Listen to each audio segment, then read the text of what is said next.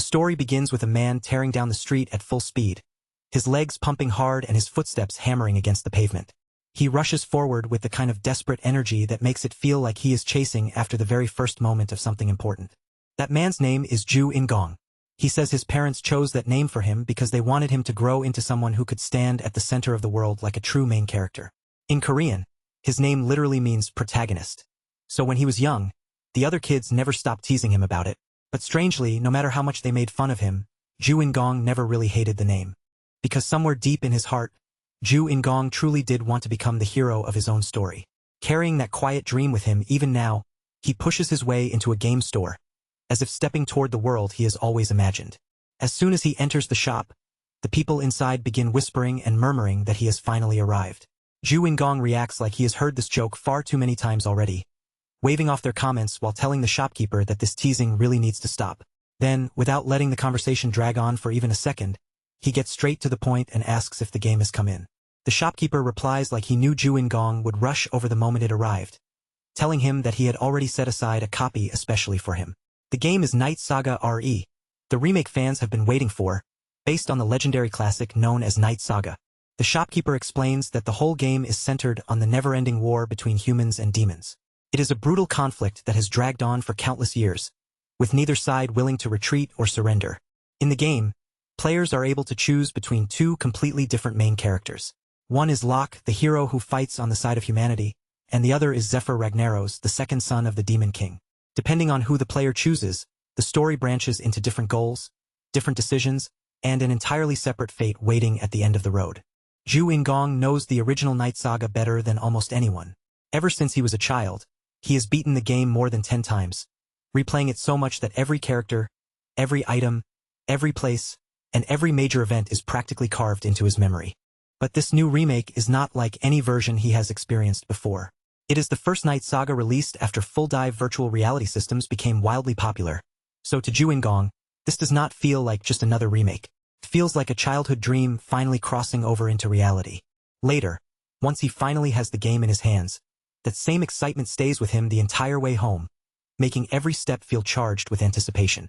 Back in his apartment, Ju In-gong sits down and begins setting everything up with careful, practiced focus. He places the chip into his full-dive helmet, connects the cartridge, and checks the equipment like a dedicated longtime fan preparing for the moment he has been waiting for. While the system finishes loading, his anticipation keeps building inside him. He can barely stay still, his mind already racing ahead toward the world he is about to enter. He even tells himself that he should probably take it easy tonight, casually deciding that 8 hours of gameplay should be enough for one session, as if spending that long inside the game somehow counts as holding back. Then, the instant the system begins pulling him into the game world, the space around him shifts completely, and everything he knew a moment ago starts to disappear. Ju In-gong opens his eyes and finds himself staring up at a ceiling so bright that it almost stings to look at. Blinking in confusion, he wonders aloud whether the load-in worked the way it was supposed to. After all, Night Saga has always started with the player waking up in bed, so at first, this scene seems familiar. That bed scene is supposed to be the real starting point of the game. But this time, almost immediately, something feels off. The body he is lying in does not feel like his own, and when he looks down at himself, it is obviously not the body he expected to have. Before he can fully understand what is going on, a rough voice suddenly speaks up from nearby. The voice asks if he is still sleeping and tells him to hurry up and move, because today is going to be a busy day. Ju In-gong is too shocked by what he is seeing to answer in a normal way. All he can do is stare around in amazement, stunned by how unbelievably real everything looks. The graphics are so detailed and lifelike that they seem almost impossible to separate from the real world. When Ju In-gong says that out loud, the enormous orc standing beside him gives him a baffled look. The orc clearly has no idea what that word is supposed to mean, and he asks Ju In-gong what he means by graphics. Ju In-gong can barely process it. He is having a completely smooth, natural conversation with someone who should only be an NPC, and none of the game's advertisements ever mentioned anything close to this level of realism. Trying to steady himself and understand the situation, Ju In-gong asks the orc for his name. The orc answers in a simple, matter-of-fact voice, telling him that his name is Carrick. Then Carrick looks directly at him and addresses him as Prince Shutra, telling him to hurry before they lose any more time standing around. The name strikes Ju In-gong right away. Shutra Ignis, the 9th son of the Demon King. In that instant, he realizes he was never given a chance to choose his character at all, and he cannot understand why the game has suddenly thrown him into this role without any warning. Hoping the system will give him some kind of answer, he quickly opens his status window. But what appears only makes the situation worse. He is level 1, only 14 years old, and his stats are so painfully low that they are almost hard to look at. Every single stat is sitting at 5. Ju Ingong stares at the numbers in disbelief, noting that even an ordinary NPC would usually begin with stats in the tens, which makes Shutra's abilities look embarrassingly weak by comparison. Next, he checks the list of skills available to him. One of them is called Conquest, but the other has the strange name Protagonist Setting Adjustment. The second he reads that unusual title, his attention locks onto it, and he stops to stare. He wonders aloud whether that skill really means exactly what it sounds like. Because if the name is literal, then this whole situation may be far more bizarre than he first imagined.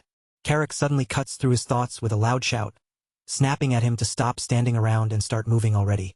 Ju Ingong answers that he understands, then finally makes his way outside. But the moment he steps out, the sight in front of him leaves him completely stunned. Spread out before him is a long line of orcs, each one standing in formation like a unit of soldiers prepared to march at any moment. The scene immediately makes Ju Ingong uneasy. As he looks over the tense formation, he asks why the mood feels nothing like an ordinary outing and more like they are about to head straight into a battle. Carrick brushes off his reaction without showing much concern and simply tells him that they need to move out right away. He explains that the Red Thunder orcs are causing trouble, and that this will be Prince Shutra's first real battle. The way Carrick says it so casually only makes the whole thing sound even more alarming to Ju Ingong. For a moment, Ju Ingong freezes where he stands, still trying to process the fact that his very first day in this world has somehow turned into a march toward the battlefield. Growing more confused and nervous by the second, he asks where the tutorial is supposed to be, as if hoping there is still some normal game structure hiding underneath all of this. Carrick explains that the Red Thunder Orc tribe has rebelled. Alongside the 7th prince and the 8th princess, their group is heading out to help suppress the uprising. Ju Ingong immediately questions why they are only bringing 10 people if this is supposed to be an actual war. Carrick insists that he already explained it yesterday, saying this was only supposed to be a patrol, not some massive military campaign. Ju Ingong hesitates and asks whether Carrick really told him that. Carrick looks back at him with a strange expression, clearly beginning to sense that something about Prince Shutra's behavior today is not normal. Carrick wonders why he has been acting so strangely since morning. Meanwhile, Ju Ingong opens his minimap, hoping that at least the game system will provide him with something familiar to depend on. The moment the minimap appears, Ju Ingong mutters that he knew there had to be one. A wave of relief comes over him because with a map, getting around should be much easier, and he decides he needs to keep it open from now on. Then his eyes catch something odd, a hidden path branching away from their current route, and he starts wondering if it might be tied to some kind of event. After studying the map, he tells Carrick that the path they are currently taking is far too slow. Then, with a sudden burst of confidence, he says he knows a shortcut. For the moment, the group decides to trust what he says. They shift away from their original route and begin following the detour he pointed out. They make their way through the forest, pushing between the trees and crossing rough, uneven ground. After continuing deeper along the route, they eventually arrive at a steep cliff and begin climbing their way upward. By the time they finally reach the top, Ju Ingong looks completely worn out. His breathing is heavy, his body is drained, and it is painfully clear that Shutra's miserable stamina is already holding him back. But standing directly ahead of them is a hidden zone, blocked off by 2 enormous stone gates. The gates rise from the ground like ancient walls, making the place feel sealed away from the rest of the world. Carrick stares at the hidden place in surprise, then turns toward Ju Ingong with genuine confusion. He asks how Ju Ingong could possibly have known that something like this was hidden here. Carrick even asks if Ju Ingong is a mage. Still struggling to catch his breath after the climb, Ju Ingong quickly answers that he is not. The others notice his condition as well. They watch him carefully, seeing how exhausted he looks, as if the climb alone has nearly taken everything out of him. Ju Ingong admits to himself that he underestimated just how awful Shutra's stamina really was. Even so, he wants to find out whether he can open the door, and with that thought pushing him onward, he steps toward the massive stone gate. The instant he gets close, a sudden golden light wraps around his body. Ju Ingong stops in place, frozen by the unexpected glow, and stares at it in shock as he wonders what is happening to him. A glowing notification suddenly flashes into view, right in front of Shutra's eyes, hovering in the air like a system message only he can see. Somehow, just by reaching this hidden place, he has already gained enough to level up. Shutra can only stare at the message, completely unable to believe what he is seeing. He wonders if he seriously gained a whole level just from walking into the area, and before that shock can even settle, another strange detail immediately pulls his attention. Every single one of his stats has gone up by 2 full points.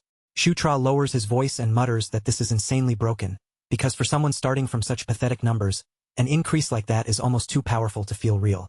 Right after that, a deep grinding noise rolls through the hidden zone. The sound echoes heavily around them, followed by the low rumble of ancient stone cracking, shifting, and beginning to fall apart. Carrick turns his gaze toward the newly opening path, watching the darkness beyond it for a moment. Then he glances back at Shutra and asks if they are really going to head inside. Shutra has no way of knowing what might be waiting for them in that hidden place. The entrance ahead is dark and silent, and the shadows beyond it offer him absolutely no clear answer. Even so, Shutra reminds himself that this time he is not walking in alone. With Carrick and the others beside him, they should at least be able to handle whatever comes next. Besides, in stories, a real protagonist does not simply fall off a cliff and die for nothing. Instead, that fall usually leads to an unexpected chance. The group steps forward and passes through the wide, freshly opened mouth of the cave. As they move deeper inside, Carrick studies the rough walls around them and says the passage resembles a dwarf tunnel. But Shutra immediately reacts as if that does not make sense. Shutra points out that dwarves should not be living in this region at all, since they are known to belong in the demon realm. Carrick replies that they do not live here anymore, but according to old stories, they apparently did a very long time ago. When Shutra asks whether all the dwarves migrated away, Carrick admits he does not know the full history. All he knows are the legends that have been passed down among the orc tribes, and with that uncertain explanation lingering between them, the group continues deeper into the cavern. Then something farther ahead suddenly catches their attention. A bright glimmer shines out from the surrounding darkness, revealing a pile of treasure scattered together with abandoned weapons, armor, and old pieces of equipment. The moment the orcs see it, they burst into excited cheers. Their rough voices bounce off the cave walls, filling the hidden space with loud, eager celebration. They rush toward the treasure without holding back, grabbing whatever they can get their hands on while shouting that the dwarves must have left behind incredible valuables. As the orcs celebrate like they have just discovered paradise itself, Shutra stands back and simply watches them lose all sense of control. Unlike the others, Shutra does not run straight into the pile. No matter how tempting those weapons might look, he knows he cannot use any of them, because their level requirements are far beyond what he can currently handle. His miserable stats only make the situation even worse, keeping him locked out of equipment that appears simple at first glance. Still, Shutra quietly mutters that it would be a waste to leave everything behind, so they might as well save the gear for later. Then he pauses for a moment, his eyes moving over the heap of loot as another practical problem comes to mind.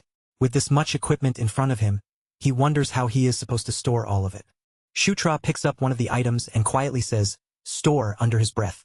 In the next instant, the item disappears from his hand and slips neatly into his inventory, exactly like a game command being activated.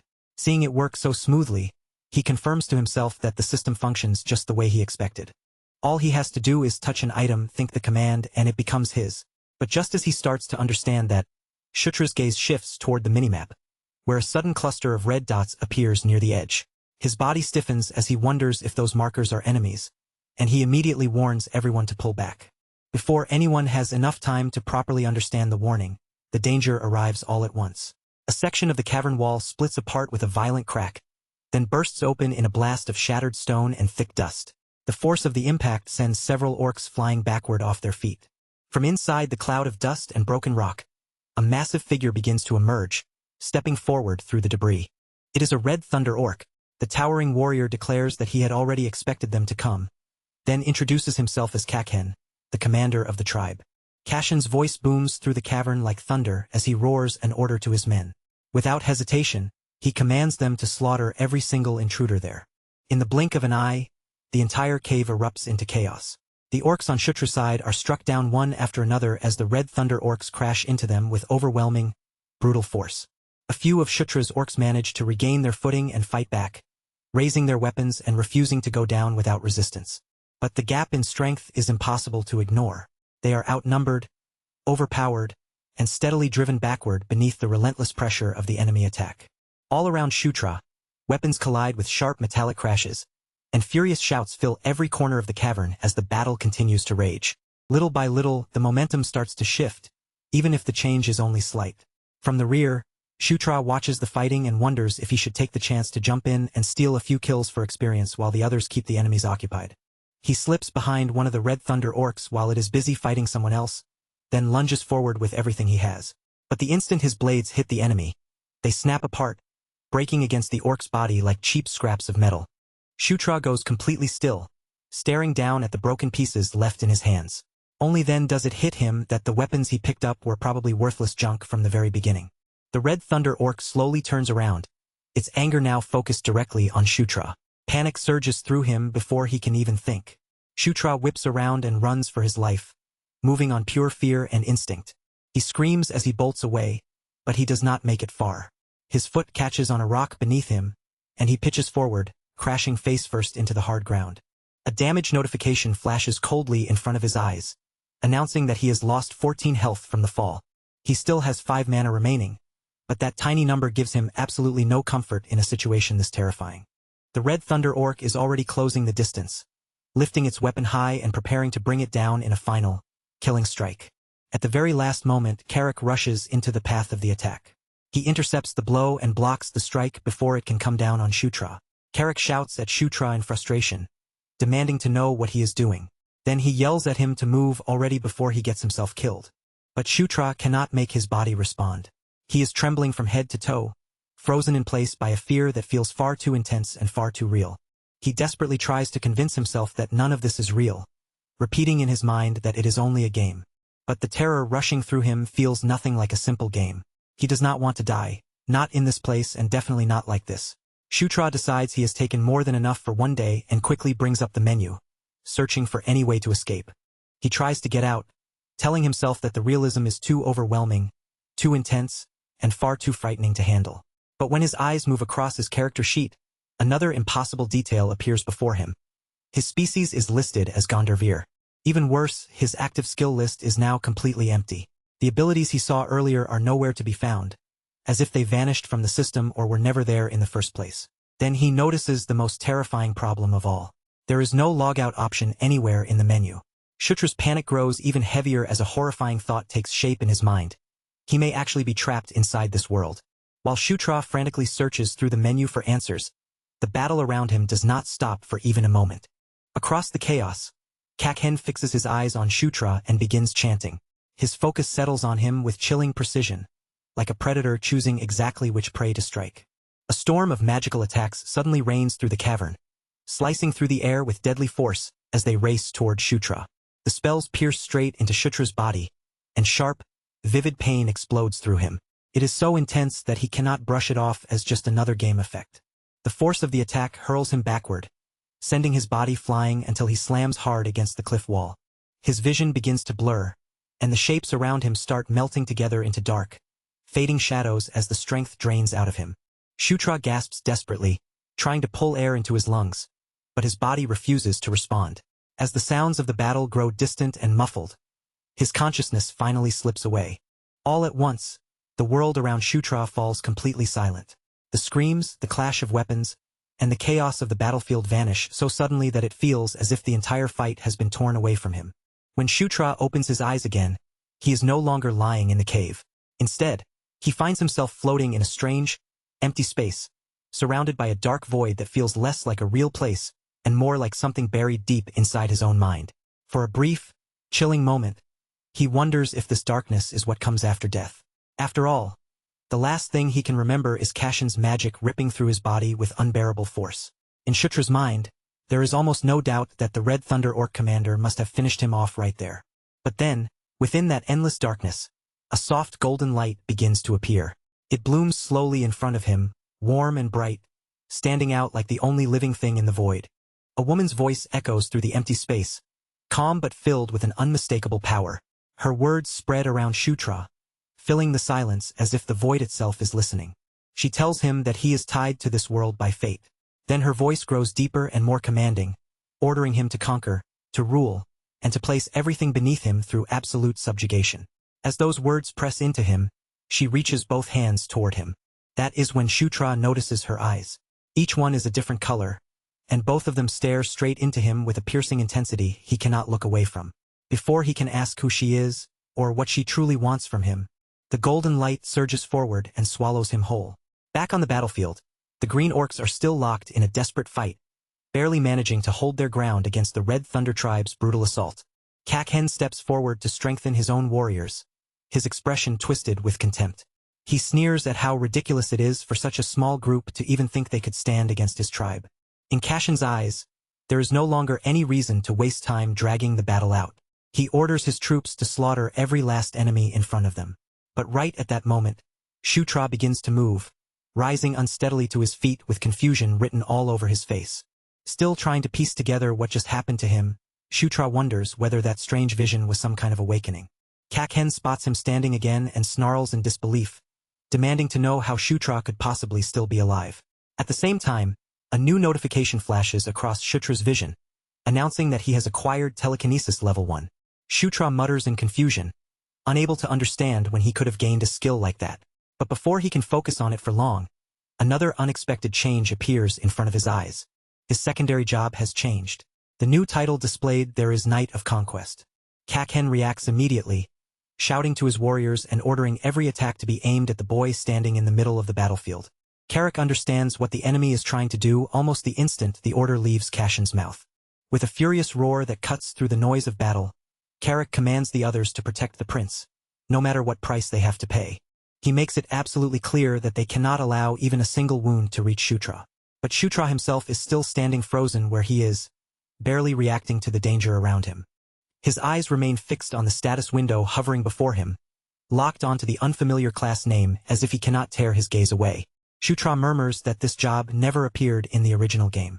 Not in any route, not in any character path, and not even in any hidden event he can remember.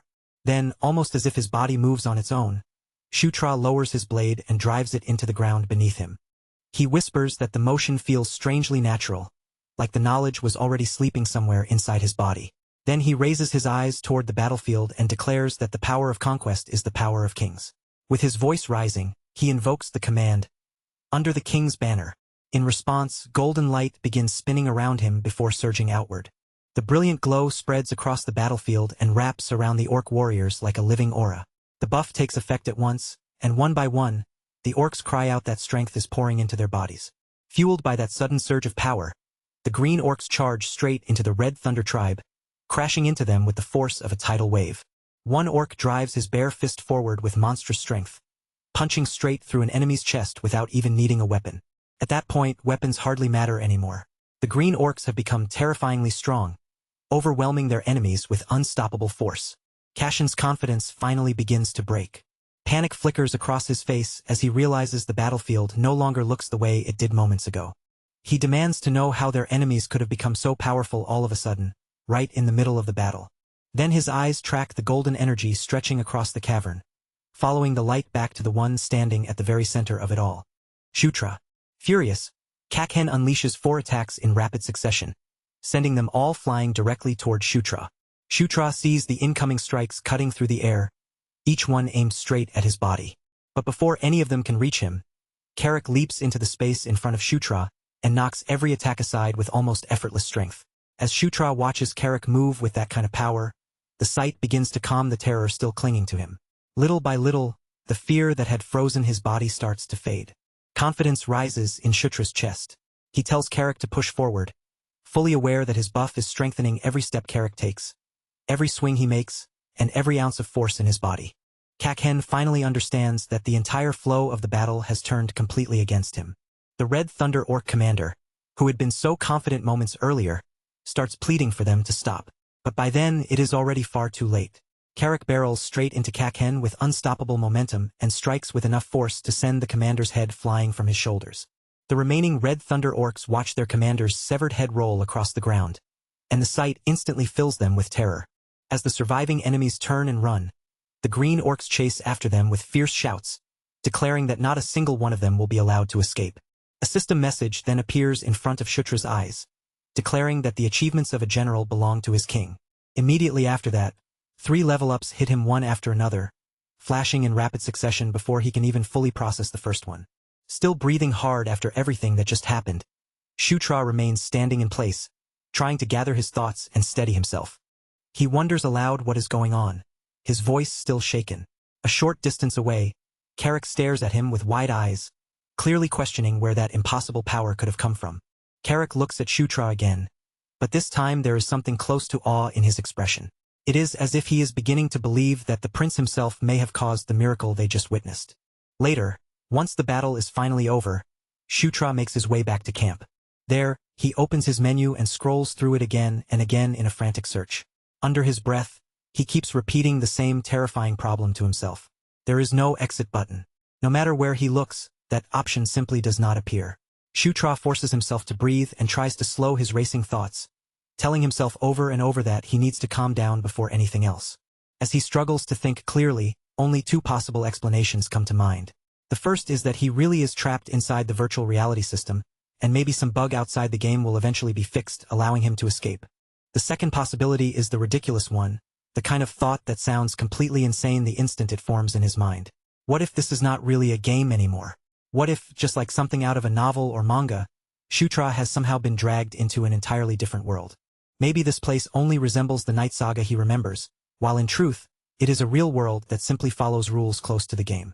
The more Shutra turns that possibility over in his head, the harder it becomes to laugh it off as nonsense. Everything around him feels much too sharp, too vivid, and too carefully detailed to be dismissed as an ordinary simulation. The world presses in on his senses with a weight and presence that feels impossible to ignore. The rough texture of the ground, the coldness lingering in the air, and even the smallest sounds echoing off the stone all feel painfully real to him.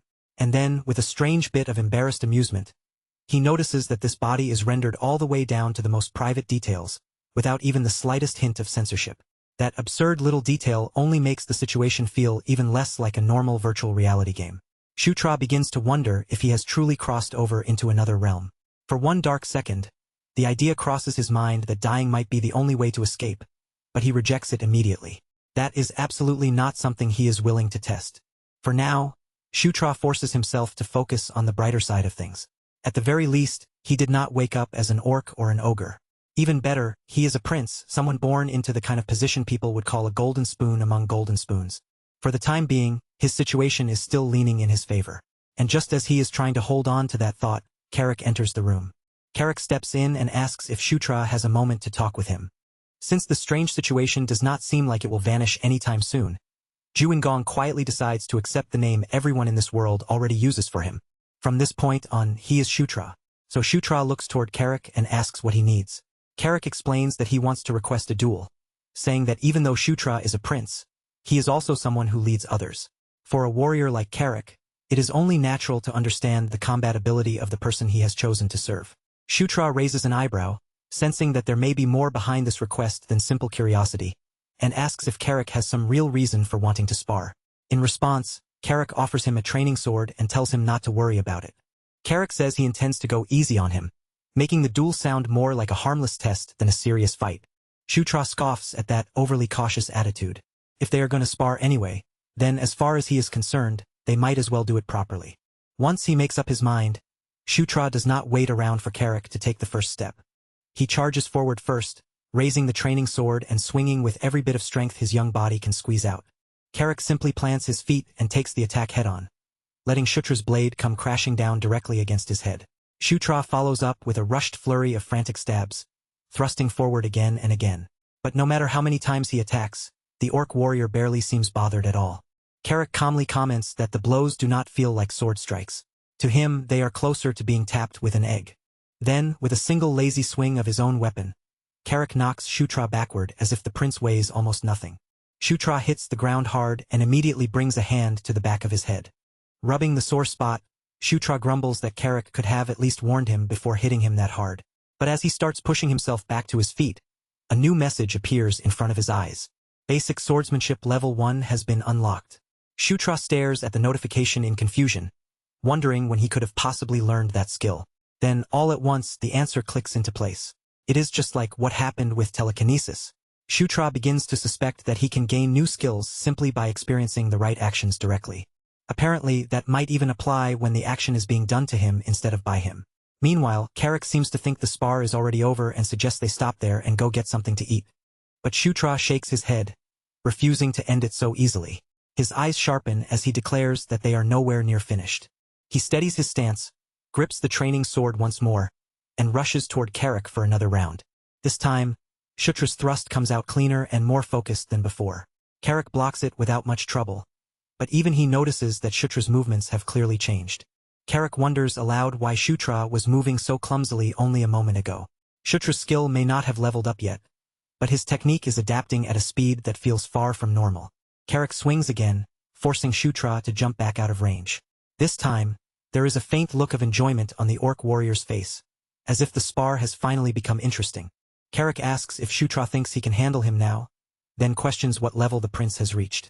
Carrick adds that the last time his own level was measured, the result placed him at level 21. Shutra opens his status window while trying to catch his breath. Then he answers with quiet confidence, saying he will catch up before long. His status shows that Shutra has already reached level 7. Shutra reminds himself that people in this world really do have levels. But unlike him, most of them cannot see those numbers whenever they want, and they need special level measuring spells to find out that information. Shutra, however, can check his stats clearly at any time, and he can even distribute the bonus points he receives from leveling up. That advantage alone puts him far ahead of most people in this world. Driven by that realization, Shutra launches himself at Carrick once again. His feet kick against the ground, and he meets Carrick in a quick exchange of blows, their training weapons snapping through the air with sharp, wooden cracks. With every strike, his movements become just a little sharper than before. Shutra realizes that this means he truly can become stronger. And not just at an ordinary pace. His growth is explosive, almost exponential, far beyond what regular people in this world should be able to achieve. But as that thought settles in, his mind begins drifting toward the long future waiting ahead of him. The story of Night Saga is not some simple, straight road that runs cleanly from beginning to end. Before the final conclusion arrives, several major events are supposed to unfold. And among all of them, the most dangerous one is a forced event known as the Day of the Massacre. In the recorded history of the Demon Realm, that nightmare is said to happen in the year 517. When that event begins, everything changes. Zephyr Ragnaros, the Demon King's second son, murders all of his brothers in order to fulfill his ambition. And since every prince becomes a target, Shutra knows that his own name is already written on that future death list. Fortunately, the current year is still only 512. That gives Shutra 5 years before the massacre is supposed to happen. But if he wants to stay alive, he has to find a way to stop it before that day ever comes. Ideally, Shutra needs to become powerful enough to surpass Zephyr Ragnaros himself. While that heavy thought weighs on his mind, Carrick calls out to him, saying he has been looking everywhere for him. Shutra turns his head and asks what is going on. Carrick reminds him that today is the day of the scheduled meeting. Shutra frowns, not immediately understanding what meeting Carrick is talking about. But Carrick urges him to hurry, telling him that everyone is already waiting. A little later, Shutra makes his way back to the camp. There, he finds himself seated at a table across from 2 other people. Caught in the awkward atmosphere and surrounded by expectations he does not fully understand, Shutra can only let out a nervous laugh. Shutra lets out a small, uneasy laugh and says they must have gotten there sooner than he expected. Across the table from him sit 2 of his older siblings, and both of them carry themselves with that calm, composed air of people who are already used to giving orders.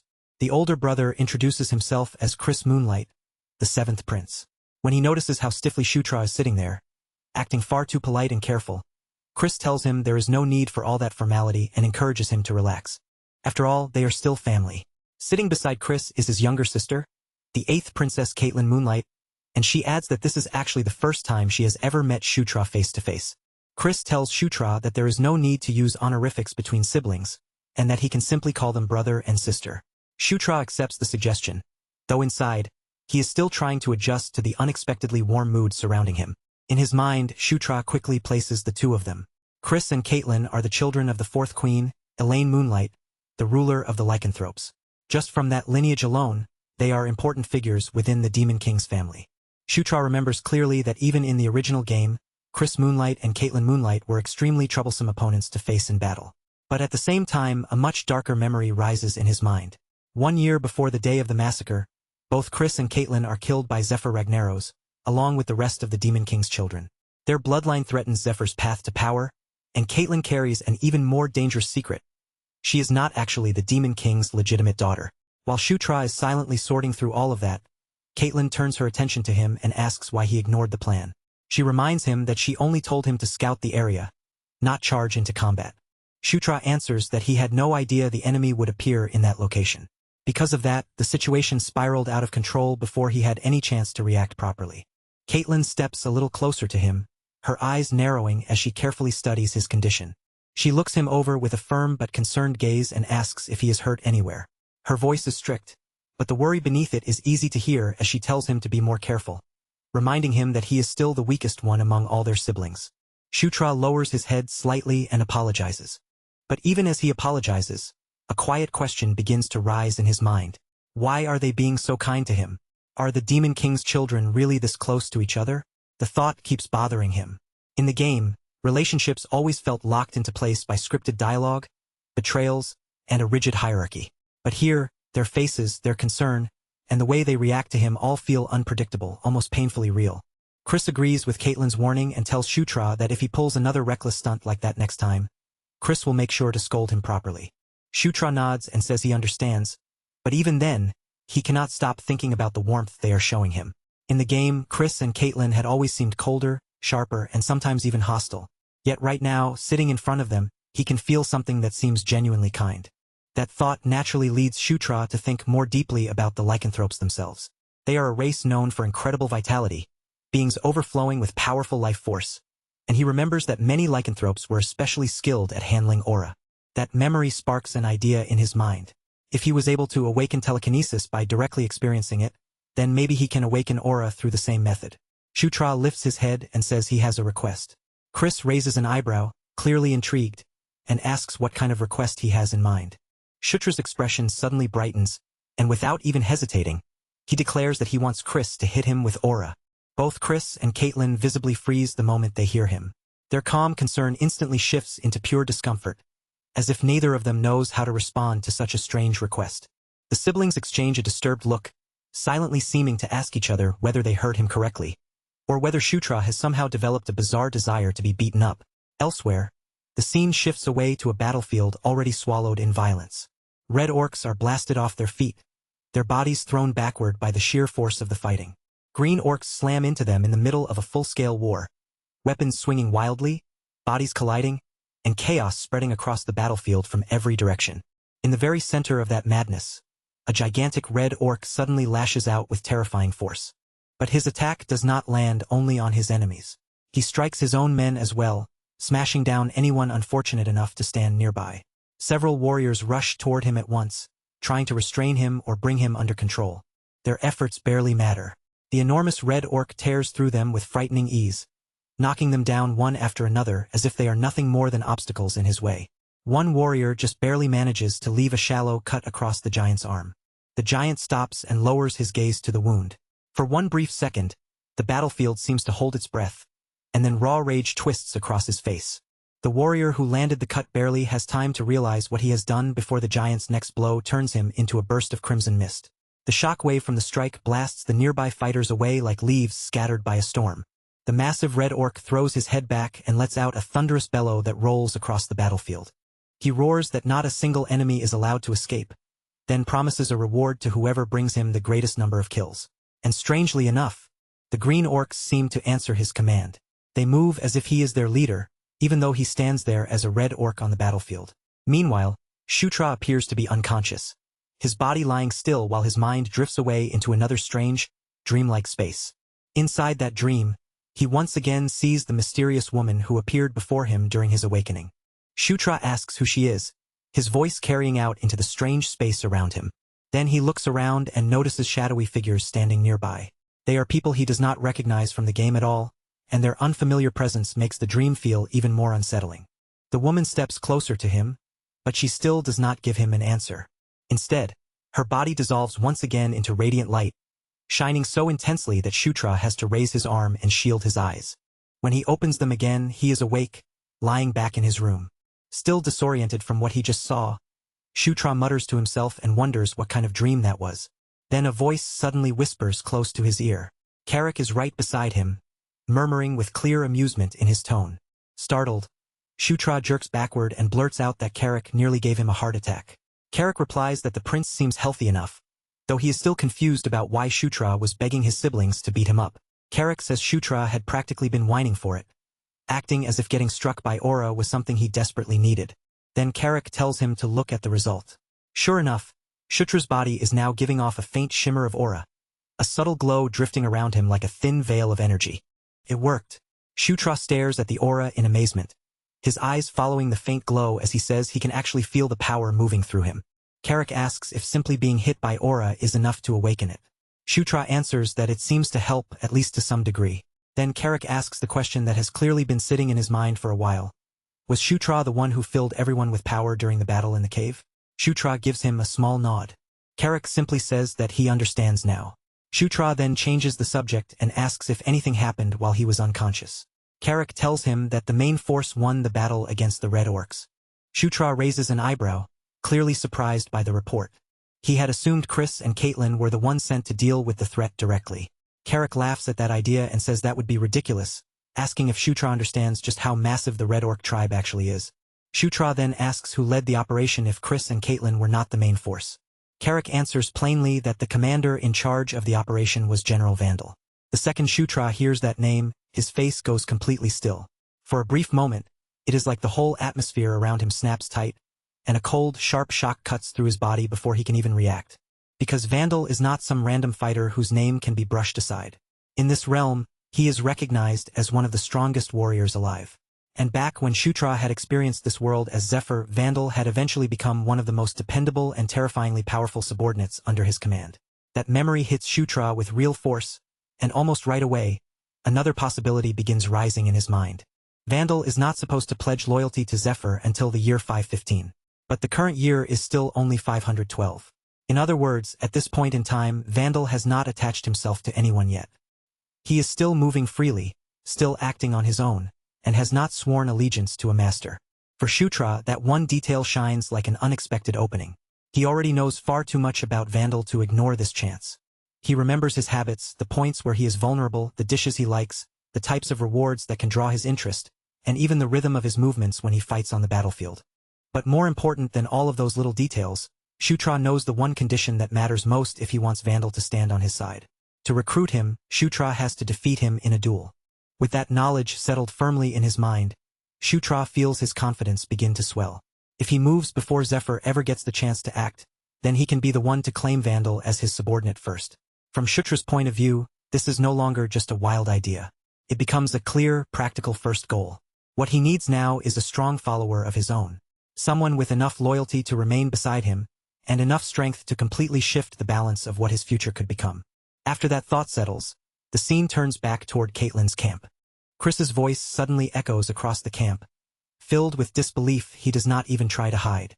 He stares straight at Shutra, his eyes wide as if he has just heard something ridiculous, and asks whether Shutra really managed to understand the basics of aura after only one single day.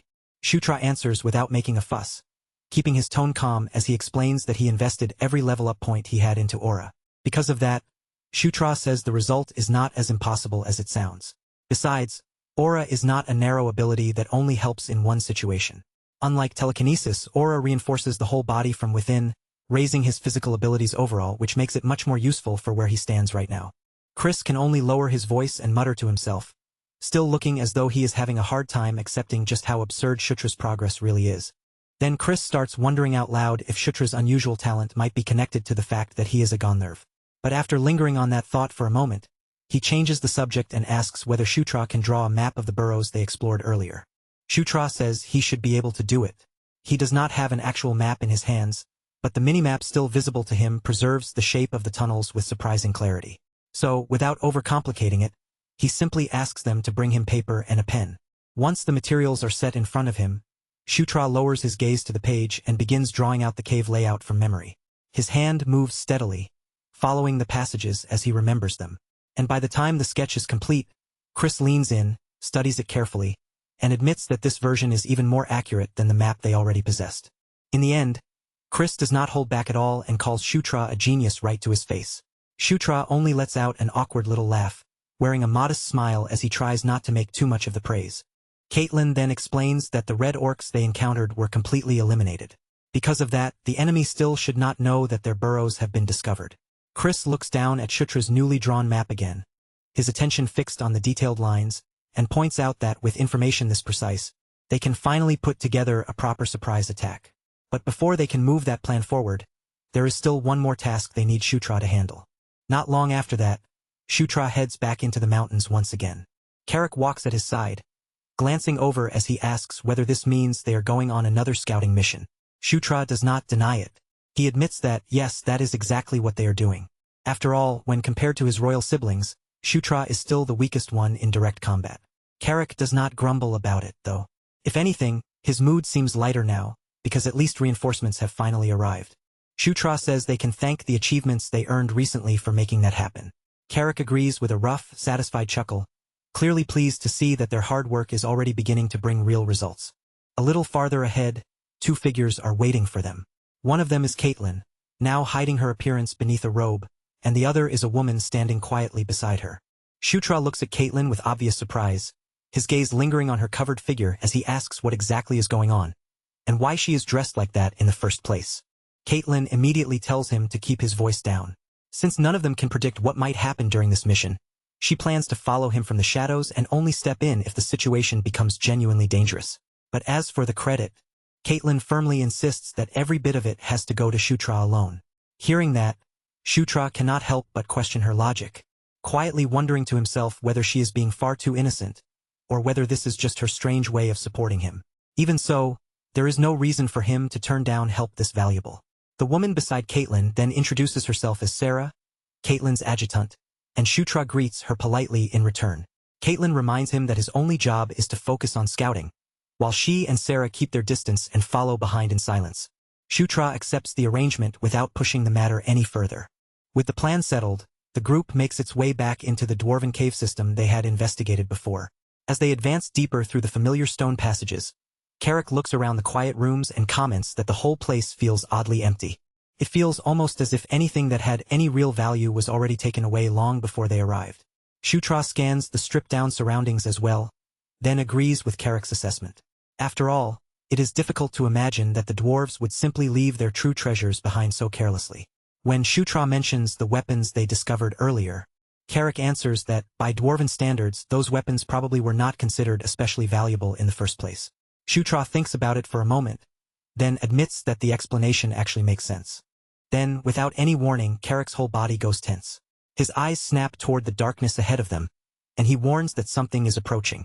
A heartbeat later, Shutra hears it too. Shutra quickly checks his minimap, and the answer appears immediately. An entire swarm is moving through the connected passages, closing in on their position all at once. But instead of losing his composure, Shutra opens his inventory and lets a confident grin spread across his face. He says he already prepared for exactly this kind of situation. From inside his inventory, he takes out a flash magic item, something he had brought along ahead of time specifically for a dangerous moment like this. He warns everyone around him to close their eyes the instant he gives the signal. At the far end of the cavern, dozens of monsters begin spilling into view. They are spiders the size of dogs, skittering across the rough stone floor with heavy, boulder-like shells covering their backs. These are rock spiders, creatures that live and hunt in the deep darkness, moving together in packs and carrying venom powerful enough to paralyze whatever prey they catch. The moment the swarm draws close enough, Shutra gives the signal and hurls the flash magic high into the air. The very instant the item explodes, the whole cavern is overtaken by a burst of blinding golden light. The rock spiders screech in unison, their bodies suddenly stiffening as the fierce brightness crashes over them, stunning them so badly that they can no longer move properly. Shutra declares that light shuts them down completely, exactly as he expected from monsters born to live in the shadows. Then, while the advantage is still theirs, he orders the others to finish the spiders off. The warriors react immediately, surging forward without hesitation. Their blades flash through the cavern, and although the spiders still try to resist through the paralysis locking up their bodies, they are already far too overwhelmed to turn the fight around. One after another, the team cuts through the swarm with almost effortless force.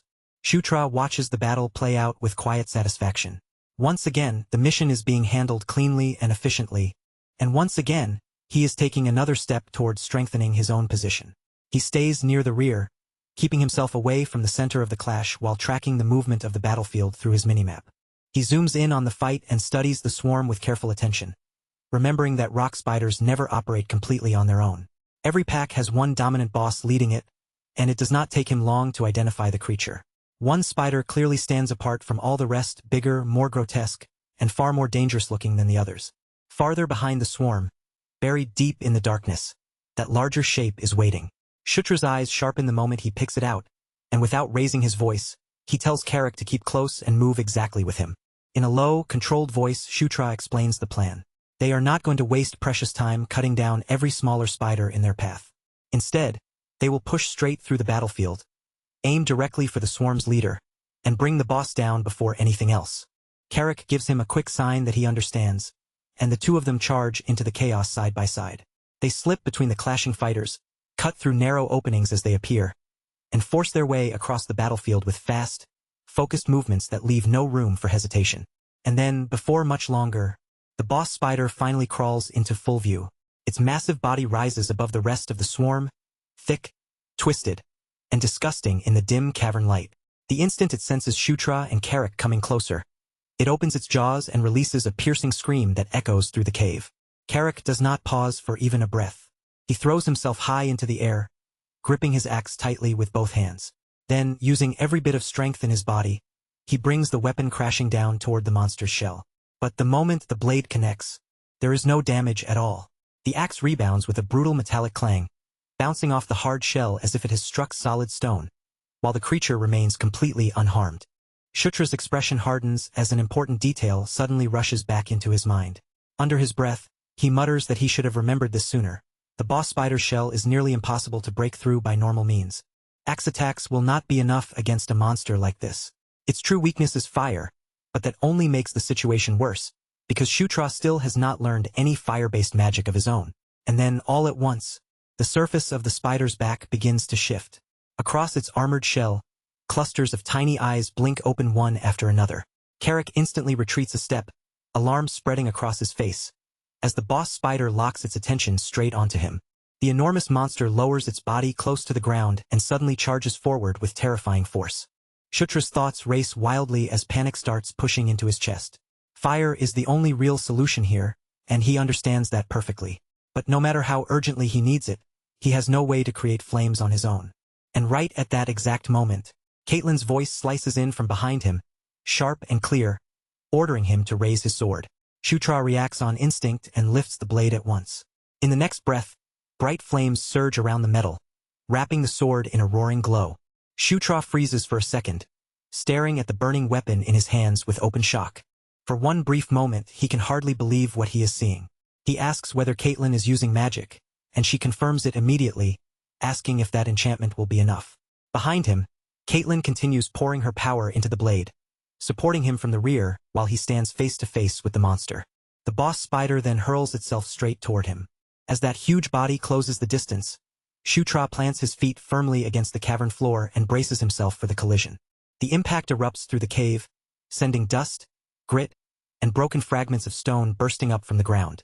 But from inside that thick cloud of dust, Shutra suddenly breaks through and drives forward. He rushes straight in without slowing down, climbs up along the spider's leg, and combines his basic swordsmanship with the fire now blazing around his weapon. Then he calls out the technique Burning Blade. The flame-coated sword bites into the monster's thick armor, carving burning red gashes across its hardened body. The boss spider lets out a tortured scream as the flames spread across it. Shutra keeps attacking without retreating, slashing again and again as the fire consumes more of the monster, until its enormous body is finally swallowed by the blaze. Then, just as the giant spider collapses, that familiar golden radiance suddenly washes over Shutra. Notification after notification begins flashing rapidly across his field of vision. His level climbs all the way up to 9, and Shutra cannot contain the thrill rushing through him. As the sensation of growth hits his body, he shouts out in excitement. Caitlin quickly moves her attention to him and asks if he is all right, her gaze shifting from his face to the golden light surrounding him. Then she asks what that strange glow was, and Shutra pauses for a moment before answering. After a short hesitation, he says it is probably some kind of blessing and tells her that there is nothing to worry about. Caitlin does not look fully convinced, though, and asks if it might be a gift tied to the fact that he is a Gandharv. Shutra goes along with her assumption and agrees, but Caitlin continues pressing him, asking how he managed to handle the rock spider so perfectly, because his movements had been far too precise to be explained by luck alone. Shutra claims he read about them in a book, but the real reason is completely different. Back when he played the game, he had already fought rock spiders dozens of times, so every movement and attack pattern they used was already burned into his memory. Before Caitlin can dig any deeper, Carrick suddenly calls out to Shutra from nearby, saying that he has discovered something. They head over to where Carrick is standing, and before long, they uncover a hidden door concealed within the stone of the cave. Working together, They push the door open and step beyond it into a chamber illuminated only by a faint, dim glow. The moment Shutra sees what is waiting inside, his steps come to an immediate stop. He recognizes the structure at once. Standing before them is a town portal, and its design is unmistakably built in the dwarven style. Carrick notices the way Shutra reacts and asks whether he knows what this thing is. Shutra chooses his words carefully, answering that he has a fairly good idea. The markings carved around the structure are clearly dwarven. And while Shutra never encountered one of these during the time he played as Zephyr, he did see something similar before when he was playing as the human hero. Shutra explains that the device most likely works by having magic poured into it, activating once enough power is supplied. Then he turns toward Caitlin and tells her that, from what he can tell, it appears to be a teleportation device. Caitlin studies the portal with careful, guarded eyes and asks if he is certain. Sarah examines the surrounding structure as well, her gaze moving across the stonework, and says the architecture does seem to support Shutra's guess. Caitlin then asks whether there is any way to figure out where the portal leads, and Sarah explains that there may be inscriptions somewhere nearby. Carrick raises one hand and points toward a section of the wall. He says he can see faint carvings over there, barely visible against the stone, and everyone moves closer to gather around and inspect them. The words etched into the wall are strange and unfamiliar, their shapes unlike any script that most of the group can recognize. Carrick turns to Caitlin and asks if she can read it, but Caitlin shakes her head, honestly admitting that she cannot understand the writing. Sarah looks over the carved letters carefully as well, but after studying them for a moment, she also confesses that she has no idea what they mean. Then, unexpectedly, Shutra begins reading the inscription aloud, and the sudden sound of him understanding it startles everyone around him. He says the text identifies this place as Ziska Mountains Portal Number 2, and that this portal is connected to Portal Number 3. But halfway through speaking, Shutra suddenly stops, confused by the words coming out of his own mouth and wondering how he was able to read the script at all. At that exact moment, a message appears in front of him, confirming that he has acquired the dwarven script skill. From now on, he can understand and read the language fluently. Shutra is left genuinely stunned by how naturally it happened, realizing that in this world, even an entire language can be gained through experience. Carrick stares at him with wide eyes, clearly shocked, and asks if he really just read those carvings. Shutra answers that he did, though even his own voice carries surprise, adding that apparently he can read them now. Caitlin immediately questions him, asking when he learned something like that in the first place. At almost the same time, Sarah points toward the lower section of the inscription and asks what the writing at the bottom says. Shutra explains that the portal should activate once someone pours magic into it. After saying that, he shifts his gaze toward Caitlin and calmly suggests that she should be the one to try supplying it with power. Caitlin looks back at him, her expression faintly puzzled, as if his suggestion does not quite make sense. Then she asks why Shutra does not simply activate the device himself. For a brief second, Shutra hesitates. His thoughts pause just long enough for him to carefully avoid giving away the real reason. The truth is simple. Shutra cannot use magic at all.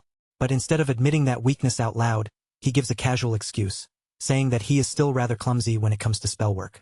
Caitlin accepts his answer without pushing further, steps in front of the portal, and begins channeling her energy into the device. The orb embedded in the center of the portal slowly begins to pulse with a soft blue radiance. At first, the glow is gentle and faint, but it gradually spreads wider and brighter, until an image starts forming in the air before them. What appears is a view from above, showing the mountain range around them like a floating map. Their current location is clearly marked, and farther in the distance, Portal 3 can also be seen. As they study the layout, the possibility naturally comes to mind that this distant point might be where the dwarves are currently hiding. Carrick points out that the main force of the Red Orcs is positioned just beyond those mountains. Shutra immediately agrees, realizing that this discovery gives them a rare opportunity to strike before the enemy has time to respond.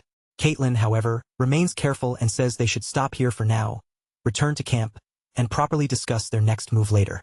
When they finally make it back to camp, Chris greets them with open excitement. His voice is loud and full of energy as he declares that Shutra really must be some kind of lucky charm. Shutra tries to wave off the praise, insisting that everything only happened by coincidence. But Chris's enthusiasm hits him with a strange kind of pressure, heavier than simple praise. Then Chris tells Shutra that if there is anything he wants, he should just say it. As both his brother and the commander of this place, Chris promises that he will do whatever he can for him.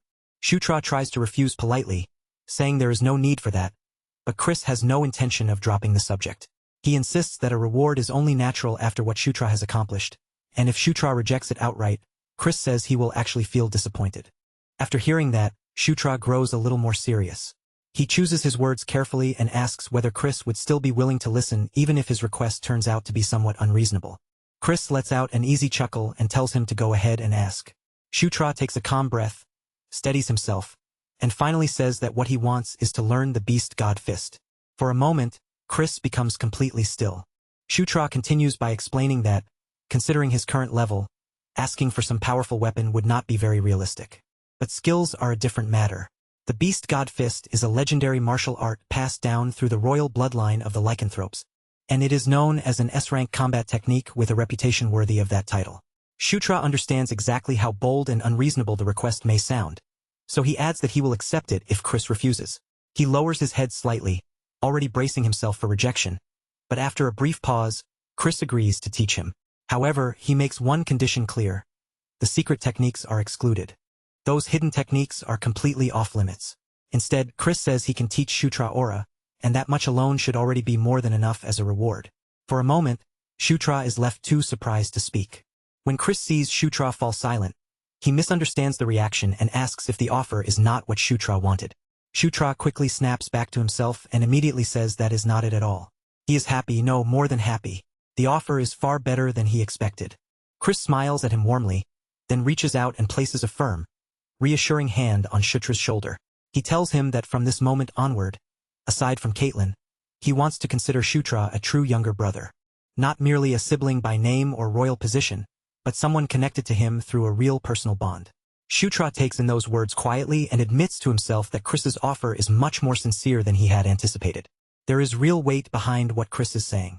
And more than that, Shutra can sense that accepting this relationship would not be a bad decision at all. So Shutra agrees without hesitation.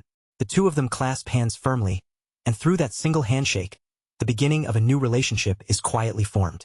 Nearby, Caitlin watches the exchange unfold with a soft and genuine smile, clearly happy with the bond that has just been created. Shutra says that from now on, they should work together properly and make sure this partnership becomes something truly worthwhile. And with that, an alliance is formed. It is not created through dramatic vows or royal commands, but through something far more practical and reliable in the real world. Shared benefit and slowly growing trust. For now, it may only be an ordinary alliance, but Shutra understands that someday, it could grow into something far stronger.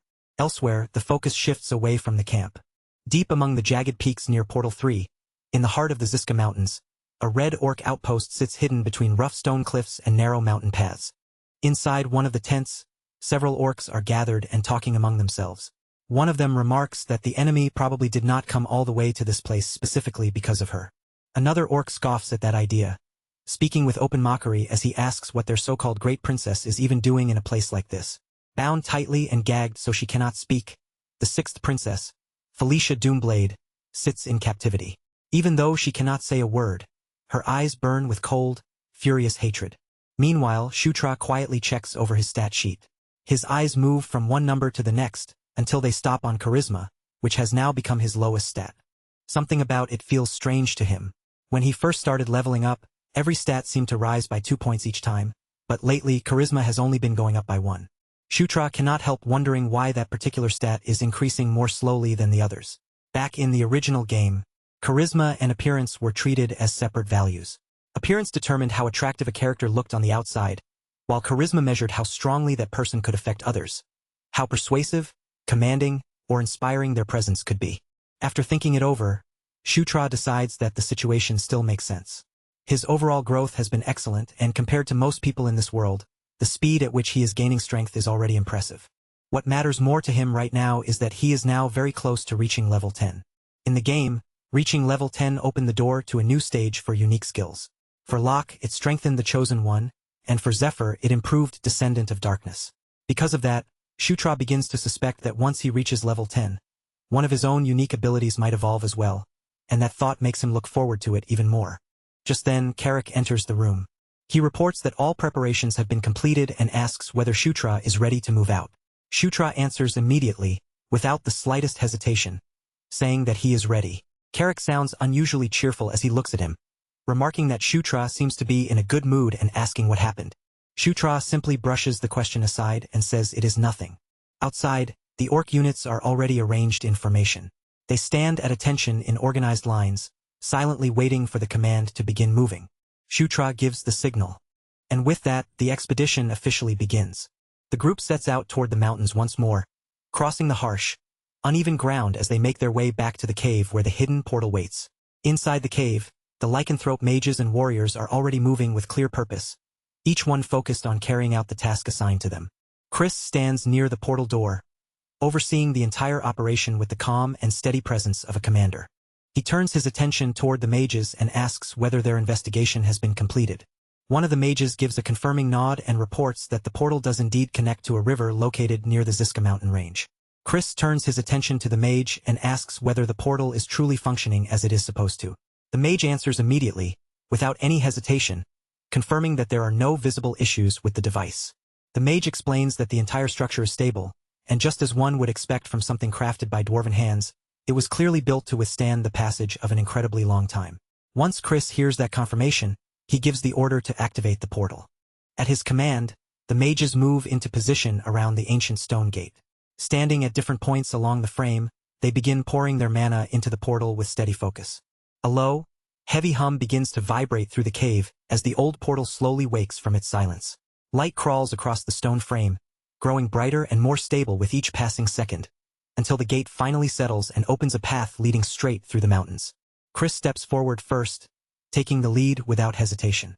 Behind him, Shutra remains still for a moment, watching the portal unfold before his eyes with quiet awe. For Shutra, seeing an actual working portal at such close range is almost too much to take in. In the game, using one had been as simple as selecting a destination and moving on.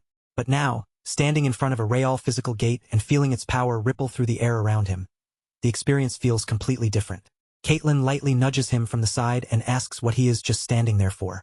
Shutra snaps back to himself and quickly tells her he is coming, then steps into the portal after the others. The teleportation itself happens so smoothly that he barely has time to understand the sensation. In a single blink, Shutra is already standing on the other side, and the first thing his eyes lock onto is the scene spread out directly ahead of him. The Red Orc encampment stretches out right in front of them. Chris appears beside him and quietly comments that the situation is exactly as they had predicted. As he takes in the camp size and layout, Chris estimates that around 5,000 troops are stationed there. He explains that if they attack from the rear, the first thing they should aim for is the enemy's supply lines. If General Vandal launches his assault from the front, the Red Orcs will naturally turn their attention in that direction. While their focus is pulled away, a smaller infiltration unit can slip in from behind and set fire to the food stores before the enemy realizes what is happening. But before that plan can fully settle in, Sarah suddenly interrupts, her tone sharp with suspicion as she says that something about the camp does not feel right. The encampment looks strangely half-empty. Chris nods as he studies the arrangement of troops more closely, acknowledging that the numbers are definitely lower than expected. He guesses that part of the enemy force may have already left to attack another location. At that moment, Shutra slowly turns his head to the side. From far away, a faint noise reaches his ears, the distant clash of steel striking steel. Shutra listens for a second, then asks what that sound is. It is quiet enough to miss at first, but once he notices it, the sound becomes unmistakable. Chris tells Shutra to focus aura into his eyes. Shutra follows Chris's instruction, and as aura sharpens his vision, the distant scene gradually comes into focus. Ahead of them, Red Orcs are already locked in combat, but the group fighting against them clearly does not belong to Vandal's forces. Caitlin notices the same thing and asks who those warriors are. Chris confirms that Vandal was not scheduled to engage in any battle today. The timing does not add up at all. Shutra narrows his eyes, pushes his focus even further, and finally begins to make out the enemy's opponents in greater detail. They are agile warriors with smaller builds, racing across the battlefield on fast-moving Dracos. The moment Shutra sees their figures and mounts clearly, recognition hits him at once. They are dark elves. Shutra says it out loud. He tells the others that the mounted warriors are definitely dark elves. Caitlin looks genuinely stunned and asks if he is sure, and Shutra explains that their smaller frames, combined with the Dracos they are riding, make it obvious. Chris keeps his eyes on the battle as its momentum shifts and notes that the dark elves seem to be pulling back. He guesses that their leader must have fallen or been taken out somehow, because the entire unit is now retreating in a clear hurry. Carrick watches the situation with a deep frown and asks if the fight truly ended that quickly.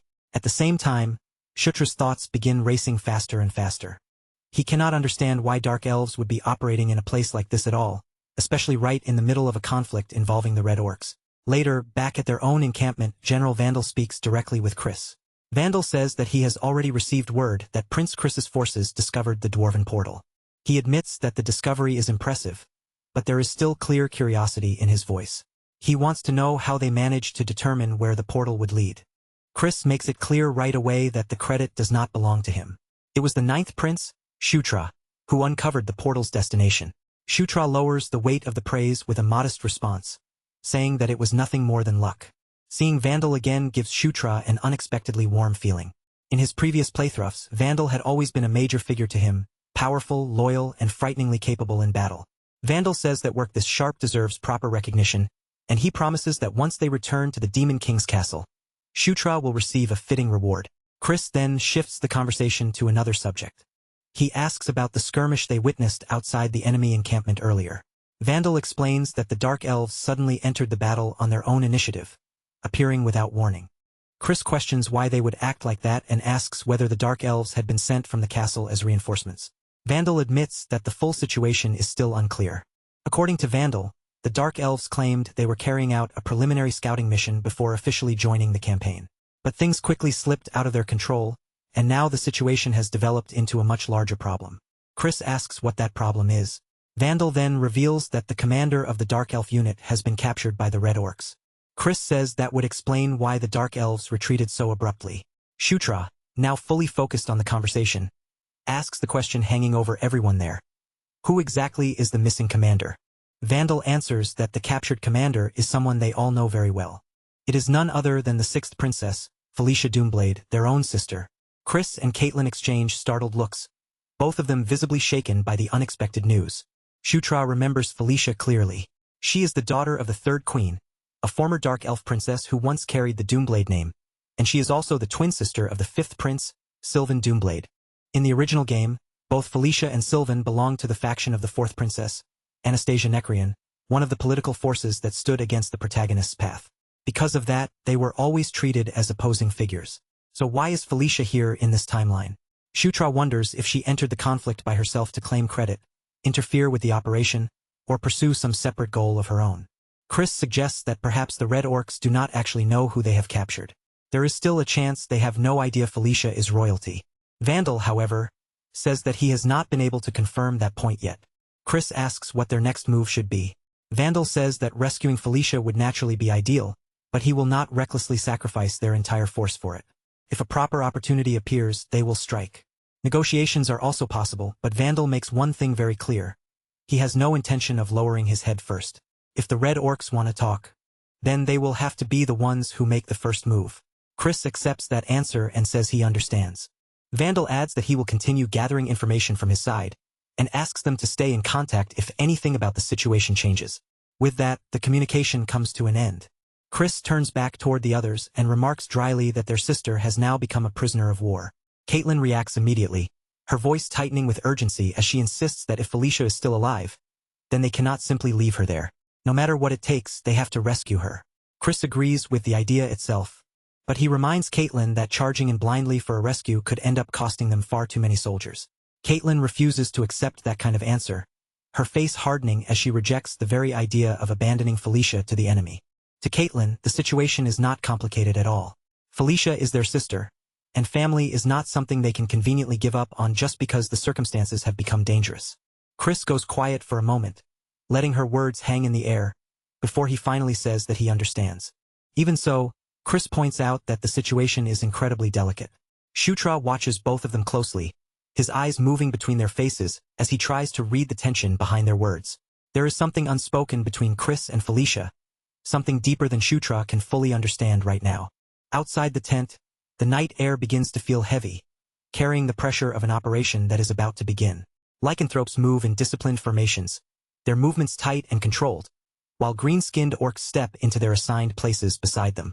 Inside the command tent, the leaders gather together, and Chris begins explaining the final details of the plan.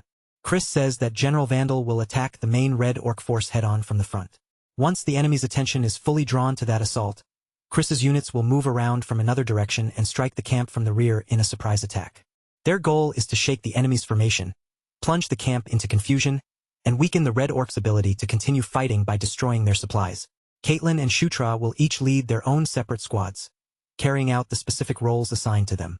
Shutra asks for confirmation, wanting to know if Felicia's rescue is truly included as part of the mission. Chris answers that it is, but he makes it very clear that saving Felicia is not their top priority. Their first objective is to destroy the enemy's food stores and armory. Only after those targets are dealt with should they attempt the rescue, and if the situation turns against them, the order is absolute. They retreat immediately. Chris says they cannot afford to sacrifice more lives for just one person. Caitlin clenches her fists tightly, her anger showing plainly on her face. Chris cuts in at once and tells her to stay quiet, reminding her that he is the commanding officer in charge of this operation. Caitlin snaps back, accusing Chris of treating Felicia like some kind of burden instead of their own family. Chris replies in a cold, controlled voice, saying that he cannot allow personal emotions to put the entire mission at risk. Shutra silently watches the argument play out, wondering if the strain between them is about more than royal politics. Maybe something personal happened between Chris and Felicia in the past, some old conflict that outsiders were never told about. Whatever the truth may be, it is obvious that the wound runs deep. At last, night settles over everything completely, wrapping the entire operation beneath a thick curtain of darkness. From the cliffs overlooking the Red Orc encampment, Chris and the others silently observe the enemy camp below. Even at this late hour, the place is still active and restless. Guards continue walking their patrol routes, firelight flickers between the tents, and the sentries remain alert, scanning the darkness for even the smallest sign of movement. Then, without even the slightest warning, a massive explosion tears through one side of the camp. Red Orc soldiers are blasted into the air as General Vandal crashes into the battlefield, leading a vicious frontal assault with the kind of overwhelming force that instantly throws the enemy into panic. Vandal's roar rolls across the battlefield like thunder, as he commands his troops to slaughter every enemy standing in their way. From Shutra's position, Carrick spots the signal and turns toward him, asking if this is finally the moment for them to move. For a short moment they remain where they are, watching as the Orc troops surge forward like a brutal wave, crashing violently into the enemy camp below. Vandal, after delivering that first devastating blow, immediately gives the command for every unit under his lead to pull back. From his position along the cliffside, Chris sees Vandal's forces begin their retreat, and he instantly understands that this is the opening they have been waiting for. This is their chance. Chris turns toward his team and orders everyone to move into position at once. Before they advance, Chris gives one last reminder to both Shutra and Caitlin, telling them to stay focused on the roles they have been assigned. Destroy the supplies, rescue Felicia only if an opportunity appears, and then withdraw. With those instructions made clear, Chris gives the order to charge. The second wave crashes into the camp with crushing force. The Red Orcs, already shaken and scattered by Vandal's opening attack, are thrown into even greater confusion. Their formation begins to bend and break under the pressure. Their defenses start collapsing piece by piece. Caitlin shouts for Shutra to stay alert, and Shutra immediately calls back, telling Caitlin to watch herself as well. Shutra opens his minimap and scans the entire area in an instant, searching for the weakest gaps in the camp's defenses and mentally tracing the fastest route through them. He quickly identifies the safest path and points toward their target, the supply depot. Shutra says they have to move fast and strike there first, because once the enemy recovers from the confusion, this opening will vanish. Carrick charges ahead with a fierce roar, shouting that he will smash through every last Red Orc foolish enough to stand in their way. His massive body slams into the front line like a living battering ram. With each heavy swing, Carrick carves open a path through the Red Orcs, tearing their formation apart through sheer strength and momentum. Suddenly, one Red Orc counters with a vicious attack aimed straight at Carrick's exposed side. Carrick notices it a heartbeat too late and realizes he will not be able to raise his guard in time. Then something flashes past him. A dagger spins through the air and drives straight into the attacking Orc skull with terrifying accuracy.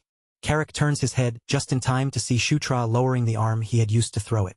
A small grin forms on Shutra's face as he remarks that the throw worked even better than he expected. Carrick blinks in surprise and asks when Shutra learned to throw a dagger like that. Shutra brushes it off casually, saying he picked up the skill last night after trying it only once. Apparently, one attempt was all it took for him to grasp it.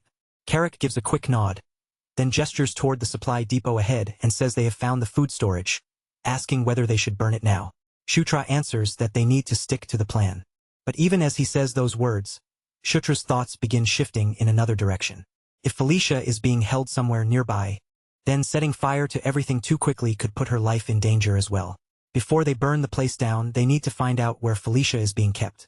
Shutra quickly opens his minimap again, scanning the camp for any marker or sign that might reveal Felicia's location. He grasps the rule behind it almost immediately. In this world, NPCs who fall under a neutral alignment are usually marked with softer, calmer colors, most commonly shades of blue or purple, so they can be recognized apart from enemies at a glance. For a tense few seconds, he sweeps his gaze across the area, searching every corner with sharp focus. Then his eyes finally catch on one specific spot, and he realizes exactly where she is being kept. He does not waste even a heartbeat after that. Shutra throws Carrick a quick, cutting signal to follow, and the two of them immediately burst forward, charging straight toward one of the tents nearby. As soon as they shove their way through the entrance, the inside of the tent feels tight, dim, and suffocating. The heavy air presses around them, while the shadows beyond the flap hide whatever might be waiting inside. Shutra only needs one quick look around before he says this must be the right place. But just as he is about to push deeper into the darkness, something inside the tent begins to move. Then, from somewhere farther within the dim interior, a voice suddenly calls out to him. It slices through the silence of the tent and instantly pulls his attention toward the sound. Shutra snaps his head in that direction, his body turning with it, and there in the shadows he finally sees Felicia. Felicia is sitting on the ground, bound tightly with chains locked around her body. Her face is caught somewhere between shock and disbelief as she stares up at him, demanding to know what the hell he is doing here. Shutra rushes to her side without the slightest hesitation and tells her not to move. Dropping down beside her, he immediately grabs the restraints and starts working to force them open so he can get her free. As he strains against the chains, Shutra warns her that this whole place is about to go up in flames, and if she wants to live, they need to escape right now. But even while his hands are focused on freeing her, his mind is already thinking ahead. If he saves Felicia here, then she will owe him, and a favor from a royal princess could become incredibly useful later. Felicia still cannot understand what is happening. Even while Shutra is clearly trying to rescue her, she keeps looking at him with a confused, searching expression, asking why someone like him would come all this way for her. The instant the chains finally drop away, they burst out of the tent and back into danger. Shutra tells her they have to move fast and link up with Chris and Caitlin before the enemy has time to close the trap around them. Still trying to catch her breath and steady herself, Felicia asks if they truly came here just to save her. Shutra looks at her with genuine surprise, as though the answer should be obvious, and asks why she would doubt that in the first place. Felicia tells him he clearly does not understand just how far removed he is from the palace's internal power struggles. From her point of view, this is not some clean and simple rescue where everyone's motives can be trusted so easily. But before Felicia can say anything more, Carrick's shout rings out from up ahead. Enemy reinforcements are flooding into the area, and in moments they are already being surrounded. Shutra reacts at once, telling Felicia to stay close to him. His voice is firm and steady, the kind of tone that makes it clear he is already preparing to force a path through the danger. Felicia gives him a small nod and starts to follow, but for just a brief moment her steps hesitate. It is as if something else has suddenly caught in her mind, even with the battle closing in around them. Even in the middle of this desperate escape, Felicia cannot stop herself from asking when he started calling her by name so casually. As they race forward, Felicia's eyes suddenly catch a sharp glint of steel behind them. A deadly spear is flying in from their blind spot, cutting through the air straight toward Shutra. She cries out a warning, and Shutra twists his body around just in time to see it coming. But that tiny delay is enough. He is a fraction too late, and the spear slams straight into his back with brutal force. The impact tears through him, and blood bursts from Shutra's mouth, spilling out violently as his body reels from the blow. Then, in the next horrifying instant, his entire body is engulfed by blazing magical flames, the fire swallowing him almost completely. Carrick and Felicia scream Shutra's name at the exact same time. Their voices are filled with terror as they watch his figure vanish inside the roaring flames. His burning body crashes down onto the ground, reduced to a scorched heap in front of them. Felicia's breathing turns uneven and ragged, each gasp coming quicker than the last as panic begins to take hold. Before she can even pull herself out of the shock, one of the orcs charges directly at her. It closes the distance with frightening speed, bearing down on her before she has time to react. But just before the orc can reach her, a fireball blasts into its face. The flames explode on impact, sending the creature flying backward and knocking it clean off its feet. Felicia whirls around in stunned disbelief, her eyes darting through the battlefield as she desperately searches for the source of the attack. Through the smoke drifting across the ground, she sees Shutra standing once again. He steps forward slowly, as though the flames had never managed to finish him at all. A faint glow clings around his body, and in that moment, he gains mana control level 1 for the fire arrow skill. A confident smirk spreads across Shutra's face. He raises his hand toward the enemy, and fiery projectiles begin launching one after another, each one shooting out with quick, sharp precision. The flames rip through everything in front of him, turning the battlefield into a blazing path of destruction. Shutra lets out a low laugh, thrilled as he realizes this is exactly the kind of power he had been hoping to uncover. This is real magic, wild, explosive, and unbelievably satisfying to use. And even though Fire Arrow is still only at level 1, every single blast strikes with the devastating force of a meteor crashing down. Then, from behind him, a sudden burst of frost erupts through the heat. The freezing attack cuts across the battlefield like a sharp shock of winter air. Shutra turns toward the source of the attack and spots a red orc mage standing there, already gathering power for another spell. This time, the spell forming in the mage's hands is an ice arrow. Shutra watches the frozen projectile take shape and instantly realizes its target is not him, but Felicia, who is rushing toward him in worry. Felicia asks if he is all right, but Shutra moves before she can come any closer. He shoves her out of the line of fire just as the ice arrows launch toward them. He tells her to stay back, planting himself firmly between Felicia and the incoming attack as if his own body is the only shield she needs. Inside his mind, Shutra knows with absolute certainty that he cannot allow Felicia to take this hit. After all, he is the one who set this whole chain of events in motion. This chaos began because of his choices, and now this fight is his responsibility alone. The ice arrows strike. A violent blast of frost detonates around Shutra, exploding outward as jagged shards of ice scatter in every direction. When the freezing mist finally starts to thin, Shutra is still on his feet, but only barely. An arrow is buried deep in his chest, and his body sways unsteadily, looking like it could give out at any second. His health bar drops all the way down to 13 out of 95. He gasps hard for air, struggling through the pain as he fights to stay conscious. Shutra understands immediately that if another attack like that lands, he will be finished. Felicia rushes to his side, both furious and visibly shaken. She curses him for being such an idiot and demands to know whoever asked him to act like some hero for her sake. Through the pain, Shutra looks at her with a strange flicker of amusement. He wonders if she is being a tsundere, hiding her concern behind anger, or if she is genuinely worried about him. Felicia snaps at him again, reminding him that he is supposed to be the weakest among the royal siblings. She cannot understand why someone in his position would think he needed to protect her. Shutra manages a faint, strained smile, realizing that her misunderstanding is actually starting to work in his favor. Then he pulls his attention away from Felicia and shifts his gaze back toward the enemy mage, bracing himself for whatever attack might come next. But instead of seeing another spell flying toward him, Shutra finds the orc mage collapsed on the ground, slumped over and already unconscious. Felicia kneels beside Shutra and asks where he learned magic. As he looks at her up close, Shutra realizes that Felicia is far stronger than he had originally believed. And now, Felicia is completely convinced that Shutra threw himself into this danger because of her. As that thought settles in her mind, a soft green light begins to bloom across his chest, gently gathering around the wound like warm mist. Felicia is using healing magic on him. Her hands glow with a warm, steady magical radiance, and that soothing energy pours from her palms into Shutra's injured body, washing over the damage. Right before his eyes, the torn flesh starts to pull itself back together. The wound slowly seals shut, and little by little, the sharp pain running through his body begins to fade. Shutra can only stare at the sight in stunned silence. For a moment, he is completely speechless, caught off guard by how suddenly his condition has changed. At that exact moment, Shutra realizes he has obtained the heal skill as well, adding one more incredibly useful ability to his growing collection. Then a strange idea slips into his head. If he keeps surviving these near-death situations, he might actually end up learning every skill that crosses his path.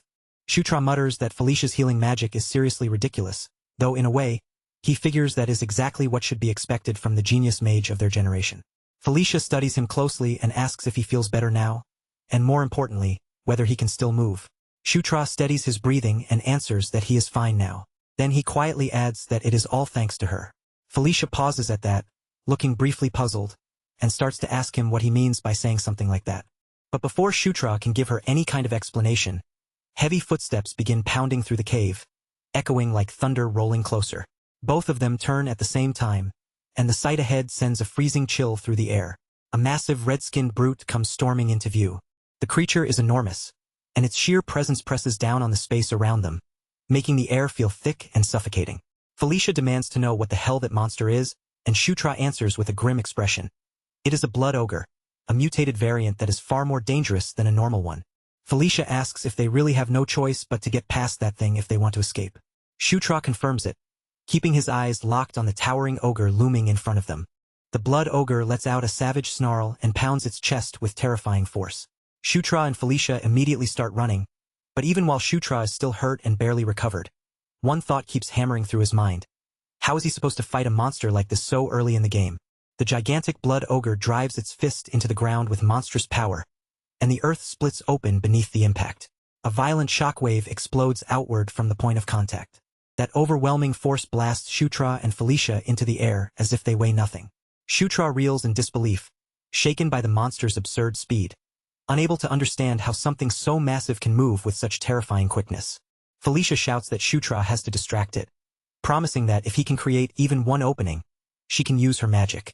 Panic flashes across Shutra's face as he snaps back at her, demanding to know how he is supposed to do something that reckless. Another blast crashes into them and sends both of them skidding even farther back. Shutra's voice cracks into a desperate shout as the situation falls apart faster with every passing second. But right in the middle of that fear, an idea suddenly hits him. Shutra calls out to Felicia, telling her to prepare her spell while he buys her the time she needs. Felicia can only stare at him, clearly unsure what he is about to attempt. Then Shutra calls for Carrick, and the orc appears at his side almost instantly. Shutra tells Carrick to get ready. Just like before, Shutra kicks off the ground and breaks into a sprint, charging straight toward the danger instead of retreating from it. While running, Shutra summons a translucent screen in front of him and opens his inventory without slowing down. His eyes land on the dwarf dagger, and he decides that now, finally, he should be able to use it properly. A burst of golden light flashes in his hand as the weapon materializes.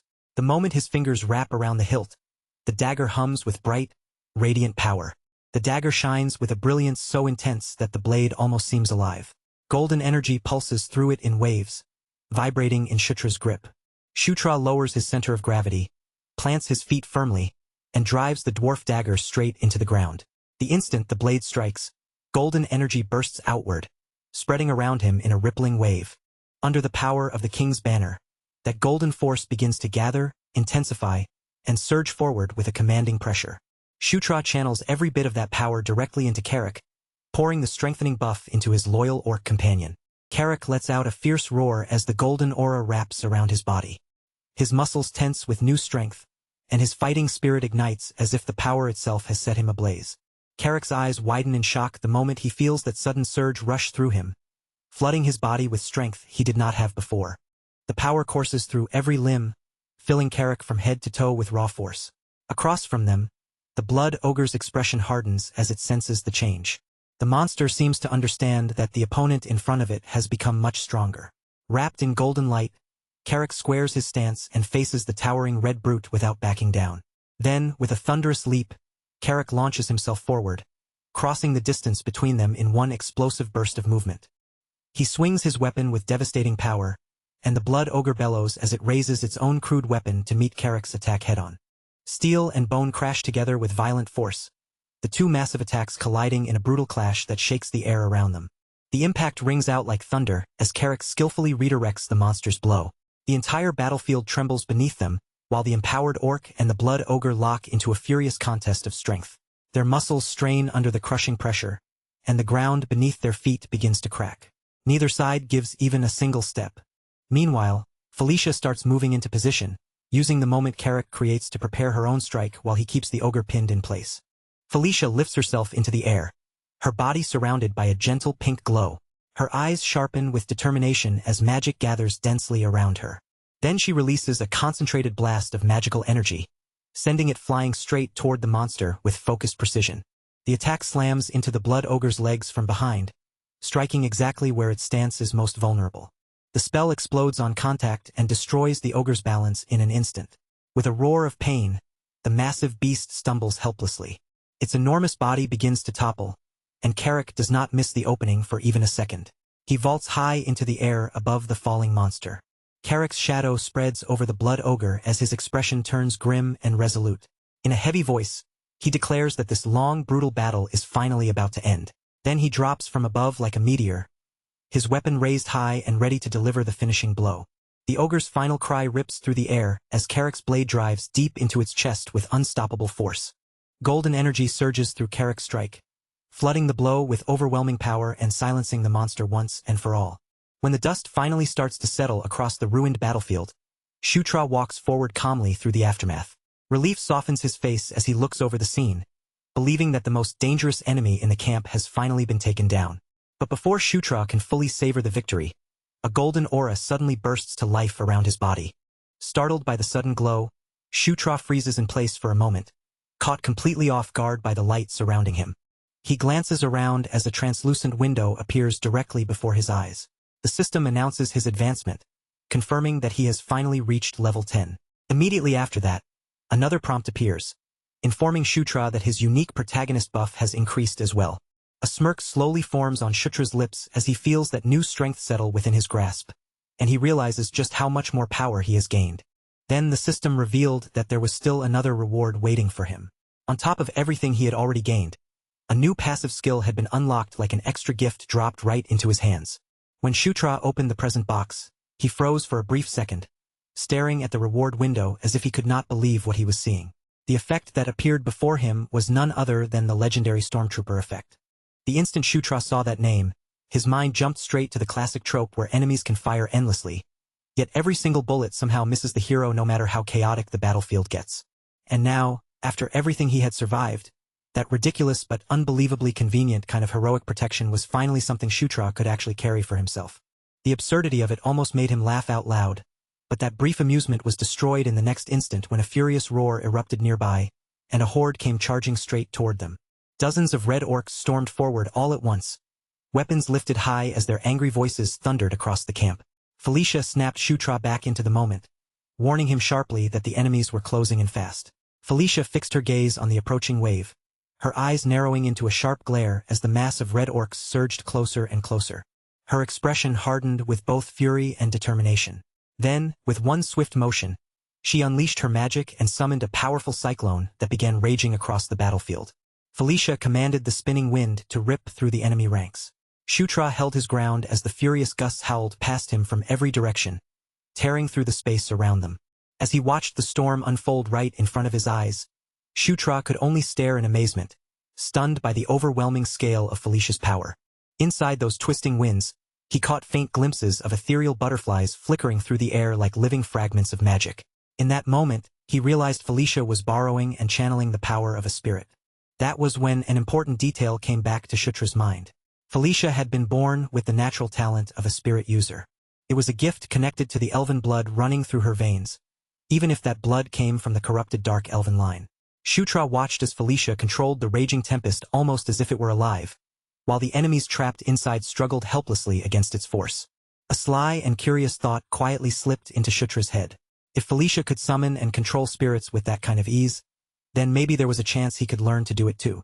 But before he could let himself sink any deeper into that possibility, a bright yellow flare suddenly shot upward into the sky. The signal burst open above the battlefield in a flash of light. The orc soldiers immediately stopped moving, lifting their heads as their attention locked onto the glowing sign overhead. Carrick looked up at the shining signal with a tense expression and demanded to know what it was supposed to mean. Shutra explained that yellow meant an order to retreat, but the sight of it made unease tighten in his chest. If that signal had been fired, then someone out there had to be in serious danger. When Carrick asked what they should do next, Shutra ordered him to gather the troops and withdraw, then declared that he would go search for their sister, Caitlin, himself. Carrick was stunned and immediately tried to argue, insisting that he should go with him, but Shutra repeated the command with firm finality. That was when Felicia stepped forward and said she would accompany Shutra. Felicia's decision left Carrick silent for a moment. He stood there caught between obeying Shutra's order and worrying about what might happen if the two of them went ahead alone. Felicia made it clear that she hated being in someone's debt. Since Shutra had saved her life, she wanted to repay him properly instead of simply walking away. She also added that she still had unfinished business with the enemy, and she had no intention of leaving this battlefield before settling that matter herself. In the end, Carrick reluctantly gave in. He warned Shutra to be careful while he stayed behind and waited with the others, and Shutra accepted the arrangement without hesitation.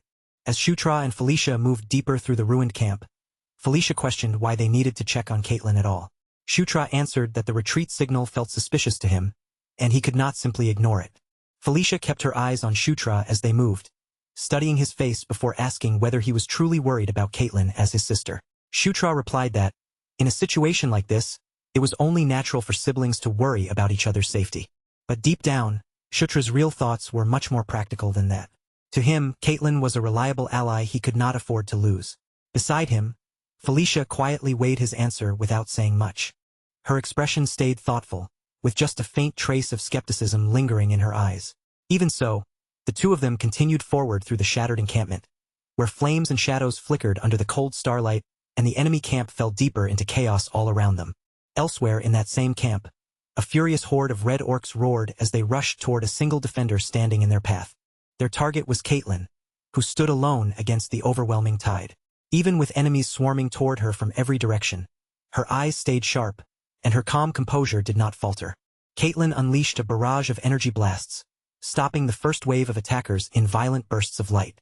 The red orcs screamed as the explosions tore straight through their front line. But even after such a devastating attack, more and more orcs kept surging forward, quickly filling the gaps left by the ones she had just taken down. One of the orcs hurled a weapon directly at her, but Caitlin slipped away from the attack with effortless grace, avoiding it as if she had already seen it coming. In the very next breath, Caitlin shifted smoothly into her counterattack. She conjured a glowing blade made from pure energy, ready to cut down anything that stood in front of her. With one powerful swing, Caitlin released a crescent-shaped wave that tore through several enemies at once. At that moment, Shutra and Felicia finally arrived.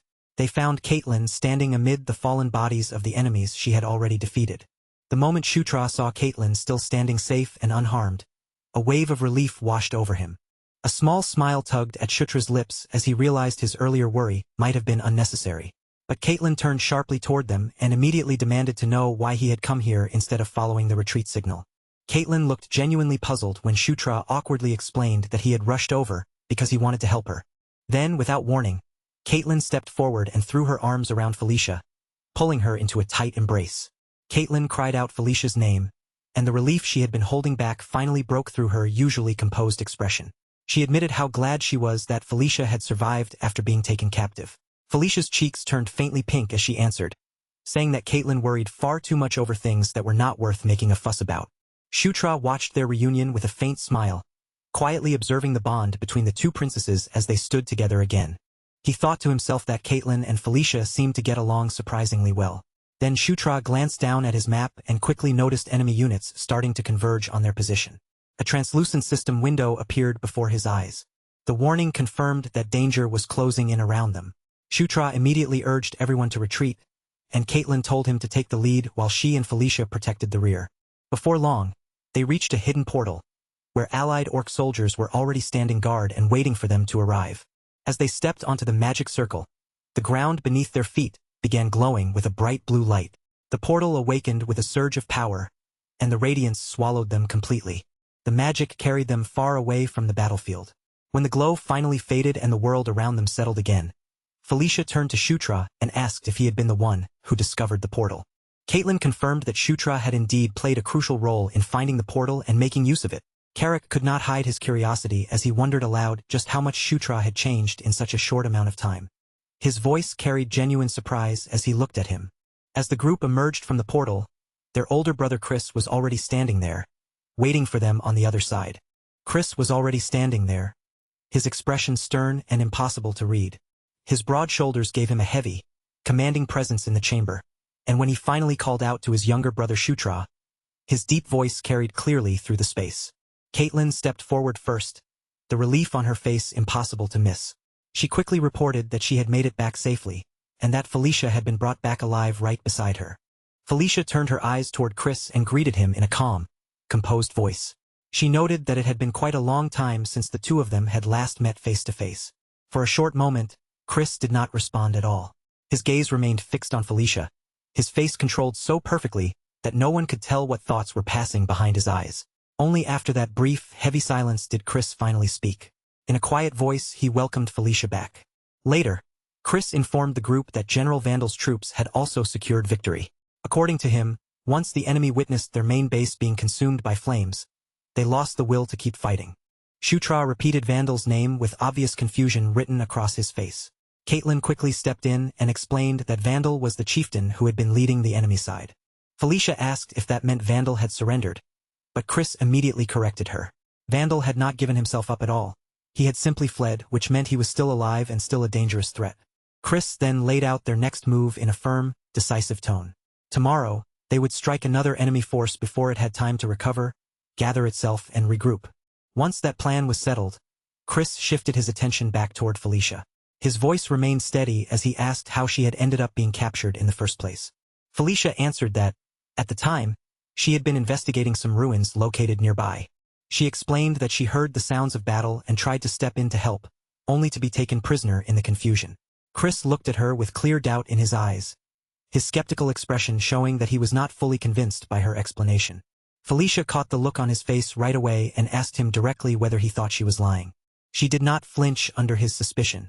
Instead, she held her ground, lifting her chin slightly as if daring him to challenge her any further. The atmosphere between them tightened as their gazes locked, neither one willing to look away first.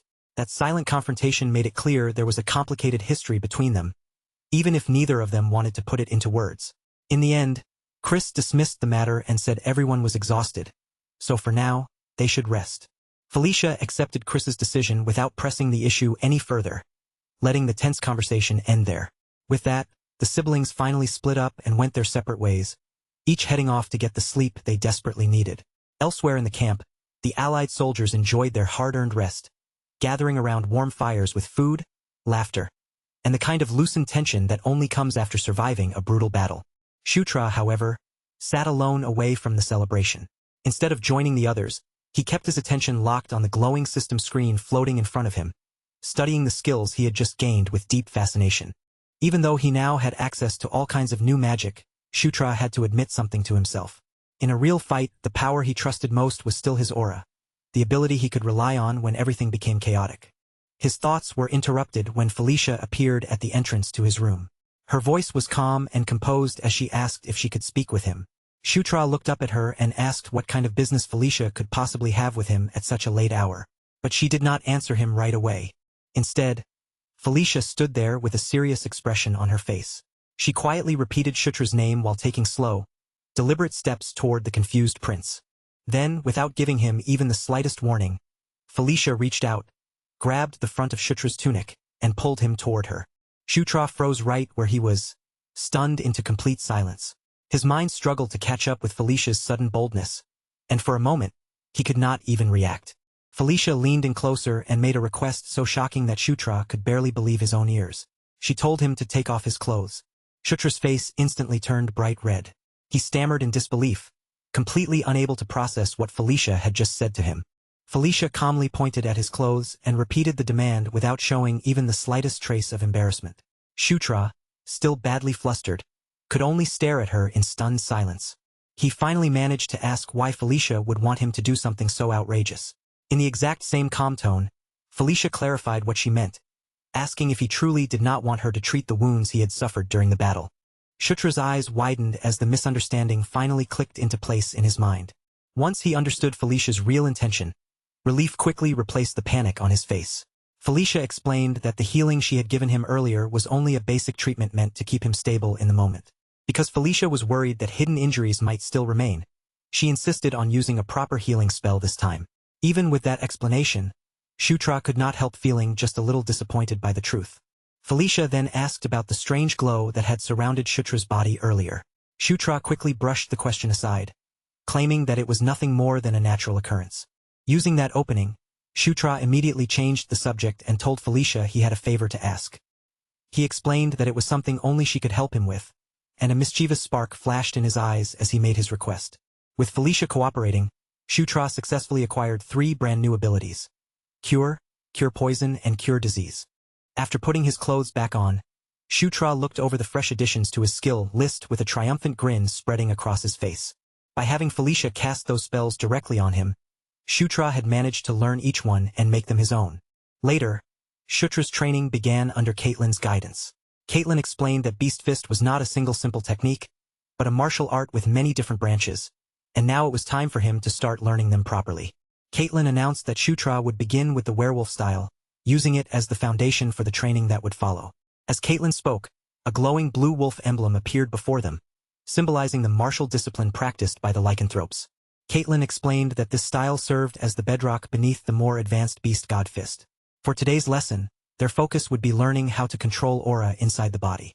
She instructed Shutra to close his eyes and concentrate, and he obeyed immediately. As he turned his focus inward, faint blue and violet energy began shimmering around him. With steady effort, Shutra kept his breathing controlled and his mind fixed on the power moving deep within his body. He connected with that inner energy and felt it rush through his arms and legs like crackling lightning. Inside his mind, he could see it clearly for what it was, his aura. It was the raw essence of life itself, surging through Shutra's body with fierce, vivid force. At its highest level, that energy could draw dangerously close to the soul, even merging with it when pushed to the absolute limit. Just then, a system prompt appeared in front of Shutra's eyes. Shutra blinked in surprise as he read the message hovering before him. It announced that he had acquired a new passive skill called Protagonist Body. The skill description revealed that Protagonist Body increased his training efficiency and granted him new traits whenever he gained a level. Shutra was shocked as the meaning sank in. Once again, he had unlocked another ridiculously powerful cheat-like ability. He compared it to the powerful passive skills possessed by his rivals and realized that his own gift was every bit as strong, perhaps even greater than theirs. And the most frightening part was that the skill would keep evolving. Every time it advanced, it would change itself and add new abilities to Shutra's growing power. A confident grin slowly spread across Shutra's face, dark and sharp enough to look almost sinister. In his mind, he was already imagining just how far this newly awakened ability could carry him. He clenched both fists tightly, savoring the rush of excitement swelling in his chest. To Shutra, this absurdly powerful ability felt exactly like the kind of ridiculous advantage a true protagonist was supposed to have. But Caitlin's sharp voice cut clean through his thoughts. Her scolding snapped him right back into reality, reminding him that he had been letting his mind drift in the middle of training. Shutra quickly apologized, straightening himself as Caitlin firmly reminded him that the lesson was not finished yet. If he wanted to keep improving, he needed to focus and continue properly. Shutra nodded with eager determination, pulling his scattered attention back to the flow of energy moving inside his body.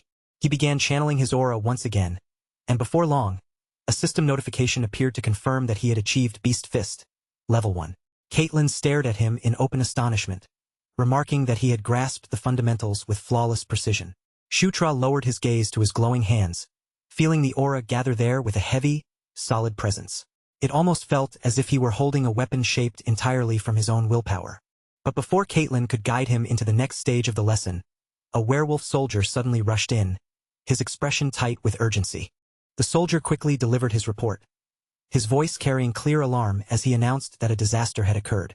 Chris entered shortly after, his face grim and serious as he delivered the heavy news himself. Kairam's entire unit had disappeared without leaving a single trace behind. The siblings immediately gathered around a map, their faces turning grave as they focused their full attention on the situation laid out before them. Chris reasoned that the enemy must have somehow uncovered their strategy. If that was true, then their movements were no longer hidden from the opposing side. Caitlin asked what their next move should be, and Chris pointed to a specific location on the map. He explained that this spot was most likely where the enemy forces would gather and rally. Shutra studied the terrain closely, tracing the situation in his mind before agreeing with Chris's assessment. He concluded that they had to move decisively before the enemy could take control of the advantage. Chris then declared their course of action. They would join forces with General Vandal and combine their strength for the battle that was coming next. The scene then shifted to the main army's base, where the larger subjugation force had already gathered in preparation. The camp stretched wide beneath the jagged mountains, crowded with soldiers, tents, banners, and the restless movement of an army at war. There, a towering red-skinned general greeted Chris, welcoming him to the headquarters of the subjugation force.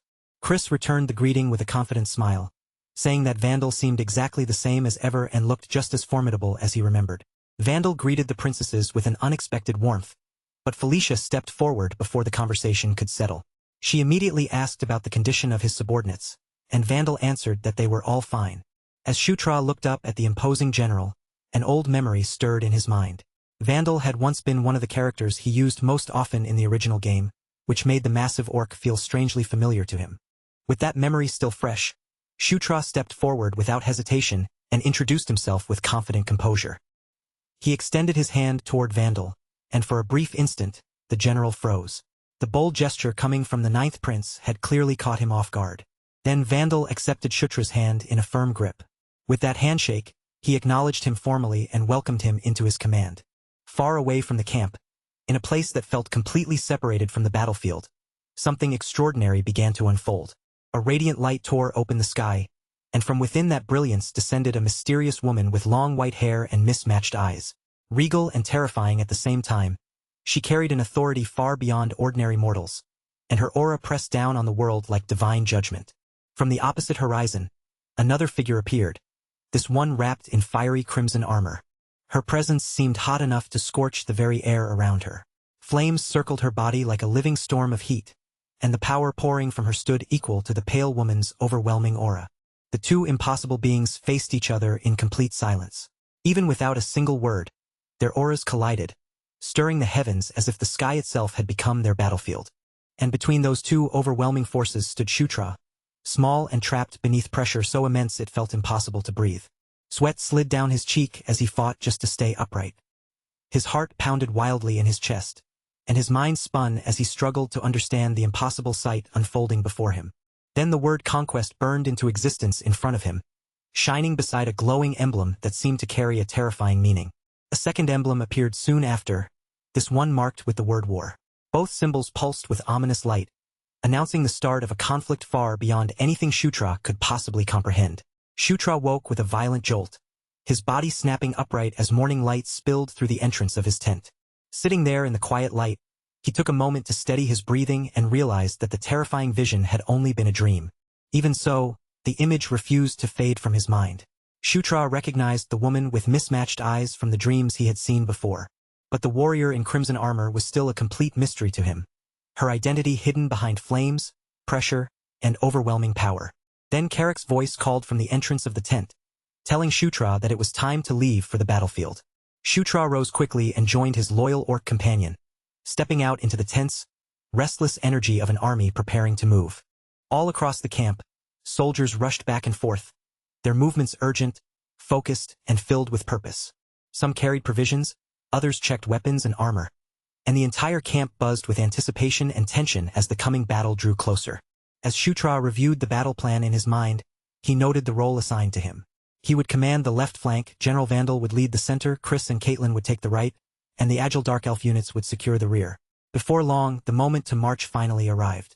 Soon, the combined army began advancing in steady waves, moving as one unified force toward the enemy waiting ahead. A short while later, Shutra found himself standing on the battlefield itself. Before him stretched an ocean of warriors spread across the open plain. The roar of thousands filled the air, while the enemy's massive horde stood opposite them with numbers that seemed to match their own. From the front lines, General Vandal's voice thundered across the battlefield as he commanded the soldiers to form their ranks. With grim resolve burning in his eyes, the orc general raised his axe high into the air and swore that their enemies would soon understand the meaning of true pain. Then Vandal released a bellow so powerful it seemed to shake the ground beneath them, and with that roar, he gave the order to charge. Across the field, the red orcs surged forward like a violent wave, shields lifted and blades drawn as they rushed into battle. Their chieftain watched the advance with a sneer curling across his face, looking down on the charging force as he called them fools. But his words had barely left his mouth when a colossal explosion suddenly erupted in the middle of Vandal's charging troops. The front lines were suddenly engulfed in roaring flames, and shards of jagged shrapnel tore through the soldiers from every side. Armored bodies were flung across the battlefield with terrifying ease, tossed around like dry leaves being swallowed by a violent storm. Then, from behind the thick wall of smoke and drifting dust, something enormous began to emerge. A monstrous swamp mammoth forced its massive body into view, its huge red eyes glowing like burning embers, and every heavy step it took made the entire battlefield seem to shake beneath its weight. The instant Vandal laid eyes on the creature, the color drained from his face. Horror spread across his expression, his voice turning grim and shaken as he finally spoke the name of the terrifying beast standing before them. Before the allied soldiers could even gather themselves after that shock, another wave of magic came crashing down from above. Explosions tore through their ranks, and panic began spreading through the formation like flames racing over dry grass.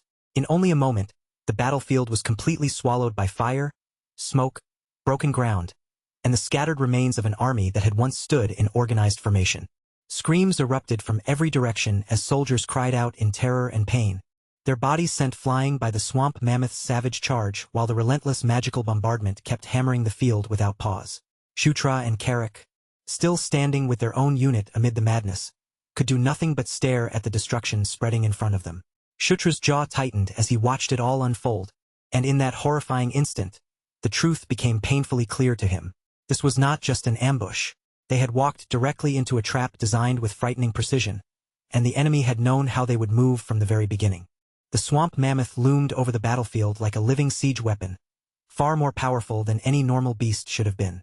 Its crimson eyes burned with a strange, unnatural force, making its massive form look even more terrifying through the smoke. A fierce red aura began crackling around Shutra's body, wrapping him in surging energy as he planted himself firmly and prepared to face the monster head-on. But just before Shutra could take that first step and launch himself forward, the earth split open again beneath the chaos, and another nightmare spilled out from below, an entire force of lizardmen. Their bodies were clad in rough, heavy armor, and their reptilian figures surged into the battlefield with weapons raised high. Their blades flashed through the smoke as they tore into the broken allied lines. The orcs, already rattled by the mammoth and the magical attacks, began to lose their footing as this new enemy crashed into them with savage force. Shutra whipped around, his eyes widening as the lizardmen charged straight toward his position. Meanwhile, in another part of the battlefield, Chris cursed under his breath, anger twisting across his face as he realized the enemy was deliberately playing with them. Caitlyn's voice suddenly cut through the deafening noise as she shouted toward Chris, urging him to pull the troops back and wait for a better opening before striking again. Chris fired back that retreating carelessly could make everything even worse, possibly costing them many more lives, or, in the worst case, wiping them out completely. But Caitlyn refused to give in, snapping that if they remained in this situation, their losses would only continue to grow, and they had to decide on their next move right away, before the entire battlefield collapsed any further around them. Chris stared at her in silence, his expression tight and impossible to read as he stood caught between two equally brutal choices. Then, a short while later, his commanding voice thundered across the battlefield as he gave orders to every soldier still able to hear him. Chris ordered the mages to withdraw to the rear and form a defensive line there, holding back the enemy for as long as they possibly could. At the same time, he commanded everyone else to reorganize, close their ranks, and prepare for a full retreat. Back near Shutra's position, the battle had fallen into complete chaos, with orcs and lizardmen clashing violently on every side around him.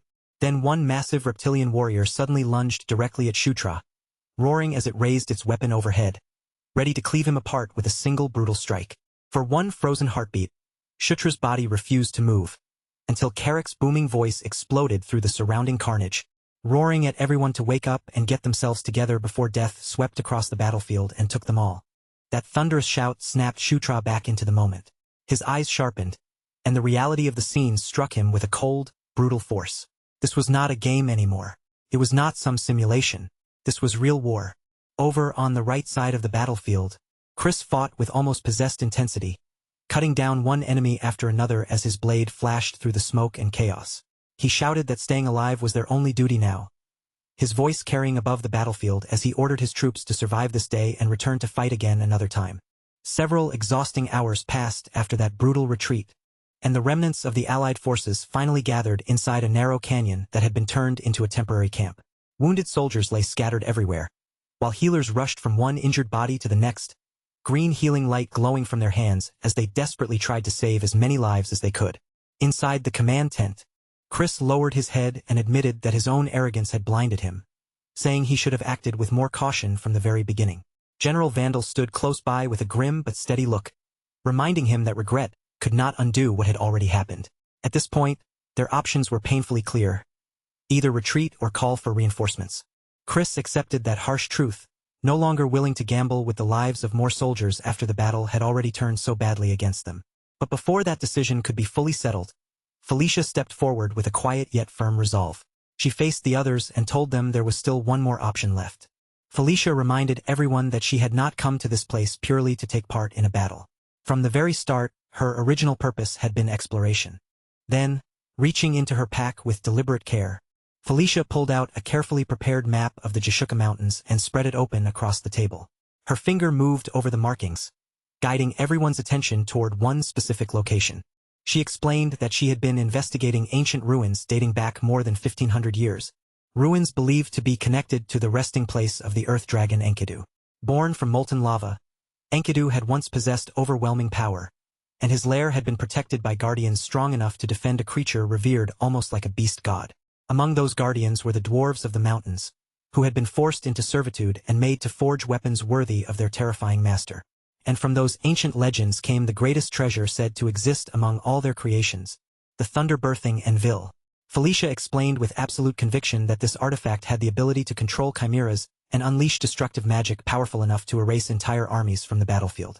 Her palm came down against the map with a sharp, decisive sound, landing directly over the symbol that marked the anvil.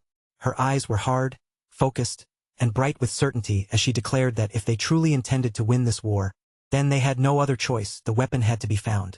Felicia added that this was the very reason she had come here in the first place. Vandal narrowed one eye and asked whether she actually knew where the artifact was. Chris crossed his arms and watched her closely, his gaze sharp as Felicia admitted that she did not know the exact location. The moment he heard that, Chris said the information was useless. With bitterness showing on his face, he added that vague old legends would not help them now, especially when the enemy could attack again at any moment. He made it clear that they could not gamble everyone's lives on a treasure hunt without a guaranteed destination.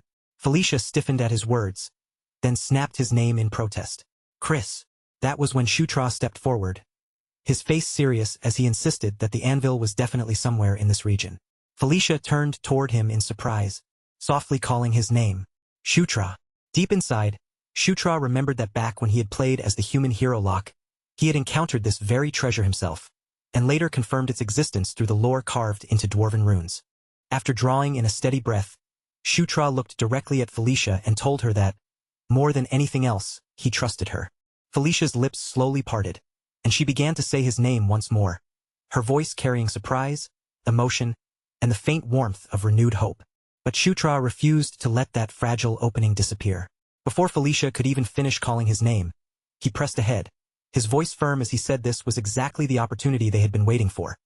A real chance to overturn their hopeless situation and finally gain meaningful points in this war. Chris cut him off at once, his voice cold, sharp, and completely unmoved. He said the problem was not whether they trusted Felicia or doubted her. The true issue was time, and right now they had almost none left to throw away.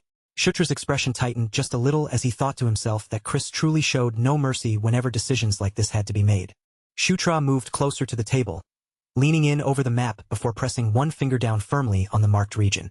Then he explained that among the Gandharva, there was an old legend tied directly to this very area.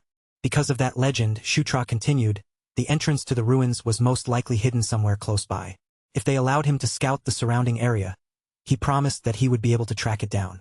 He swept his gaze across everyone gathered inside the command tent and declared that if he failed, he would bear the responsibility himself. Just this once, he asked them to trust him, and the determined look on his face made it clear he was prepared to stake everything on this gamble. A green light suddenly flared around the group, bright and eerie against the night air. From within that glow, spectral horses took shape one after another, their translucent bodies shimmering like spirits made of mist. It was a cheap field summon Shutra remembered from the game, but even now it was dependable enough for the job ahead. The ghostly mounts kicked hard off the ground and rose sharply into the air, carrying their riders upward as the entire group streamed forward to gather information. Once Shutra managed to steady himself in the saddle, he muttered that, at the very least, they had successfully set out in search of the anvil. His eyes narrowed against the cutting wind, and he understood that the difficult part was only just beginning. Behind him, Carrick yelled that their speed was absolutely ridiculous, warning Shutra to grip the mount properly or he would be thrown right off. Shutra, desperately trying not to sound shaken by the height or the wind, stammered back that Carrick did not need to worry about him. Leaning his body forward against the rushing air, Shutra told himself grimly that he was not going to fall. Back when he had played as Zephyr Ragnaros, he had ridden like this more times than he could count. His cloak whipped wildly behind him as he calculated that they should be able to reach the ruins within the hour. And once they arrived, his minimap would make locating the entrance almost laughably simple. The difficult part was not finding the place itself. It was figuring out how to guide everyone there in a natural way without revealing knowledge he had no reasonable way of knowing. Shutra let out a quiet hum under his breath, his brows drawing together as he decided he would need to come up with a believable explanation while they were still flying through the air. Some time later, with the moonlit mountain range spreading endlessly beneath them like a dark sea of stone, Shutra thought back to the tunnel maps he had studied while activating the portal. Those routes had followed clear, consistent patterns, and if he compared those patterns with the surrounding terrain, he reasoned that they should lead the group directly toward the ruins. Then he glanced sideways at his companions, watching their faces for any reaction, and silently wondered whether the absurd explanation he had hastily pieced together had actually convinced anyone at all. Caitlin and Carrick stared at him in silence at first, their eyes locked on him with an intensity that felt almost painful. Then, as though both of them had reached the same conclusion in the same instant, they shouted that his explanation made absolutely no sense. Shutra thought dryly that he would just have to smooth things over somehow. But before he could even open his mouth, a firm voice told him to take the lead. He turned toward the speaker and called Felicia's name. Felicia stood there with her arms folded, saying she understood enough, and that Shutra should be the one to guide them. Shutra blinked, genuinely caught off guard that his bluff had somehow managed to convince her. Still, he recovered quickly, lifting one hand and ordering everyone to follow him. Felicia released a sharp little breath and muttered a quiet, humph. But despite that reaction, she still fell into line with the rest of the group. They pushed farther into the forest, moving through the dark trees until a jagged wall of rock finally rose up in front of them and blocked their path. Someone pointed out the obstruction ahead, and Carrick asked whether Shutra truly knew where the entrance was, because from where he was standing, this path looked completely wrong. Shutra only gave a small chuckle and replied that he had never once said they were heading straight for the entrance. He walked along the cliff face, carefully studying the surface of the stone until he found a scarred section that stood out from the rest. Then he pressed his palm against that spot and told Caitlin to break through right there. Startled, Caitlin looked back at him and asked if he really meant for her to do it. After a brief, hesitant pause, she said she could at least give it a try. Felicia narrowed her eyes at the cliff wall, then said in disbelief that Shutra actually believed the anvil was hidden somewhere inside the rock itself. Shutra tilted his head slightly, wearing an expression that made it seem as if the answer should have been obvious, and explained that according to his calculations, breaking through that exact point would allow them to bypass the dungeon's guardians entirely and reach the inner area through a much shorter route. He then began explaining the next part of the plan, saying that if Caitlin hit the wall with enough force, then, before he could finish the sentence, Felicia cut in and called him an idiot. She demanded to know how Caitlin was supposed to smash through solid stone with her bare fists, asking if Shutra thought she was some kind of siege weapon. Shutra blinked at her, genuinely thrown, and asked what else they were supposed to do. At that moment, Felicia stepped forward with a faint smile on her lips, pale magical energy beginning to gather and swirl around both of her arms. With a crisp snap of her wrists, she said that anyone who explored ruins properly always carried at least one serious way to destroy obstacles. In the next instant, blue-white blasts of magic slammed into the cliff face one after another, and cracks spread wildly through the stone like branching lightning until the entire wall finally gave way, collapsing with a thunderous roar. Smoke, dust, and sharp fragments of broken rock burst outward all at once, forcing the team to stagger back and raise their arms as the debris-filled air rushed over them. As Felicia slowly lowered her hands, she stared into the newly opened passage before them and whispered in disbelief that they had truly found it. When the dust at last began to thin, a carved corridor appeared beyond the broken stone, its ancient entrance yawning open in the cliff like a dark mouth waiting to swallow them. Carrick narrowed his eyes at the chamber ahead and asked whether the half-dome sitting in the center was where the thunder relic had been kept. Their footsteps echoed through the ancient space as they approached the crowned metal drum, its surface threaded with strange arcs of power that flickered like contained lightning. Shutra examined the structure carefully before saying that yes, this was most likely the final safeguard, and the anvil should be sealed somewhere inside it. Carrick asked if they should just smash it open, but Shutra immediately stopped him, saying they could not do that. If they damaged it carelessly, the relic itself might be destroyed. Felicia studied the cage with a sharp, focused gaze and said there had to be some kind of mechanism controlling it. Then she lifted her hand and pointed toward the statues arranged around the chamber. As she looked over them one by one, Felicia noted that there were 9 statues in total, but only 3 of them were holding weapons, while the other 6 stood there with empty stone hands. Caitlin suggested that maybe all they had to do was place weapons into the empty statues' hands, but Felicia shook her head, saying it would not be that simple. The weapons already set in place had clearly been forged by dwarves, which meant the missing ones would likely need to be dwarven weapons as well. Felicia frowned at the problem and asked where they were supposed to find something that specific in a place like this. Shutra slowly raised both hands, as if admitting to an unbelievable coincidence, and said that, luckily enough, he happened to have 6 of them. Felicia immediately cried out in disbelief. Shutra explained that he had stored the weapons earlier because his level had been too low to use them back then, never imagining for a second that they would become useful in exactly this kind of situation. He added that he had also brought along some spare equipment from the tunnels, just in case they ended up needing it. Carrick glanced down at Shutra's small satchel with suspicion in his eyes and asked how, exactly, he had managed to fit 6 swords inside something that tiny. Shutra inwardly grimaced, silently cursing Carrick's annoyingly sharp instincts.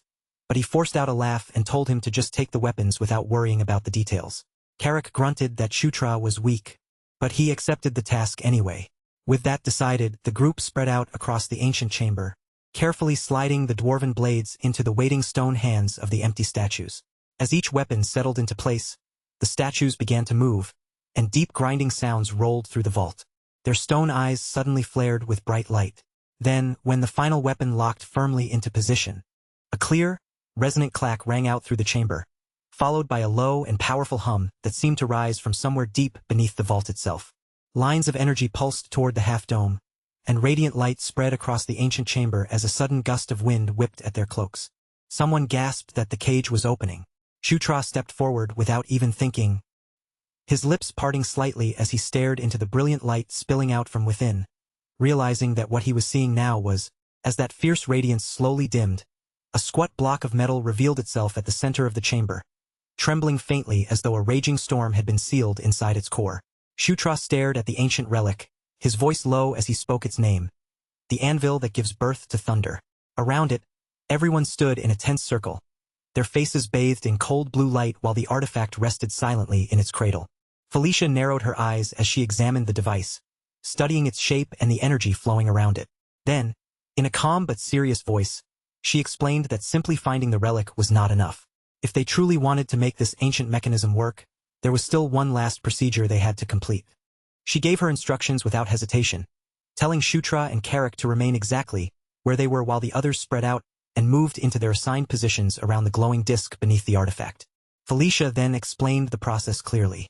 They would have to channel magic power into the platform, beginning with her, and from there, increase the flow little by little in a clockwise order.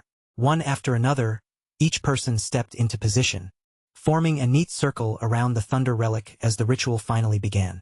Felicia ordered everyone to focus, extending both hands toward the platform as crackling blue energy gathered between her fingers like living lightning.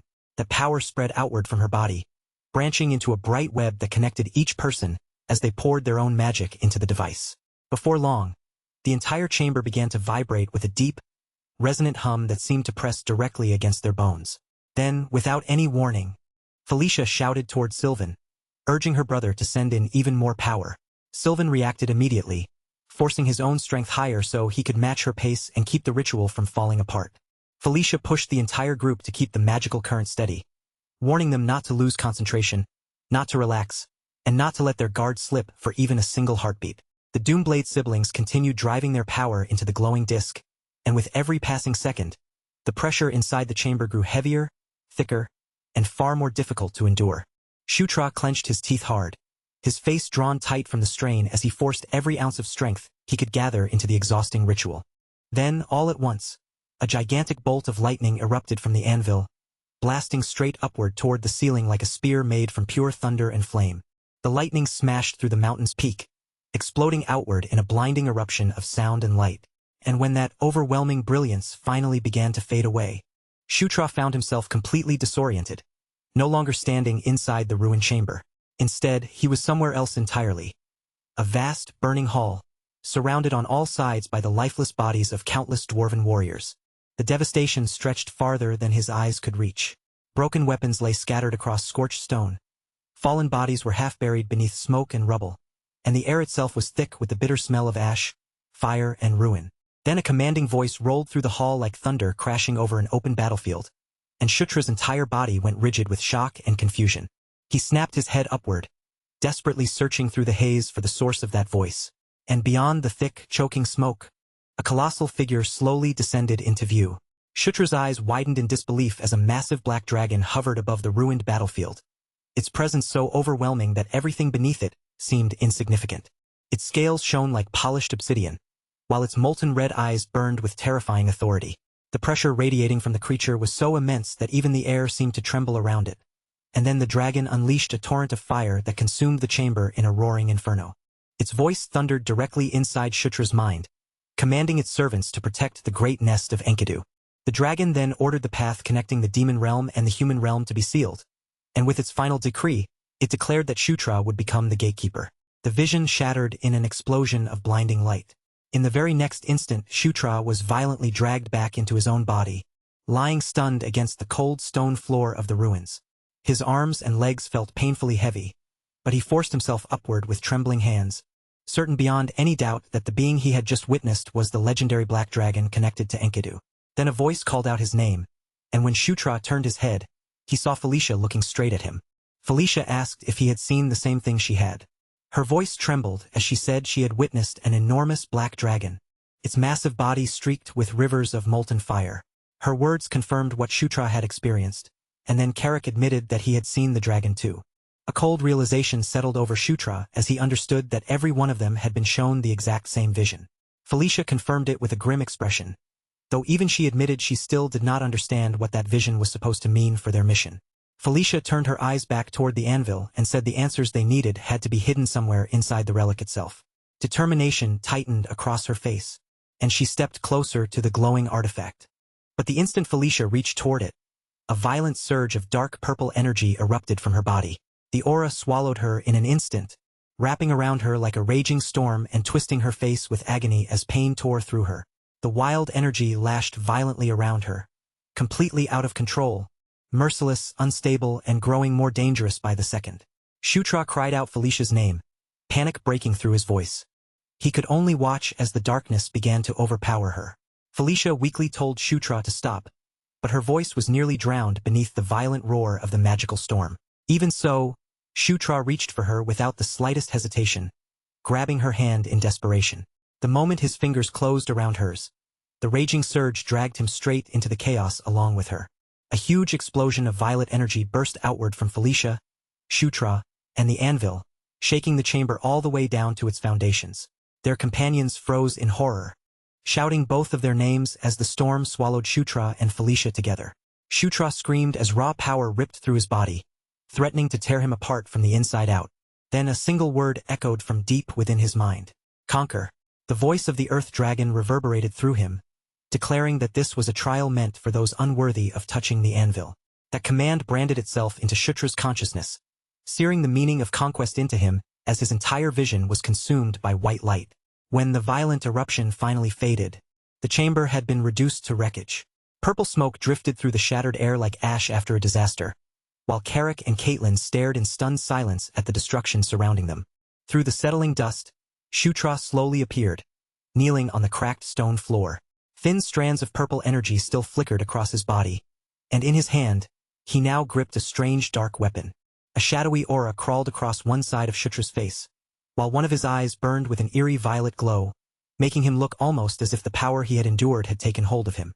Meanwhile, far away from the ruins, the Allied soldiers were resting inside their temporary canyon camp, completely unaware of the storm that had just been unleashed elsewhere. High above them, on the cliffs overlooking the narrow canyon, Red Orc scouts watched the camp below with cruel amusement. One of them slowly raised a spyglass to his eye, spotting the Allied soldiers gathered beneath them.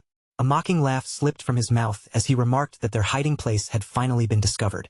The scout then turned toward his superior and asked whether they should begin the attack immediately. The chieftain of the Red Lightning tribe, Yakuzan, listened with grim satisfaction, his eyes fixed on the vulnerable camp far below. Then Yakuzan gave the order for every warrior to get ready. He declared that the time had come to wipe away the last of their enemies and clean up the remaining trash. Suddenly, the Allied soldiers down in the camp lifted their heads in alarm, startled by a deep, rumbling sound rolling down from the cliffs above. A rain of fiery meteors tore across the night sky, each blazing mass streaking toward the canyon like judgment falling from the heavens. The flaming meteors plunged straight toward the Allied camp, falling onto their exposed canyon position like a merciless downpour of burning death. In the very next instant, the entire camp was swallowed by disaster, as explosion after explosion ripped through the canyon floor. Fire tore across the tents, weapons were blown apart, and soldiers were hurled in every direction as the magical bombardment shredded what little defense the exhausted army still had left. And from high up on the cliffs above them, the full force of the Red Orc army began to descend into the canyon like a flood of violence. War mammoths thundered ahead with terrifying momentum, their enormous tusks flashing in the firelight, while the Red Orc horde surged behind them with guttural war cries bouncing off the canyon walls. They rushed forward with only slaughter burning in their eyes, eager to crush every last survivor still staggering through the flames and finish the broken allied force once and for all. Chris cursed bitterly under his breath, realizing in an instant just how hopeless the situation had become. Their strongest fighters were still away at the ruins, and without those champions present, the remaining army was standing on the very edge of complete destruction. All Chris could do was watch as fiery blasts continued tearing through the temporary camp, his face darkening under the weight of the disaster closing in around them. Meanwhile, far above the canyon, the Red Orc chieftain stood on the cliffside and laughed as he looked down at the chaos below. Yakuzan declared that the demons had earned exactly this fate, sneering with satisfaction as he said their own arrogance had finally dragged them into ruin. He commanded his mages to slaughter the remaining soldiers, and the robed casters stepped forward at once, raising their hands as violent currents of crackling energy gathered around them. One of the mages pulled a surge of violet light into his palms, preparing to hurl a killing spell down into the camp. But suddenly, confusion spread across his face. He looked down in horror and realized his hands would not move at all. The magic he had gathered slipped completely out of his control, and in the next moment, the swamp mammoth beside him was engulfed by that same ominous violet aura. Its eyes flared with a sinister glow, and its massive body began to tremble as an unnatural force seized hold of it. The charging Red Orc warriors slowed in confusion, staring at the beast, unable to understand why their own war mammoth had suddenly stopped in its tracks. But before they could make sense of the situation, the creature turned its fury on them. A devastating blast of purple energy erupted from its enormous tusks, wiping out entire ranks of Red Orcs in a single sweeping attack. Screams of terror rose across the battlefield as the proud horde was ripped apart by the very beast they had brought to crush their enemies. From the cliffs above, Yakuzan's triumphant grin disappeared in an instant. He roared in outrage, demanding to know what kind of treachery had turned their war mammoth against them, his furious voice shaking through the canyon. Down in the chaos of the camp, Chris stared with wide eyes, completely unable to understand the impossible scene unfolding before him. The mammoth, which had been their death sentence only moments ago, was now rampaging through the enemy's own forces. Chris struggled to piece together what was happening, his thoughts racing until one realization finally struck him. He muttered that Shutra must have found the anvil. Meanwhile, back inside the ancient ruins, Shutra was still kneeling on the stone floor, violet energy crackling faintly around his body. In his hand, he gripped a weapon glowing with dark and destructive power. The Thunder Hammer, the legendary weapon meant to be paired with the anvil itself. A dark elf hurried to Felicia's side, moving quickly to support her and help her rise back to her feet. Felicia looked toward Shutra with a shaken but certain expression and told him that it seemed Enkidu, the Earth Dragon, had chosen him. Shutra could only stare at her in disbelief, his voice catching in his throat as he tried to fully understand what her words meant. Felicia steadied herself and told him firmly that he had to use the hammer. Around them, every gaze in the chamber shifted toward Shutra, his companions waiting in tense silence to see what he would do next. And in that moment, Shutra finally understood the true meaning behind the Earth Dragon's overwhelming trial.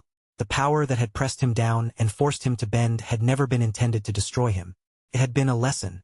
The meaning of conquest had been carved deep into Shutra's very soul. To conquer meant to dominate, and to dominate meant to rule. That was the real nature of the anvil's power. Slowly, a confident smirk spread across his face. Shutra decided that his first act of domination would be to seize control of the swamp mammoth. With unwavering resolve in his eyes, he lifted the thunder hammer high above him, purple lightning crawling across his arm, and then brought it crashing down hard against the anvil. A tremendous wave of energy burst out from the ruins, racing across the land like a storm that had finally been released. On the battlefield, the swamp mammoth let out a thunderous bellow as that same violet aura completely swallowed its enormous body. Now bound fully to Shutra's will, the mammoth turned against the Red Orcs with overwhelming force, trampling, goring, and crushing them beneath a storm of destruction. Orc soldiers screamed in panic, their furious battle cries twisting into raw terror as their strongest beast tore through their own formation. From his high vantage point, Yakuzan watched in disbelief as the army he had been so proud of began collapsing before his eyes. On the opposite ridge, General Vandal saw the mammoth betray its masters, and in that single moment, he understood exactly what had happened. Vandal declared that Shutra and the others must have succeeded, and without wasting even a heartbeat of that opening, he immediately seized the chance. He ordered his forces to charge, rallying the allied army to strike while the Red Orcs were drowning in confusion. The counterattack erupted almost instantly. The allied orcs, driven forward by vengeance and desperation, slammed into the disorganized Red Lightning tribe. Steel tore into flesh, blood splashed across the battlefield, and the canyon was once again swallowed by the storm of war. But this time, the momentum had completely shifted. Up on the cliffs, Yakuzen stood frozen, his face twisted in disbelief as he watched his forces crumble under the sudden counterattack. A subordinate beside him stammered that they should retreat, but Yakuzen snarled in fury, refusing to even consider running away. Through clenched teeth, he admitted that he had no idea who was wielding such terrifying power. His rage was cut short the moment Chris suddenly appeared behind him and struck with explosive force. The blow caught Yakuzen completely off guard, sending the Red Orc chieftain staggering as the impact slammed through him. Chris fixed him with a hard, unshaking glare, his voice sharp and cold like a blade drawn from its sheath. He told the Orc leader that his conquest ended here. Chris gave him one final choice: surrender and he would grant him a quick death. But the proud Red Orc chieftain answered with nothing but a roar of pure fury, his defiance tearing through the night air. Enraged beyond reason, Yakuzen leapt high into the air, declaring that he would rip Chris apart for daring to insult him with such an offer. His massive body came hurtling down like a living weapon, every motion overflowing with bloodlust. But Chris was already prepared. He planted his feet against the ground, braced his entire body, and unleashed his devastating Beast Lord fist, pouring all of his strength into a single explosive strike to meet Yakuzen's attack head-on. With a crack that rang out like thunder, Yakuzen was overwhelmed. The force of Chris's blow sent the Red Orc leader crashing backward, his body broken and his pride shattered. The remaining Red Orcs stared in horror as their supposedly invincible chieftain fell. Their morale collapsed in a single instant, fear spreading through their ranks like wildfire. With their leader defeated before their eyes, their will to keep fighting was completely broken. Chris lowered his fist and drew in a heavy breath, looking down at his bloodied hand as he flexed it with grim satisfaction. He knew the battle was not entirely over yet, but now that the head of the serpent had been cut off, cleaning up the remaining enemies would not take much longer. Then his thoughts shifted toward his younger siblings. With rare honesty, Chris admitted that without their help, the Allied army would have been in terrible danger. His expression softened for only a moment, but when his gaze drifted toward the distant horizon, concern flickered across his face as he wondered whether they were safe. Back inside the ruins, the others stood before the anvil as a magical projection shimmered above it. Within that rippling image, the swamp mammoth was rampaging through the Red Orc army, tearing apart their ranks with overwhelming fury. The dark elf stared at the vision in complete awe. Still stunned by what she was seeing, she said that with the anvil's power unleashed, the Red Lightning tribe was being completely annihilated. Her voice was filled with pure amazement, as though even she could barely believe the scale of destruction unfolding before them. But as that amazement settled over the chamber, Felicia's face slowly hardened into grim satisfaction while she watched their enemies being crushed one after another through the projection. She remarked that the Red Lightning tribe was being utterly destroyed, but before she could say anything more, her voice suddenly weakened, and her body began to tremble. In the next moment, Felicia collapsed onto the ground, the backlash from the artifact finally draining the last of her strength. Her companions rushed toward her in alarm, but Felicia forced out a weak reassurance, insisting that she would be fine once she had enough time to rest. The dark elf quickly offered to prepare a proper place where Felicia could lie down and recover. But as her eyes swept around the chamber, she noticed something much more alarming than Felicia's exhaustion. Shutra had disappeared. A short while later, they found Shutra outside the ruins. He released a slow breath, relief finally spreading through his chest now that the immediate crisis had passed. Then, right in front of his eyes, a series of shimmering notifications appeared, showing clear proof that both his body and his power had grown. Shutra blinked in surprise as the messages revealed that he had gained several levels all at once. The jump was so dramatic that even he was left stunned for a moment, and he wondered aloud if the sudden growth had happened because of the anvil's power. Then another notification appeared before him, announcing that his conquest skill had advanced as well. Excitement flashed across Shutra's face, and he immediately opened his status window to inspect the details for himself. His eyes widened when he realized that Under the King's banner had also increased by 1 level. A confident smirk slowly tugged at Shutra's lips as he understood that one of his most valuable abilities had become even more powerful. Then Shutra noticed something completely new in the list, a skill he had never seen before called King's Knights. Just from the name alone, he guessed it had to be some kind of summoning ability. Just then, a familiar voice called out to him and pulled Shutra out of his thoughts. He turned his head and saw Caitlin approaching, her expression clearly filled with worry. Shutra greeted her with a bright smile that looked almost guilty, cheerfully admitting that he had slipped outside without telling anyone first. But before Shutra could say anything else to defend himself, Caitlin raised her hand and brought it down in a sharp chop against his head.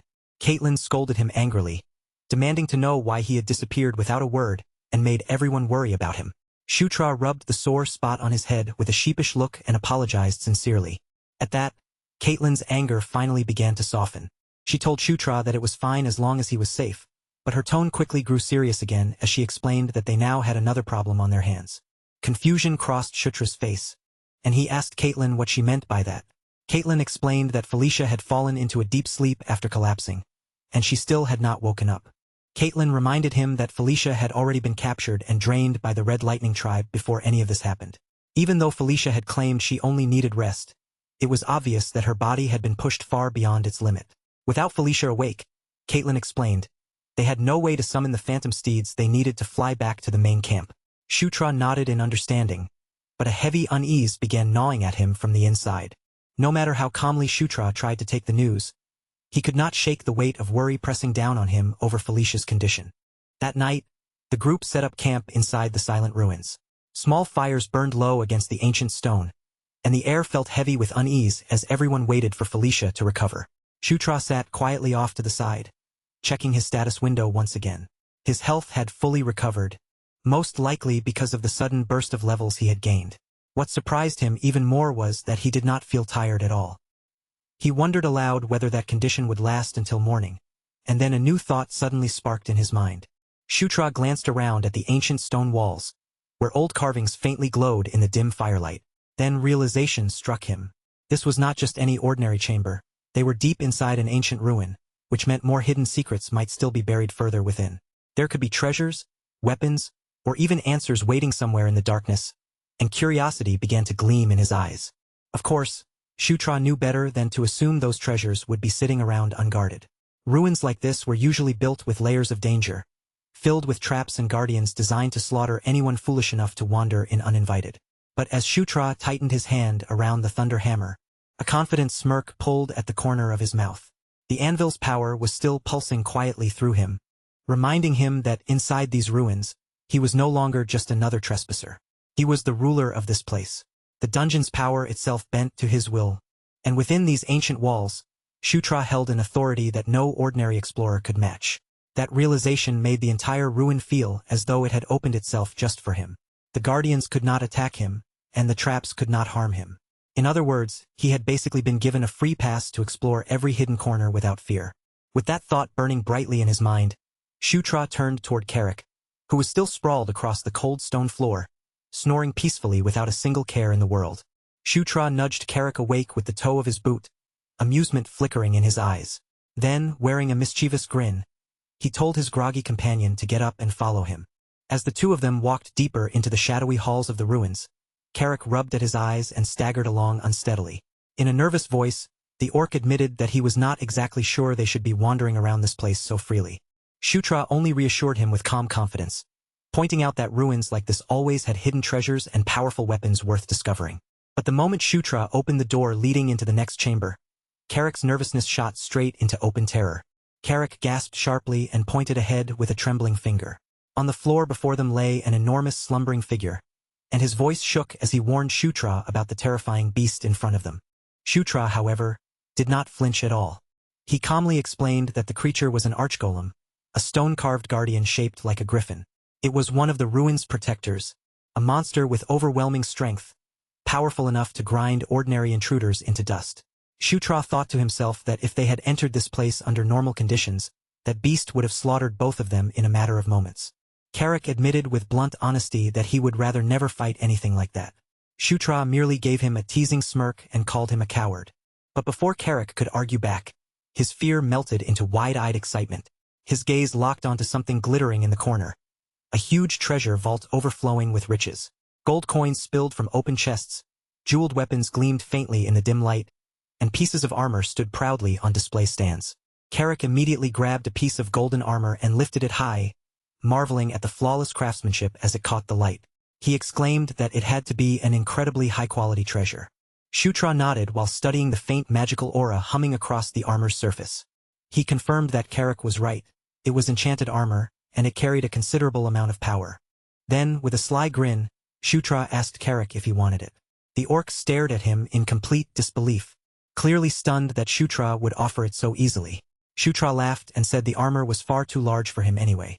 Delighted, Carrick accepted the gift with heartfelt gratitude, hugging it tightly against his chest, as if he had just received the greatest honor of his life. Meanwhile, Shutra gathered a handful of ancient gold coins, feeling their weight in his palm as he looked over the rest of the treasure spread around the chamber. After deciding to store the most valuable pieces inside his inventory, Shutra told Carrick that he could take whatever else caught his eye. Shutra then wandered leisurely through the glittering chamber, letting his gaze drift over the piles of treasure around him. Before long, something unusual drew his attention. A massive, ornate chest standing untouched in the far corner. Curiosity sharpened inside him as he walked over to it. He carefully unlatched the chest, only to frown when he found nothing inside except a single small button embedded in the bottom. Without hesitating, Shutra pressed the button. The far wall groaned, and faint light spread across its surface before the stone slowly pulled back with a heavy grinding rumble. A hidden doorway opened before him, revealing a pitch-black corridor beyond. A wide grin spread across Shutra's face. He could tell immediately that something special was waiting behind that secret door. Shutra could feel it deep in his bones. With eager steps, he strode into the passage, his boots echoing against the ancient stone beneath him. The tunnel stretched ahead of him, long, silent, and swallowed in darkness. But at the very end, it opened into a vast chamber with a ceiling arching high overhead. At the center floated an artifact, suspended above a pedestal in midair, radiating a dark and mysterious power. A suffocating pressure crashed straight into Shutra's chest, so dense and violent that for a second, even breathing felt difficult. And in that single frozen moment, realization struck him with terrifying clarity. He had never seen this thing in person before, not even once, yet somehow its name surfaced from deep within him, like it had been carved directly into the deepest part of his soul. Shutra's mouth opened slightly, his eyes locked on the relic before him, and in a voice barely louder than a whisper, he spoke its name with stunned awe. This was Enkidu's gauntlet, the legendary artifact known as Earthshaker. It was the kind of weapon that had passed beyond ordinary history, an ancient and monstrous existence that most people only knew from half-forgotten myths, dusty legends, and stories too grand to feel real. Even among the countless artifacts scattered across the world, Earthshaker stood close to the very summit. Its plated surface gleamed with a dark, aged radiance, giving off the feeling of a power that had endured through endless eras without ever fading. Waves of force rolled out from it again and again, each pulse almost like the slow, thunderous heartbeat of some ancient god. At the very same time, the aura of conquest within Shutra suddenly reacted, stirring violently inside him as if it had just awakened to answer that call. That aura began to resonate with the gauntlet, sending tremors through Shutra's entire body from the inside out. He could clearly sense Earthshaker calling to him, pulling him closer with such an overwhelming force that trying to resist felt nearly pointless. And before Shutra even understood what he was doing, his hand had already started lifting on its own. His fingers stretched slowly toward the gauntlet, almost as if fate itself were guiding his arm forward. But right before his fingertips could touch it, sharp lines of system notifications flashed across his vision, warning him that his current stats were still far too low. Shutra stopped dead, his hand hanging in the air as shock spread across his face. After all the levels he had gained recently, after all the strength he had accumulated compared to before, he still failed to meet the requirements needed to properly handle such a terrifying artifact. And yet, even with those warnings glaring in front of him, Earthshaker did not push him away. The gauntlet kept shining, its mighty aura curling around Shutra like it had no intention of releasing him. Then, as if responding to that strange bond, another message appeared before his eyes. The words on that notification left Shutra utterly speechless. Earthshaker had recognized him as its master. Before he could fully grasp the weight of what that meant, a blinding explosion of golden light burst out around him. The gauntlet hovered there, shimmering brilliantly, until its solid form began to unravel and dissolve into flowing streams of radiant energy. That golden power rushed directly into Shutra's arm, and the moment it entered him, a sharp gasp escaped from his throat. For one brief instant, the blazing light swallowed his entire field of vision, leaving him unable to see anything else. Then the power merged into his body, and the ancient armor started reconstructing itself, shaping perfectly around his hand as though it had been made for him from the very beginning. Shutra stared down at his arm, completely captivated by the sight. Earthshaker now rested on him, its presence not only weighing against his flesh but pressing deep into his spirit as well. A new wave of notifications appeared, confirming that his stats had risen by an enormous amount. The numbers surged upward at a ridiculous pace, climbing far beyond what Shutra had imagined possible. As the truth of it settled over him, a confident smirk gradually formed on his face. From this point forward, every level he gained would strengthen his bond with Earthshaker even further. This was far more than simply adding a new weapon to Shutra's arsenal. What he had obtained was a fragment of overwhelming power, something so extraordinary that it might one day alter the course of his entire future. Enkidu's gauntlet now belonged to Shutra. His thoughts raced wildly, filled with new possibilities, visions of conquest, and the endless ways this artifact could twist the direction of his destiny. But before Shutra could properly savor that victorious feeling, a sudden voice rang out from behind him, slicing through the moment and dragging him sharply back to reality. Shutra whirled around instantly, reacting before he could think, and quickly shifted his arm behind his back to hide the glowing gauntlet from view. Carrick stood at the entrance of the chamber, his posture stiff and his expression uneasy. The orc did not bother pretending otherwise. He admitted that he had seen the entire thing with his own eyes. Carrick's voice trembled just a little as he said he had watched the gauntlet disappear straight into Shutra's hand. A cold bead of sweat slid down Shutra's cheek, and his chest tightened with unease. For one terrifying second, he thought his most dangerous secret, the truth about his inventory, had finally been exposed. But Carrick only shook his head with surprising calm, and the look on his face was much more reassuring than Shutra had expected. He told Shutra there was no need to worry, because he understood all too well that knowledge like this could cause serious trouble if it reached the wrong ears.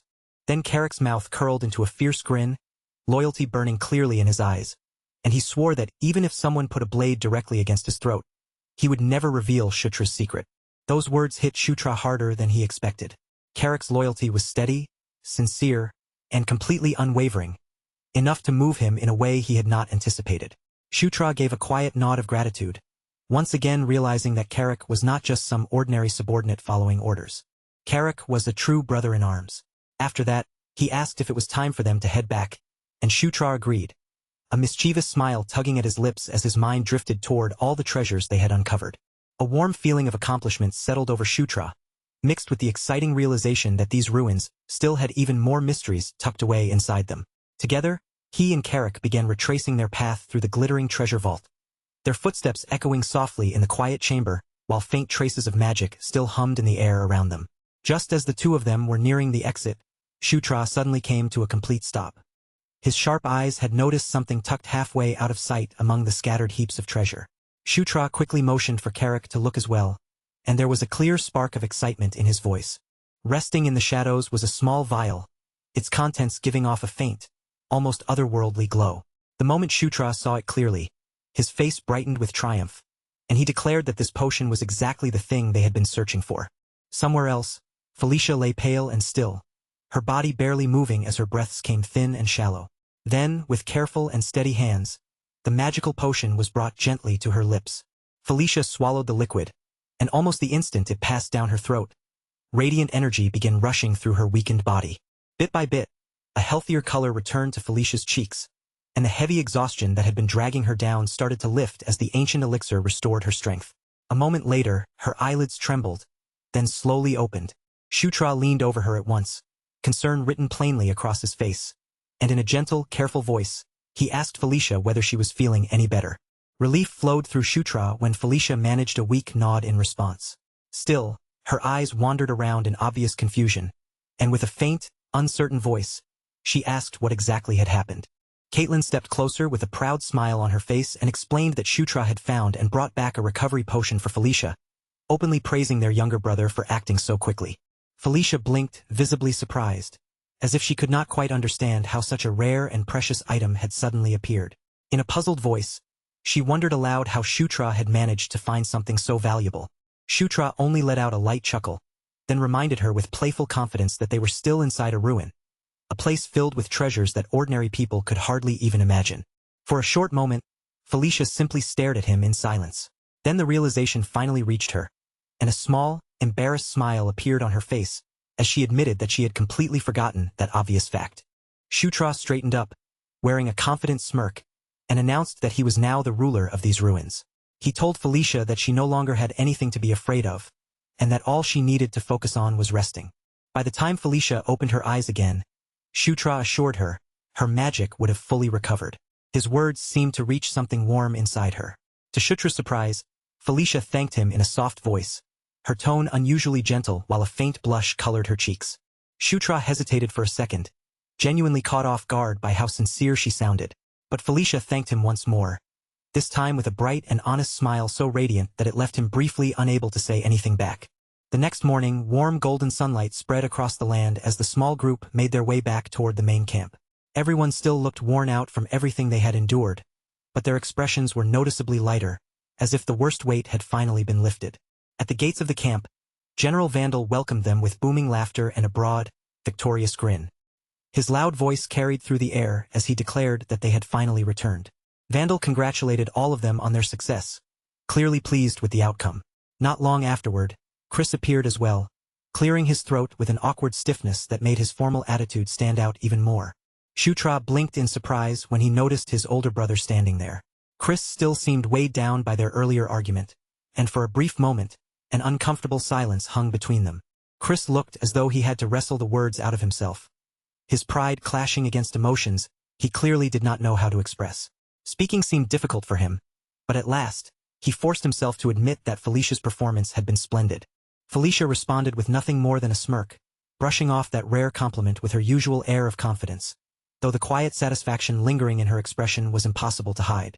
Shutra watched that small exchange between the two of them, and a gentle warmth slowly spread through his chest. For the first time in what felt like quite a while, he allowed himself to smile with complete sincerity. Chris then told everyone to get some rest, assuring them that he would take care of the remaining matters himself. Shutra tilted his head, not quite understanding what his brother meant, and asked Chris to explain. His older brother made it clear that the Red Lightning tribe had not been completely erased from existence. Even after the main force had fallen, scattered survivors were still hiding somewhere in the surrounding region, keeping their heads down in the shadows. And eventually, someone would have to track down every last remnant and finish cleaning up what remained. For a brief moment, Shutra said nothing at all. He simply stood there, letting his brother's explanation sink in. Then, as the meaning of those words settled, one corner of his lips slowly curled upward, and a faint, pleased smirk appeared on his face. Inside his mind, Shutra was already imagining the reward waiting for him. 2 full weeks where he could finally breathe, relax, and enjoy a little peace after everything he had survived. To him, it almost sounded like a proper vacation. But before that pleasant fantasy could grow any further, Caitlin suddenly seized him by the arm. Her narrowed eyes were filled with obvious annoyance, and with a firm, no-nonsense voice, she made it painfully clear that he should not misunderstand. This was absolutely not going to be a vacation for him. But then, Caitlin's sharp glare shifted into something much more dangerous. A sly, knowing smile. She leaned a little closer, just enough to make the pressure behind her words feel heavier, and told him that her younger brother had plenty of important work waiting ahead. And the most important part was that every single bit of it would be done right by her side. Bright sunlight washed over the jagged mountain ridges, then spilled down across the dense green canopy of the forest below.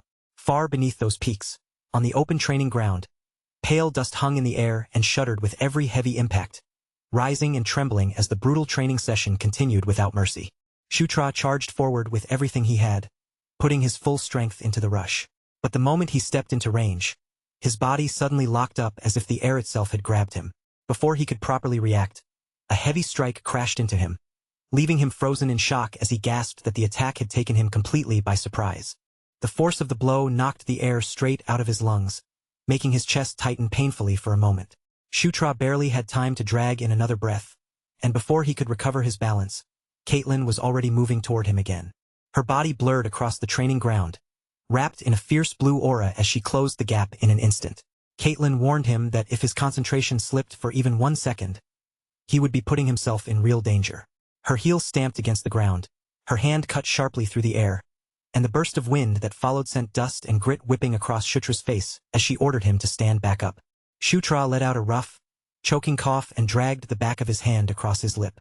He had already known that the training would be harsh, but feeling it directly was something else entirely. This was not ordinary practice. This was beast fist training. Only now did Shutra truly realize what Caitlin had meant earlier when she said there were things to do. She had never been talking about simple errands, military strategy, or a chance to rest. From the very beginning, she had meant this relentless, bone-crushing training routine. For the first 5 days, Shutra's life became almost nothing but getting knocked down over and over again. His body was covered in bruises, his muscles screamed with every movement, and he was pushed so hard that even drawing breath began to feel heavy and painful. It was not until an entire week had passed that Shutra finally started to catch the faintest glimpse of Caitlyn's fists as they came flying toward him. Her terrifying speed was no longer completely beyond what his eyes could follow. Wooden boards shattered apart under the force of their exchanges, rails split and snapped around the training ground, and by the 11th day, their arms were cutting through the air so quickly that each clash looked like two scythes crossing in mid-swing. Caitlyn slipped smoothly inside his guard, her movements sharp, clean, and full of confidence. A grin spread across her face as she looked at him up close and told him that he was finally starting to keep up with her. Shutra pulled his body back into a proper stance, pale aura gathering around his clenched knuckles, while he forced his breathing into a steady rhythm. After taking so many hits, he muttered that he would be in serious trouble if he had not improved at least this much. And perhaps it was thanks to that merciless training that both his beast fist and his aura had finally risen all the way to level 5. Night spread over the forest leaves, and the warm air filled with the rough, constant cries of cicadas. Caitlyn eased her shoulders down, her posture finally becoming a little more relaxed, and nodded with clear approval. Then she lightly tapped the side of her head and told Shutra that if he continued growing at this pace, he would soon be ready to start learning Beast God Fist. Shutra's face brightened immediately, and his fists tightened with sudden excitement as he asked if she truly meant that. Caitlyn flicked her ponytail back with a casual motion, then admitted that she was honestly impressed. She told him she had never seen anyone improve at such an absurd speed before. Shutra drew in a slow, steady breath, trying to settle the excitement building inside his chest. At long last, he was standing on the edge of learning it, the secret technique of the lycanthropes, the legendary Beast God Fist. Caitlyn stepped closer to him and reached out her hand. Her expression grew calm and serious, and her voice lost its teasing edge as she told Shutra that from this point forward, she would teach him a completely different method of controlling and moving his aura.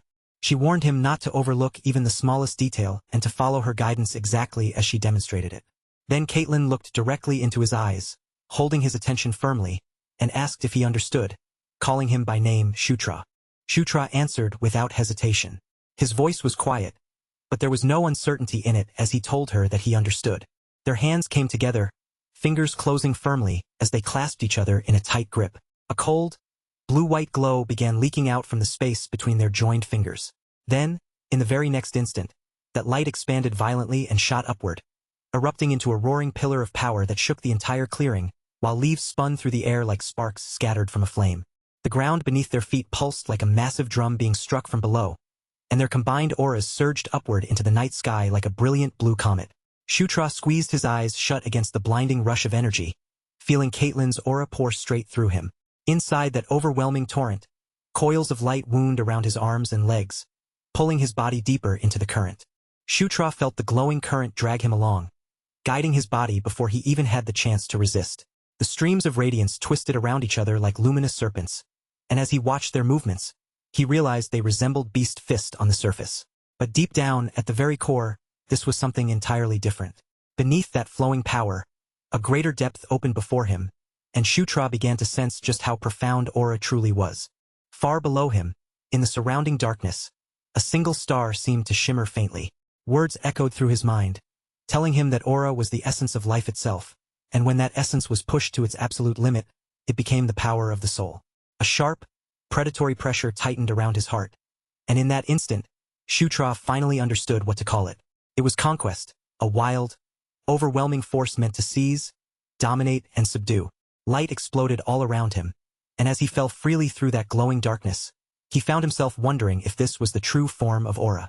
The towering pillar of light burst outward across the forest, tearing leaves from the nearby branches and sending them scattering through the air. Around Shutra, golden panes of light began flickering into existence one after another. The shining panes rang out with crisp, bell-like chimes. Shutra watched them flash before his eyes in sequence, and the first message revealed that Beast Fist had leveled up. Then another radiant pane appeared right after it, announcing that his aura had leveled up as well. Caitlyn touched down lightly on the ground, landing with effortless grace. A bright smile spread across her face as she looked at Shutra with open amazement and told him that it was incredible. He had truly succeeded. Another luminous pane slid open in front of him, glowing with the presence of newly awakened power. Shutra read the words displayed across it and realized that he had acquired Beast God Fist, and somehow it had already reached level 11. Shutra slowly lifted one hand, feeling the unfamiliar power gather inside his body and pulse through him with steady force. He controlled his breathing, focused that energy into his palm, and spoke the names with firm conviction. Beast God Fist, and Earthshaker. Shock waves erupted outward in spiraling waves, ripping across the training ground and sending a swirling vortex of dust rising high into the dark night sky. One final, clear chime rang above him, almost like a crown being set upon his head. The glowing pane declared that Shutra's level had risen yet again, bringing him all the way up to level 14. Shutra exhaled sharply and let out a quiet, satisfied, yeah. His gaze lifted toward the night sky, where the leaves were still spinning like tiny sparks in the air. Then he said it again, this time with more certainty in his voice. This was it. The real beginning was finally starting now. At the edge of the treeline, hidden in the quiet shadows, someone stood there watching the scene in silence. Vandal observed everything with a gentle smile resting on his lips. By the time dawn came, warm golden light had spread over the camp and brought it fully awake. Later, inside the tent, Shutra sat across the table, scratched his head as though something had just come back to him, and casually said, "Oh, right." Shutra turned his gaze toward Caitlin and asked if he could ask her something. Caitlin shifted her attention to him calmly, giving him the floor as she asked what he wanted to know. Leaning forward over the table, Shutra lowered himself into the conversation and asked what exactly was going on between Chris and Felicia. In his mind, Shutra immediately began arranging the situation like pieces on a game board. Felicia, just like Chris, was someone he needed to draw over to his side.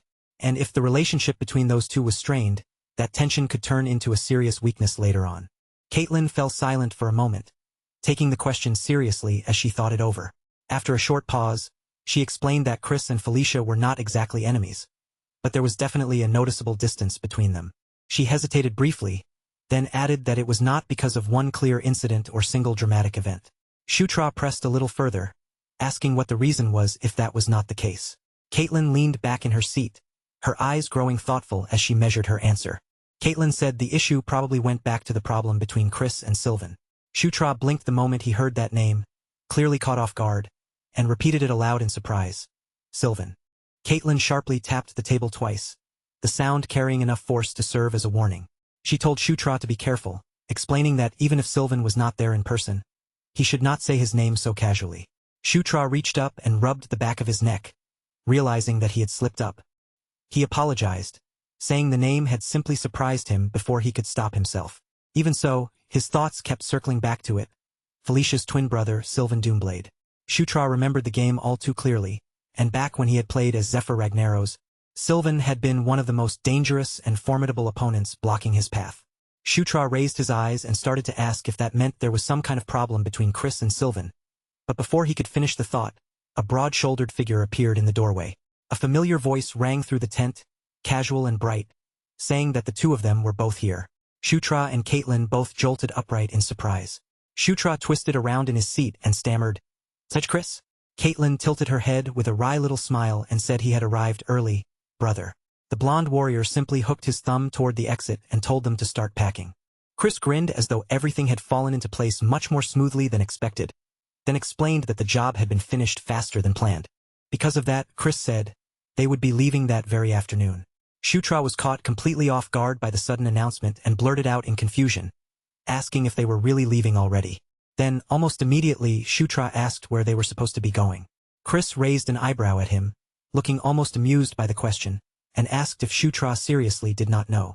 He explained that once a mission was completed, they had to return and report the results. The scene then shifted outside to the yard, where the tents glowed softly beneath the low sunlight.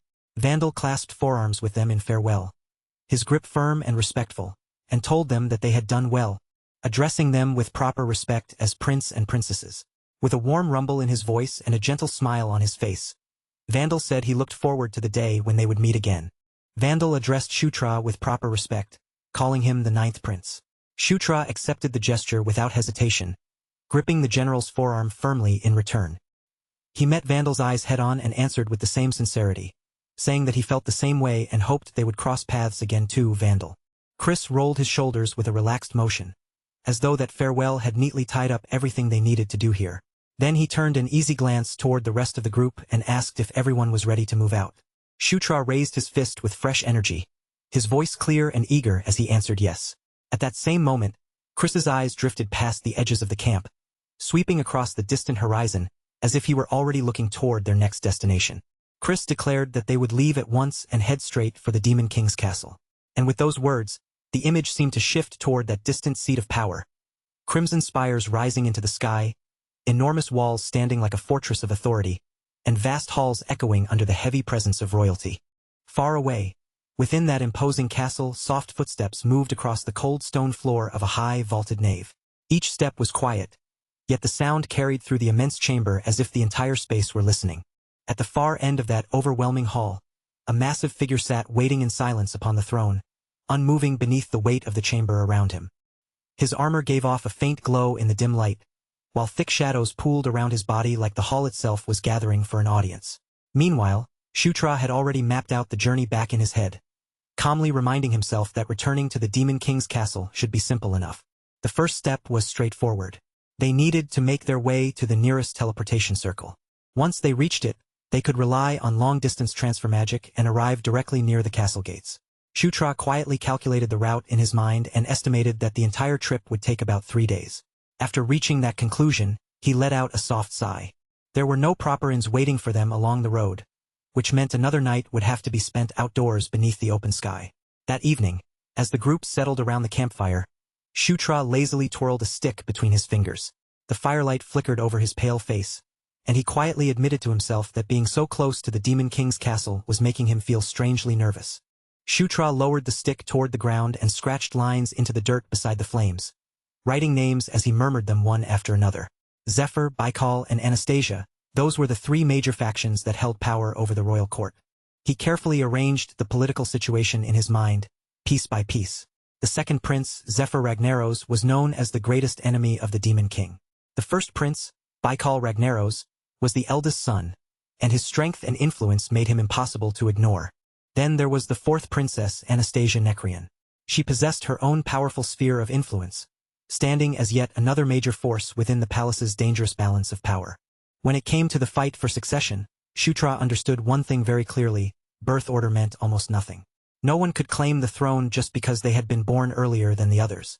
In the Demon King's palace, accomplishments, strength, and proven ability were what decided who deserved to stand above the rest. He continued sorting through the knowledge he already had. Baikal and Zephyr were full-blooded brothers, and both of them had inherited the draconian bloodline through their mother. Their innate power, their fame, and the influence gathered around them existed on a level far beyond ordinary royal children. Shutra had to admit that their prestige was almost overwhelming. If someone were forced to choose between the two, then Baikal, who was known to be more moderate and level-headed, would probably appear to be the better candidate. But after thinking that far, Shutra only gave a small shrug, because ultimately that point did not really matter. When the destined day finally arrived, everything inside the Demon King's palace would be thrown into change, whether the people there were ready for it or not. Shutra's voice dropped lower, and the lightness from before faded away, leaving behind a heavier and more solemn tone. That was exactly why he could not afford to be careless. He had to begin preparing himself now, before that storm finally reached him. He needed to raise his level high enough to use Earthshaker properly, and he also had to master the new power that fate had placed directly into his hands. With the campfire burning in front of him, Shutra clenched his fist and called out the King's Order of Knights. A sharp system ping responded almost instantly, cutting through the quiet night. Shutra's eyes focused on the invisible interface as he announced that the skill under the King's flag had activated. His eyes widened as a golden pane unfolded in front of him. He had been expecting something simple, maybe a basic summoning function, but the information displayed before him was far more detailed than that. Shutra read through it carefully. Order of Knights, Level 1. Knight Captain, blank. Order Capacity 0 out of 2. Knight Training, blank. Blessing of the Order, Level 1, increasing the health of its members by 5%. Special Skill, allowing him to summon the Knight Captain once every 3 days. As the meaning of each line sank in, he rubbed at his temples. Shutra muttered that the whole thing looked suspiciously like some kind of guild system, complete with buffs, training features, and even a summoning function. Then, even though he tried to take it seriously, laughter started bubbling up from his chest. With disbelief written all over his face, he exclaimed that this ability was completely broken. And the longer he stared at the golden pane, the wider his grin became. If it was already this powerful at level 1, then the later levels could become absurd beyond imagination. Just then, the crunch of footsteps nearby broke into his thoughts. Shutra lifted his head and saw Carrick stepping out from the darkness. His heavy orc features pulled into a clearly disapproving frown. The moment he appeared, Carrick began scolding him, snapping that once again, Shutra was still awake when he was supposed to be sleeping. Carrick warned the prince that if they planned to leave early, then he needed to get proper rest first. The orc swung one broad arm with obvious impatience and ordered Shutra to come over already. Sitting near the fire, the white-haired prince slowly straightened himself. Shutra gave a light cough into his fist, but almost immediately, a sly smile spread across his face. He told Carrick that his timing could not have been better. Then his eyes began to gleam with curiosity, and he leaned just a little closer before asking whether the orc wanted to help him test something. Carrick's entire body went stiff the instant he heard that. The orc rubbed the back of his neck nervously, suddenly very wary of that suspicious smile, and stammered as he demanded to know what exactly Shutra was talking about. Overhead, moonlight filtered down through the branches, while the prince lifted his sword with the solemn air of a herald beginning a ceremony. Shutra's voice rang out with formal, ceremonial gravity as he proclaimed that the mighty orc warrior Carrick stood before him. A blade made of radiant light flared to life in his hand. Then Shutra gently placed the flat of that shining blade against Carrick's shoulder and formally declared him his knight. The air around them crackled as light surged straight into Carrick's body. The orc staggered beneath the sudden rush of power, glowing energy coiling across his skin, while his eyes widened in stunned amazement. Carrick released a long, breathless sound of pure astonishment, as though even he could not understand what was happening inside his own body. Then he stammered that he felt strange, almost as if his loyalty toward the prince had deepened into something far beyond what words could explain. At that very moment, a new system pane slid into place before Shutra's eyes. Knight Captain Carrick. Level, 24. Rank, Soldier. Shutra's lips slowly curled into a long, deeply satisfied smile. He breathed out with approval, clearly pleased by what he saw, and said that this was it. Exactly the result he had been hoping for. Power continued to pulse from Carrick in thick, heavy waves. His broad chest rose and fell as he struggled to steady his breathing after the sudden surge. Shutra stepped forward and gripped the orc firmly by the shoulder. With fierce determination burning brightly in his eyes, Shutra called Carrick by name. Then, without even a trace of hesitation, he told him that he would make him the strongest orc in the world. He promised that he would raise Carrick up into an emperor of orcs. Shutra went even further, declaring that Carrick would become powerful enough to rival dragons themselves. A determined laugh slipped from him as he said that with this kind of growth rate, there would be no limits on their future at all. Carrick, however, looked more than a little uneasy, and his voice began to tremble. Carrick glanced at Shutra with genuine concern written across his face and asked if he was feeling sick or something. Not long after that, the next day arrived. The party gathered before a glowing teleportation circle, its carved runes shining beneath their feet and humming with dense magical power. Chris looked over the group with a faint half-smile and said that it was time for them to get moving. Shutra stepped forward, moving toward the very center of the teleportation circle. His cloak fluttered lightly behind him as he answered in a calm, certain voice that yes, it was time. The others drew in around Shutra, closing ranks as the blue light of the teleportation circle rose higher and began to surge around them.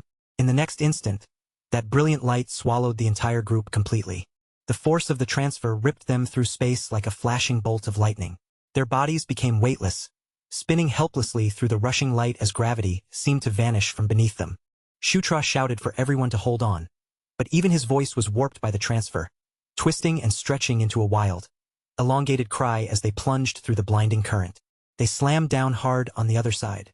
Shutra landed on his hands and knees, dazed, unsteady, and clearly shaken as he muttered in confusion. Sweat gathered along Shutra's brow while Caitlin bent down beside him, her face showing clear concern as she asked whether he was all right.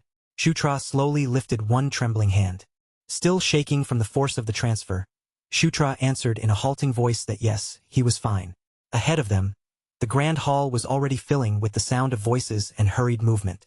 A young dark elf rushed forward through the hall, calling Felicia's name and greeting her as his elder sister. Around them, attendants began hurrying in from every direction. The attendants quickly gathered around Felicia, surrounding her with warm praise as they admired her beauty, and said they had waited a long time for her return.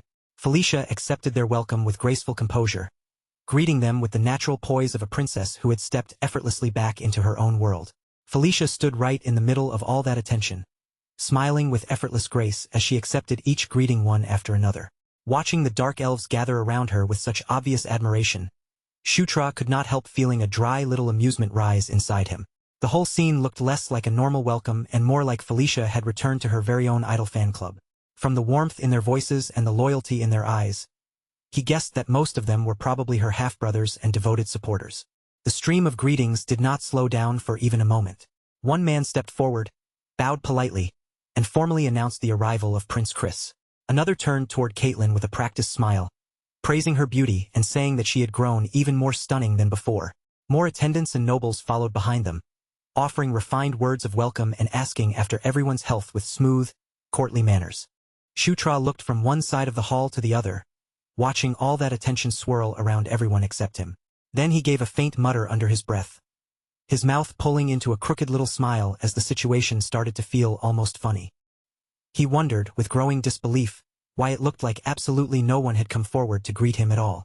Not far away, two elves were whispering quietly between themselves, but even they did not turn their eyes toward him for a single second.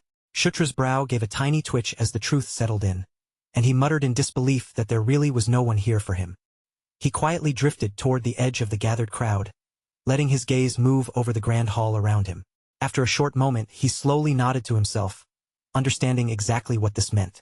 Here, in the very heart of the Demon King's domain, he still had almost no foundation to stand on. But instead of looking wounded or discouraged, Shutra allowed a knowing smirk to curve across his lips. Fine, he thought. This much was only natural. In fact, this was exactly the kind of cold reception he had expected from the very beginning. Shutra turned his head toward Carrick, and his gaze sharpened with a fresh sense of purpose. In a quiet but firm voice, he asked whether his knight was ready. Sunlight streamed down through the high palace windows, laying a golden shine across Shutra's silver hair. His cloak swayed behind him almost like a banner as he declared that from this moment on, they would begin changing everything, one careful step at a time. Before long, Carrick and Shutra were guided away from the grand hall and led through the palace until they reached the room that had been assigned to them. Compared to the overwhelming splendor of the palace, the room was small, plain, and completely unimpressive. Shutra glanced around the bare space, taking in how modest it was, then remarked with dry sarcasm that they should probably be thankful they had been given a room at all. Carrick explained that they apparently had free time until the official events began the next day. To Shutra, though, it did not feel like free time at all. It felt more like they had simply been shoved into a corner and left somewhere out of sight. Just as that thought passed through his mind, a sudden series of knocks sounded from the door, sharp enough to make him look up in surprise. Wondering who would possibly come to visit them in a place like this, Shutra went to the door and opened it. Standing on the other side was a well-dressed woman with a polished, professional presence. She introduced herself calmly as Flora Sevensword, an agent from the Real Estate Management Bureau. Shutra looked at her with clear curiosity and asked what someone from such a prestigious department could possibly need from him. Flora answered in a calm, businesslike tone, explaining that after his recent mission, his public merit level had risen by an impressive amount. Because of that increase, Flora informed him that he was now qualified to select a new residence suited to his improved status. The news hit Shutra so unexpectedly that, for a moment, he could only stare back at her, caught somewhere between disbelief and stunned excitement. A little later, Shutra made his way to the proper office in order to confirm the details for himself. He arrived at the Office of Public Merits, where a woman with the lower body of a serpent welcomed him with a warm and professional smile. When Shutra asked if this was the place where he could claim his new home, the woman, Isabella, confirmed that he had indeed come to the right office. With a graceful sweep of her hand, Isabella summoned a magical display into the air. Glowing information unfolded before them, listing Shutra's achievements one by one in shining detail.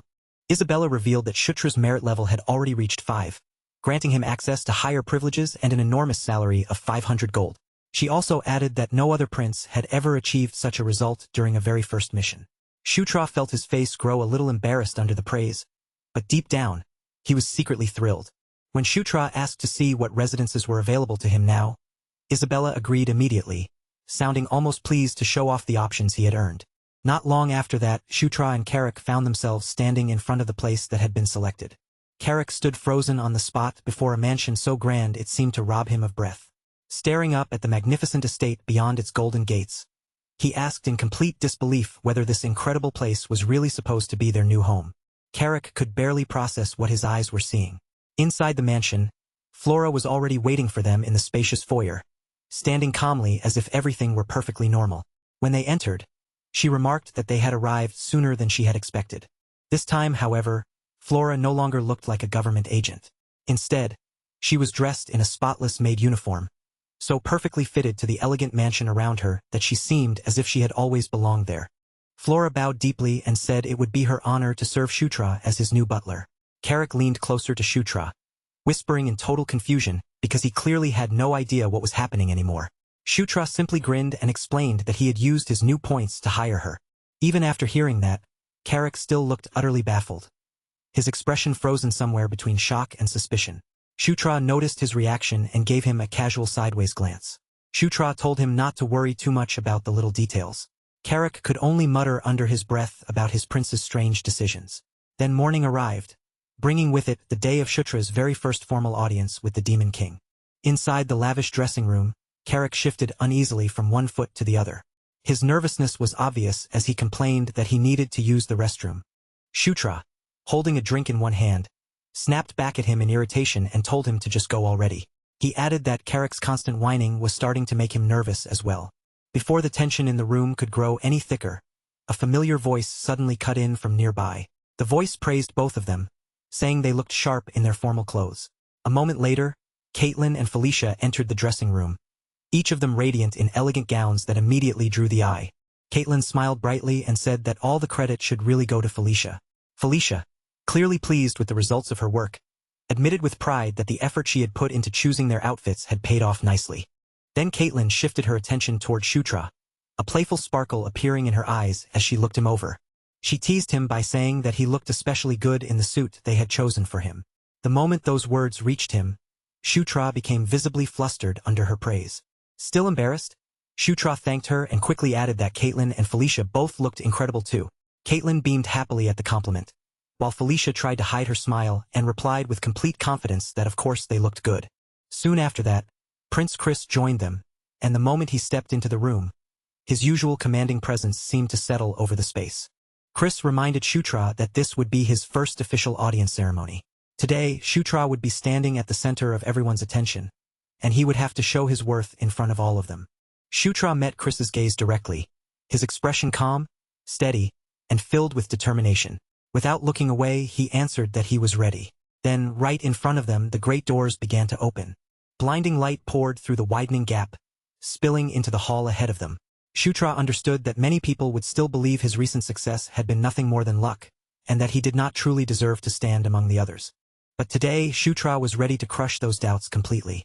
His resolve hardened inside him, steady and unshakable. He stepped forward and led his siblings into the throne room. The vast hall was filled with some of the most powerful nobles in the demon realm, and every gaze fixed on the royal children as they knelt before the throne of Demon King Nitra. Chris was the first to speak. With deep, formal respect in his voice, he introduced himself as the seventh prince and addressed their father. The ancient king showed no reaction that anyone could read. Beneath the heavy weight of his crown, Demon King Nitra's crimson eyes glowed faintly, cold, distant, and impossible to understand. An attendant stepped forward into the tense silence and announced that the evaluation of the prince's achievements would now begin. As the official report started, the air inside the throne room seemed to grow even heavier, pressing down on everyone gathered there. Shutra raised his eyes toward his father, and in that instant, a cold realization struck him. While he had been thinking about ambition, survival, and the plans waiting in his future, he had forgotten one essential truth. Demon King Nitra was not simply his father. He was the one existence in the entire realm that no one could ever afford to underestimate. Suddenly, a crushing and invisible pressure spread through the hall like a suffocating wave. Shutra's body began to tremble even though he fought to keep himself composed. Beneath the sheer weight of his father's aura, simply staying upright felt like a battle. Pain tightened across Shutra's face as he endured that overwhelming force. But deep inside his mind, cutting through the fear and pressure, he heard the voice of the goddess of conquest. A warm golden radiance appeared in front of Shutra, shining through the crushing pressure like a beacon breaking open the darkness. From the heart of that light, the goddess of conquest whispered a single command deep into his soul: to conquer. Shutra remembered the power he had once taken hold of with his own hands, that blazing brilliance that carried the very shape of his will. The goddess's voice pressed into him, telling him that a true king could never collapse beneath someone else's gaze. A true king had to withstand that pressure, confront it directly, and turn even that overwhelming force into strength of his own. Shutra clenched both fists until his knuckles strained white, gritting his teeth as the unbearable force continued bearing down on his entire body. Then he forced his focus inward, cutting away the fear, the pain, and the suffocating weight that filled the throne room around him. From somewhere deep within his body, A brilliant golden light burst outward, surging like a storm and colliding head-on with the oppressive aura of the Demon King. That golden radiance spread through the hall like living fire, forcing back the suffocating pressure that had been wrapped around him. Shutra's eyes flared with a fierce golden glow as he released the full power of conquest. His defiant surge of power shook the throne hall itself, making every person present feel the collision between prince and king. And for the first time, Demon King Nitra's unreadable expression changed, a faint flicker of surprise breaking through his calm mask. Then the Demon King's deep, commanding voice rolled across the chamber, filling every corner with its weight as he spoke just one name: Shutra. In that instant, the entire court froze into silence. Every noble, every sibling, and every watching figure turned toward him with open disbelief. Shutra remained kneeling beneath all those stunned stares, still fixed in place before the throne. Still down on one knee, Shutra slowly lifted his gaze toward the throne. He was so stunned by what had just happened that, for a moment, he could not find a single word. The Demon King's piercing eyes locked directly onto Shutra. His voice echoed through the vast hall as he declared that he looked forward to seeing the boy's future achievements. Then, slowly and unmistakably, he spoke Shutra's name once again. The king's tone ensured that every soul inside that enormous throne room heard the acknowledgement clearly. All around them, startled whispers broke out across the court, with many nobles visibly shaken by the fact that the Demon King had personally called one of his children by name. It was something the king had never done before. Questions began spreading through the gathered nobles like ripples across water as they wondered why the ninth prince, who had been treated as irrelevant until now, had suddenly been singled out in front of the entire court. Shutra understood the hidden meaning behind those simple words. In this place, a public acknowledgement from the Demon King was never a casual gesture. It was a declaration that something had shifted. In silence, Shutra swore to himself that he would meet the king's expectations. His first audience had ended with a moment so powerful that its impact would spread far beyond that throne room and echo through the entire kingdom. Once the ceremony was over, Shutra returned to his mansion. The next morning, Carrick's frantic shouting jolted Shutra awake. His butler was urging him to get up immediately, waving a newly delivered letter from the Office of Public Merits as though it were an emergency. Still half asleep, Shutra blinked slowly at the letter in Carrick's hand. He wondered why the office would be contacting him again so soon, especially when he had only just received his last reward. He broke the royal seal and began reading through the contents. But the farther his eyes traveled down the page, the wider they became, disbelief spreading across his face. Carrick could not hold back his impatience any longer. He leaned in closer, staring at the letter, and demanded to know what it said.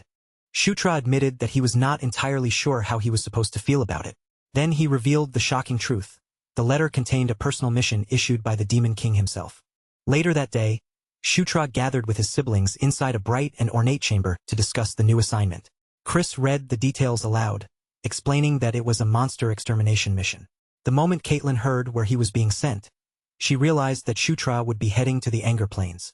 Shutra looked toward her and asked if the Anger Plains were part of the Centaur's territory. Caitlin confirmed that they were, then added that she and Chris had trained there in the past. Chris, sounding genuinely regretful, said that he would not be able to accompany Shutra on this mission. Caitlin, however, gave him a reassuring look and said that Shutra would be able to take care of himself even without Chris coming along. Then Chris's expression turned serious, and he faced his younger brother with a clear warning in his eyes. Chris advised Shutra to be careful from this moment on. Everyone in the castle would be watching him now.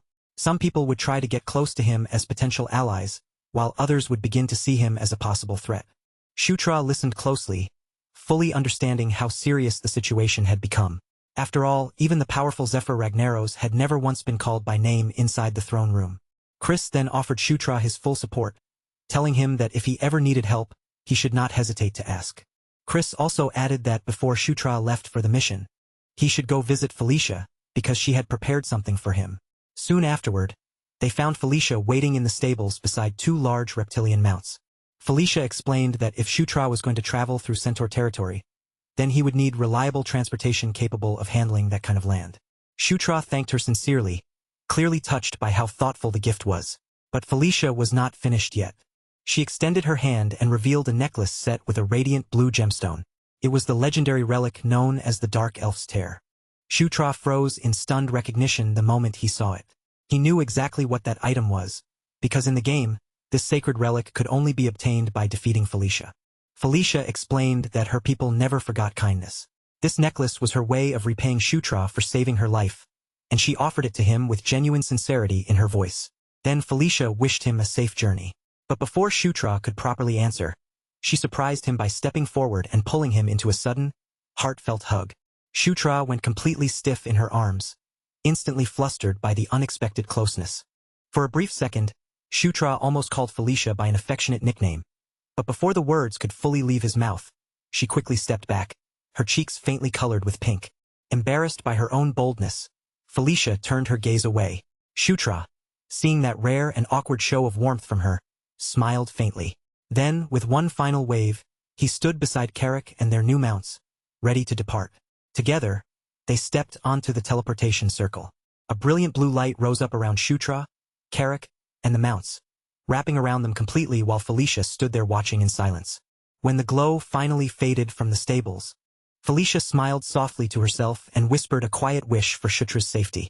At that same moment, a blinding flash marked his arrival in the vast open expanse of the Anger Plains. As the light of the transfer slowly began to fade, Shutra, Carrick, and their reptilian mounts found themselves standing on top of a stone platform, surrounded by windswept dust and an endless horizon stretching in every direction. Carrick looked around at the barren land and asked if this was really the place. Shutra let his gaze move across the wide plain. With a small smirk, Shutra confirmed that they had arrived. Before much time passed, a woman approached them and greeted the ninth prince with respectful courtesy. She introduced herself as Karma, a ranger assigned to guide them through the region, then bowed low before Shutra in a formal greeting. Shutra noticed her unusual appearance immediately. From the waist up, she looked human, but her lower body clearly belonged to a beast. Recognizing her race, Shutra identified her as one of the Sati. Karma seemed pleased that he knew what she was, and without wasting any time, she suggested that they begin moving right away. Their journey across the barren plains began immediately. The reptilian mounts kicked up rolling plumes of dust with every heavy step, while Karma ran ahead of them with effortless speed. As they traveled, she explained that the trip would take 2 days and asked whether Shutra would mind taking only a few short breaks along the way, which he did not. Karma's curiosity began to stir as she glanced over the small party traveling alongside Shutra, quietly taking in each person and the unusual little group he had brought with him. After observing them for a moment, she finally spoke up and asked whether any soldiers would be joining them during the journey ahead. Shutra answered that, at least for the time being, it would only be the people already present.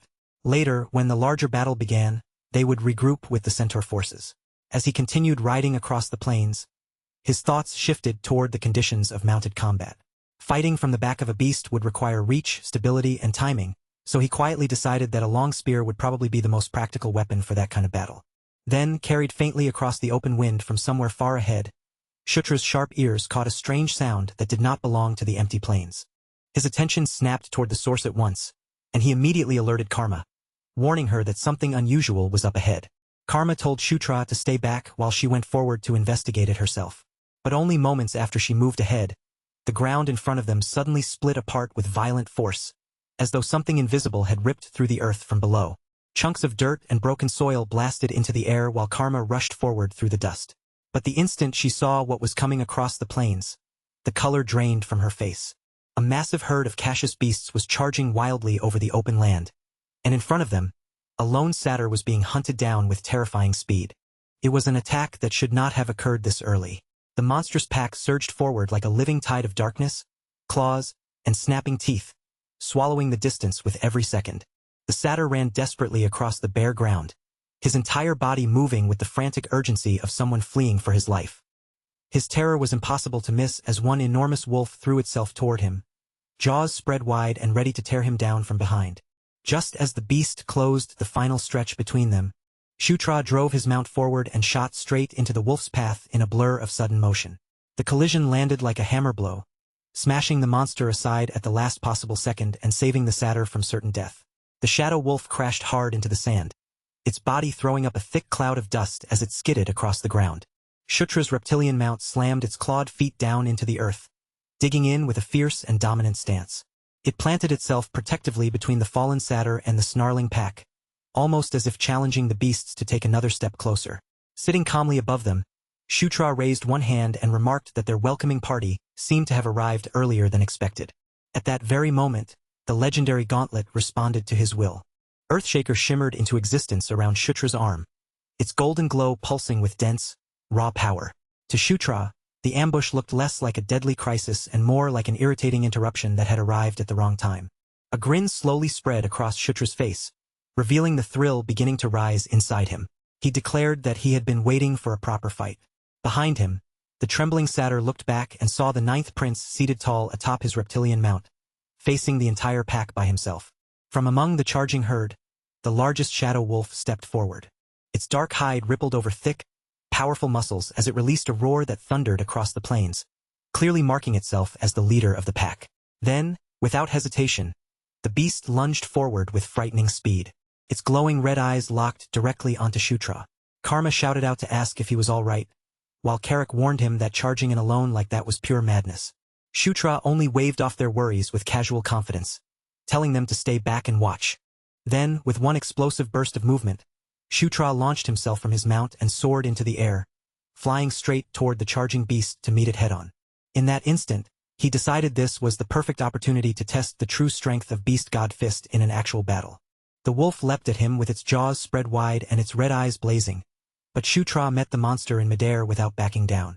Earthshaker burned around his arm like molten gold, his aura flaring violently as he gathered that force into his fist and unleashed the Fist of Explosion.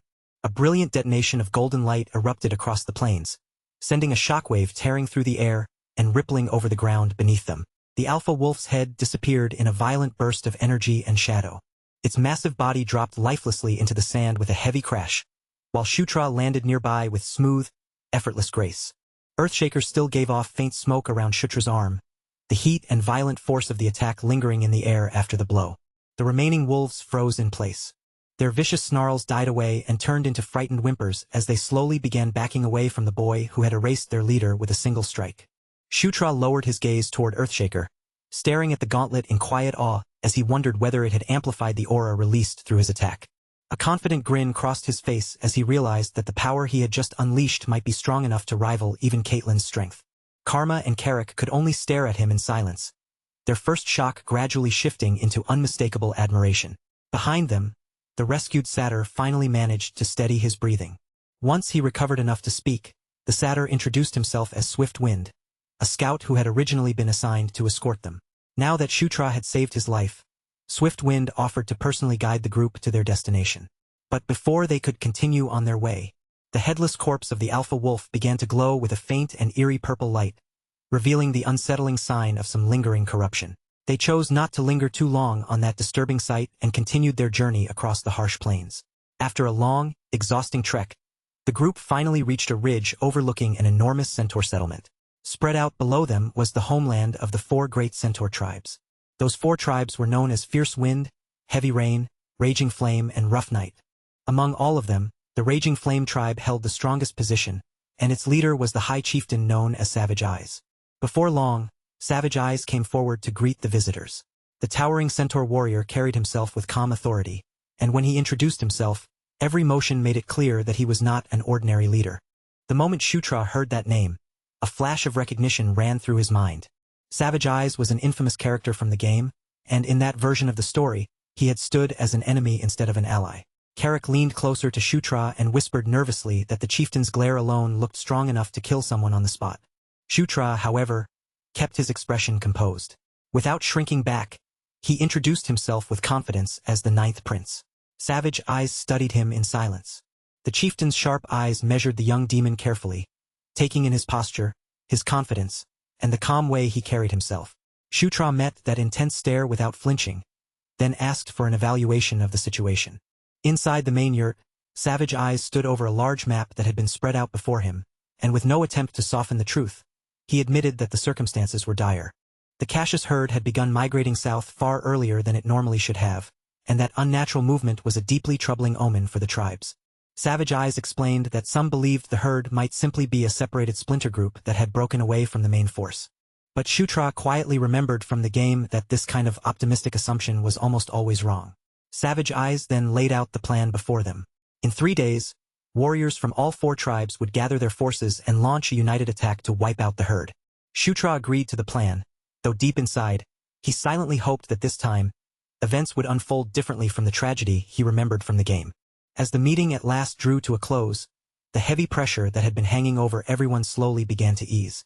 One by one, the gathered warriors shifted from tense silence into movement, preparing to leave the place and return to their own duties. But just as Shutra was about to step away completely, Savage Eyes stopped him with another call. The chieftain's sharp eyes narrowed, not with hostility this time, but with clear curiosity. A sly grin crept across his face as he asked if the rumors were actually true, that the young prince had really smashed the skull of a Cassius beast using nothing but his bare hands.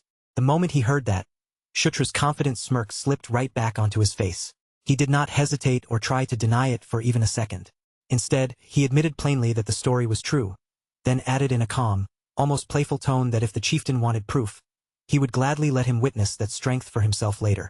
For just an instant, something rare flickered across Savage Eyes' hardened expression. A spark of real interest. The seasoned warrior did not back away from the challenge. Instead, he accepted it head-on, saying that he would be looking forward to seeing that kind of power with his own eyes. Later that evening, Shutra walked through the centaur settlement, and as he passed between the tents and gathered warriors, quiet voices began to follow him from every side like a spreading ripple. The centaurs murmured among themselves about the ninth prince, their gazes lingering on him wherever he went. They watched him with the kind of attention given to someone who was no longer just an ordinary royal guest passing through their land. In their eyes, he had become the young demon whose incredible footwork was already turning into a legend across the open plains. Walking close by, Carrick noticed the stares and whispers almost immediately, then commented that Shutra's reputation was rising at a truly frightening speed. Carrick even joked that it must have been because of Shutra's irresistible charm, but the words had barely left his mouth before he seemed to realize he had spoken a little too casually. Quickly smoothing over the mood, he shifted back into a more practical tone and advised Shutra to get proper rest before the battle waiting for them. That night, Shutra fell into a deep, quiet sleep, completely unaware that something extraordinary was beginning to awaken beside him. The gauntlet on his arm lay still at first, silent in the darkness, but then a soft green light began to pulse from it, glowing faintly like a heartbeat. The strange light slowly grew stronger, brightening little by little until it spilled across the room and pushed back the shadows. At last, the glow became intense enough to pull Shutra out of sleep, and he opened his eyes in confusion, blinking as he tried to understand what was happening. When Shutra lowered his gaze, he saw Earthshaker fully manifested around his arm, its presence so clear and powerful that there was no mistaking it. Startled, he called out the gauntlet's name in surprise. Then, through the stillness of the room, a calm and gentle voice began to echo. It carried a quiet, sacred feeling, as if the sound itself belonged to something far older than the night around him. Shutra raised his eyes, and there in front of him floated the transparent figure of a beautiful elf-like woman. Her form was wrapped in soft emerald light, shimmering gently like wind given shape. A faint glow reflected in Shutra's eyes as the mysterious woman looked directly at him. Her voice remained serene, but beneath that calm tone was a clear urgency, as she told him that she needed his help right away. Still only half awake and struggling to make sense of the impossible scene before him, Shutra stared at the floating woman and asked who she was. The spirit's expression softened as she met his gaze. Then, with quiet dignity and a presence that felt deeply connected to the land itself, she introduced herself as Green Wind. The instant Shutra heard that name, it hit him with the force of lightning, cutting through every trace of sleep still clouding his mind. He knew that name. He remembered it clearly from the lore he carried in his memories, and the realization snapped him fully awake in an instant. Green Wind was not some ordinary wandering spirit. She was one of the great nature spirits, a powerful being whose very name was deeply tied to the plains and the life flowing through them. She was the guardian who protected the plains and the source that helped sustain life across that vast land. But before Shutra could fully react to the weight of what he had just learned, the room around him began to fade away. In the next moment, everything around him vanished completely. Shutra's consciousness was pulled into a brilliant green realm, where currents of glowing energy swirled through the air, as if the entire space itself were alive and breathing. Shutra found himself suspended in that radiant world, floating beside the spirit with Green Wind calmly at his side. There, Green Wind explained that this place was her home, the very heart of the Engel Plains. It was also the sacred site where a fragment of her creator, the Watcher Ankel, still remained. As Shutra looked around at the breathtaking green space surrounding him, a sudden realization struck him with the force of a storm. This divine presence was not simply familiar to him. It was tied directly and dangerously to what was waiting ahead. The mention of Ankel sent a cold shiver down Shutra's spine, and the memory of that name surfaced immediately in his mind. Ankel was one of the 6 elder dragons, a godlike existence with power so overwhelming that even players within the game could never hope to meet him directly. Shutra slowly lowered his eyes toward the gauntlet wrapped around his arm. As he stared at the ancient relic, his thoughts began racing faster and faster. Earthshaker itself had been created by another ancient being, and now Shutra understood that his encounter with Green Wind could not possibly be brushed off as a simple coincidence. Green Wind's voice pulled him out of his thoughts, now urgent and heavy with danger. She warned him that monsters from the north were marching toward her sanctuary, and their purpose was to steal away the very life of the plains. If those monsters succeeded, her home would be devastated, and Green Wind herself would be destroyed along with it. She insisted that Shutra was the only one who could stop them, but he immediately pushed back, saying that he was nowhere near strong enough to handle something that enormous. Green Wind would not accept his doubt. She reminded him that he already carried the power of Enkidu, and as if her words had awakened that truth, golden light suddenly flared around Shutra's body in answer. She assured him that the fragment of ankle resting within her temple would give him the strength he needed. Then, as her figure began to fade like mist scattering in the wind, she left him with one final instruction.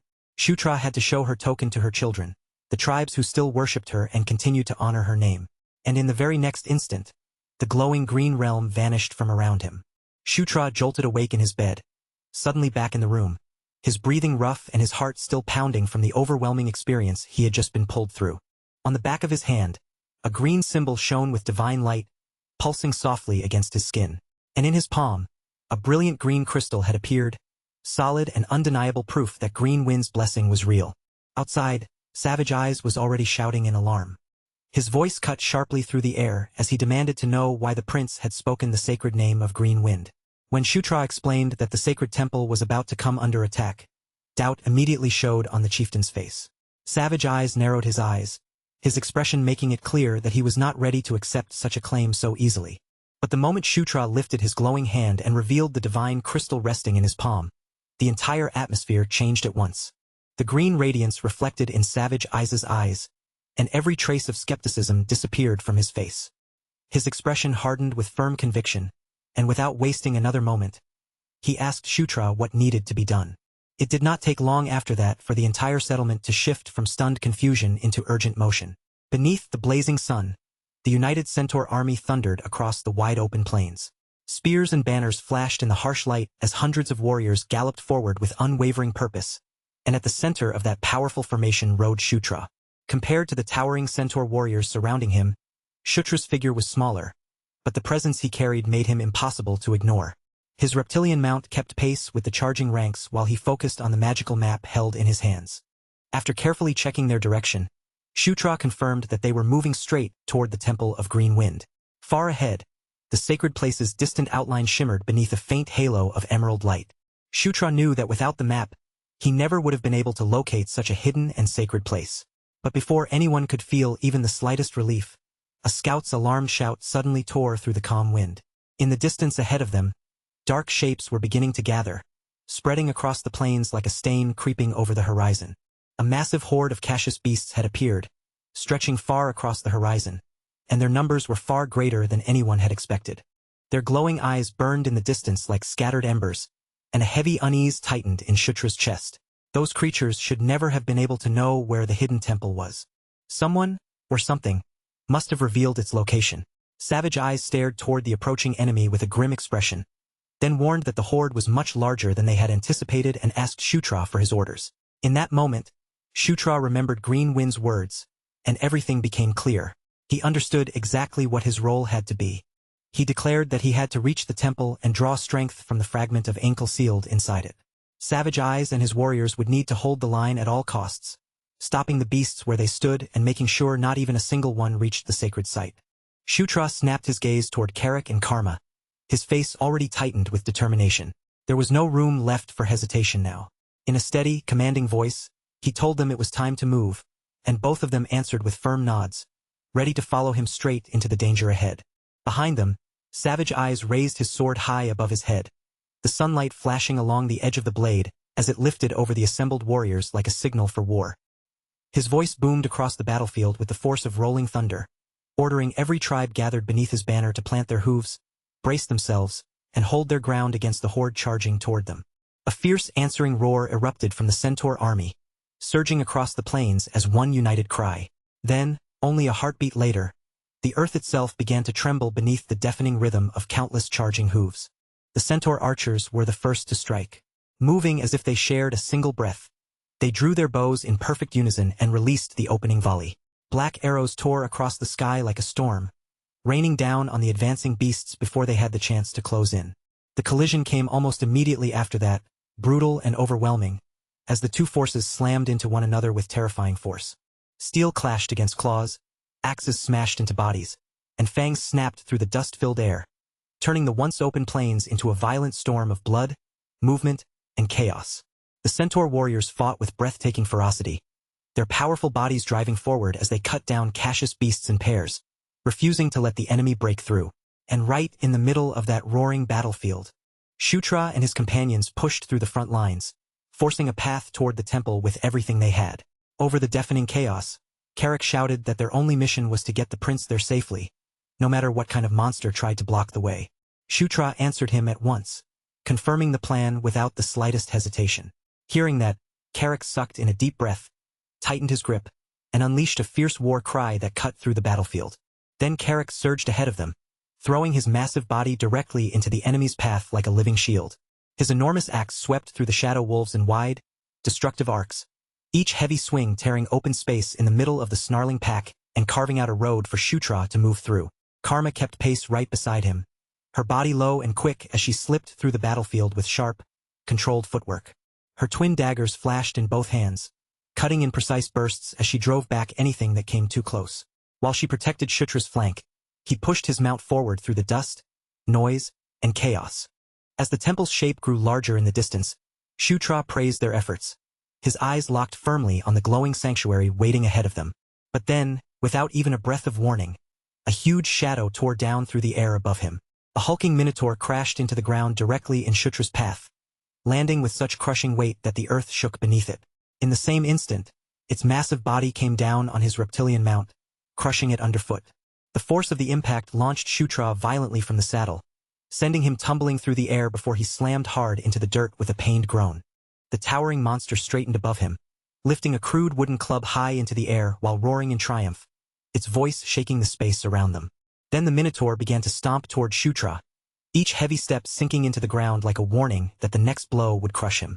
Shutra cursed under his breath, anger flashing through him as he blamed himself for dropping his guard at the worst possible moment. He forced his body up from the dirt, but before the minotaur could smash its club down, Carrick rushed into the gap and intercepted the strike. His axe collided with the wooden club in a violent, bone-rattling crash. Sparks and golden light burst outward from the impact, briefly lighting the space between Carrick and the monster.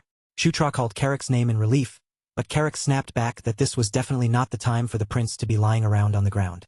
The minotaur roared again, furious now, and swung its club with even greater force, pouring more weight into the next crushing attack. But Carrick planted himself firmly and refused to yield, meeting each blow head-on and blocking the monster's attacks with sheer stubborn strength. The ground shuddered under the force of their clash, and every impact sent a heavy shock rolling through the dirt around them. Gritting his teeth against the pressure, Carrick refused to give up even a single step.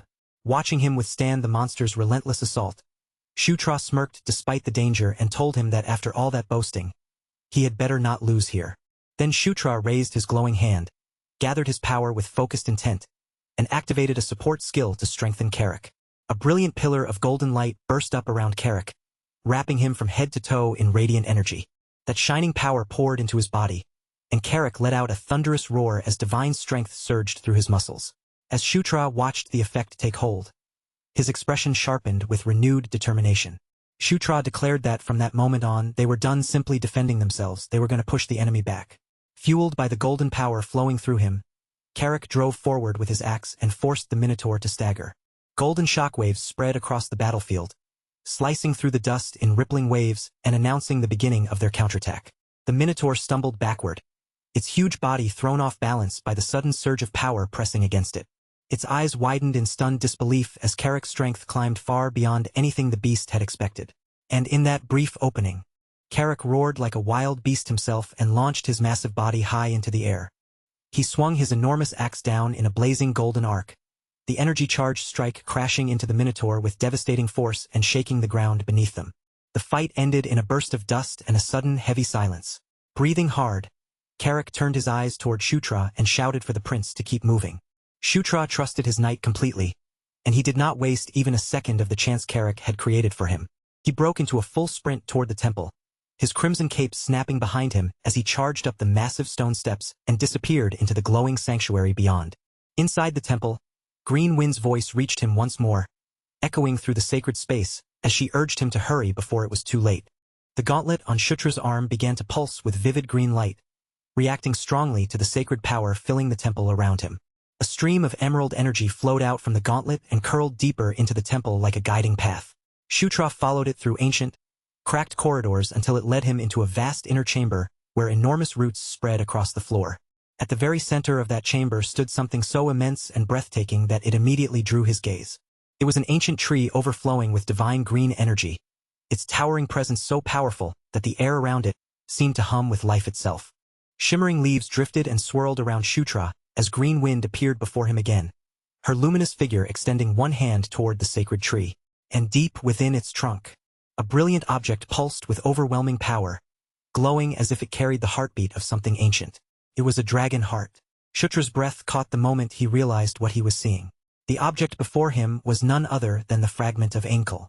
It was the source of an elder dragon's power, and Green Wind explained that the peace of the Ankel Plains had lasted only because the Watcher Ankel's protective magic continued to flow from this sacred place. If the temple were taken by the Horde, that protection would disappear along with it, leaving the plains exposed. And once that happened, the balance of the entire Ankel Plains would collapse. Green Wind turned to Shutra and asked him to awaken the magic sleeping inside the dragon heart, then use that power to stop the Horde before everything was lost. Outside the temple, Savage Eyes hurled his voice across the chaos of the battlefield, calling out to every warrior who still had the strength to stand. With his weapon raised and his eyes burning, he shouted that the sacred temple had to be defended at all costs, even if every last one of them had to stake their lives on that holy ground. Carrick's axe ripped through another minotaur in a violent flash of sparks, his huge body driving forward like a wall made of muscle, rage, and loyalty. Not far from him, Karma kept fighting off wave after wave of shadow wolves, her daggers flashing sharply under the sunlight, while even one of the tree guardians seemed to sense just how heavy and dangerous the enemy presence around them had become. Deep inside the sanctuary, Green Wind's voice trembled with desperation as she begged Shutra to protect the plains and save the children who still worshipped her name.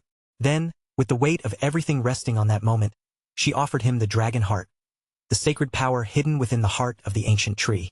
Shutra slowly reached out toward the artifact and placed his hand upon it, accepting the responsibility without needing to say a word. And the instant his palm made contact with its surface, a violent eruption of green energy burst outward, flooding straight into Shutra's body like a living storm. The force snapped his head back, and in the next second, his vision was completely swallowed by a blinding wave of light. When the light cleared, Shutra found himself standing in an enormous void filled with endless glittering stars. And there, towering before him, was a colossal serpentine figure, the elder dragon Ankel. Its three ancient eyes glowed with a depth that felt older than the world itself, carrying both cosmic wisdom and a level of terrifying power that could crush the soul just by being seen. The enormous dragon slowly lowered its gaze toward Shutra, looking down on him from above as though it could see through his body, his thoughts, and straight into the depths of his soul. Then Ankel's voice rumbled through that star-filled space like the sound of creation itself, giving Shutra a single, simple command. Take it. And back in the physical world, the entire temple suddenly erupted in an overwhelming explosion of brilliant green light. A towering pillar of emerald radiance shot straight upward, piercing the sky above the battlefield like a beacon from the heavens. That light could be seen from miles away, and for one brief, breathless moment, the entire battlefield seemed to freeze.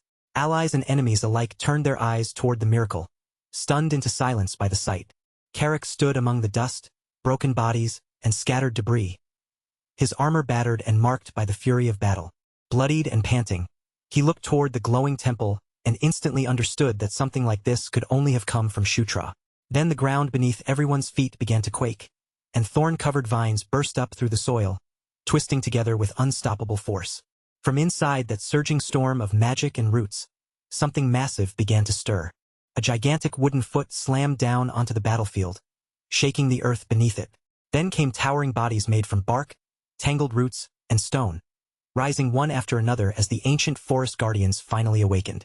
The newly awakened titans charged into the battlefield, moving with the crushing weight and fury of the forest itself behind them. Their branch-like arms swept through the horde with overwhelming force, smashing beasts by the dozens and sending them flying across the plains like broken toys. One minotaur barely had enough time to roar before a guardian's massive blow crashed down on it, hammering the creature straight into the ground. In that single instant, the entire flow of the battle shifted. Only moments earlier, the plains had been swallowed by chaos and desperation. But now, nature itself had risen to fight beside Shutra and the centaur tribes. And inside the temple, Green Wind let out a breath filled with relief, declaring that Ankel's magic had finally awakened once again. She turned toward Shutra, and deep gratitude shone clearly in her eyes. She thanked him for saving the Engel Plains, but that relief lasted for only the briefest moment before it twisted suddenly into horror. The dragon heart's energy was not calming down. Instead of settling back into the temple and reinforcing its protection, that immense power continued pouring directly into Shutra. Green Wind's eyes widened as she demanded to know why the mana was flowing into him, and then fear seized her as she realized the truth. Shutra was absorbing the Elder Dragon's power. His body convulsed violently under the strain, white light flooding his eyes while the raw energy tore through him from the inside. Green Wind cried out for him to stop, warning that his mortal body would be destroyed. But in the middle of that unbearable agony, golden radiance suddenly burst from within him, and notifications rang through his mind. His level had gone up.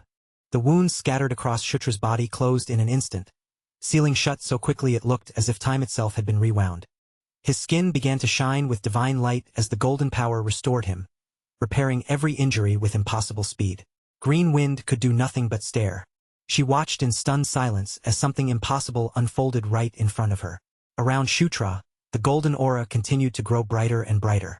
His power surged again and again, breaking past its former limits as his level kept climbing higher. And deep within his consciousness, the goddess of conquest appeared, her presence vast and overwhelming, her voice carrying absolute authority. She ordered Shutra to subdue the dragon heart, conquer its ancient power, and force that power to kneel before his will. Shutra clenched his fist until his knuckles tightened, refusing to let either the pain or the pressure break him. No matter how much it hurt, and no matter what price he had to pay, he was determined to seize the ancient dragon's power as his own. Once again, the goddess's voice rang out through his mind. She proclaimed that even the lingering remnant of an elder dragon would bow before Shutra's unshakable will. And back inside the temple, the glowing green dragon heart sank into Shutra's chest and fused directly with his body. At the same time, the ancient tree standing in the center of the chamber pulsed one final time before releasing a magnificent burst of light. Slowly, the overwhelming brilliance began to fade from the chamber. In its place, a gentle green radiance settled across the room, and tiny motes of light drifted softly through the air. Bent forward from the ordeal, Shutra gasped for breath, forcing himself to remain on his feet, despite everything his body had just endured. A shimmering emerald aura wrapped around him as the transformation finally came to an end. When he straightened, his shadowed face carried the sharp glint of a newly awakened power. As the voice of the goddess of conquest faded from his mind, she bestowed upon him a new name. He had become the Knight of Conquest. At the same time, a cascade of notifications appeared before Shutra's eyes, listing the new powers he had obtained: dragon body, dragon blood, and immunity to every poison. His level had climbed to 17, and his title had changed as well, marking him now as Dragonborn. Shutra immediately understood what that title meant. He had become someone whose dormant dragon genes had awakened, a being now capable of wielding true draconic magic. The realization struck him with tremendous weight. His rival, Zephyr Ragnaros, held that same kind of power through inherited dragon lineage, and now Shutra had finally reached a level where he could stand as his equal. Green Wind's spirit appeared before him once more, her luminous form hovering gently as her voice filled with awe while she looked upon the changed prince. She said she could feel Ankel's essence flowing within him, unmistakable proof that Shutra now possessed both the spirit and the body of a dragon. Although Green Wind admitted that this power had remained sealed away for 1,000 long years, she felt no regret in seeing it reborn through him. Calling Shutra the successor of the Watcher, she gave him one final plea: protect the Engel Plains and safeguard her children, the centaurs and satyrs who lived beneath her blessing.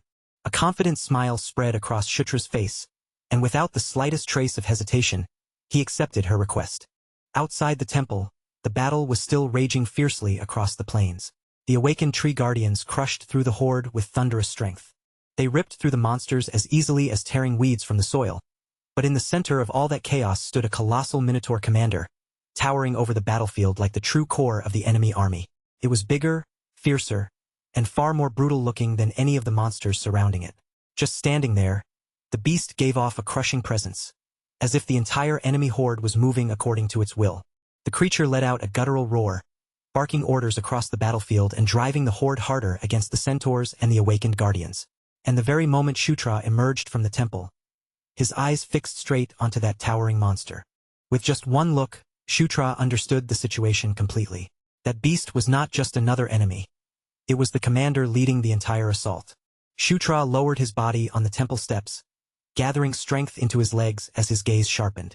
Then, in a sudden burst of speed, he launched himself forward, landed in the middle of the battlefield, and immediately called out Carrick's name. Carrick turned toward the voice in shock, his eyes widening as he saw Shutra standing there alive, and carrying a presence so different it felt like the prince had returned as someone entirely new. At the same time, the enemy commander released a furious snarl. Its crimson eyes burned with rage, and with both hatred and violence in its glare, it swung its massive axe toward the intruder who had dared to challenge it directly. Shutra did not flinch beneath that murderous stare. His expression remained steady, and golden energy began gathering around his clenched fist. Then he drove that energy-filled punch straight toward the monster's chest, aiming to break through its defenses and crush it with one clean strike. But the beast moved with a speed that completely betrayed its enormous size, twisting out of the way before Shutra's attack could land, and immediately launching a counterattack. A vicious backhand smashed into Shutra and sent him skidding across the dirt. The monster leapt after him without pause, axe raised high for the finishing blow, but Shutra managed to steady himself before the next strike came down. His eyes burned with fierce concentration as he stared the monster down. This time, he promised, the beast would not be able to withstand his power. Shutra poured his energy into his fist and unleashed the Fist of Explosion once more, sending a massive wave of golden force crashing directly into the commander's body. The attack struck it head-on. But even after taking the full impact, the Minotaur only staggered back a short distance. Its hide was unbelievably tough, and Shutra clenched his teeth as the reality of the situation sank in. Brute force by itself was not going to be enough to take this monster down. The beast swung its axe again, forcing Shutra to leap backward as the blade tore through the ground, kicking up dust and scattering sparks through the air. Yet right in the middle of that deadly exchange, a smirk slowly formed on Shutra's face. It was time to show this commander a power it had never faced before. Shutra activated Dragon Blood. A violent surge of purple energy exploded from his body, curling and twisting around him like living flames, while the pressure in the air began to distort around his form. A sharp system alert rang through Shutra's mind. Earthshaker, the gauntlet on his arm, had unlocked its true form, and lightning began crackling across its surface as a fresh wave of power flooded into him. Shutra focused every ounce of that strength into the gauntlet, tightening his fist as the gathered energy climbed higher and higher, reaching a dangerous peak. He vowed to bet everything on a single decisive blow.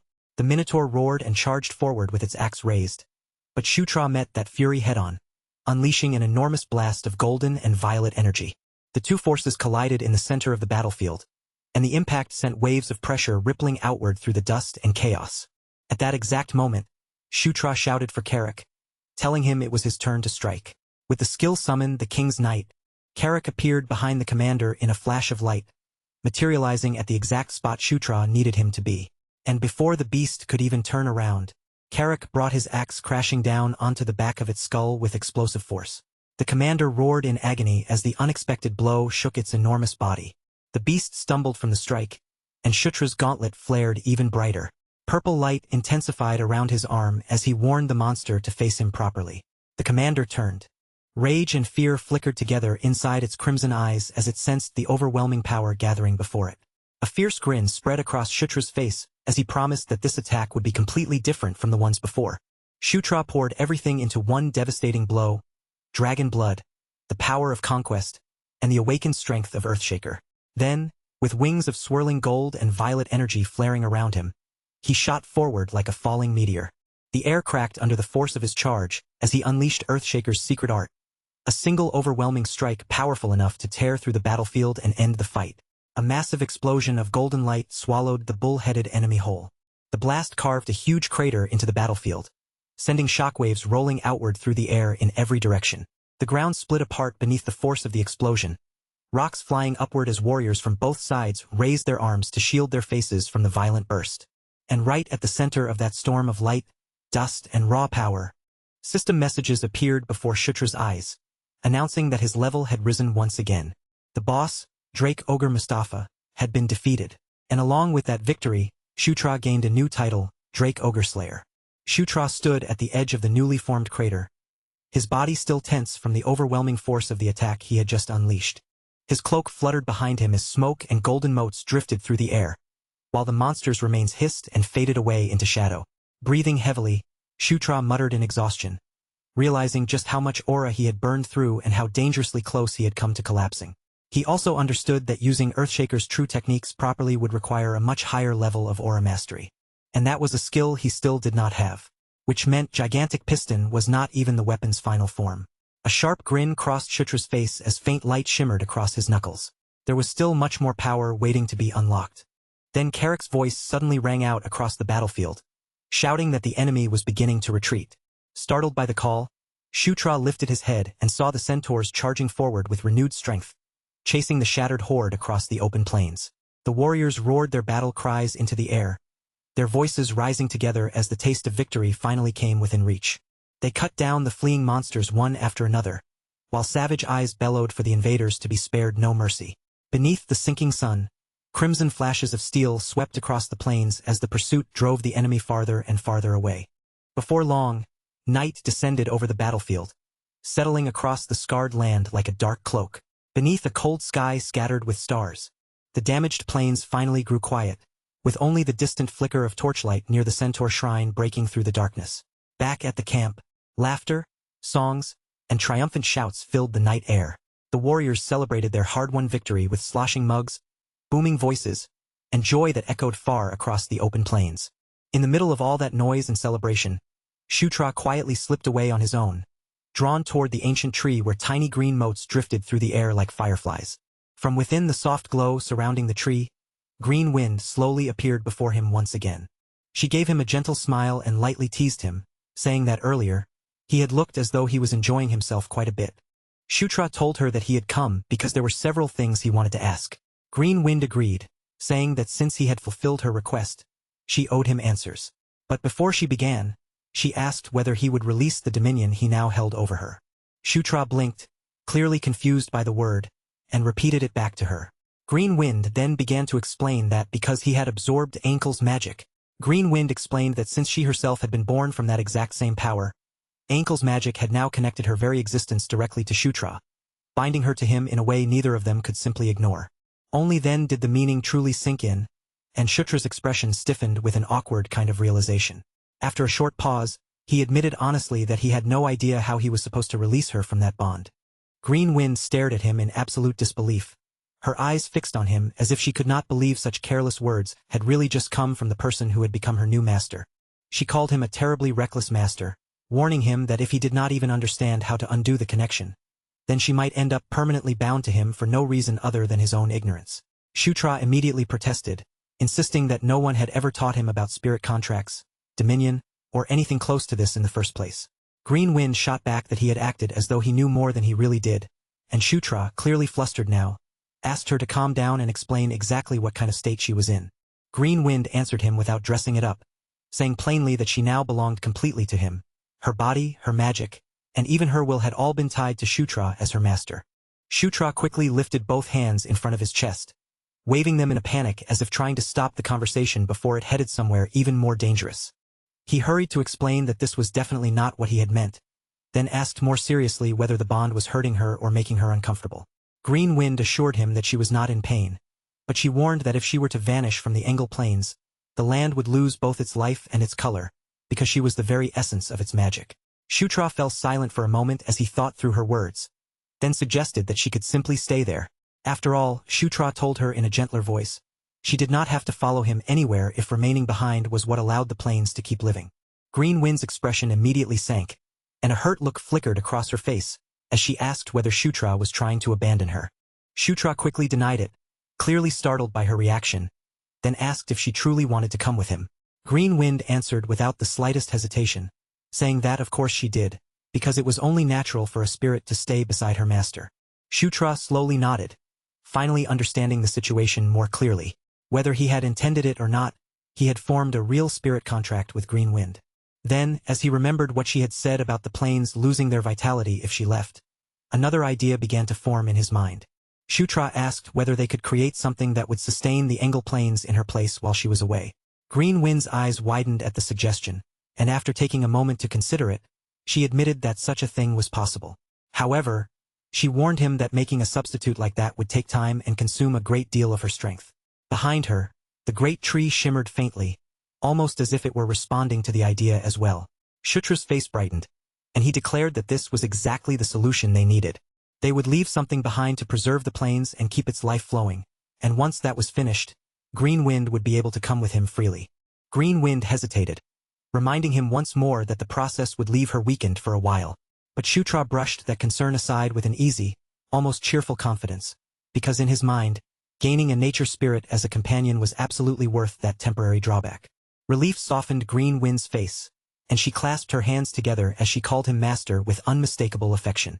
Shutra smiled back at her, then said that since they had settled that matter, there were questions he wanted answered. Looking up at Green Wind, Shutra asked her when Enkel had died, and how it had happened. At that question, the emerald glow surrounding Green Wind dimmed just a little, and her expression grew distant, as if her mind had drifted back toward a time far beyond Shutra's reach. She admitted that she could not remember everything, because she was only a fragment of that ancient power reborn as a spirit. Even so, one memory remained painfully clear. 1,000 years ago, Enkel had been murdered. Shutra went completely still when he heard that word, stunned by the weight behind it. Green Wind continued in a quiet voice, saying that she did not know who the killer had been, only that it had not been another elder dragon. Shutra whispered the word murder under his breath, chilled by the idea that someone in this world had actually been capable of killing a being worshipped almost like a god. Green Wind drifted a little closer to him, her voice becoming softer as she told him he should speak more casually with her, since it felt strange for a master to address his spirit so formally. Shutra rubbed the back of his neck in embarrassment, agreed to drop the stiff tone, and then carefully shifted the conversation toward another question. He asked whether, as Enkel's successor, he might be able to absorb the powers of other elder dragons as well. Green Wind tapped a finger lightly against her lips, thinking it over before she answered. Under normal circumstances, she said, something like that should be impossible. But Shutra was an unusual case. He was already carrying the opposing powers of the Watcher Enkel and the Great Enkidu, which proved that his body could endure both forces at the same time. Because of that, Green Wind reasoned that Shutra might also be capable of withstanding the power of other elder dragons. Amazed by the possibility, Shutra let out a quiet laugh to himself and called it the kind of unfair advantage that only a protagonist would be lucky enough to receive. But that brief amusement did not stay on his face for long. Growing serious again, Shutra asked one final question. What did Green Wind actually know about the strange power inside him? She answered honestly that her memories were incomplete, so her understanding of that power was limited. But before Shutra could question her any further, Green Wind's entire form suddenly flared with dazzling light. Shutra reacted on instinct, raising one arm in front of his face to shield his eyes from the sudden radiance. Caught completely off guard by the burst of light, he shouted in surprise, his voice breaking through the quiet air around them. Then Green Wind's voice changed, deepening and resonating with a divine power that no longer sounded entirely like her own, as she proclaimed that Shutra was a knight of conquest. She declared that he was a being born with the destiny of a king, and that the power inside him was dominion itself, the authority to conquer, command, and rule all things beneath the heavens. As those words echoed through the night, Shutra stood beneath Green Wind's overwhelming radiance, feeling the truth of his terrifying potential begin to sink deep into his very core. Morning sunlight spilled across the temple columns, bathing the ancient stone in warm gold as soft footsteps echoed quietly through the sacred space. Shutra stirred with a faint groan, his consciousness slowly rising from the darkness as he began to wake. He pushed himself upright and blinked through the haze of sleep, muttering that he remembered talking with Green Wind, even though the memory felt strangely distant and blurred around the edges. A gentle emerald glow drifted down from above, and Green Wind materialized before him with a calm expression. She asked whether her master was finally awake, and Shutra breathed out her name as he recognized that familiar, soothing presence. Green Wind explained that during the previous night, a trace of Enkel's consciousness had surfaced through her. That overwhelming presence had likely been too much for Shutra to bear, which was why he had lost consciousness. And as she spoke, faint visions rippled through the air around them. Swirling leaves, brilliant light, and an echoing voice declaring that a knight of conquest was born with the destiny of a king, meant to rule all creation. Then the words faded away like wind slipping through branches. The vision ended with a vow of loyalty as Greenwind declared herself bound to him. As Shutra pieced those fragments together, he realized that this was the power of the king, the very essence of conquest itself. Startled by that thought, he wondered whether Ainkel had somehow foreseen his awakening from the very beginning. Greenwind lowered her head respectfully and said that because Shutra was now her master for all eternity, there was something she had kept from him the day before, and now she had no choice but to reveal it. A grid of glowing runes appeared in the air between them, spreading out like a magical map. Greenwind revealed that at the far northern edge of the Engel Plains, one of Ainkel's lost relics was hidden. Shutra repeated the words in awe, realizing that they were speaking about an artifact left behind by Ainkel himself. Greenwind continued in a steady voice while the luminous runes shimmered softly before them. She explained that the relic was an artifact infused with the power of an elder dragon, an item known as the Shield of Life. Then Greenwind began to tell him the story behind that sacred object. More than 1,000 years ago, the Watcher Ainkel had bestowed the shield upon the bravest centaur warrior of that age, a hero who led his people to countless victories and never once suffered a wound. But despite all his valor and glory, that warrior's end did not come on the battlefield. It came through betrayal. He had been killed while he slept, struck down in the dark by a woman sent by those who were desperate to claim the terrifying power he carried. But the shield was not something anyone could simply take. It would only allow itself to be held by the one it had chosen. So in the end, his followers had no choice but to lay it to rest beside him, burying both the fallen master and the sacred relic together beneath the frozen earth of the distant northern lands. And as time continued to pass, first in quiet years, then in long, forgotten centuries, the relic that had once inspired fear across the land gradually slipped out of living memory. Its true name disappeared from people's mouths, fading into the haze of old stories and half-remembered myths. Eventually, no one spoke of it by its original title anymore. Instead, the world came to remember it by the name of the warrior who had died together with it. White Suri. The very moment that name reached Shutra's ears, his eyes snapped open in shock. He knew it. There was no mistaking that name. White Suri was a mythical artifact that had only appeared in the secret background lore of Night Saga, a legendary shield hidden so deeply that no player had ever managed to find it. His heart began to race as the truth settled over him. White Suri was real, and even more incredible than that, it was tied to an elder dragon. Greenwind leaned slightly toward him, watching his reaction carefully, and asked whether he had heard the name before. Shutra nodded immediately, and even though he tried to stay composed, the excitement in his voice was almost impossible to conceal as he asked where the tomb was. Greenwind answered in her usual calm tone, explaining that once she finished making a replacement for herself out on the plains, she would be able to guide him directly to it. Shutra wasted no time asking how long that would take, and Greenwind considered it briefly before estimating that the entire process would need roughly 2 days. Shutra fell silent for a short moment, weighing the timing in his head, then agreed that they would set out as soon as those 2 days were over. The far north was not an easy destination by any means, but it was not completely beyond reach either, and for Shutra that was more than enough. A sharp spark of anticipation flickered inside his chest, bright enough that he could not fully push it down. If they managed to obtain White Suri, then the path in front of them would become much smoother. While Shutra moved across the temple grounds under the slowly brightening sky, his mind raced through one possibility after another. A journey to the north would not be hard to explain on the surface. To anyone watching, he could simply say that he was hunting down the remaining traces of Cassius. But the real issue was not the excuse itself. Shutra understood that the moment the temple was activated, there was a very high chance the Demon King had already noticed something. And if the Demon King side had sensed it, then an inspection team would almost certainly be dispatched before long. Shutra ran through the timing in his mind, calculating the likely delay, and came to the conclusion that they probably had less than a week before someone from the Demon King's castle arrived. In that case, leaving early would clearly be the safest choice. But just as Shutra settled on that decision, Savage Eyes suddenly came hurrying toward him with urgent, heavy steps. Savage Eyes quickly reported that someone from the Demon King's castle had already reached them. Shutra froze where he stood, his expression tightening at once as he muttered under his breath that this was far too fast. Then, only a short while after that sudden report, a familiar white-haired woman stepped into the hall, several attendants following behind her in an orderly line. She entered with such confidence that it seemed as though she had every right to be there, then looked toward Shutra and casually commented that he looked like he had just seen a ghost. Shutra recognized her the instant he saw her. Felicia Doomblade.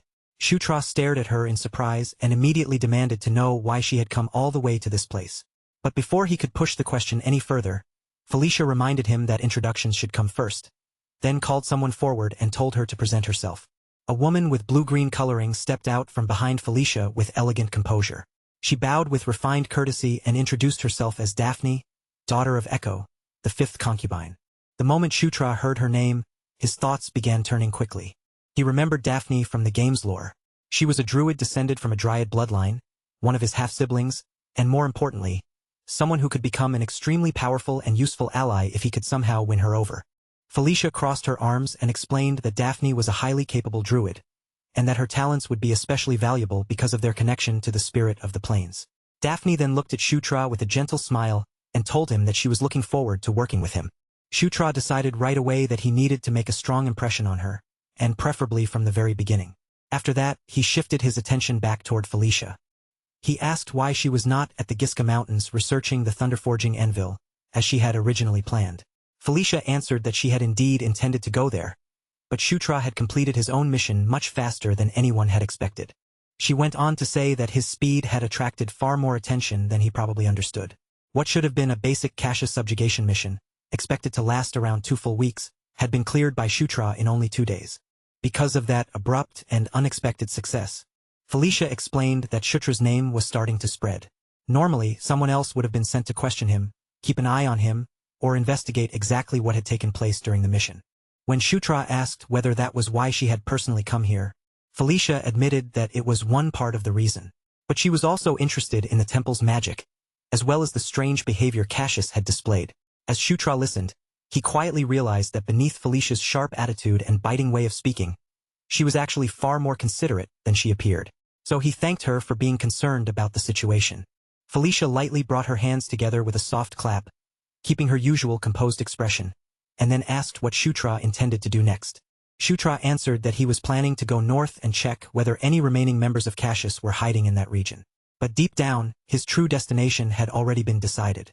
He was heading north for White Suri.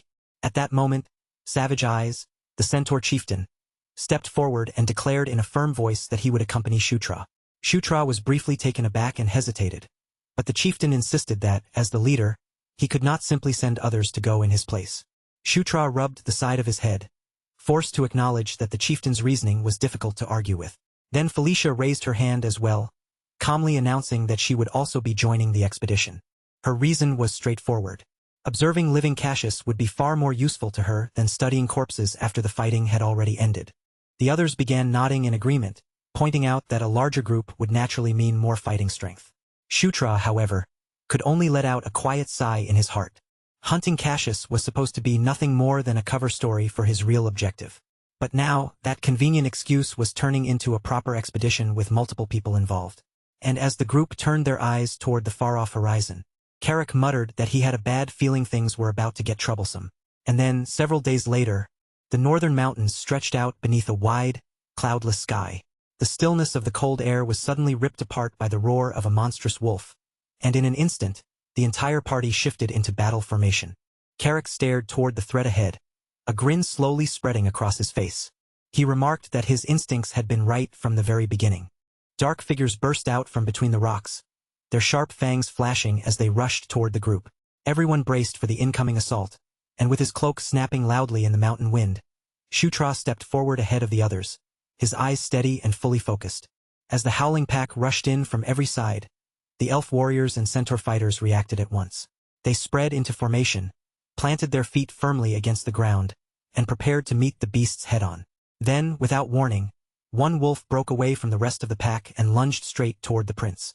Shutra steadied himself as the beast charged in, but at the final moment, he slipped to the side with practiced, effortless movement. Even while dodging the attack, a flash of confusion cut through his thoughts. How had monsters like these appeared here so suddenly? He remembered clearly that they had already wiped out every monster in this area the last time they passed through. That made their sudden return feel completely wrong. And just as that uneasy thought settled in his mind, the situation worsened even further as winged creatures began dropping down from the sky above. Their bodies had a hard, stone-like texture, and their warped silhouettes made them look almost like living gargoyles as they swooped down through the open air. Shutra identified them right away as Geists, and the moment he recognized them, he understood that this enemy force would be far more annoying and dangerous than a simple pack of wolves. A green light rose in Shutra's eyes as he lifted his gaze toward the flying enemies overhead and said that they were not the only ones who could take to the air. He activated Wind Blessing, and in the very next instant, his body grew light, as though the air itself had taken hold of him and lifted him smoothly from the ground. Shutra climbed higher and higher into the open air, his body cutting upward as his speed grew with every passing breath, while currents of wind curled tightly around him like an invisible cloak. Nearby, Green Wind hovered in her tiny fairy form, staring at him with her mouth almost hanging open, completely unable to process what she was seeing, as she blurted out how he could possibly be using her magic in that way. Shutra gave her no answer at all. Instead, he leaned into the wind and shot forward like a released arrow, tearing across the sky straight toward the Geists. One of the monsters stiffened for the briefest moment, staring at the boy flying at it head-on, as if even its stone-like mind could not understand why a kid was charging through the air directly toward its face. In that very next heartbeat, Shutra gathered power into his fist. The explosive force swelled around his knuckles, tightening into a single brutal point, and then he drove his punch straight into the Geist's face without slowing down. The blow connected with crushing force. The Geist's head snapped back as its entire body was blasted away, sent hurtling through the air like it had just been struck by a cannonball at close range. Still suspended above the battlefield, Shutra slowly turned his sharp eyes toward the rest of the monsters. Irritation flashed across his gaze as he looked down on them and told them to stop being so annoying and vanish already. Far below, on the ground beneath that chaotic sky, Green Wind continued watching the impossible scene unfold, her tiny face frozen in disbelief as she quietly wondered what purpose she even had anymore if Shutra could use her power like that. At the same time, while the battlefield broke into confusion all around them, Daphne had somehow become separated from the rest of the group. Daphne raised her head, and the first thing she saw was a flying monster plunging down at her from above. Its shadow swept over her body, and pure panic spread across her face the instant she realized she had become its target. A terrified scream burst from Daphne's throat as she stood there frozen, her feet refusing to move while the monster closed in, and no clear escape route appeared in front of her. Carrick reached her at the very last moment, throwing his body between Daphne and the incoming monster before forcing the creature back with sheer physical strength. He shouted at Daphne to snap out of it and fight, and at almost the same moment, Felicia Doomblade released her own magic with calm precision, declaring that everything was going exactly according to her plan. Felicia sprang into motion with a powerful leap, and with a sharp command of her spell, massive stones came crashing down from above. The heavy rocks slammed into the battlefield, crushing several monsters beneath their weight in an instant. By the time the dust finally drifted away, the ground was littered with the bodies of defeated beasts. The battlefield that had just been filled with howls and claws now lay scattered with fallen monsters from end to end. Felicia stepped closer to inspect them, her eyes narrowing as she noticed something Shutra had overlooked during the chaos of the fight. A faint purple aura was still clinging to the monsters' bodies, lingering around them like an unnatural stain. Shutra looked at the strange glow and asked what it was, and Felicia answered that, from what she could tell, it was most likely some form of curse magic. Felicia explained that the spell had strengthened the creatures, but it had done so by burning away their own life force. Their emotions had also been dulled until almost nothing remained, turning them into little more than living weapons. Because of that, the Dark Elf concluded that someone must have been controlling the monsters from far away through the curse. Shutra's thoughts twisted in confusion as he listened, because they had already defeated the last person who had been manipulating monsters like this. So if that enemy was already gone, who was controlling them now? While Shutra struggled with that unsettling question, Carrick called out and pulled his attention toward Daphne. Carrick pointed out that Daphne had been tense from the very start of the battle. Her body had been stiff, her reactions had come late, and from the way she moved, he guessed this might have been her first real fight. Shutra silently agreed with Carrick's judgment. He realized that the Daphne standing in front of him was much less experienced than the version he remembered from the game. Then Daphne spoke in a strained voice, saying that she could feel the spirit's fear, and that the sinister energy seemed to grow stronger the farther north they traveled. Green Wind backed up Daphne's words, confirming that she could sense it too. From the north, she could feel a dark, disturbing power flowing toward them like a cold current. Savage Eyes then suggested that they should continue onward to the northernmost point and see with their own eyes exactly what was happening there. Shutra could only admit to himself that all he had wanted was to recover White Suri, yet somehow this entire situation had grown much more complicated and troublesome than it ever needed to be. Even with that frustration weighing on him, Shutra agreed that they would continue forward, and he decided their next stop would be the observation tower standing along the northern border. Beneath a night sky glittering with countless stars, a tall stone tower rose from the northern border like a silent guardian watching over the land. The group gathered on the upper platform, standing together as they looked out across the dark horizon. From that high place above the surrounding terrain, they spotted a massive concentration of purple energy gathering far off in the distance, and around it stood hundreds of enemies. Felicia's face hardened as she studied the sight, then explained that only a high-ranking undead, something on the level of a lich, could possibly command such a large force. Then, without even the slightest warning, Daphne suddenly dropped to her knees, overwhelmed by the suffocating pressure radiating from that dark energy. Carrick rushed over at once, supporting her as he helped her back up and asked if she was okay. Daphne shakily insisted that she was fine, but the trembling in her voice and body made it clear that the energy was affecting her badly. Felicia explained that the sinister power was harsh, direct, and oppressive, and because Daphne was half-spirit, she felt its weight far more painfully than the others did. Shutra took in the situation with a quick glance and immediately understood that they were at a serious disadvantage. Keeping his voice as calm as possible, he suggested that they pull back before things became any worse. But before anyone could even begin to move, Felicia suddenly sensed something approaching them. Her body went rigid, her expression sharpened, and she warned the group that someone was coming straight toward their position. Shutra was startled by the intensity in her voice and the clear alarm written across her face. He immediately checked his holographic map, trying to figure out who could possibly be approaching them in a place like this and at a time like this. The answer appeared in front of him almost instantly. Several red enemy markers had already spread around them, surrounding their position from multiple directions. Then Carrick suddenly pointed toward the sky and shouted for the prince to look up right away. Several enormous fireballs were falling from the heavens, dropping straight toward the tower like burning meteors. Shutra raised his head, and panic flashed across his face as the flaming attack descended on them with terrifying speed. In that instant, Shutra realized they had walked directly into a trap. He shouted for everyone to get out of the tower immediately, but in the very next second, the meteors slammed into the structure. A devastating explosion ripped through the tower, tearing the stone structure apart in moments. Its frame buckled under the impact, collapsing into a storm of fire, smoke, and shattered rock while enemies watched from far away. The tower completely broke apart beneath the force of the flaming meteors. Stone blocks and broken debris poured downward in a roaring collapse, swallowing the area in dust and destruction. Carrick cried out as chunks of falling debris slammed into him, but even under that brutal impact, he planted himself like a shield and used his own body to protect his teammates from the worst of the wreckage.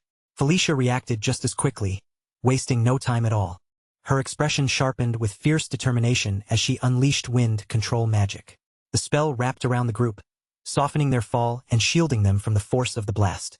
Broken stone continued raining down around them from every side, but because Felicia had intervened so quickly, none of them suffered serious injuries.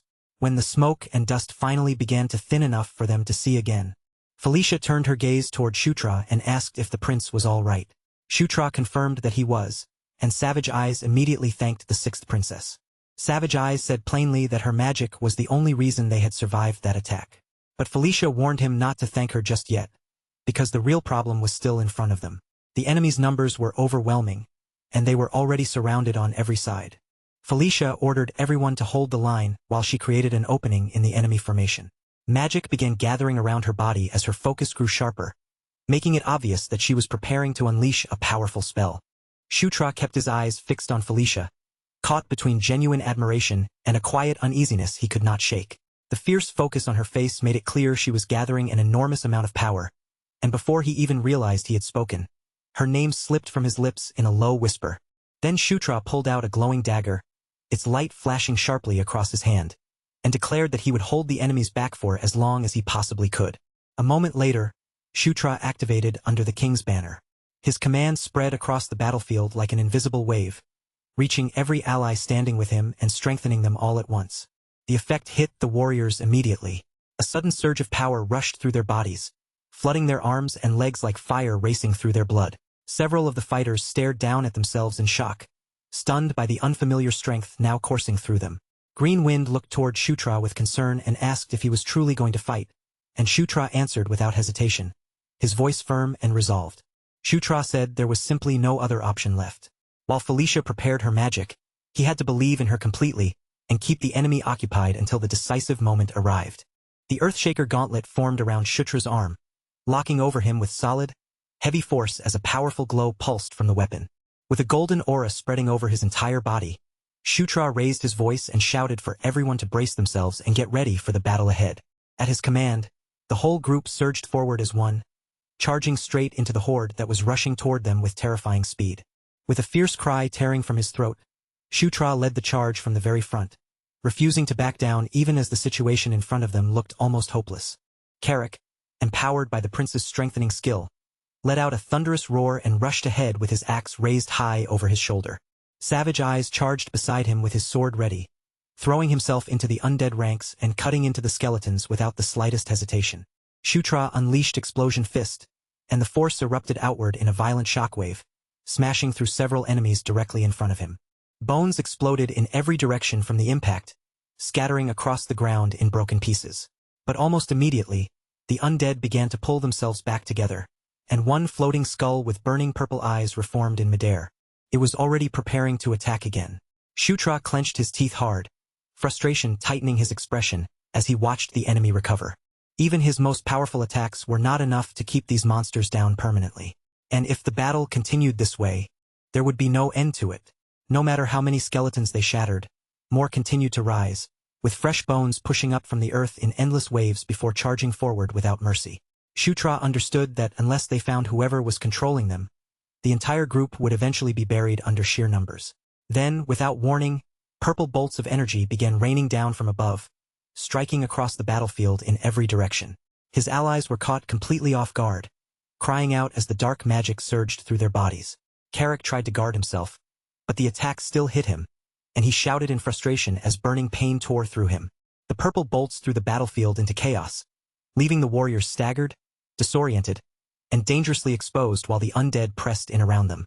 One elf dropped to the ground with a pained groan, the purple magic clinging to his body like a poison that would not release him. Then, from within the broken debris and drifting smoke, a tall, overwhelming figure slowly rose, its entire body wrapped in a sinister purple glow. It was a giant skeletal knight, wearing a crown like a dead king and encased from head to toe in full black armor. Its presence alone felt heavy enough to crush the courage out of anyone standing before it. Shutra spotted the monster at once, and in that instant, he understood that this towering undead was the commander leading the entire army. Savage Eyes seized the brief opening without hesitation and charged toward the massive knight, releasing a fierce battle cry as he rushed in. With his resolve completely unshaken, Savage Eyes leapt forward and swung his weapon with every bit of strength he could gather. But the skeletal knight blocked the attack as if it meant nothing at all. Then, with a single brutal counterattack, it struck back and sent Savage Eyes flying away. Carrick saw the whole thing happen in front of him. He shouted toward the knight and rushed forward to help Savage Eyes. But the orc was overwhelmed just as easily, struck down before he could change the flow of the fight. His body was sent flying by the monster's crushing blow. Carrick gritted his teeth through the pain, anger and frustration twisting across his face at how quickly he had been overpowered. Shutra used that brief opening without wasting a second, sprinting straight toward the giant skeletal knight at full speed. As he closed the distance, Shutra thanked the enemy for coming closer and declared that this was exactly where the monster's path would come to an end. He leapt into the air and drove Explosion Fist straight toward the knight's core, pouring as much force as he could into the strike. But the skeletal knight caught the attack with terrifying ease, stopping Shutra's blow completely before hurling him down to the ground as if he weighed nothing. Shutra slowly forced himself back up, coughing hard as shock spread through his body from the overwhelming difference in strength. Only then did he truly understand that this knight was not merely stronger than the others. It existed on an entirely different level from every enemy they had fought before. That was when Felicia stepped forward and told Shutra to stop fighting for now and rest. The skeletal knight turned its empty gaze toward her, staring at her in heavy silence. It was almost as though the monster had suddenly become curious about the woman daring to step into its path. Shutra was startled by Felicia's sudden intervention, struggling to understand what his sister was planning to do. Felicia moved into position directly in front of Shutra, placing herself between him and the monster, and declared that from this moment on, she would be the knight's opponent. With a fearless glare, Felicia mocked the monster by calling it Skull Face, then calmly invited it to come at her. Then Felicia lifted into the air, her body rising smoothly as a glowing magic circle formed above her. A powerful blast of energy burst from her spell and slammed into the skeletal knight head-on. The creature howled in pain beneath the impact, but even after taking the full force of the attack, it refused to collapse. Its armored body held firm against the spell. Enraged, the skeletal knight charged straight toward Felicia, moving with the intent to tear her apart. Felicia, however, remained perfectly calm in the face of its charge. She controlled the wind with sharp, precise movements and launched another crushing blast at the approaching knight. Even as the monster continued rushing forward, its purple aura flared violently, burning around its armor as it prepared to overpower her by force. But Felicia did not retreat a single step, meeting its fury with the same fearless determination. Then, using Blink, Felicia teleported directly above the knight, a concentrated sphere of energy already gathered in her hand, catching the monster completely off guard. She released several glowing spheres one after another, firing them in rapid succession without giving the knight any time to recover. Each blast slammed into the skeletal knight with punishing force. The monster roared in agony as Felicia's relentless barrage continued hammering into its armored body. Shutra watched the battle unfold with his eyes wide open. He was stunned by how completely Felicia was controlling the fight on her own, overwhelming the skeletal knight with a mix of power, confidence, and composure that left him utterly speechless. All of a sudden, Shutra sensed another presence right beside him and turned his head in surprise. Daphne was standing there, wrapped in a gentle green aura that shimmered softly around her body, her expression drawn tight with worry as she looked at him and asked if he was all right. Then Daphne activated Dryad's blessing. A warm wave of healing power spread outward across the battlefield, reaching every ally at once, and as that gentle strength flowed into them, Savage Eyes felt his wounds begin to close while his arms steadied again with renewed force. Carrick was also enveloped by that soft green radiance. The light wrapped around his battered body, filling him with fresh strength and pushing his power even higher than before. And when Shutra saw Daphne finally reveal her unique blessing, a grin spread across his face, his excitement impossible to hide. At that very moment, a notification suddenly flashed in front of Shutra's eyes, announcing that he had acquired Boost Level 1. Shutra blinked in confusion as blue light unexpectedly coiled around his body.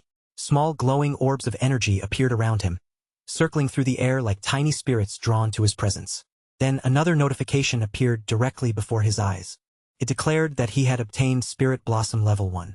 The new power flowed into him like a living current, pouring spirit energy through his entire body and raising all of his abilities at the same time.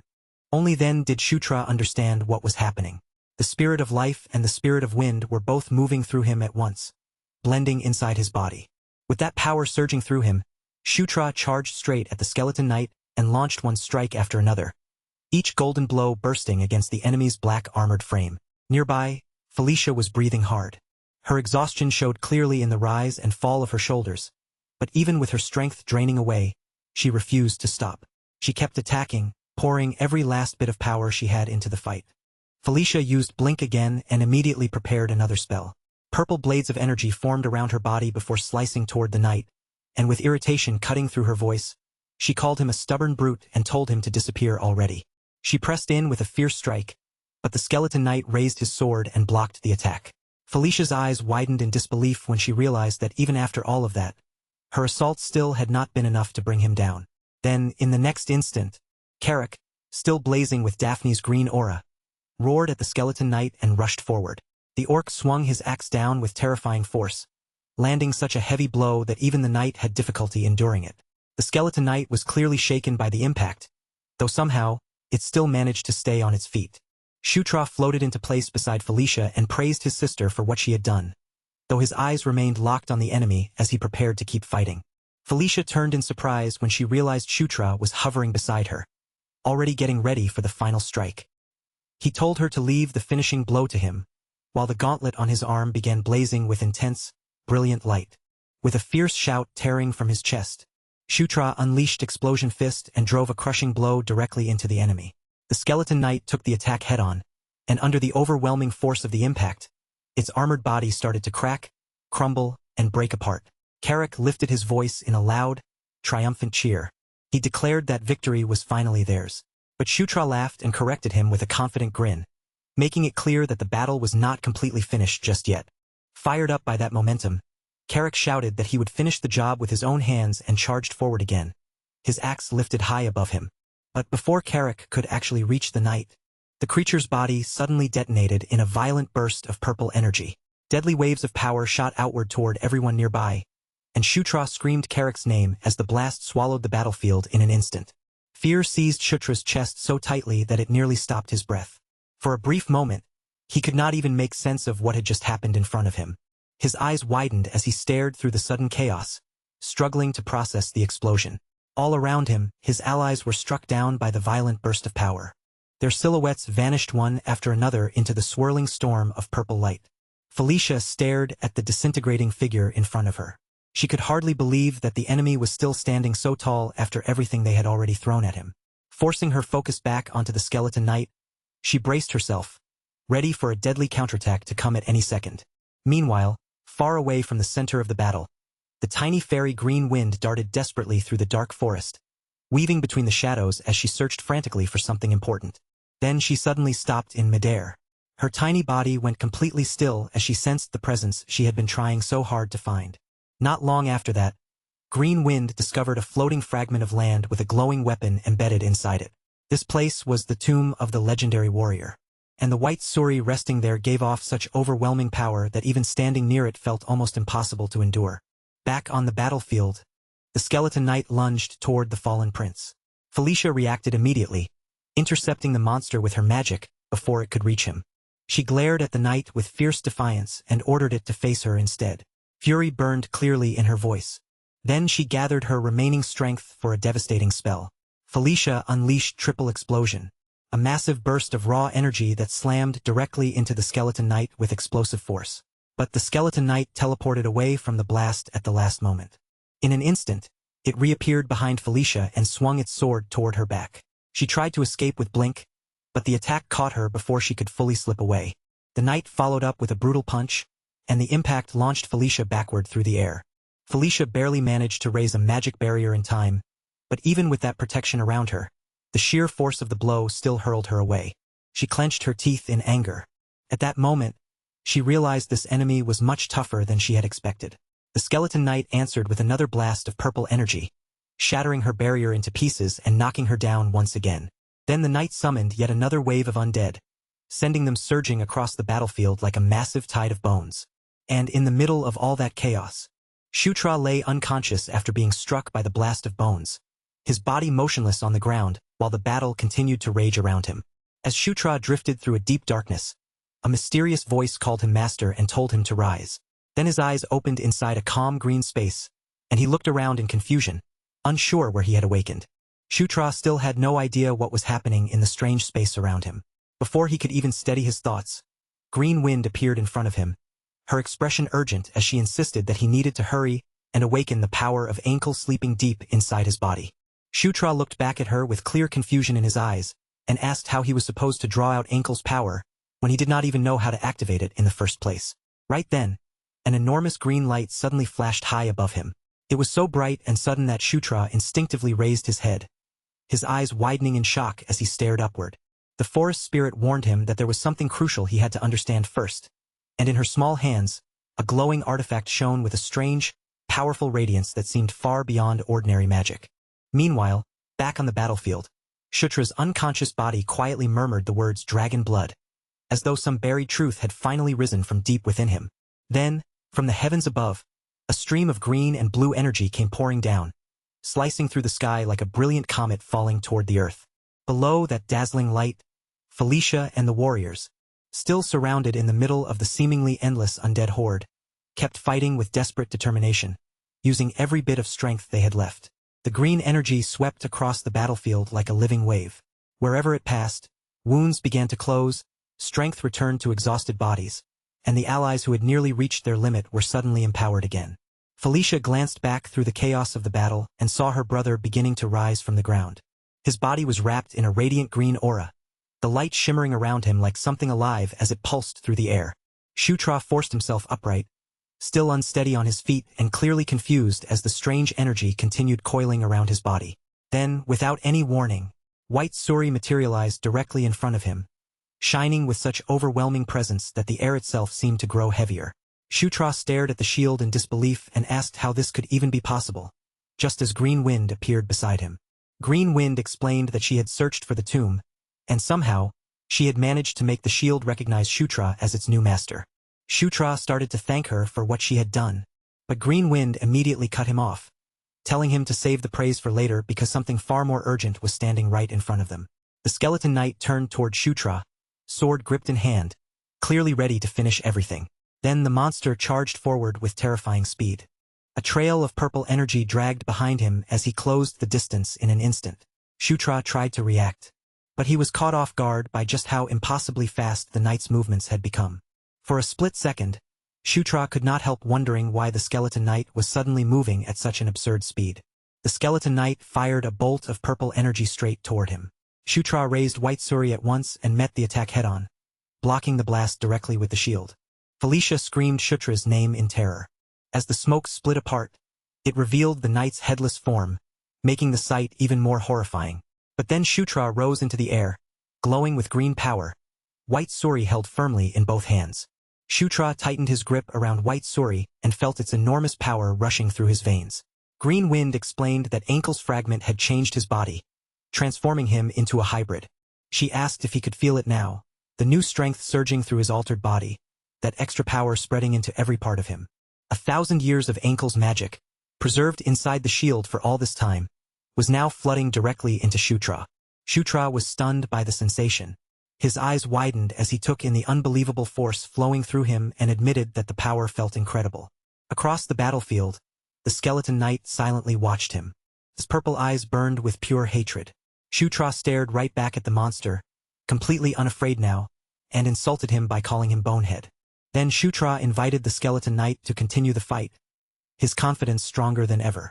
This time, he declared, he would crush the monster properly without making a single mistake. He fired a blast of green energy from White Suri, wiping out several undead nearby as the force spread through the battlefield and tore into the enemy horde. Felicia stared in disbelief, unable to fully comprehend the scale of power her brother was releasing. The skeleton knight roared with fury and charged again, sword raised high, but Shutra blocked the strike with the shield, and White Suri answered by shining even brighter. The shield divided its power into multiple green blades of energy, sending them flying toward the enemy in sharp arcs of light. Those glowing blades twisted together in midair, merging into the form of a massive energy bird that raced across the battlefield at incredible speed. The skeleton knight turned to cut down the incoming bird, but Shutra taunted him at exactly the right moment, pulling the monster's attention away. Using that brief opening, Shutra rushed in close and slammed Explosion Fist straight into the knight's side. The monster let out a howl of agony as the impact tore into it, and even when the surrounding flames surged over Shutra, he raised White Suri in front of him and protected himself behind the shield. Shutra pressed forward without hesitation, the green aura around his body blazing brighter, as he prepared to strike back with even greater force. With one swift motion, he launched another blast of green energy, sending it crashing directly into the skeleton knight. White Suri burned with brilliant light as its power spread outward across the battlefield. Several green blades shot forward and pierced straight through the skeleton knight's armor. The monster screamed in pain as the blades tore into him. Then Shutra leapt high into the air. His gauntlet blazed fiercely on his arm as he gathered power for what would become the final blow. With his resolve unwavering, Shutra activated Giant Piston and drove his fist straight into the knight's chest. The skeleton knight ground its teeth and reeled backward as the crushing impact ripped through its armored body. Shutra declared that everything would end right here, and he prepared himself to deliver the finishing strike. With a precise flick of his fingers, he gathered the green energy into a single blazing point. Then he released it as a beam of power that shot forward and tore straight through the monster's chest with overwhelming force. The skeleton knight began to collapse, its entire body breaking apart as the green energy consumed what remained of it. The undead gathered around them froze in place, stunned by what they were witnessing. All they could do was watch helplessly as their commander finally fell before them. A brilliant notification suddenly burst into view, right in front of Shutra's eyes, shining so clearly that there was no mistaking what it meant. The battle was over, and the message announced the result in plain, undeniable words. He had defeated the boss, Skeleton King Valkyruba. Almost immediately after that, another change followed. Shutra's level didn't rise just once. It climbed twice in succession, and with each increase, a fresh wave of strength seemed to flow through every part of his body. Feeling that new power settle inside him, he couldn't hold back the satisfied smile spreading across his face. Then, before the feeling of victory could fade, yet another reward appeared before him. He had obtained the title Kingslayer level 1. But just as Shutra was about to savor the achievement, Felicia cut in sharply, warning him about the Bat of Bones curse and urging everyone that they needed to get away from that place immediately. Later that same night, once the urgent danger had finally slipped behind them, the group gathered around a crackling campfire.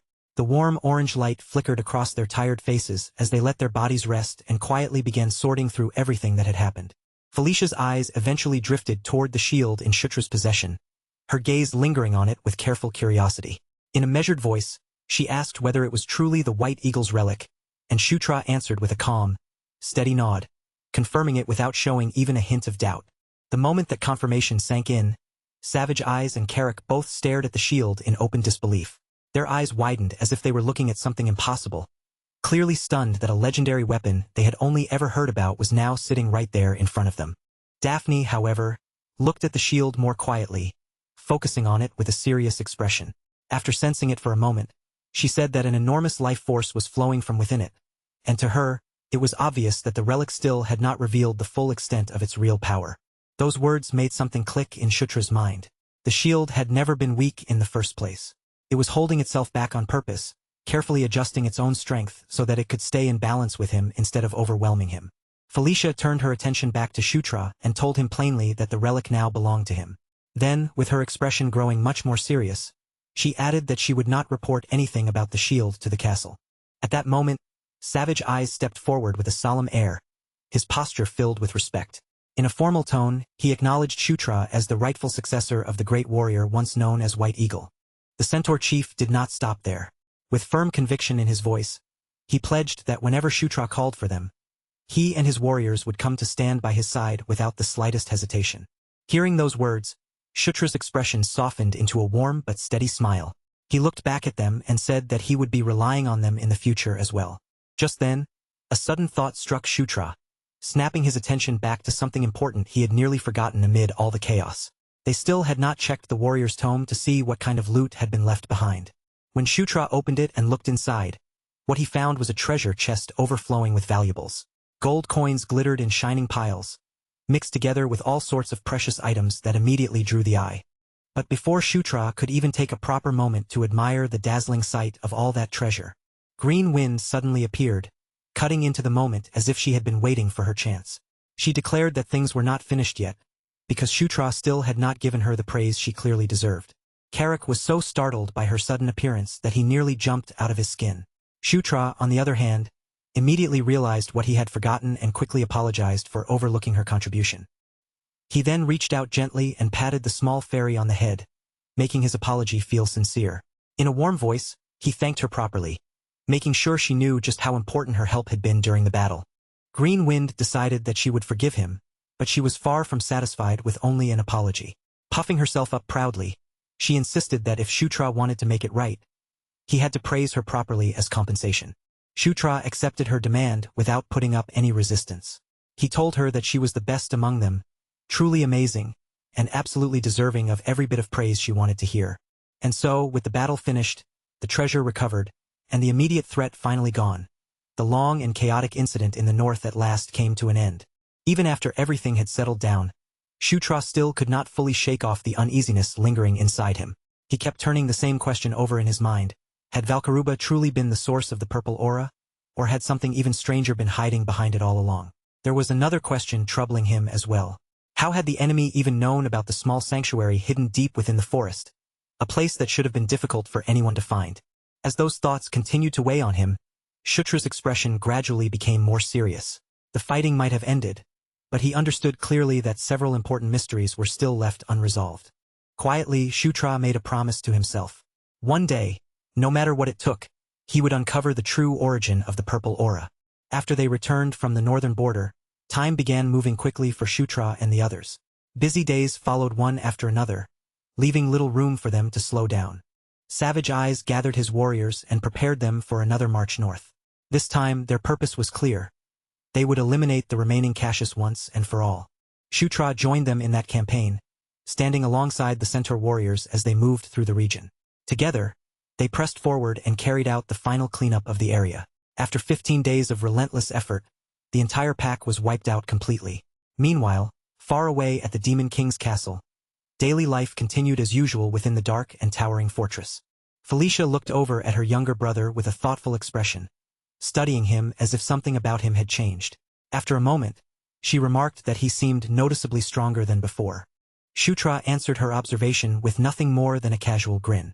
Acting as though his sudden increase in strength was perfectly normal, he said that he was simply in the middle of a growth spurt. Then, as if to smoothly move the conversation along, Shutra shifted the topic and asked how the investigation into the sanctuary had turned out.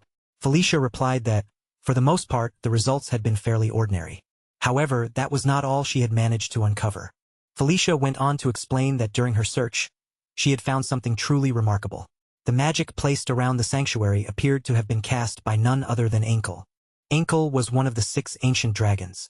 Shutra quickly put on a surprised reaction and said the discovery was incredible, carefully trying to make sure his response did not look suspicious. Felicia's eyes narrowed slightly as she studied his face, clearly not missing the awkwardness in his reaction. She asked whether he had already known about it beforehand, and Shutra denied it immediately, answering just a little too quickly. Right then, Green Wind suddenly appeared beside them, making the moment even harder for Shutra to escape.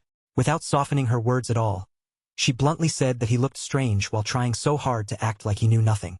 From there, the attention shifted back to the Demon King's castle itself. Its Gothic towers rose high into the sky, casting an ominous presence over everything below.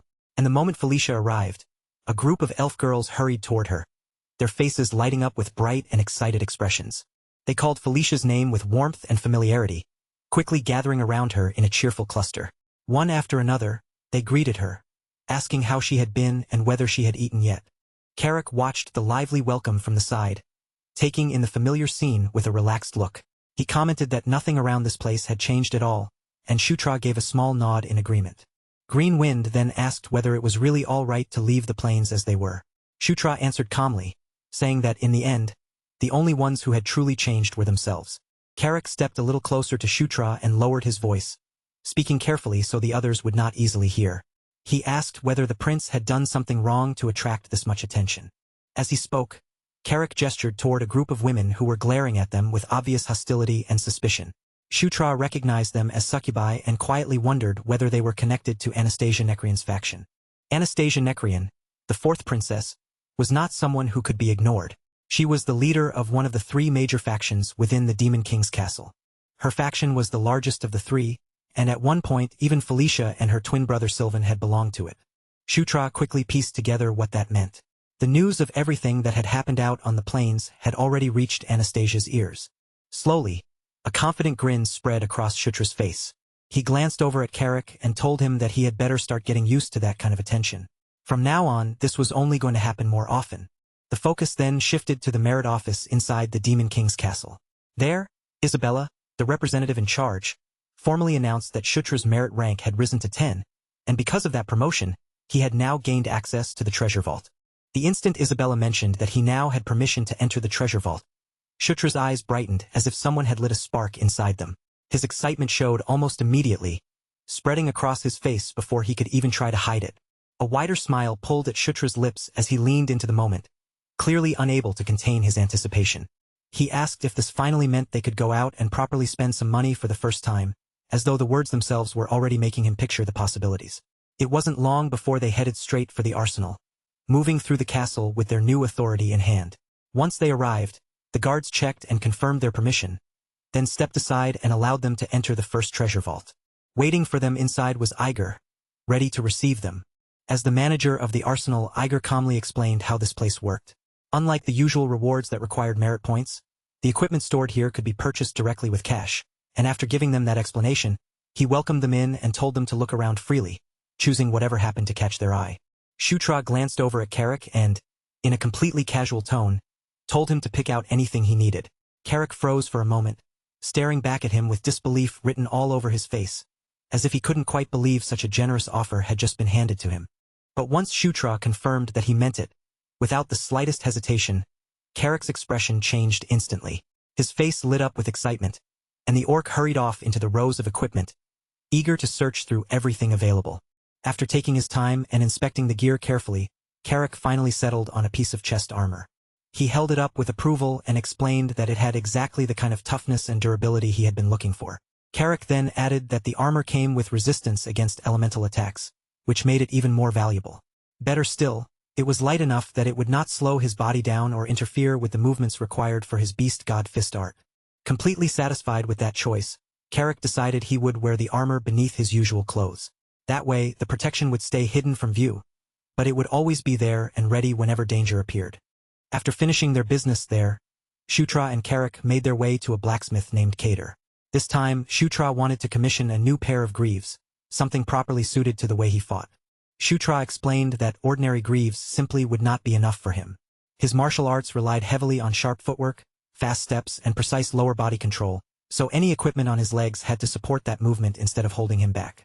Cater listened to the request and examined the details with a practiced eye. After considering the design, he said it was not especially complicated, and if there were no problems along the way, the greaves should be completed within 2 days. Then, as if he were discussing something perfectly ordinary, Cater suggested making the greaves from a combination of leather and dragon scales. Shutra reacted at once, asking if Cater was seriously joking, because materials like that were far too rare to be treated casually. But Cater remained completely calm and explained that a shipment containing those exact materials had arrived earlier that very day under the prince's name, so he intended to use them for the commission. Still unable to make sense of how such valuable materials could show up for him without warning, Shutra asked what exactly was going on. That was when Cater revealed the truth. Lord Ishgard himself had personally ordered the materials for Shutra. The moment Ishgard's name reached Shutra's ears, he visibly stiffened in surprise. After all, Ishgard was famous throughout the kingdom as both the greatest swordsman alive and the finest blacksmith anyone knew. And that was not all. Ishgard was also an elder of the Sura race, a legendary warrior of such extraordinary skill and standing that he had once trained the Demon King himself. Carrick could not keep the question to himself and wondered aloud why someone that important would go out of his way to support Shutra. Shutra, still trying to process it, admitted that he found the whole situation just as strange. Back when this had only been a game, Shutra had never received any special support from the Sura side at all. Because of that, he could not understand why things were beginning to happen differently now. But before he could follow that thought any deeper, something suddenly interrupted them. A man came rushing toward them in a panic, breathing hard as he carried urgent news meant for the 9th prince. Carrick immediately demanded to know what had happened, while the messenger lowered his head and struggled to catch enough breath to speak. The messenger finally announced that an audience ceremony would be held the next morning, and the news took Shutra by surprise. He went on to explain that the ceremony had been arranged to honor 3 people for their accomplishments on the plains. Shutra silently turned that over in his mind, wondering who the 3rd person could possibly be. The first 2 were obvious, himself and his sister Felicia, but the final name had not yet been said. Then the messenger revealed the identity of the remaining person being honored, the 2nd prince. Zephyr Ragnaros had returned to the castle. Outside, on the bright sunlit street near the Demon King's castle, a herald's voice rang out clearly, formally announcing the return of the 2nd prince, Zephyr Ragnaros. Far below the castle walls, Shutra and Carrick both stopped in their tracks. The announcement hit them hard enough that, for a moment, neither of them moved. Carrick muttered in surprise that the 2nd prince had already returned, and though his voice was low, there was a faint trace of uneasiness hidden inside it. Shutra, however, remained completely motionless as those words sank into him like a blade pressing into old wounds. His eyes began to glow blue, his muscles tightening all at once, as though some buried memory had forced its way back from the darkness. Noticing the sudden change in his expression, Carrick quickly asked if he was all right. But Shutra only raised his head slowly, his gaze becoming sharper and colder. Deep within himself, he repeated the name again, 2nd Prince Zephyr Ragnaros. In that instant, a vision crashed through his mind. A towering knight wrapped in black armor beneath a blood-red sky, crimson eyes burning like embers, while Shutra's own broken body lay helpless at that knight's feet. The memory came back with painful, merciless clarity. Zephyr Ragnaros was the man destined to kill him one day, the man who would bring destruction down on everything around him. And the thought of meeting that very person again, in this life, sent a cold shiver rushing through Shutra's entire body. From there, the scene shifted into the dim, shadowed corridors of the fortress. Carrick walked beside Shutra with clear worry on his face, glancing at him from the side as they moved forward. He said that the prince had seemed strange ever since the day before. Shutra let out a quiet sigh, trying to steady himself and push down the turmoil inside him. Even so, his fingers trembled faintly at his sides, betraying the fear he was struggling to hide. He knew, deep down, that this meeting with Zephyr Ragnaros had always been something he could not avoid forever. Even knowing that, Shutra had not expected fear to clamp down on his chest this tightly. Trying to ease the heavy mood, Carrick asked about another prince who was supposed to arrive, but a servant answered that the 2nd prince would be entering directly and would skip the waiting chambers entirely. Just then, a smooth female voice cut cleanly into their conversation. The voice remarked that Zephyr Ragnaros was special in more ways than one. Felicia then approached with graceful, confident steps, her eyes calm and composed, before stopping in front of Shutra and reminding him that his own achievements were nothing insignificant either. Shutra looked at Felicia and quietly told her not to let Zephyr's return make her feel overshadowed or pushed aside. Felicia answered with steady confidence, her voice calm and unwavering. All they needed to do, she said, was show their best when the moment finally came. Soon after, the grand audience hall opened before them, its vast interior glowing beneath a deep red light that poured in through the towering windows. An attendant stepped forward and formally announced the start of the ceremony, while the Demon King sat high upon the throne, watching over the hall. Clad in armor and radiating an overwhelming presence, the Demon King sat beneath the backlight, his hair catching the glow behind him as his imposing gaze swept across everyone gathered there. Then another herald raised his voice and declared the entry of the 6th princess, Felicia Doomblade, and the 9th prince, Shutra Ignis. Together, they stepped onto the crimson carpet and began walking forward.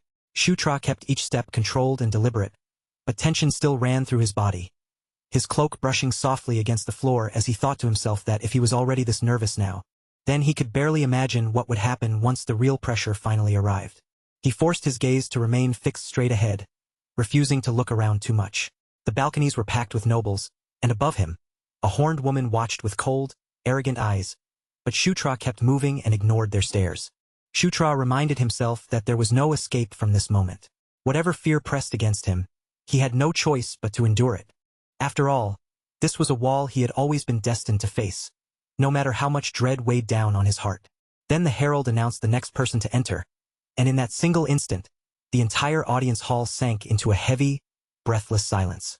The next person to enter the hall was none other than the 2nd prince himself. Zephyr Ragnaros stepped through the radiant doorway with a confidence so natural it looked effortless. Pale hair gleamed beneath the light, and his crimson eye seemed to draw every stare in the audience hall as he advanced with slow, controlled steps. The very instant Shutra saw him cross that threshold, his heart slammed hard against his chest. Shutra realized, deep in his bones, that this was the moment he had been dreading. Standing before him was the true central figure of Night Saga's Demon World path, the 2nd prince, Zephyr Ragnaros. As Zephyr reached the center of the grand hall, the air around him seemed to grow heavier, as if the entire atmosphere had tightened around his presence alone. Then another official raised a scroll and began reciting the accomplishments of the royal children. The 3 of them knelt on the crimson carpet while the words echoed through the hall, but for Shutra, time felt strangely blurred, because Zephyr's achievements were so overwhelming that they alone could have been enough reason to hold the ceremony. Before long, the incident at the northern border involving Felicia and Shutra was announced as well, and the moment those details reached the crowd, low murmurs began spreading through the audience hall. Yet it was not their accomplishments themselves that truly shook everyone present. The Demon King leaned forward from his throne, his eyes narrowing with a weighty authority, and called Shutra's name. His deep voice rolled through the hall as he declared that he would personally assign Shutra his next mission.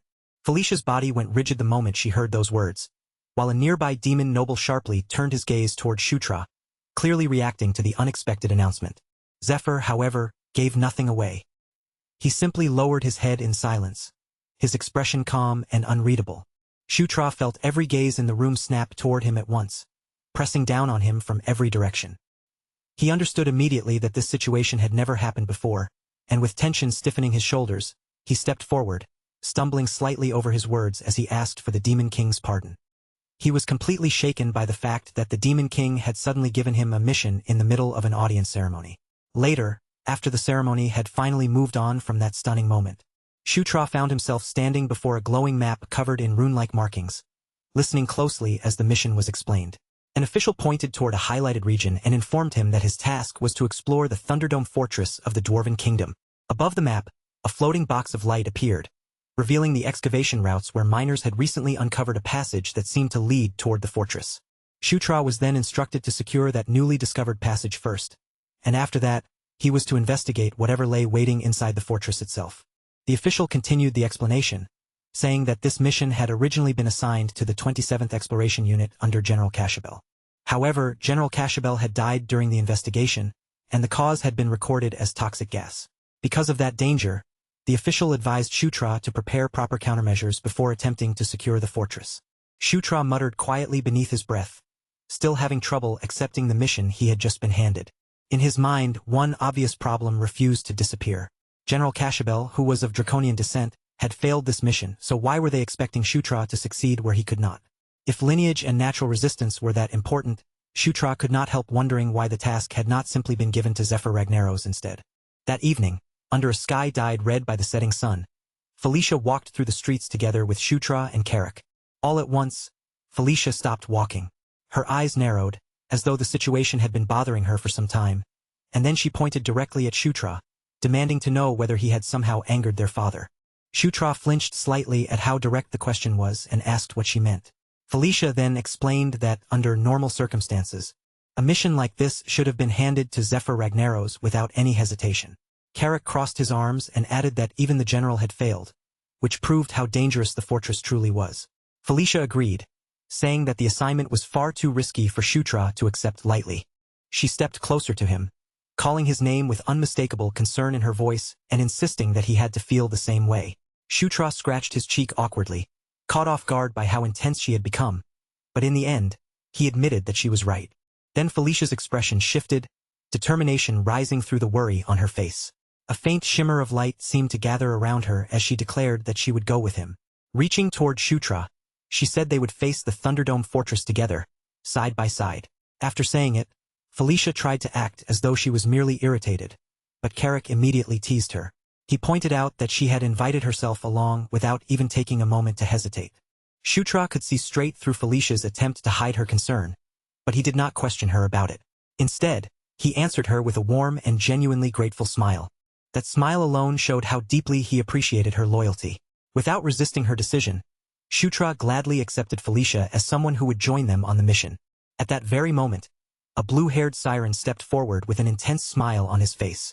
He addressed Prince Shutra and asked for permission to join their group as well. Felicia recognized him right away, her gaze settling on him as she stated that his name was Kotorov. Shutra responded with polite surprise, but his decision did not waver. In a courteous tone, he explained that their team had already been completed, and that they had no need for any additional members. Kotorov bowed as though he fully understood the refusal. Without showing any resistance, he excused himself quietly and turned away. After he was gone, Felicia questioned Shutra's decision, pointing out that the male siren had a reputation for being exceptionally capable. Shutra admitted inwardly that Felicia was not wrong. Kotorov was no ordinary siren at all. He was an extremely powerful magic user. But as Kotorov left the area behind, he discreetly activated a teleportation spell and vanished from sight. Shutra, however, understood exactly what was really happening beneath the surface. He knew that Kotorov was a fanatically loyal spy serving Princess Anastasia Nekrian. And somewhere else, far away from the open public streets, Kotorov knelt inside a darkened chamber and delivered his report to his master. Elsewhere, Shutra smirked quietly to himself, realizing that Anastasia must have been seriously concerned if she was willing to send her finest spy after him. In silence, he challenged his older sister to keep watching from the shadows if she dared. Anastasia Nekrian calmly lifted her glass and sipped her wine, her expression remaining perfectly composed. Even so, she admitted that her younger brother was far more cautious than she had expected.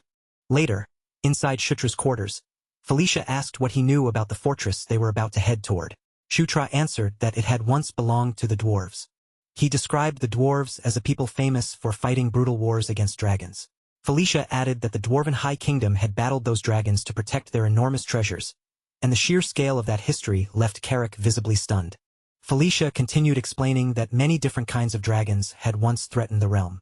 Then Carrick innocently asked whether Felicia herself could defeat a dragon, and the question immediately made her flustered. Carrick then said bluntly that she definitely could not do it. Felicia snapped back at him in anger, reminding him that dragons were overwhelmingly powerful beings and not creatures anyone could treat lightly. Carrick simply laughed off her reaction and praised her for knowing so much about history. Felicia puffed out her chest proudly at the compliment, clearly pleased despite herself. She then explained that the fortress was famous among scholars for very good reason. As she spoke, her eyes began to gleam with barely hidden greed. She suggested that if things went well, they might be able to earn an enormous fortune there. Carrick pointed out that she already looked like she was practically drooling at the thought of treasure, but Shutra agreed with her assessment. He said the fortress really was a jackpot. From the knowledge he carried from his past life, Shutra knew exactly what kind of place the fortress was. It was a legendary dungeon where extreme danger and extraordinary rewards existed side by side. Because of the ancient wars between the dwarves and dragons, Countless priceless treasures had been buried deep within the hidden depths of the fortress. But for Shutra, the treasure was not the most important thing waiting inside. He knew there was one particular item there that he absolutely had to obtain, no matter what it cost. Somewhere within that fortress rested the legendary Dragonslayer's sword, a weapon powerful enough to kill Dragonkin. If Shutra wanted even the slightest chance of defeating Prince Zephyr one day, a man with dragon blood running through his veins, then the Dragonslayer's sword was more than just a powerful weapon. For Shutra, it was something he absolutely had to secure, no matter what waited inside that fortress. At the entrance to the northern region, Shutra stood ready for the dangerous mission ahead.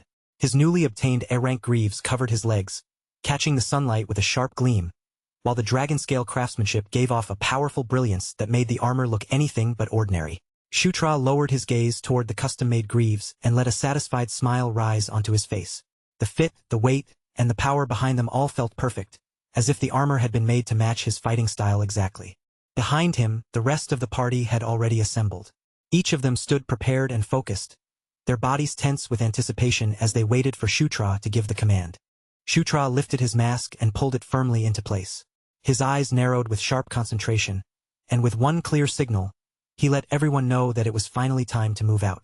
Together, the group stepped into the newly discovered mine entrance. One by one, they vanished into the dark opening, where stale air clung heavily to the tunnel and dust drifted thickly around them. They advanced carefully through a vast ancient hall built by the dwarves, every footstep echoing against the cold stone around them.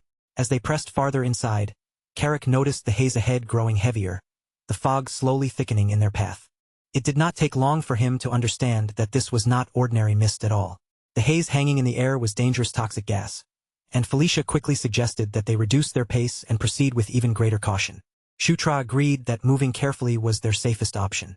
Meanwhile, Carrick frowned at the strange color of the gas, staring into the haze as he wondered aloud whether poison gas was not supposed to be yellow. Then, without even the smallest warning, the entire situation suddenly collapsed into disaster. Several members of the party abruptly began choking, their hands flying to their throats as they struggled desperately for air. Carrick and one of the female attendants were hit especially hard, collapsing onto the cold stone floor as the poison overwhelmed their bodies. Felicia and Shutra stared in shock as their companions fell one after another. The situation had turned against them so quickly that, for a moment, even they were stunned by how sudden and brutal it was. Felicia cursed quietly under her breath as the truth became clear to her. The toxic gas was not the same as what they had prepared for. The composition had changed from what they had expected. Reacting immediately, Felicia summoned a powerful vortex of wind around them. She tried to carve out a pocket of clean air for the group, forcing the poison back before it could bring every last one of them down. But the instant her magic came into contact with that unfamiliar poison, the two forces clashed violently, reacting against each other in a way none of them had anticipated. That unstable reaction erupted all at once into a massive magical explosion, tearing through the chamber with terrifying force. The shockwave ripped across the hall, shaking the ancient dwarven structure from floor to ceiling. Dust, broken stone, and debris burst outward as the blast swallowed the space around them. Everyone was thrown from their feet in the same instant. Their bodies were tossed across the stone floor helplessly as the explosion surged through the chamber. Shutra crashed hard against the ground and weakly called out Felicia's name. Slowly, as the dust and poisonous fog began to settle, the scene revealed the entire party scattered across the cold stone floor, unconscious and completely helpless. Then, from somewhere within the lingering mist, something began to move. Three enormous shadowy figures slowly pushed their way through the haze, their massive bodies gradually taking shape in the poisoned air. One of the monstrous beings stepped forward with heavy, deliberate movements, every step making its presence feel even more threatening. It loomed over the helpless group lying motionless on the floor. Its dark silhouette towered through the fog like something from a nightmare, huge and terrifying against the dim stone hall. Then the creature released a deep, guttural roar that thundered through the entire chamber. At that exact moment, Shutra's eyes snapped open, and he instantly recognized them as the same monsters that had killed the general. In the very next instant, the white eagle shield suddenly materialized beside Shutra and shot forward toward the monsters. A brilliant burst of light flashed through the poisonous air, cutting sharply through the gloom. The shield sliced one of the monsters cleanly in half, then kept moving without the slightest pause. With effortless precision, it tore through the remaining creatures as if their massive bodies offered no resistance at all.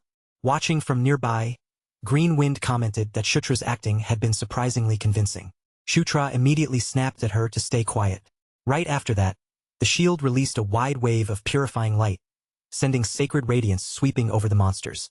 The creatures screamed in agony as the holy light burned through them. One of them let out a piercing shriek, its body beginning to dissolve into the air as the radiance consumed it. Against those dark monsters, the sacred light was completely lethal. Their forms were utterly vaporized beneath its power, disappearing into the fading glow. Shutra remained standing firmly in the middle of it all, steady and unshaken. His new armor gleamed around him as he gripped the shield and looked over his fallen companions. Seeing them still unconscious across the floor, he noted just how powerful the poison must have been to knock them all out like that. A faint smirk crossed Shutra's face as he thought about his own unusual constitution. Thanks to that body of his, poison had no effect on him at all, granting him complete immunity in a situation like this. Suddenly, the entire fortress began shaking with violent force. Massive chunks of stone broke loose from above, and the ceiling started collapsing all around them in a deadly rain of rubble. Shutra looked upward in alarm as the rumbling grew louder and heavier overhead. He wondered what new disaster had been triggered this time, silently cursing the fortress for throwing one lethal trap after another into their path. Without wasting time, Shutra quickly ordered Green Wind to stay behind and protect the unconscious party members from the falling debris. Then his eyes began to glow with a purple hue as he activated the power sleeping within his dragon blood. Wrapped in a powerful aura, Shutra carefully lifted Felicia and the others into his arms. He moved fast but controlled, making sure not to waste even a single second. With incredible speed, he launched himself forward. Shutra leaped through the collapsing cavern, slipping past falling chunks of stone by the narrowest margins as he desperately searched for an exit. Then, through the chaos ahead, he spotted a massive structure. He landed safely in front of an enormous sealed gate, the true entrance to the fortress itself. The wings of the white eagle shield spread wide around them. Those glowing wings formed a protective barrier, shielding the party from the rubble raining down from above. Green Wind urgently called out to her master, warning him that the situation was growing worse with every passing second. Then Shutra discovered Carrick trapped beneath a massive pile of shattered stone and rubble. He looked down at his unconscious friend, his expression tightening with frustration and resolve. Silently, Shutra promised that he would come back for him. Without allowing himself even a moment of hesitation, Shutra turned back toward the others. He began carrying the fallen party members away one by one, moving them toward safety as quickly as he could. When he landed with a heavy thud, his new dragon scale greaves absorbed most of the impact, and after taking a short breath, Shutra realized he had managed to save nearly all of his unconscious allies. Then, just as Shutra turned back toward Carrick, his entire body suddenly locked in place. His eyes widened in pure shock as the mountain of debris that had been pinning Carrick down burst outward with violent force. In that instant, fear tore straight through Shutra's composure. Panic seized his chest before he could stop it, and he cried out Carrick's name with raw desperation in his voice. The white eagle shield moved at once, sliding quickly into Shutra's path as if to physically stop him. It urged him to calm himself before he charged blindly into danger and made the situation even worse. But Shutra's thoughts were already spinning out of control, drowning in fear and urgency. Then the spirit reminded him of the powerful summoning spell he had used before, forcing that forgotten possibility back into his mind. Shutra clenched his teeth hard as a tiny spark of hope flared to life inside his chest. The details of the spell returned to him all at once, cutting through the panic with sudden clarity. With that hope turning into resolve, Shutra forced his fear down and shouted the command to summon his knight. A green portal ripped open in the air, its glowing edges twisting and rippling like torn space. Then, from inside that strange opening, Carrick's head suddenly popped into view. And in the very next moment, Carrick's entire body came tumbling through the portal, crashing down safely onto the ground right in front of Shutra. Carrick was still unconscious, but he was alive. Behind them, the passage finally gave way completely, collapsing in a thunder of stone as the falling rubble sealed off the exit from the ancient fortress. Carrick's breathing came out rough and heavy, each breath sounding strained. But to Shutra, that uneven sound was proof enough that his friend had survived. Even though Carrick had clearly taken the force of the impact, it did not look like he had suffered any fatal injuries. Shutra sat beside him, his body finally loosening as overwhelming relief washed through him. As Shutra's racing heartbeat slowly began to calm, his mind drifted back to the strange shadow creatures they had just faced. According to everything he remembered from the game, monsters like those were never supposed to appear in this place. But right at that moment, Felicia began to stir, coughing weakly as the poison gradually faded from her body. Shutra immediately understood that there was no time to stand around thinking, because the rest of the party needed to be detoxified as quickly as possible. However, before Shutra could even take a step, a massive shadowy foot slammed down directly in front of him, blocking his path with terrifying weight. When Shutra lifted his eyes, he saw that a horde of monstrous figures had already surrounded him on every side. Shutra cursed his rotten luck under his breath as more and more creatures crawled out from the darkness. Their twisted shapes filled the cavern around him, closing in from every direction. Another wave of monsters roared together, their shrieking voices crashing through the ancient halls as they prepared to rush him all at once. Shutra poured a surge of power into his gauntlet, and his expression hardened sharply. The panic from earlier disappeared, replaced by a fierce determination burning in his eyes. He drove his fist forward with devastating force, and the first creature standing in front of him was obliterated by the impact, its body completely annihilated in a single blow. Shutra raised his shield, frustration boiling up inside him as he glared at the enemies around him. Silently, he complained that this entire situation had become nothing but one enormous nuisance. The remaining monsters roared in fury, showing no fear at all even after watching one of their own get destroyed right in front of them. Shutra's eyes burned with anger as he stared down the horde. In a cold voice, he declared that they were wasting his time. The monsters answered with a piercing collective scream. Then, all at once, they surged forward, charging straight toward him in a violent wave. Shutra's gauntlet blazed with brilliant golden light as he braced himself for the attack. Then he slammed his fist into the ground, unleashing a powerful shockwave that rippled across the cavern floor. As the impact tore through the ground, the monsters staggered and lost their footing. Shutra seized that opening immediately, following through with a wide sweeping strike. The white eagle shield released a crescent-shaped wave of green energy. That sharp arc of power sliced through the horde, cutting down dozens of creatures in one sweeping motion. At the center of the destruction, Shutra stood unmoving, surrounded by a storm of holy force. Then, with one last furious burst of strength, Shutra unleashed an explosive wave of energy that surged across the cavern and swallowed everything in its path. When the golden light finally faded away, the cavern fell into a deep, complete silence. Felicia's eyes slowly opened, though her vision was still hazy and unfocused. Shutra knelt down beside her at once and asked if she was all right. Felicia, still weak and disoriented, softly called out his name. She looked around in confusion, taking in the destroyed monsters scattered across the area, while Shutra immediately began healing the injuries on her body. Shutra gave Felicia a gentle, reassuring smile, trying to calm her before she could worry too much. He downplayed everything that had happened, insisting that nothing serious had taken place. After he fully revived the rest of the party, Shutra and the others gathered themselves and prepared to launch a proper assault on the fortress. Now they had to decide between two possible routes.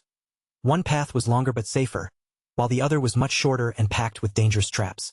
Felicia looked toward Shutra and asked which one he intended to choose, the cautious route that would take more time, or the risky shortcut that could get them there faster.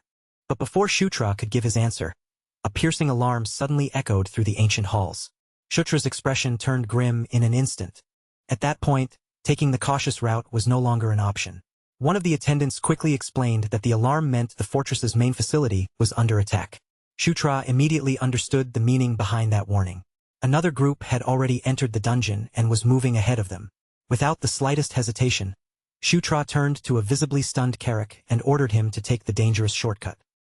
He gave his guard a confident look, as if there was no doubt in his mind, and assured Carrick that he would make it through alive.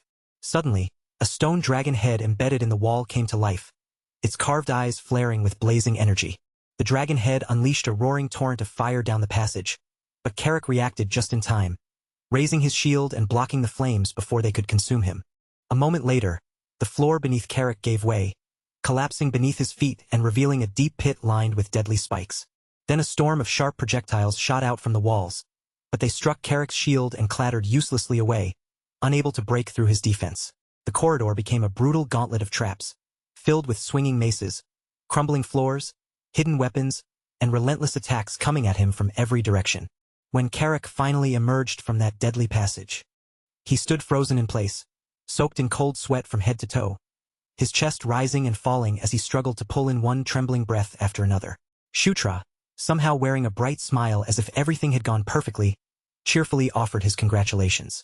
But the terrified orc could only snap back in panic, saying there was nothing worth celebrating when he had just been dragged to the very edge of death. After Carrick pushed himself through every desperate effort he could manage, the group at last succeeded in reaching their destination. Ahead of them stood the enormous doors to the control room, towering so high and wide that the whole party instinctively slowed down, their eyes lifting toward the massive entrance before anyone moved another step. One of the attendants looked around the area near the entrance, his expression tightening with unease as he pointed out something strange. The gargoyles that were supposed to be stationed here as guards were completely missing. Felicia's gaze sharpened at once, and as she studied the silent doorway, she agreed that the emptiness around them felt far too suspicious to ignore. Still, even with that uneasy feeling hanging in the air, Felicia had no intention of retreating after coming this far. If they wanted to uncover the truth behind the fortress, then moving forward was their only option. With caution in every step, the party crossed the threshold together and entered the vast control room. Inside, the control room was buried beneath thick layers of old dust, and the stillness pressed down on the place in a way that felt almost unnatural, as though the chamber itself had been waiting in silence for countless years. Shutra slowly swept his eyes across the room, taking in every shadowed corner, until his gaze finally stopped on a lone figure slumped against the far wall. But the figure waiting there was not someone still alive.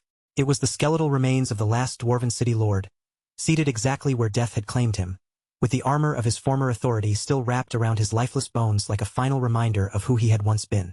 As the entire group stared at the armored skeleton in tense silence, the attendant suddenly caught sight of something nearby. His eyes shifted, his face turned uncertain, and he raised a hand to point toward it, drawing everyone's attention away from the remains.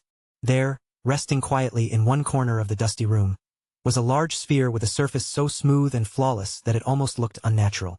The dark orb sat without making the slightest sound, heavy and mysterious, its presence standing out sharply against the abandoned surroundings. Instead of catching and reflecting the light around it, the sphere seemed to drink the light straight into its black surface. Felicia stared at it and wondered aloud whether it could be some kind of dwarven device waiting to be activated. But before she could go any further, Shutra suddenly called out to her after noticing a golden key near the skeleton. Shutra bent down beside the remains and carefully picked up the ornate key, lifting it from where it had been left behind. He held it up for the others to see, letting the small but important discovery gleam in his hand. The key shone with a faint golden light between Shutra's fingers, and he did not waste even a second hesitating. He pressed it directly into the sphere, and the moment it settled into place, streaks of blue electricity burst across the dark surface, racing wildly over the orb like living lightning. The once silent sphere suddenly awakened with a deep, low hum, and a soft blue glow spread outward, washing through the chamber. Then, in the very next instant, dozens of holographic screens flickered into existence all around them, filling the control room with shifting images while the entire party stood frozen, stunned speechless by what they were seeing. For a short moment, none of them could do anything but stare. The sheer scale of the dwarven technology, along with how refined and advanced it seemed, left everyone in awe, as if they had stepped in front of something far beyond anything they had imagined finding inside the fortress. Then Carrick suddenly shouted, his voice cutting sharply through the quiet. Alarm flashed across him as his instincts screamed that something was terribly wrong. A faint rumble echoed from somewhere far away, reaching Carrick's ears and pulling his attention away from the control room itself. At almost the same moment, Daphne reacted quickly and pointed toward one of the floating screens. On that screen, a brutal battle was already raging somewhere else deep inside the fortress. Waves of shadow monsters rushed forward again and again, crashing violently against a massive force of stone gargoyles that fought to hold them back. Shutra's expression hardened as he watched the chaos unfold across the projection. In that moment, the answer became clear to him. These shadowy creatures were the real invaders that had forced their way into the fortress.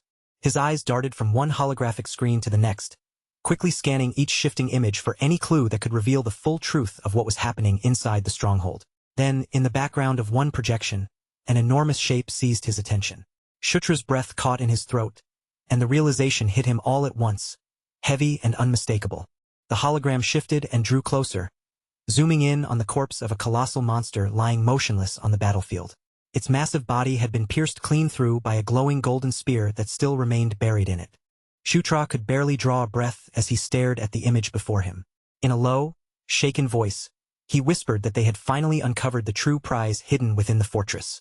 The weapon shown before them was Ascalon, the legendary Dragonslayer's spear, a relic feared for its overwhelming power and surrounded by legends heavy enough to make anyone understand its value at a single glance. Then the holographic screens began to reveal scenes from the fortress's past, unfolding the old story of the wicked dragon partisan. With his monstrous legion gathered behind him, Partisan had once launched a merciless siege against the fortress, leaving no room for pity or hesitation. Once the fortress defenses finally collapsed under the assault, the attackers surged through the broken lines and poured inside. From there, the disaster pushed deeper and deeper until it reached the very heart of the dwarven stronghold. The dragon unleashed the full might of his power, completely convinced that nothing inside the fortress could ever pose a real threat to him. But that very arrogance became the mistake that doomed him, because at the most critical instant, he left himself exposed. The greatest warrior in the fortress did not let that single opening slip away. Without hesitation, he seized the moment and drove Ascalon straight into the dragon's chest. With Partisan dead, the enemy army lost the terrifying force that had held it together and driven it forward. The moment their leader was gone, the dragon's forces fell into madness. The battlefield erupted into uncontrollable chaos, and no matter how fiercely the dwarves continued to fight, the disaster had already become impossible to contain. In the end, the dwarves had no choice but to abandon the home they had defended for so long. The fortress was left behind as an enormous tomb, sealing away the fallen dragon along with countless dwarves who had never managed to escape. Carrick then confirmed what the images had made clear. The gigantic corpse shown on the projection belonged to Partisan, and the spear still buried in that monstrous body was truly Ascalon. Even after that staggering revelation, the holographic screens did not stop. They continued to show the present battle still raging inside the fortress, where the gargoyles and shadow monsters were locked in a violent struggle. It did not take long for the group to understand the shadow creature's goal. Those monsters had invaded the fortress because they were searching for the very same legendary spear. Felicia let out a cold scoff at the thought, her expression sharpening with clear defiance. There was absolutely no way she intended to stand around and allow those monsters to steal a treasure as valuable as Ascalon. Shutra turned toward Felicia and immediately asked whether there was any possible way for them to take control of the gargoyles that were defending the fortress. Felicia answered without hesitation, saying that controlling the gargoyles was completely impossible. Just as she said that, a massive dwarven golem moved on one of the screens, coming to life while gripping an enormous hammer wrapped in violent arcs of crackling lightning. The towering construct lifted its hammer high above itself, then brought the weapon crashing down with a force that looked utterly overwhelming. The impact obliterated a cluster of shadow creatures in an instant, blasting them apart beneath the raw power of the strike. Watching this, Felicia realized that before the city lord died, he must have transferred his authority over the fortress defenses to that golem. After seeing the golem's power for herself, Felicia suggested that they remain inside the control room for the time being and simply watch how the battle continued to unfold. But Shutra immediately rejected that cautious plan. Instead of waiting quietly, his eyes lit up with excitement, and he declared that this chaotic battlefield was exactly the kind of opportunity they needed. He explained that there were far too many unknown factors moving around at once. With so much happening beyond their control, they could not afford to just sit back and wait while someone else made the first move. Shutra told Felicia to stay right where she was. Then, without wasting even a moment, he turned away and sprinted out of the control room. Because the fortress map had already been burned firmly into his memory, Shutra knew exactly where he needed to go. He charged through the corridors at full speed, moving with a clear destination fixed in his mind. Shutra understood that if he could reach Ascalon before anyone else and take possession of it first, then their chances of victory would become almost certain. Inside his mind, the path ahead was already forming step by step. Even with the battle turning messy and unpredictable, he could picture the outcome with absolute clarity. No matter how the fighting shifted or how chaotic the battlefield became, Shutra was convinced they could still come out on top. As he raced forward, his focus stayed locked on his goal without wavering for even a second. While running, he checked his minimap and quickly realized that he was already drawing close to the target. The distance between him and Ascalon was shrinking rapidly with every step. Before long, the enormous corpse of the dragon partisan finally came into view. As Shutra sprinted past the golem, he briefly found himself marveling at just how useful the minimap had been in guiding him through the complicated fortress. Then, without any warning, the golem turned toward him. It swung its gigantic lightning-charged hammer straight at Shutra's body, and the sheer force of the blow was so overpowering that it hurled him backward. Shutra quickly pulled himself back together, forcing his body into motion again as he shouted that he had no intention of fighting the construct at that moment. But the golem ignored his words completely. Without showing any reaction at all, it drove its fist into the ground and unleashed another powerful shockwave that ripped violently across the battlefield. Its lone glowing eye remained fixed on Shutra, the cold light narrowing in on him with a machine-like intensity, as if every other shadow and movement inside the cavern had simply disappeared. In the ancient construct's eyes, Shutra was not a person with a goal or a reason for being there. He was only an invader, someone who had stepped into sacred forbidden territory. And yet, for one strange instant, that massive machine came to a halt, its gigantic body falling completely still. The golem gave a small tilt of its head, a movement almost too human for something so huge, as though it was trying to process what exactly was happening in front of it. But before that pause could last, a sharp line of green light suddenly cut through the air, flashing past its enormous body. That sudden green streak immediately dragged the golem's focus away from Shutra. The opening was tiny, but Shutra did not waste it. Still riding on top of his shield, he shot forward across the ground, grinning as he called out a cheerful thanks to Green Wind for showing up at the perfect time. Green Wind, of course, fired back right away, angrily complaining about that nickname. Shutra only answered with a bright grin, insisting that the name had a stylish ring to it. But even while joking with her, his body never lost speed. With the golem now behind him, he drove himself into one last desperate burst, racing straight toward the fallen dragon's corpse. The moment he reached it, Shutra dropped his feet firmly against the ground and forced himself to steady his breath. After chasing this treasure for so long, the prize was finally right in front of him. There, standing before his eyes, was the spear. Seen from this close, the golden light flowing from the weapon was far more brilliant than Shutra had imagined. So bright that it seemed to push back the darkness around the dragon's corpse. A wide, excited smile spread across his face as he gripped the shaft with both hands and even thanked the fortress itself. Then, bracing one foot against the dragon's body, he pulled with all the strength he could gather. But the spear refused to move at all. Not even a tiny shift. It sat there as if it had fused completely with the ancient dragon's dead body. Shutra tightened both hands around the shaft and forced even more power into his arms, his muscles straining harder and harder. But no matter how much strength he poured into it, the legendary weapon stayed buried exactly where it was. His jaw locked tight, frustration flashing sharply across his face as he ground his teeth together in anger. Only then did Shutra fully realize just how ridiculously heavy that spear truly was. With a furious roar that echoed through the entire cavern, he made his decision and poured every single remaining stat point he had into strength. From a distance, the dwarven golem stood motionless and watched as a radiant pillar of golden light suddenly burst up around Shutra, wrapping his entire body in a blinding glow. Then, with every bit of power he had gathered pushed into one final attempt, Shutra pulled with overwhelming force. This time, the legendary spear finally ripped free from the dragon's body. He rose to his full height, standing firm as Ascalon settled solidly into his hands. Shutra did not waste even a single heartbeat. He swung the spear in a powerful arc, releasing a crushing wave of energy that swept through the battlefield and wiped out the nearby monsters almost instantly. Felicia and Carrick could only stare at the holographic screen in absolute silence, their eyes wide and their expressions frozen as they tried to take in the unbelievable scene unfolding before them. Daphne and the others were just as stunned, their bodies locked in place as the sheer scale of Shutra's newly awakened power overwhelmed them.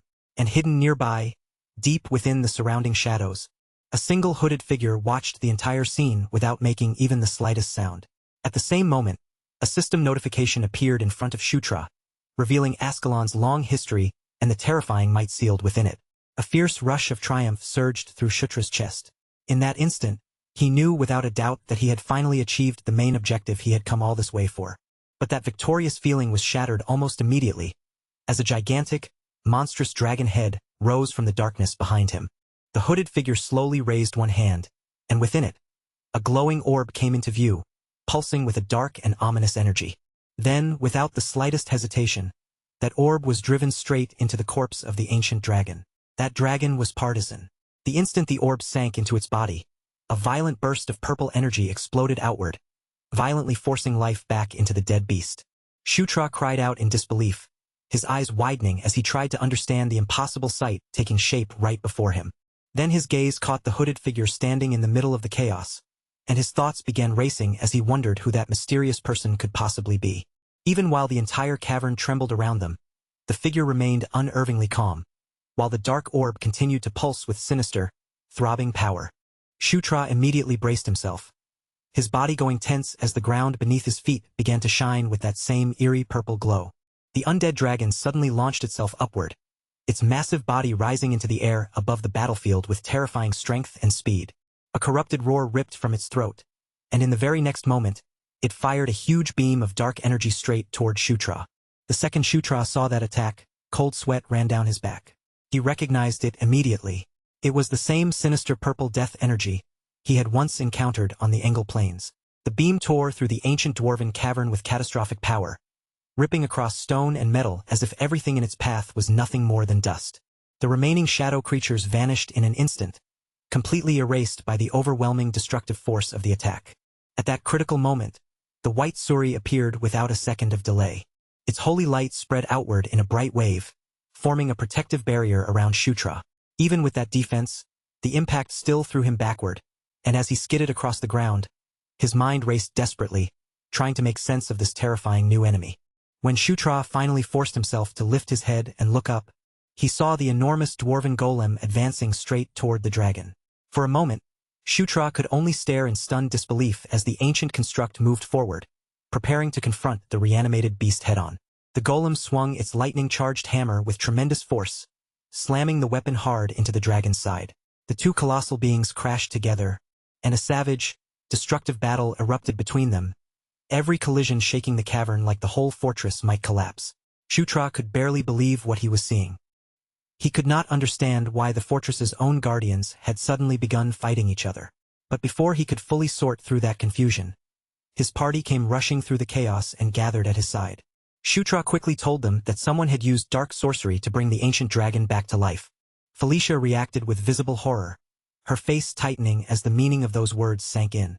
Shutra admitted that he still had no idea who had done it, or what their real purpose might be. But even with so many unanswered questions, there was one thing he felt certain about. That purple death energy was sitting right at the center of the mystery. Shutra warned them that the unstable dragon had to be destroyed as quickly as possible, before the situation spiraled even further out of control. The problem was, he still did not know the exact method.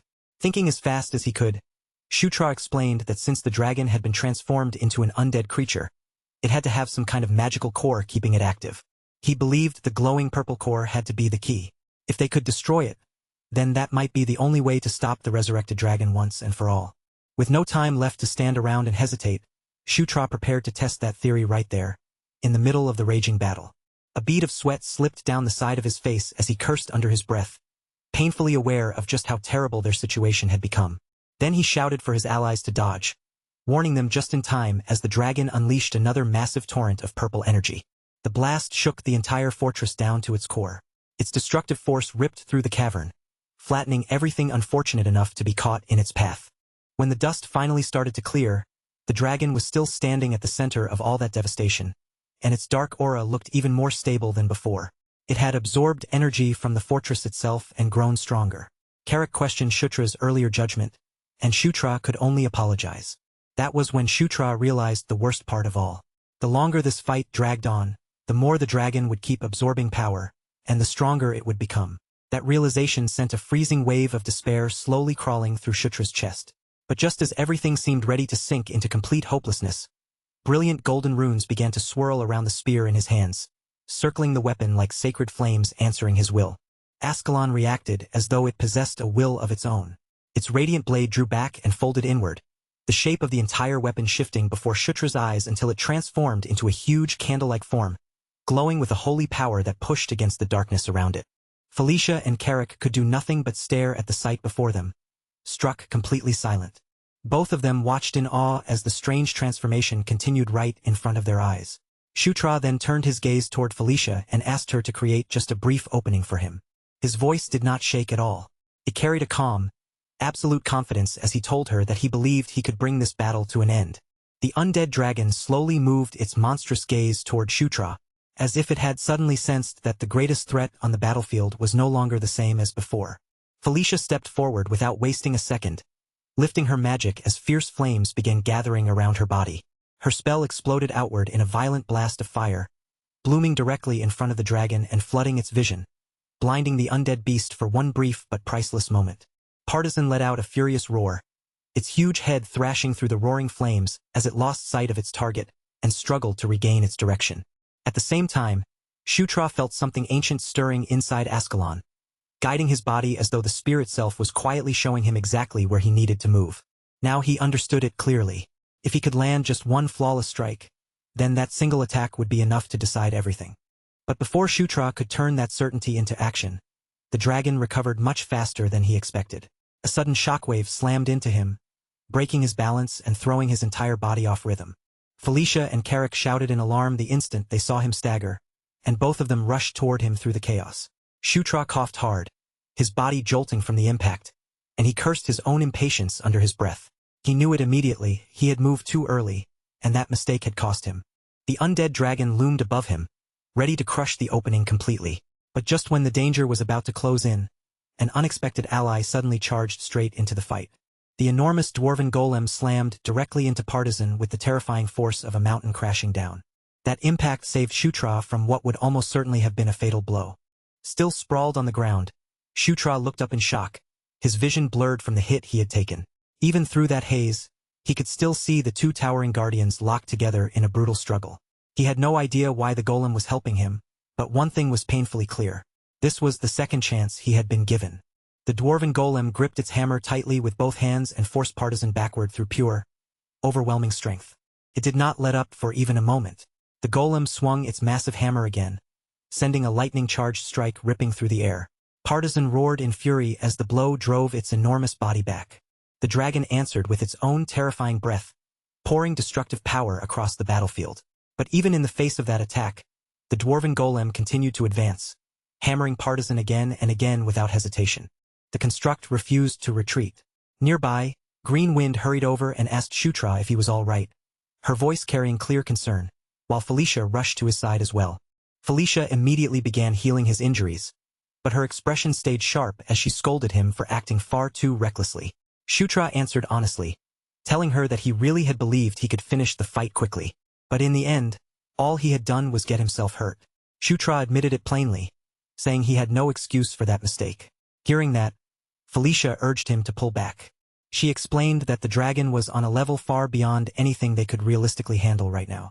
But even with pain still running through his body, Shutra insisted that they still had a path to victory. Felicia snapped back at him, telling him to stop being so stubborn. After all, with his body in that condition, charging back into the fight looked less like courage and more like throwing his life away.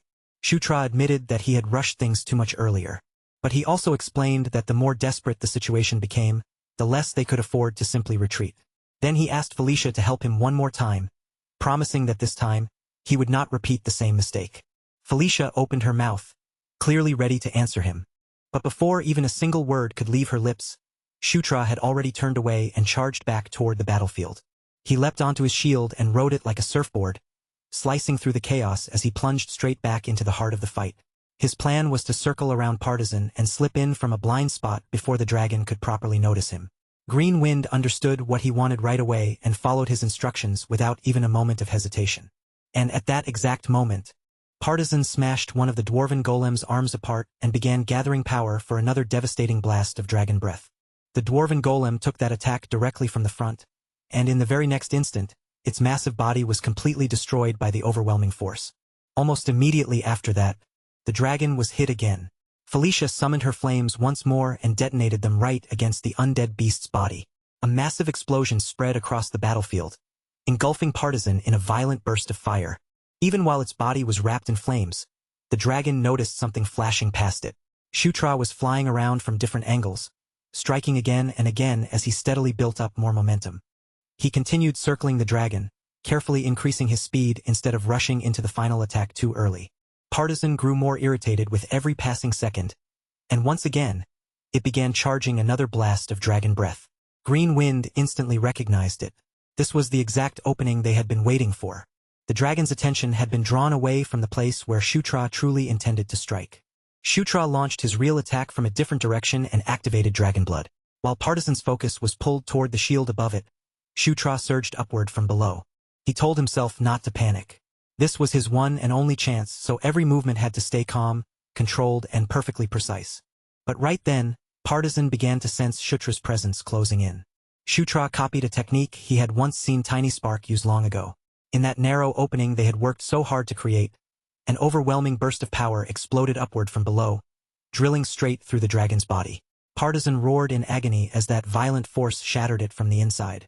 The name of that devastating attack was Gigantic Piston. Felicia stood completely frozen, staring in pure awe at the incredible attack Shutra had just unleashed. And when she finally understood that Shutra had truly succeeded, Partisan's gigantic body collapsed. The system notification appeared at once, clearly informing Shutra that the zombie dragon partisan had been successfully defeated, confirming that the terrifying undead monster had finally been brought down for good. Along with that victory came another reward. Shutra's level rose, a direct result of surviving a battle against a monster that should have been far beyond anything he could handle. A real rush of excitement surged through Shutra as it sank in that he had truly used the power of the Dragonslayer spear, Ascalon. And as if to mark the impossible achievement even more clearly, the system granted him the title of Dragonslayer. But just as that feeling of triumph reached him, an unfamiliar man's voice suddenly cut through the air. The stranger sounded genuinely shaken, muttering in disbelief that he could hardly believe Shutra had actually managed to take the dragon down. That sudden voice made Shutra's entire body tense in an instant, ripping him straight out of his brief moment of victory. The mysterious man began questioning his own calculations, speaking as though some part of his plan had gone wrong. Then he noted with clear surprise that the one who had arrived here was not the second prince after all. The moment Shutra heard those words, the truth clicked into place. This man had to be the same person who had revived Partisan earlier. But the man himself seemed to brush off that mistake almost immediately, saying in a cold voice that it no longer mattered either way. Then he lifted his spear, and in the next instant, eerie blue flames wrapped around its surface, burning with a dangerous and unnatural intensity. Without a second of hesitation, the man hurled those blue flames straight at Shutra, clearly trying to wipe away everything still standing before him. Shutra was completely caught off guard, with no time to properly react. The blue fire surged forward like a raging tidal wave, smashing into the fortress with terrifying force and tearing through its walls. Stone, steel, and the ancient dwarven structures around them were swallowed by the inferno, collapsing one after another under the overwhelming power of the attack. And yet, somehow, in the middle of all that destruction, Shutra was still standing there calmly. Dust and shattered debris swirled thickly around him, and Shutra could only force his left eye open as he tried to make sense of what had just happened. When the smoke finally began to thin and his vision slowly returned, confusion still held him in place. The attack that should have swallowed him completely had vanished, and there was no obvious reason why. Only then did the truth reveal itself. The mysterious man had been sliced cleanly in half. To Shutra's shock, the man's split body dropped heavily to the ground. For a moment, Shutra stood frozen where he was, unable to fully process the unbelievable sight in front of him. Then another voice sounded nearby, calm and steady, saying that he had arrived just in time. Shutra's eyes widened, and he quickly turned toward the source of the voice, finally seeing the person who had appeared. He recognized him immediately. The man standing there was the Sword Lord. The man wore a calm smile as he greeted Shutra without the slightest trace of tension. He addressed him as the Ninth Prince, the final bulwark protecting the sanctuary of Azura, and the master of the Demon King Mitra. This was Sword Lord Ishgard, a being in Night Saga whose existence could be compared to that of an elder dragon. He was an extraordinary figure, overwhelming not only in raw strength but also in status. And yet, in the original flow of the story, Ishgard remained mostly behind the curtain, making him someone who was almost impossible to encounter directly. Even when Zephyr Ragnaros rose to become the Demon King, Ishgard never stepped onto the central stage. Even when Locke invaded the demon realm, Ishgard still refused to reveal himself. He was one of Night Saga's hidden powerhouses, a figure completely buried in mystery. His power was so monstrous that even the Demon King himself had once sought his guidance. Ishgard then shifted his gaze toward the sixth princess and casually remarked that she had grown quite a lot since the last time he had seen her. Without giving her any warning at all, he lifted Felicia into the air as if she weighed absolutely nothing, casually saying that the last time he saw her, she had still been nothing more than a tiny child. Felicia's face flushed red with embarrassment almost immediately. She shouted at him to put her down right away, but Ishgard only seemed amused by her reaction, teasing her even more by saying that this little outburst proved she was still a child at heart. Shutra could barely believe the scene unfolding in front of him. Sword Lord Ishgard, someone who should have been almost impossible to reach, was now standing right there before his eyes. Meanwhile, Felicia was stuck between irritation and embarrassment, clearly flustered by Ishgard's teasing. Then Ishgard turned his attention back to the Ninth Prince and asked whether Shutra liked his gift. Shutra quickly understood that Ishgard was talking about the dragon hide. He answered honestly that he liked it very much and thanked him sincerely, explaining that the material had allowed him to craft excellent equipment. While they were speaking, Shutra failed to notice several monsters quietly creeping up behind him. Then, all at once, a sudden flash of light caught his eye and pulled his attention away. A heartbeat later, that light erupted with violent force, triggering one explosion after another across the area. Carrick stared at the spreading chaos and demanded to know why everything had suddenly started blowing up. Shutra admitted that he had no idea what was happening, but he immediately suggested that they get away from the area before the situation became even more dangerous. The man from earlier began glowing brighter and brighter, his body pulsing with dangerous light until he finally exploded as well. By the time the chain of destruction finally came to an end, the surroundings had been reduced to nothing but shattered ruins and broken remains. Fortunately, Ishgard had already raised a barrier around them, protecting everyone from the full force of the explosion. With complete calm, Ishgard asked whether everyone was unharmed. Shutra answered that they were safe, thanks to Ishgard's protection.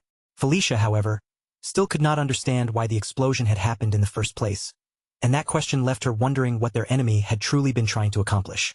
Shutra thought back to what the man had said earlier about the second prince, and the more he turned those words over in his mind, the stranger the whole situation felt.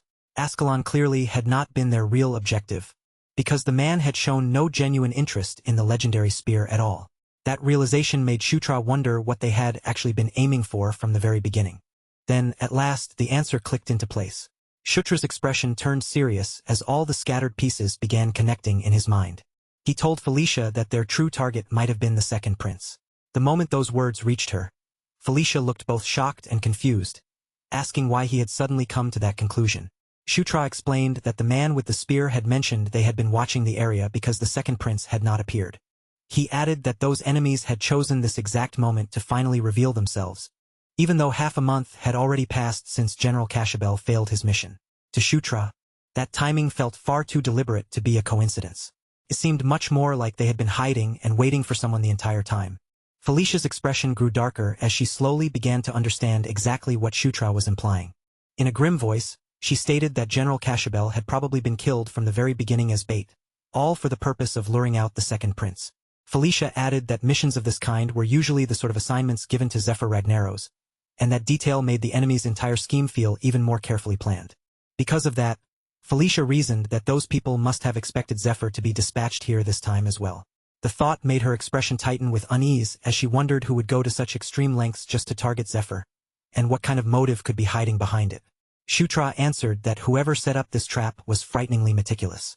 They had even chosen to self-destruct, making sure there would be no corpse, no surviving witness, and no clear path that could trace back to them. Ishgard listened to their deductions with quiet interest, as if he was watching the pieces of a puzzle fall into place, then remarked that the story they were building was rather fascinating. Felicia, already worn down and irritated by everything that had happened, snapped that this was not something he should be treating so lightly, because the situation was incredibly serious. Ishgard answered in that same relaxed tone, saying that he was taking it seriously as well. With no energy left to keep arguing with him, Felicia could only release a tired sigh. After that, Felicia turned the question back toward Ishgard, looking at him directly as she asked what had brought him to this place in the first place. Ishgard answered calmly that the Demon King had shown a deep and rather unusual interest in the ninth prince, and that curiosity alone had been enough to make Ishgard travel all the way here, simply so he could see Shutra with his own eyes. Shutra was left completely speechless, staring at him in disbelief. He could hardly accept that someone as powerful and unreachable as Ishgard had appeared here just because he wanted to take a look at him. Ishgard continued, explaining that the Demon King was not the type of person to act without a reason. If the Demon King had done something unusual during the audience ceremony, then there had to be meaning behind it. And now that Ishgard was standing face to face with Shutra, he said he could roughly understand what the Demon King had been thinking. Shutra felt the atmosphere around them shift slightly as Ishgard studied him more carefully. Then, without any warning, Ishgard asked whether Shutra wanted to learn from him. The sudden question struck both Shutra and Felicia with complete surprise. Ishgard quickly clarified that he was not asking Shutra to become his formal disciple. He explained that he was not in a position where he could properly raise a student from the beginning, and more importantly, Shutra had already learned the Beast God Fist art. Felicia's eyes widened the moment she heard that, and she immediately asked when Shutra had learned something like that. Shutra, just as startled as she was, turned toward Ishgard and asked how he had known about it in the first place. Ishgard explained that Shutra's body held many different types of energy layered together, including the power of the Beast God Fist art. He admitted that even he could not clearly identify every single energy inside Shutra, but one thing was obvious to him. Those powers were not clashing or rejecting each other. Instead, they existed together, almost as if they were accepting and embracing one another. And Ishgard said the phrase mutual coexistence, suited Shutra perfectly. Ishgard said that this was exactly why the ninth prince had caught his attention, and why he wanted to pass on a portion of his own insight. Then he looked at Shutra again and asked what he thought of the offer. Shutra understood immediately just how extraordinary this opportunity was. Aside from Demon King Mitra, Ishgard had never willingly offered his teachings to anyone before. There was absolutely no reason to turn down such an unbelievable chance. So Shutra accepted the offer without the slightest hesitation. Ishgard looked clearly pleased with Shutra's answer, and the faint smile on his face showed that he approved of the decision. He explained that he would teach Shutra a method for manipulating aura, along with several techniques connected to it. However, he also made it clear that how far those techniques would grow depended entirely on Shutra's own talent and ability. Then Ishgard reached out with one hand and placed it lightly on Shutra's shoulder. The instant his hand touched him, Shutra's body began to glow with golden light, and that quiet radiance marked the beginning of Ishgard's instruction. The golden aura wrapping around Shutra was none other than Ishgard's own power, flowing directly into him. Shutra closed his eyes and focused with everything he had, trying to sense each subtle change moving through his body. The feeling was completely different from the time he had learned the Beast God Fist art. Ishgard's aura seemed to spread into every corner of Shutra's body, filling him so completely that not even the smallest space was left untouched. Then the system notified him that he had acquired Azura Cultivation Technique Level 11. More system messages followed one after another, appearing in rapid succession. Azura Cultivation Technique Wind God Level 11, Azura Cultivation Technique Great Mountain Level 11, and Azura Cultivation Technique Lightning Level 11. Ishgard remarked that Shutra was truly remarkable, noting that the speed at which he was learning had already gone far beyond Ishgard's expectations. Then, without warning, golden and blue energy collided inside him, erupting into a blinding flash of light. Shutra was swallowed completely by the radiance, and even Ishgard froze for a moment, visibly shaken by what was unfolding before him. Felicia and the others stared at the brilliant light in stunned shock, their faces tightening with fear as they worried about what was happening to Shutra inside that overwhelming glow. Even Ishgard himself could barely believe the phenomenon taking place right in front of him. He had never imagined that something like this could even happen. Slowly, the blue and golden energies began to merge together, blending into a single radiant core inside Shutra's body. Then new system notifications appeared. First, the Azura Cultivation Technique and the Beast God Fist art began working together in harmony. Next, Shutra's physique level increased. His immunity to 100 poisons level 1 also rose, and the system noted that once it reached level 3, it could evolve into immunity to 1000 poisons. On top of that, Shutra acquired Harmony level 1, and the S-rank martial art, Beast God Fist art, evolved. A massive pillar of golden light shot upward, slamming into the fortress above and making the entire surrounding land tremble. From within that brilliant glow, Shutra emerged, floating calmly in the air, while the newly fused energy flowed around his body like a living current. His eyes remained closed, and his posture stayed perfectly steady, as though that overwhelming power had completely accepted him. When Shutra finally opened his eyes, he had acquired an entirely new martial art, Azura Divine Fist. As the dazzling light finally began to fade away, Shutra suddenly dropped from the air without warning and landed awkwardly on the ground, falling right onto his backside. Carrick and Felicia rushed over in alarm, urgently asking Ishgard what had happened to him. Ishgard explained that he had only intended to teach Shutra the Azura Cultivation Technique. However, Shutra had unconsciously merged it with the Beast God Fist art, creating something completely new. In Night Saga, the only martial art of that rank had originally been Hero Lock sword art. But now, the Beast God Fist art had evolved into Azura Divine Fist, reaching the same rank as the hero's technique. Ishgard admitted with genuine surprise that Shutra was far more extraordinary than he had ever imagined. He then said he would not dig any deeper and told Shutra that he did not need to explain anything. What truly interested Ishgard was not the secret behind the phenomenon, but Shutra himself as a person. Then he asked whether Shutra had already given the new technique a name. Shutra answered that he had, and then revealed the name he had chosen for it, Azura Divine Fist. Ishgard commented that the name was simple, but very fitting.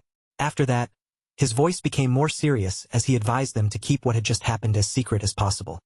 He explained that Shutra had already drawn more than enough attention to himself, and there was no need to invite even more scrutiny or suspicion from the royal court. Shutra agreed, saying that keeping it quiet would definitely be the best choice. Since most of their original goals had now been completed, all that remained was to collect whatever they could and rest. Felicia, however, blinked in confusion and asked what exactly they were supposed to pack. Shutra asked her if this was her first time exploring ruins. Then he suggested that they should completely harvest the dragon's body before the expedition team arrived. The suggestion visibly shocked the siblings. Shutra explained that if they divided the materials into 3 equal portions and shared them fairly, it would work out perfectly. Then he asked what they planned to do with their own share of the materials. Felicia and the others replied that they had only thought about sending everything to the forge at the Demon King's castle. Shutra said that was not a bad idea, but since they had obtained materials of such exceptional quality, he suggested entrusting them to someone he personally knew instead. He even guaranteed that this person's crafting skill was outstanding. Then Shutra looked at them and asked whether they had ever heard the name Amida. Felicia answered honestly that she had never heard that name before. But the instant Shutra heard it, his expression suddenly brightened, as if something inside his memory had snapped awake, and he called out the full name in surprise. Amida Ignatia. Shutra explained with clear excitement that Amida Ignatia was known as the greatest blacksmith in the entire demon realm, a legendary craftsman said to wield the last flame itself. The moment Ishgard heard that, he immediately understood that the 9th prince already knew exactly what kind of existence Amida was. Shutra spoke without the slightest hesitation, his tone filled with complete confidence, clearly certain that everything he remembered about Amida was accurate. He explained that even within Night Saga, encountering Amida was treated as a true hidden event. Amida Ignatia was a mysterious figure whose identity was difficult to pin down, sometimes appearing as a man and other times appearing as a woman. Some rumors claimed Amida was a shape-shifting mage who could freely alter their form, while other stories insisted that Amida was not one individual at all, but a name shared by an entire clan or even a secret organization. Either way, meeting Amida was so rare that it almost felt impossible. Even Shutra, who had completed Night Saga 10 full times, had only managed to encounter Amida 3 times in total. Ishgard seemed pleased that he did not need to explain everything from scratch, and he said he would tell Shutra where Amida had recently been staying. That news made Shutra genuinely happy, and the excitement spread across his face so clearly that he could not hide it at all. Ishgard explained that Amida changed residences frequently, so once Shutra was ready to move, he needed to go and find Amida without wasting any time. He added that Amida was extremely reclusive and hated dealing with people, but if Shutra brought up Ishgard's name, Amida would at least agree to meet him once. Shutra felt deeply satisfied by that. Not only had he gained a martial art of an unbelievable rank, but he had also obtained information on Amida's whereabouts. In such a short span of time, the rewards he had gathered were almost absurd. Once the chaos finally settled down, the group eventually made their way down a staircase, descending even deeper into the fortress. After taking some time to rest and recover, they carefully searched the treasure vault from top to bottom. Their next destination was the archives, a place Felicia insisted they absolutely could not leave behind without investigating. The moment Shutra stepped inside, he began coughing from the thick dust hanging heavily in the air. Felicia shot him a sharp look and challenged him, asking whether a little dust was really enough to defeat his curiosity. Carrick, however, bluntly pointed out that, from the very beginning, the 9th prince had never shown even the tiniest bit of interest in dwarf culture.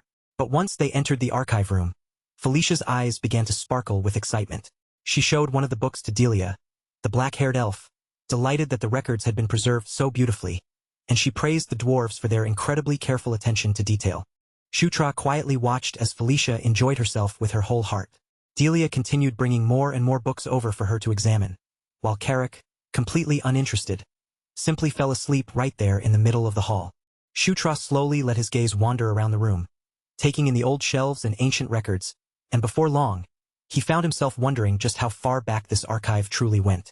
Some of the records were not even written on paper. They had been preserved on heavy stone tablets instead. As Shutra looked them over, one of the tablets suddenly slipped loose and fell. He bent down right away and carefully picked it up from the floor. Carved across the surface of the tablet was an image of several people, with a woman standing at their front, facing a group of dragons. The picture stirred an odd sense of familiarity inside Shutra. As he studied the figures more closely, he recognized Enkel and Enkidu among them, and across from those figures stood the 6 elder dragons. Then Shutra's eyes shifted toward the woman leading the group, and he focused on her face more carefully. The moment he truly looked at her, recognition struck him at once. She was the very same woman who had once told him to conquer, the woman who had declared that everything would eventually kneel before him. That realization made Shutra's chest tighten with a strange and uneasy feeling. This woman was not just some forgotten figure from the past. She represented conquest itself. Shutra could not understand why a woman like that would appear in a place like this, and the question left him deeply unsettled and confused. After all, the tablet looked as if it had been made more than 1,000 years ago. And yet, the image clearly showed 4 people and 6 dragons gathered together in the same scene. Shutra could not stop himself from wondering what kind of connection could have brought all of those beings together in one place. Then, all of a sudden, green wind appeared upside down directly in front of him, startling Shutra so badly that his focus snapped away from the ancient tablet. She asked him what had made him look so serious all of a sudden, while Shutra immediately questioned where she had even come from. Green Wind ignored his surprise completely and told him to follow her, proudly announcing that she had done something worthy of praise.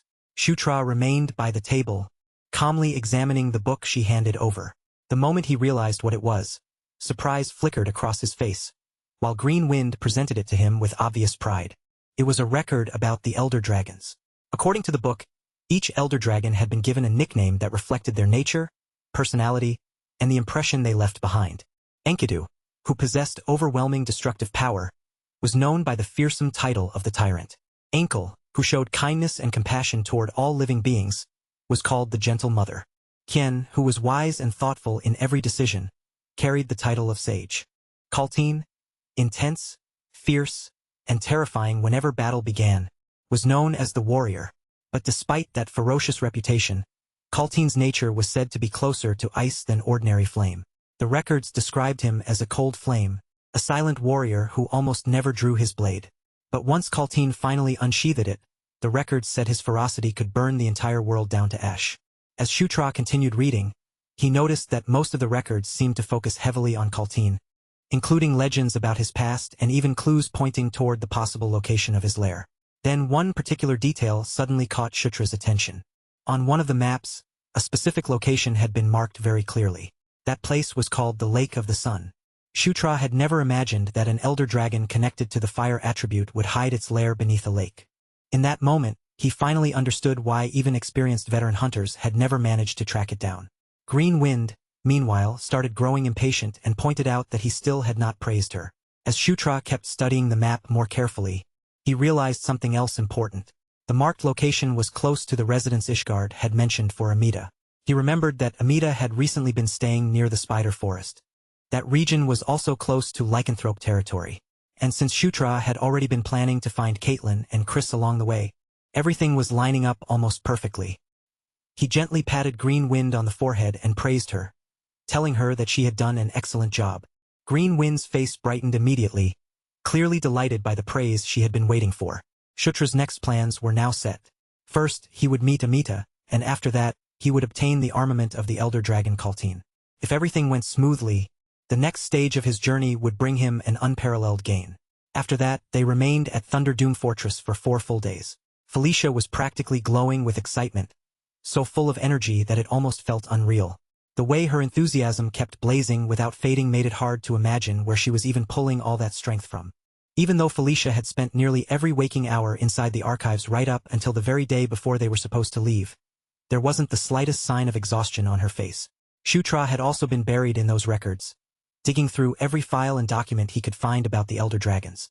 But no matter how deep he searched, and no matter how many old records he opened, the only Elder Dragon he could uncover any real information about was Kaltine. Still, their time there had not been wasted completely. Even if the archives had not given Shutra everything he wanted, there was at least one result that was impossible to ignore. Carrick had clearly grown stronger. Shutra noticed that Carrick standing among the King's Knights had gone up, and that change immediately caught his attention. He looked him over with curiosity, then asked whether that new position actually made him feel any stronger than before. Carrick answered without the slightest doubt in his voice, full of confidence from head to toe. Then, as if words alone were not enough, he drove a powerful punch through the air, swinging his fist forward like that one strike proved everything.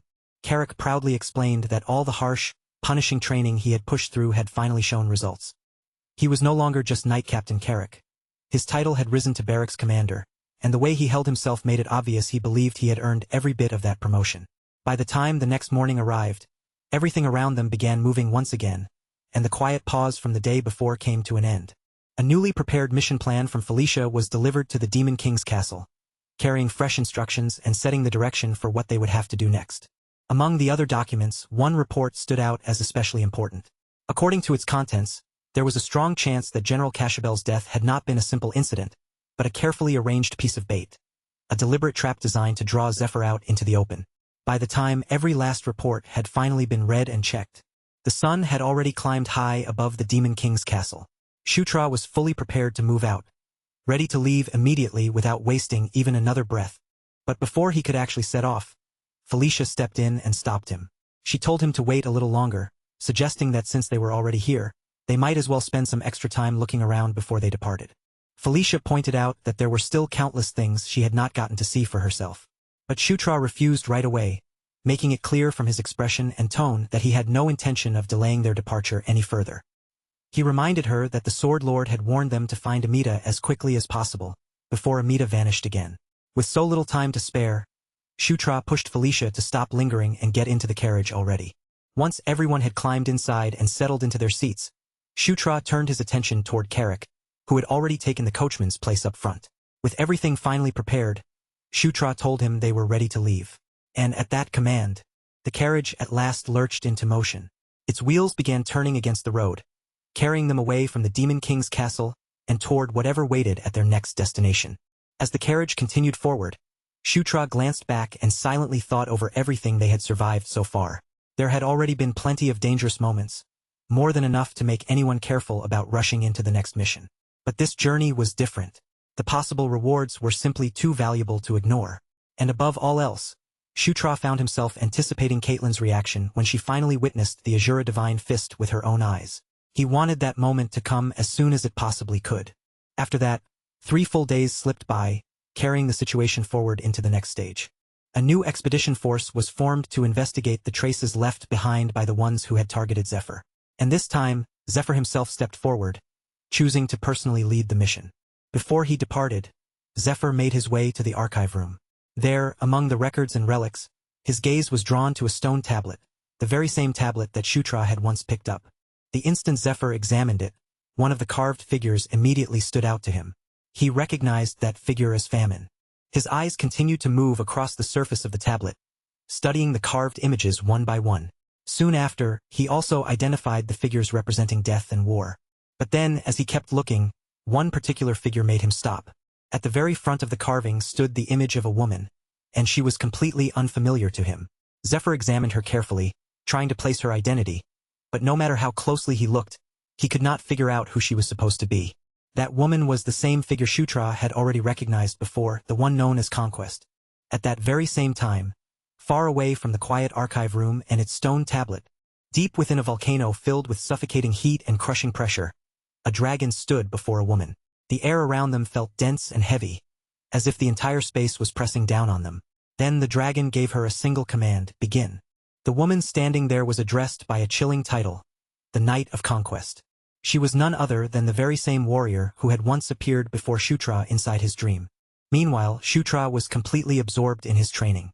He released an arrow while trying to control the flow of his magic, focusing hard as he attempted to shape the technique properly. But instead of forming the way he wanted, only a small flame gathered in his hand, flickering there without turning into a proper attack. Then, without warning, the flame twisted away from its intended path and came right back at him, burning Shutra's own body instead. Carrick watched the whole thing happen with wide-eyed disbelief and muttered that he had never seen any kind of training like this in his entire life. Carrick looked genuinely concerned as he warned that if Shutra kept forcing himself through this kind of reckless practice, he might end up doing serious damage to his own body. Felicia, however, responded with a surprisingly calm expression, saying that, strange as it looked, Shutra was actually completely fine. Almost as if to prove her words immediately, Shutra healed the burn on his own body. And through that painful process, his fire arrow level, his healing skill, and even his mana control proficiency all increased at the same time. Shutra was breathing heavily from the strain. His body clearly pushed hard by the repeated attempts, but the look on his face was not one of pain or regret. Instead, his eyes were bright with excitement, and rather than stopping, he steadied himself and prepared to try the technique again. Carrick could only shake his head at the sight, saying that no matter how he looked at it, there was nothing normal about this kind of training at all. Even so, Shutra's magical ability was undeniably improving, and because of that, Felicia decided it was better to let him continue for the time being. During the day, their group pushed onward along the road, and once night fell, Shutra trained without allowing himself any real rest. Their destination was the Spider Forest, the place where Amita was said to be staying. In order to reach the forest as quickly as possible, they chose the fastest route and cut straight through lycanthrope territory. But while they were still in the middle of that path, an order suddenly rang out, forcing the group to come to a stop. The road ahead had been completely blocked, leaving them with no clear way to continue forward. Carrick looked toward the obstruction in front of them, his brow tightening, and asked what exactly was going on. The guards standing in their way explained that this was official business of the lycanthrope royal family. Their tone left little room for negotiation as they firmly ordered Shutra's group to turn around and withdraw. Felicia immediately found that explanation suspicious. Royal business being carried out in such a remote and inconvenient place made little sense, and the situation only looked stranger the more she thought about it. When the guard repeated the command for them to leave, Felicia's patience finally reached its limit. She declared that she had heard enough, pushed the road open by force, and demanded that they bring out whoever was actually in charge. The guard's temper flared almost instantly. Irritated by her attitude, he snapped back at her and asked whether she thought she was some kind of royal. Felicia answered him with perfect composure and said that she was. The guard froze in confusion, as if he could not believe what he had just heard, and asked her to say it again. Without the slightest hesitation, Felicia repeated the same answer. As the guard became more and more uneasy, he asked once again, clearly trying to make sure he had understood her correctly. Felicia fixed him with a cold, steady glare and answered yes for the third time. It did not take very long after that for the situation to change completely. Back at the camp, those same guards were now being punished, kneeling on the ground with both hands raised high above their heads. Meanwhile, Caitlin looked genuinely delighted the moment she saw Felicia and Shutra. Her face brightened at once, and she hurried toward them, while Chris followed closely behind her. Caitlin immediately asked what the two of them were doing in a place like this. Felicia answered that she should be the one asking that question, then pressed Caitlin to explain why she and the others were blocking the road all the way out here. Caitlin hesitated for a moment before finally replying. Then Chris shifted his attention toward Shutra and mentioned that he had been hearing rumors about Shutra turning the Demon King's castle completely upside down. With a curious look on his face, he asked what exactly Shutra had been doing there. Shutra replied that the timing was actually perfect, because there was something he had been planning to show him anyway. Then, without dragging the conversation out any longer, he told everyone to step outside for a moment. A little while after everyone stepped outside, a deafening explosion suddenly roared from the distance. The sound was so violent that it seemed to ripple through the air itself, shaking the entire camp like a thunderclap had struck right beside them. But that terrifying blast was not the result of an enemy ambush or some sudden attack. It had come from Shutra and Caitlin, who were facing each other head-on in the middle of an intense sparring match. Neither side was treating it like a casual exchange. Caitlin stood before him with her focus sharpened completely, while Shutra gathered every ounce of power he could draw out and poured it directly into his fist. The instant their fists collided, the force trapped between them burst outward all at once. A massive explosion erupted from the point of impact, tearing across the open clearing like a battlefield had suddenly formed around them. The ground beneath their feet cracked and split under the pressure, while the trees nearby were shattered apart as though the shockwave had swallowed them whole and crushed them from every direction. Caitlin immediately realized that something about that attack was different. This was not the beast god fist art she was familiar with, and with clear surprise showing in her eyes, she asked Shutra what kind of technique he had just unleashed. Shutra did not try to hide the answer. He told her plainly that the move she had just seen was called the Azura Divine Fist Strike. Felicia then stepped in and explained that the technique had been born by combining the beast god fist art with the Azura cultivation method the Sword Lord had taught Shutra. Chris was shocked for more than one reason. It was already unbelievable that Shutra had managed to fuse two different powers together, but the fact that the Sword Lord had personally taught him was even harder to accept. When Chris asked why someone like the Sword Lord would do that, Felicia answered as if it were obvious, saying it was because Shutra was a genius. Caitlin looked truly impressed, her eyes bright with amazement as she wondered out loud if she might be able to learn the technique as well. But Shutra apologized and explained that he had not built it into a proper, organized martial art, so even he did not believe he could teach it to another person. Chris commented that creating a martial art even its own creator could not properly explain or pass on made Shutra seem completely ridiculous. After hearing that, Shutra could only pause and wonder whether Chris was complimenting him or insulting him. Deep down, Chris felt a quiet chill run through him as he realized just how quickly Shutra was growing.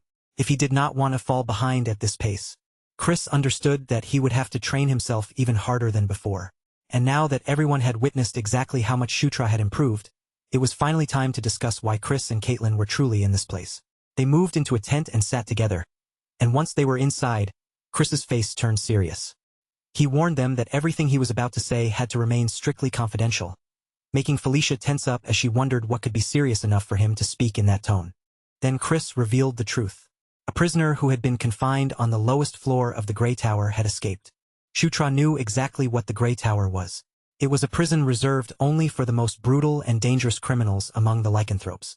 And if someone had been locked away on the very bottom floor, then Shutra already had a strong guess about the identity of that prisoner.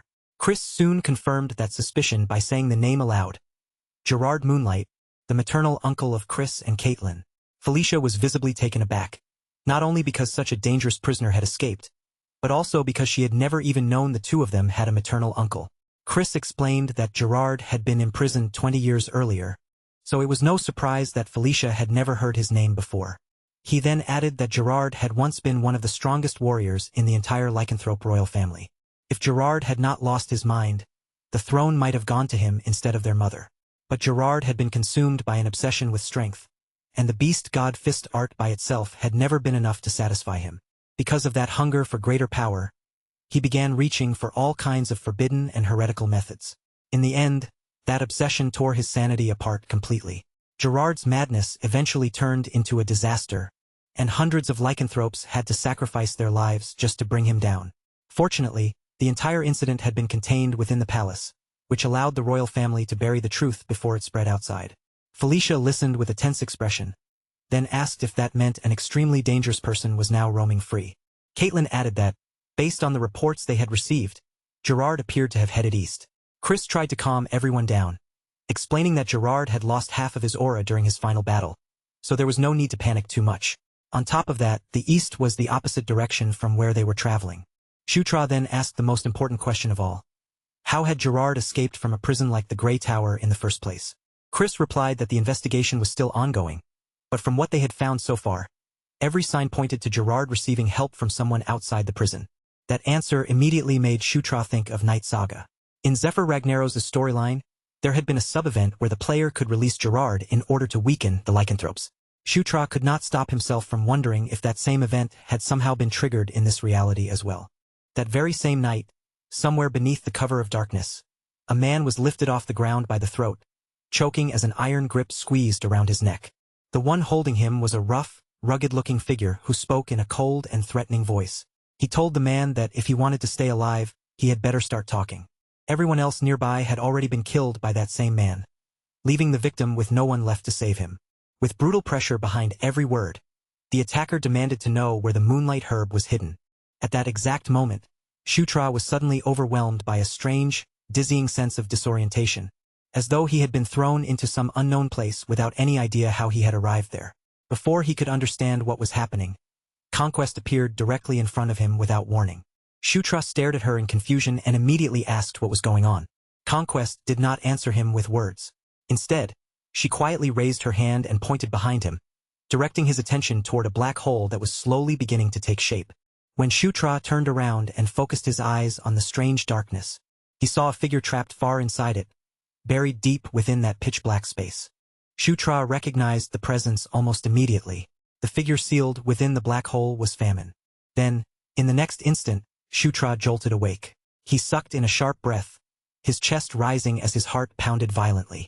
Even after opening his eyes, the image of that black aura stayed burned into his mind, refusing to fade away. The hostility he had felt from it still clung to him like a cold shadow wrapped around his body.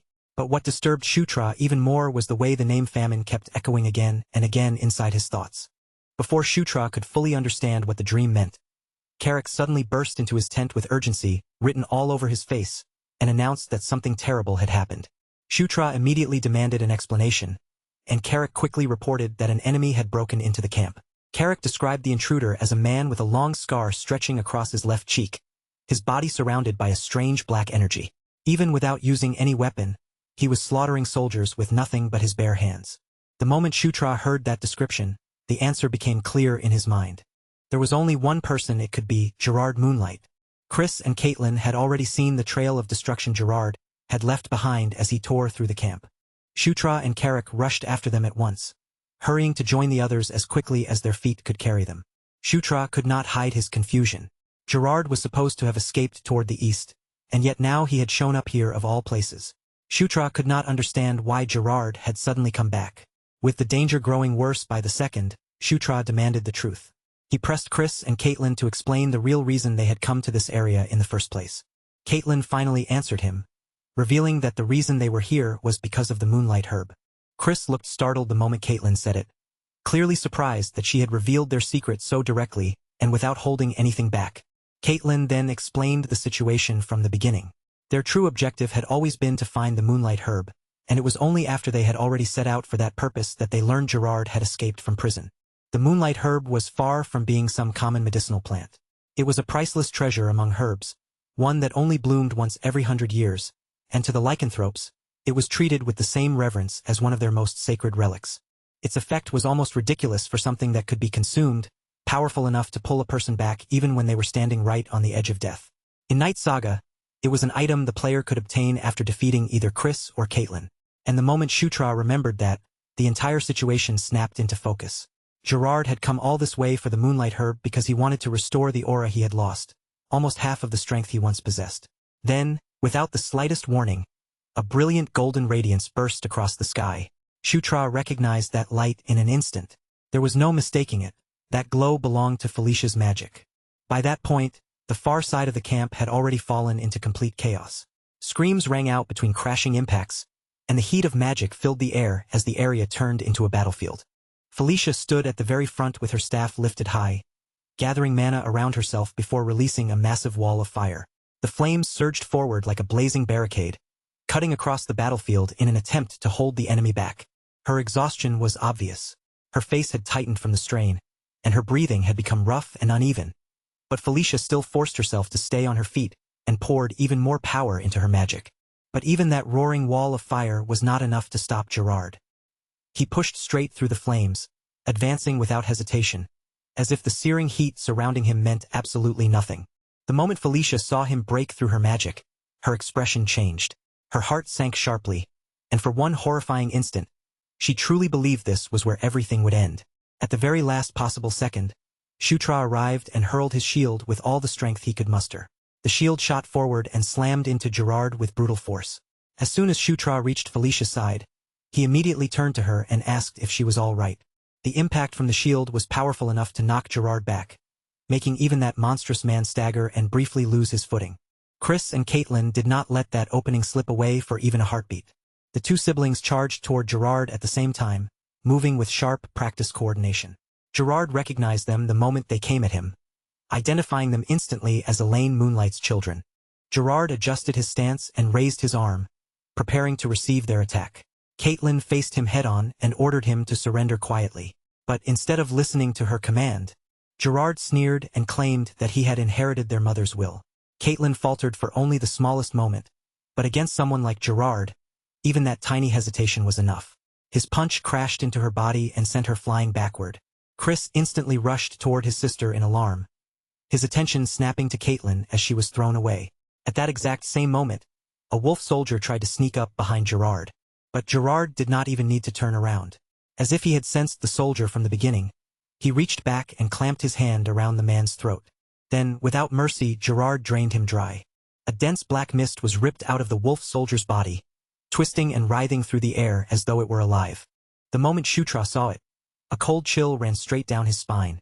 The wolf soldier's eyes turned completely pitch black while more and more dark energy poured out of him. Right before everyone's eyes, his body began to hollow out, as if his very life was being emptied away. At that moment, Shutra finally realized what that ominous black energy truly was. It was famine. And once Gerard finished draining the soldier completely, the wolf vanished without leaving even a trace behind. Gerard then drove his fist down into the ground with terrifying force. The earth broke apart beneath the blow, and the shockwave that erupted from it knocked Chris off balance. Immediately after that, the black mist surged forward like a living tide and slammed into Chris head-on before he could fully steady himself. Shutra stared at the scene in disbelief, struggling to accept the overwhelming strength Gerard was displaying right in front of him. In Night Saga, Gerard had never been remotely this powerful. After spending so many years imprisoned, his body should have been ruined and weakened almost beyond repair. But Gerard caught the brief moment of distraction in Shutra's eyes and mocked him for letting his guard drop. In the next instant, Gerard's hand closed tightly around Shutra's throat. Shutra fought desperately in Gerard's grip, struggling with everything he had to break free. He poured every bit of strength in his body into resisting, but Gerard wrapped him in that suffocating black mist and whispered coldly for him to dry up. Then, all of a sudden, something moved behind Gerard. It was Chris. He struck Gerard from the rear with fierce force, and that blow finally forced Gerard to release Shutra. Shutra dropped free from his grip, screaming as a sharp, tearing pain ripped violently through his body. Gerard turned around in an instant, his body already shifting smoothly into position for a counterattack. But Chris stepped directly into his path and declared that Gerard's opponent was him. Chris lunged forward with his entire body wrapped in raging blue energy, then crashed into Gerard with crushing force. The impact drove Gerard down into the ground and sent a heavy tremor spreading through the area around them. Gerard blocked the stream of attacks coming at him and mocked Chris, saying he had not even bothered to properly greet his uncle first. Chris roared at him to shut up. As far as Chris was concerned, Gerard Moonlight of the lycanthrope royal family had already died 20 years ago. The man standing in front of him now was nothing more than a prisoner who had escaped confinement. From a distance, Shutra summoned a golden dagger and activated under the king's banner on Chris, catching Chris completely by surprise. A rush of exhilaration surged through him as overwhelming power flooded through every part of his body. Energy overflowed from deep within, and Chris could not help wondering if this incredible strength was really coming from Shutra's magic. Gerard noticed the change in Chris's movements almost immediately. And at that exact moment, Caitlin, who had also been strengthened by under the king's banner, slipped behind Gerard and drove a firm, powerful punch into him. Gerard let out a low groan as Caitlin's strike landed cleanly. Chris followed up at once, chaining in another heavy blow before Gerard could regain his rhythm. Felicia and Shutra watched the fight from a distance, but the movements were so fast that even their eyes could barely keep up. The fighters blurred into streaks of light, crossing, colliding, and vanishing again in rapid succession. Felicia admitted that she could not see what was happening at all and asked Shutra to explain it to her. Shutra kept his eyes locked on the battle and answered calmly that Chris and Caitlin were winning. The two siblings moved together in perfect sync, attacking Gerard from both sides and forcing him to defend with his forearms. For the first time, Gerard truly acknowledged them. These two really were Elaine's children, and as that realization settled over him, Gerard decided there was no longer any reason to restrain himself. Power surged through his body, and he finally released his wolf form. Gerard's transformation happened in a flash. His body shifted violently, and enormous wolf-like hands burst into view as he lunged forward and clamped down on Caitlin's head with terrifying strength. Chris immediately swung a punch at him, trying to break Gerard's hold, but Gerard slipped away from the strike with frightening ease. Even while dodging, he dragged Caitlin along with him as if her body weighed almost nothing. Then, without the slightest hesitation, Gerard slammed Caitlin down into the ground. The impact was brutal, crashing hard enough to make the earth beneath them tremble from the force. The instant Chris saw what had happened to Caitlin, his face lost all color. The sight of her battered body hit him like a blade, draining the blood from his expression completely. In the next moment, rage exploded inside Chris. His jaw tightened, his teeth clenched hard, and he swore with every bit of fury in him that he would kill Gerard with his own hands. Gerard met that anger with terrifying calm. With almost casual ease, he swung his arm and slapped Chris aside, treating him as if his rage meant absolutely nothing. The blow sent Chris flying backward with horrifying force. His body smashed through several trees one after another, snapping through trunks before he finally crashed heavily into the ground. The moment Chris struck the dirt, Gerard launched himself after him. He gave Chris no time to breathe, no time to recover, and no chance to regain his footing. Just before Gerard's next attack could land, a brilliant glow flashed from the white suri. Shutra stepped in at the last possible second, raising it in front of him and blocking Gerard's strike head-on. Shutra immediately shouted Carrick's name, his voice cutting sharply through the chaos of the battlefield. At that call, the king's knights were summoned into the fight, ready to throw themselves into the battle against Gerard. Gerard reacted almost the moment they moved. He twisted his body sharply and intercepted Carrick's axe before the weapon could bite into him. At the very same time, Shutra began drawing power into his own fist. Shutra pulled his arm back, and golden energy gathered densely around it. The light compressed tighter and tighter, building into a heavy, blazing force around his clenched fist. Then Shutra drove his fist forward with everything he had, unleashing his technique, Gigantic Piston. Gerard took the attack head-on without backing away. In the next breath, he answered with his own counterattack, releasing the Beast God Fist secret art, Wild Wolf Fist Strike. The moment the two forces collided, Shutra was blasted through the air, sent flying backward by the overwhelming power of Gerard's strike. Even the shockwave spreading out from the clash was intense enough to make Carrick struggle just to keep himself standing. Panic flashed across Carrick's face as he looked toward the prince, unable to hide his fear at the sight of Shutra being thrown back like that. After a short moment, Gerard's violent aura finally began to settle down. He looked almost satisfied, as if the exchange had amused him. Gerard admitted that he had not expected Shutra to get back up after taking Wild Wolf Fist strike directly. And just as those words hung in the air, Shutra suddenly coughed up blood. Gerard started walking toward him, each step carrying a heavy, threatening pressure. His eyes were filled with unmistakable killing intent. But before Gerard could close the distance completely, Shutra stopped him. This time, Shutra declared that it was his turn now. Then he unleashed the exact same technique, the Beast God Fist secret art. Gerard froze in place, stunned by what he was witnessing. The attack slammed into Gerard squarely, landing with all the power Shutra could force into it. And at that precise moment, a system notification appeared in front of Shutra, announcing that he had learned the Beast God Fist secret art, Wild Wolf Fist Strike. It was a wolf skill. Shutra realized then that it was finally Gerard's turn to experience the force of his own technique. Gerard let out a pained groan, unable to understand how Shutra had managed to learn Wild Wolf Fist Strike simply by taking the attack once. Shutra drew his fist back again without wasting the opening, then followed up immediately with another strike, this time using Fist of Explosion. The heat packed into the blow burned fiercely enough to force a low, painful growl out of Gerard. But Gerard retaliated almost at once. His counterattack struck Shutra hard and sent him flying backward yet again. Shutra clicked his tongue in frustration as he was knocked away, bitterly thinking that he had been aiming to blow Gerard's head clean off with that attack.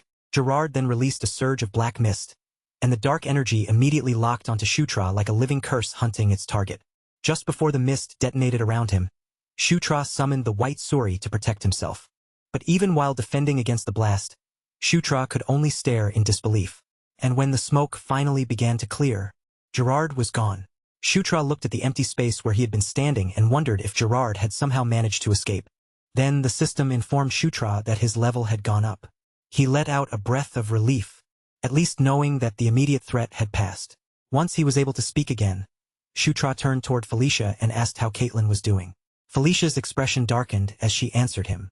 Caitlin's condition was extremely serious, and the damage to her body was far worse than it appeared from the outside. Felicia did not believe magic alone would be enough to save her. Then, all of a sudden, Shutra groaned and clutched at his chest, making Felicia rush toward him in alarm. Even while pain tore through his own body, Shutra's thoughts stayed fixed on Caitlin. He understood that although her visible wounds had been healed, the inside of her body was completely ruined. Shutra suspected that Caitlin had pushed herself beyond her limits by forcefully drawing out too much of her aura. Seeing his condition getting worse, Felicia asked what was happening to him, but Shutra brushed the concern aside. He told Felicia that he would recover after getting some rest and urged her to focus on Caitlin instead. Just then, Chris appeared carrying a box in his hands and told Felicia to use its contents on both Shutra and Caitlin. Felicia immediately asked what was inside the box, but the moment she opened it, she froze completely. Resting inside was a single flower, the Moonlight Herb. Felicia quickly laid Shutra and Caitlin down side by side, then carefully placed the box between the two injured bodies. She began the treatment right away, while Chris and Carrick stood close by, keeping guard with tense eyes fixed on their surroundings. With careful hands, Felicia lifted the Moonlight Herb from the box and divided the precious flower cleanly in half.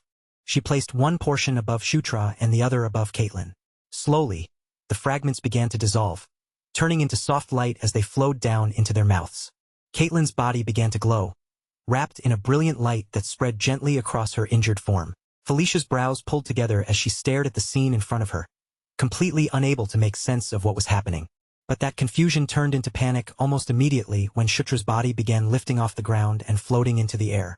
Chris had never seen anything like this happen before, yet the strange sight stirred an old memory in his mind, the ancient legend connected to the Moonlight Herb.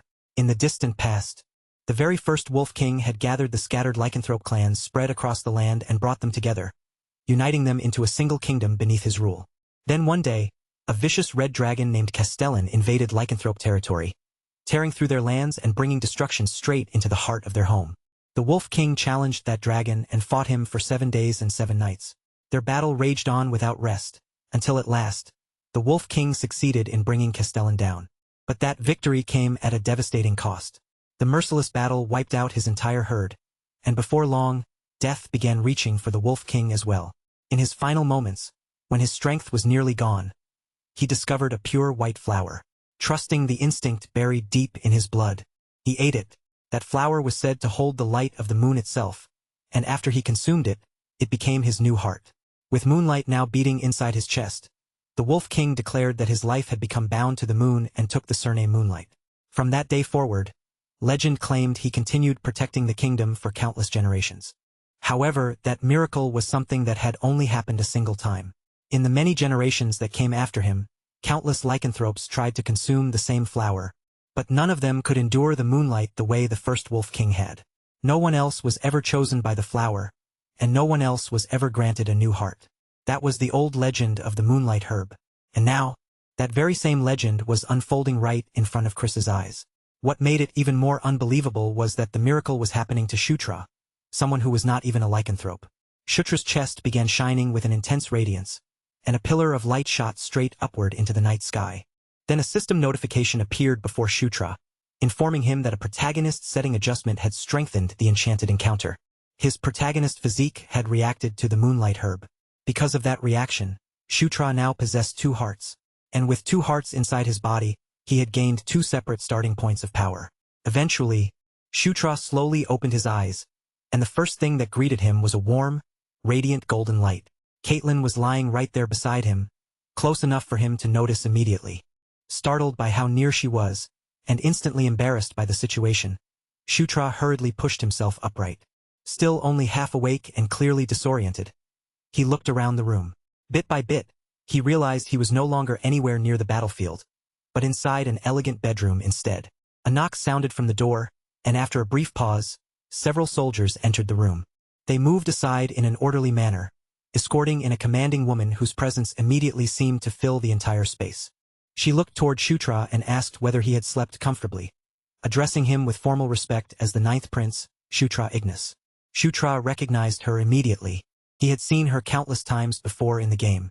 She was the 4th queen, Elaine Moonlight, the queen of the lycanthropes and the biological mother of Chris and Caitlin. Elaine said she had heard that her children had survived because of him, then calmly asked how she should repay such a debt. Shutra answered honestly, telling her it was nothing remarkable and that he had simply done what he believed was the right thing to do. Elaine told him not to be so modest, because his actions were more than deserving of proper recognition. Shutra accepted her words politely and thanked her.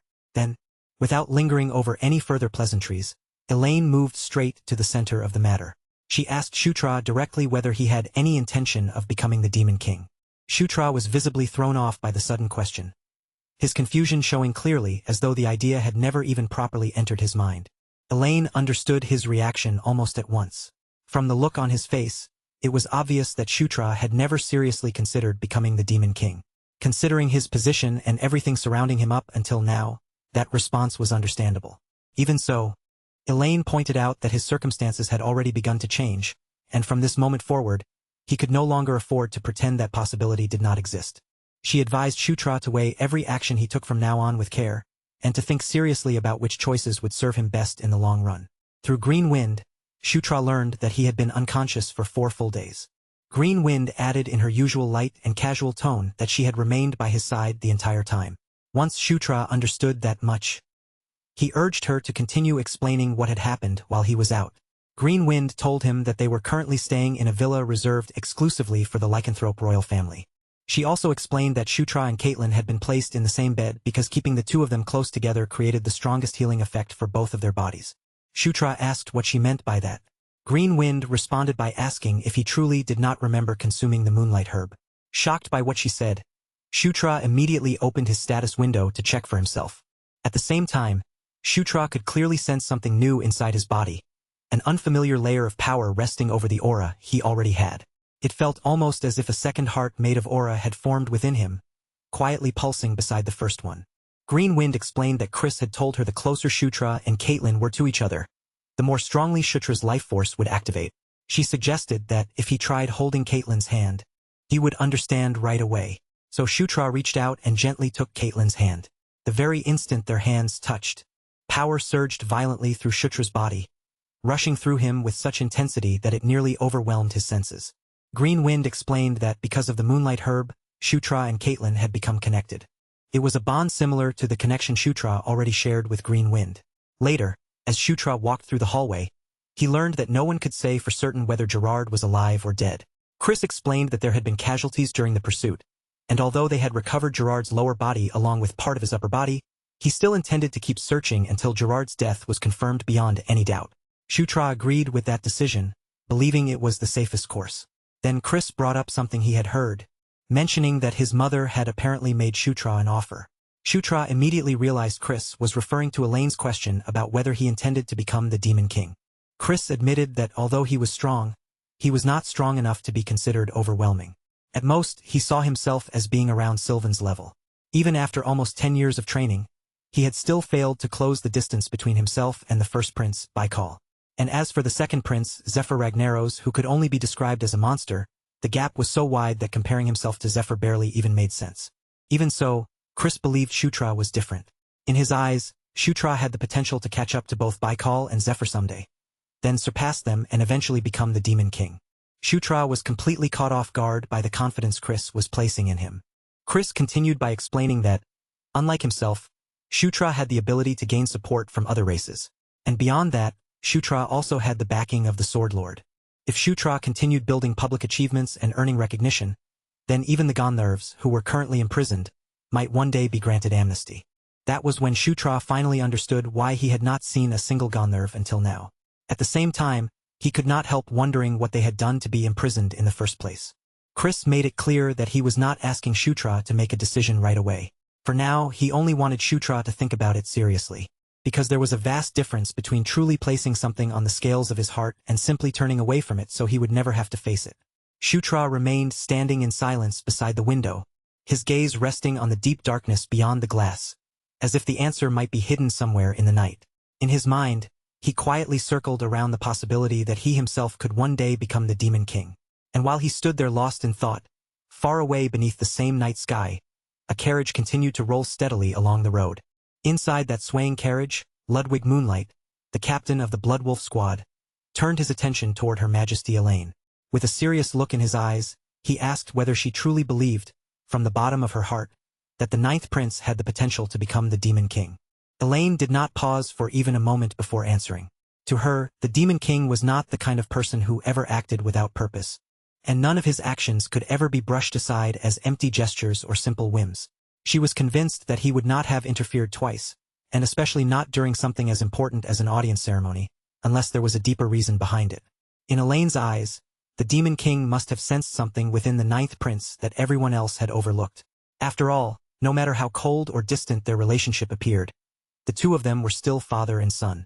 Ludwig's eyes lowered slightly as he admitted that he still could not completely understand why this issue was being treated with such gravity. Elaine looked straight at him and, without softening her tone, called him naive. She explained that, for someone like the Demon King, even if one of his own sons were to cut him down and seize the throne by force, he would probably accept it with genuine joy. In his eyes, that would only prove that a new Demon King, one even stronger than himself, had finally been born. That was simply the kind of ruler he was. Elaine understood very well that this was a dangerous gamble, the kind that could easily twist against them if they misread even one part of it. Even so, she could not deny what was standing right in front of them. For their side, the future where the ninth prince ascended as Demon King was still the best outcome they could possibly hope for. Only at that point did Ludwig start to see the shape of what she meant. In the demon world, strength stood higher than law, higher than titles, and even higher than bloodline. Everything ultimately bent in the direction chosen by the one who possessed the greatest power. Elaine quietly admitted that this merciless truth disturbed her more than she wanted to let on. And yet, at the same time, there was something about the sheer certainty of that overwhelming strength that drew her gaze and held it there. That very same night, Wolf soldiers continued searching the area, sweeping through the darkness as they hunted for Gerard. Considering how badly damaged his body had been, none of them believed he could have managed to get very far. Then, in the middle of that tense search, one of the wolves suddenly stopped in place. His body went still, his senses catching onto something hidden somewhere in the dark. They had finally located him. From somewhere within the shadows, a voice reached Gerard, telling him that by now, he should have been given more than enough time to sort through his thoughts. The shadowy figure remained concealed in the darkness as it asked Gerard whether he was now prepared to accept the offer that had been placed before him. Gerard slowly lowered his body, bringing one hand down until his palm pressed firmly against the ground beneath him. And in the very next moment, a mass of black mist erupted outward from him like a violent wave breaking loose, spreading rapidly across the wolf soldiers as they approached. Gerard's voice turned cold as he commanded them to dry up, and the dark power swallowed them before they could even properly resist. One after another, every last soldier collapsed, completely overwhelmed. With his back forced against the wall and no road left open for escape, Gerard finally surrendered to the situation and agreed to accept the offer. At that answer, the mysterious figure's lips slowly curved upward into a cold, unsettling smile, revealing sharp teeth from deep within the gloom. It declared that the time had finally arrived to begin everything once more, and to move toward an ending different from the one that had happened before. A few days passed after that, and Caitlin at last opened her eyes again. Because of the incident involving Gerard, Chris returned to the main palace. Then, on the following day, Shutra and the others set out for the spider forest, beginning their search for Amita. A man named Robin took the lead and guided them along the road. As the group continued forward, Robin explained that once they arrived at the twin bridges ahead, they would have to get down from their mounts and travel the rest of the route on foot. Robin was a boar lycanthrope, someone Chris had introduced to them before their departure. While they made their way down the path, Shutra asked him what kind of place the spider forest was and whether he had personally gone there before. Robin answered that he had visited it once, roughly half a year earlier, and back then the forest had been quiet, just like the rumors claimed. According to Robin, the spider forest was peaceful to an almost unnatural extent. It was so still and calm that not even wild beasts or monsters wandered within its borders. But for Shutra, that kind of peace did not feel reassuring at all. It had been far too long since he had encountered a place this strangely calm, and because of that, the silence only made the forest seem even more suspicious.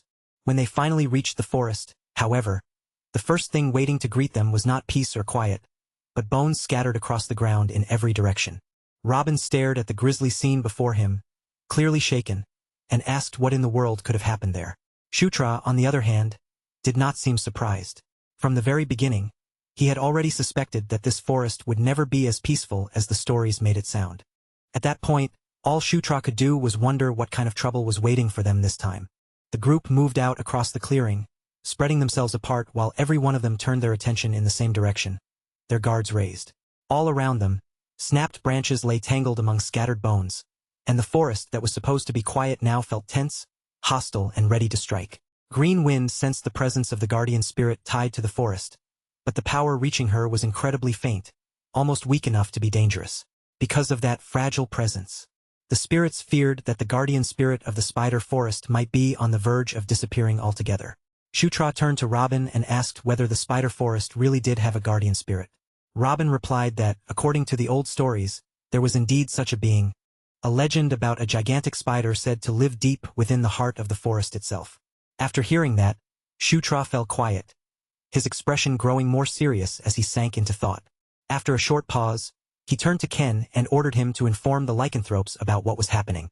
Ken immediately moved to obey, wasting no time as he rushed off to deliver the message. But almost at that very same moment, Green Wind sensed something far more alarming.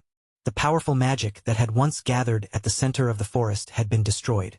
The second Green Wind realized this, she understood that something terrible was about to fall upon the entire forest. By the time night covered the trees, Shutra and the others had already set up camp. There at the camp, Shutra explained to everyone what Green Wind had sensed, telling them that the guardian spirit's energy was weakening at a dangerous pace. Then he asked the question hanging over all of them. What would happen if the guardian spirit vanished completely?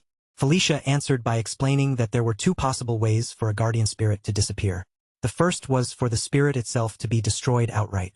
The second was for the thing it had been born to protect to disappear. In other words, if the source that created and sustained the guardian spirit was lost, then the spirit connected to it would gradually fade away as well. She went on to add that, despite Green Wind's small and delicate appearance, she was actually a fairly high-ranking guardian spirit. Even if the source tied to Green Wind were to vanish, Green Wind would certainly weaken, but she would most likely not be destroyed right away. Most guardian spirits, however, did not have that level of resilience. Once the source they depended on was destroyed, they disappeared along with it, especially the artificial guardian spirits commonly found inside dungeons or ancient ruins. To put it simply, The guardian spirit of the spider forest had become so faint and unstable because its source had already been damaged. Felicia was still in the middle of explaining all of this when her words suddenly trailed off, and her eyes lifted toward the sky above the camp. She pointed upward and said that the moon's color looked strangely wrong. Before anyone had enough time to fully process what she had said, Caitlin suddenly threw herself forward and attacked. Shutra reacted purely on instinct. He moved at once, catching Caitlin and restraining her before the situation could spiral any further, forcing her down with enough strength to stop her from moving. He demanded to know what had gotten into her, gripping her by the shoulders and calling out to her over and over again, until at last he managed to snap her back to her senses. But the shock did not end with Caitlin. To everyone's horror, the other lycanthropes also began behaving strangely. And this time, Carrick became the one they turned their aggression toward. As they closed in on him, he panicked, shouting at them and demanding to know what was wrong. With his desperation rising, he tried to make them recognize him, to remember who he was before they attacked. Felicia reacted quickly, releasing a brilliant burst of dazzling light. The blinding flash swept through the camp, washing over the lycanthropes and forcing them to halt their movements, at least for the moment. Even Felicia herself could only look at the fallen lycanthropes with uncertainty and admit that she had no clear idea what had just seized control of them, or why they had suddenly lost themselves like that. Daphne stepped forward at once, her face tight with tension as she quickly explained that this was no ordinary confusion. What had taken hold of them was the work of the spirit of madness, and the moment those words left her mouth, she wasted no time at all. She lifted both hands in front of her and immediately began casting a spell. A strange purple mist that had been wrapped around the lycanthropes was suddenly torn away from their bodies, as though some unseen force had grabbed it and ripped it loose from their flesh. Then, one after another, just as the strange influence was pulled free, the lycanthropes' legs gave out beneath them, and they collapsed unconscious onto the ground. Shutra rushed straight to Caitlin's side, kneeling down to check her condition, and only after confirming that she had finally returned to normal did relief show on his face. Carrick, still rattled from nearly being attacked by his own allies, demanded to know what in the world had just happened. Daphne answered quickly, saying they had managed to drive the spirits away for the moment, but warned that this was only a temporary fix. Unless they found the source soon, the same madness could seize them all over again. Just then, a heavy tremor roared through the area, shaking the ground beneath their feet, as if something massive had struck nearby. Carrick whipped his head around in alarm and shouted, asking what that sound was. Daphne's expression grew even darker as she answered that the defensive barrier had fallen. Her voice carried a sharp warning as she told them that something extremely serious was starting to happen close by. Green Wind then added in a grave tone that illusion and reality were beginning to overlap. The spirit's power had grown so immense that the boundary between what was real and what was false was starting to blur until it could no longer be clearly recognized. Shutra clenched his teeth, his jaw tightening as he cursed quietly under his breath. He realized then that the situation was falling apart far faster than he had expected.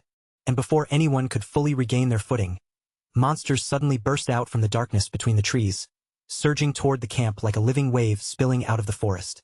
Shutra immediately raised his voice over the chaos and ordered everyone to prepare themselves. For the moment, there was no clever strategy they could lean on and no safe route they could take. Their only choice was to fight through whatever came at them. When a massive bear charged straight toward him, Shutra stepped in without hesitation and crushed it head-on with Fist of Explosion. Carrick and Delia moved together at the front line, planting their feet firmly on the ground as they held the monsters back, forcing away one wave after another as the creatures kept advancing from the shadows. Felicia followed with a wide-area spell, sending a sweeping surge of magic across the battlefield and striking down several enemies in one powerful burst. But even with all of them fighting at full strength, the battlefield quickly descended into complete chaos. No matter how many monsters they knocked down or pushed back, there were simply too many pouring in from every direction.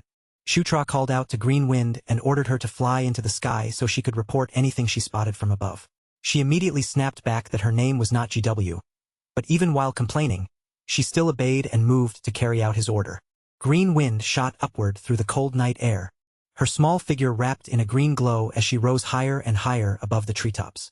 But at that exact moment, a blue beam suddenly erupted from the ground below, and when the two forces collided, the impact lit up the darkness overhead. Standing in front of that beam was a massive figure, and the sight of it made Green Wind freeze in midair.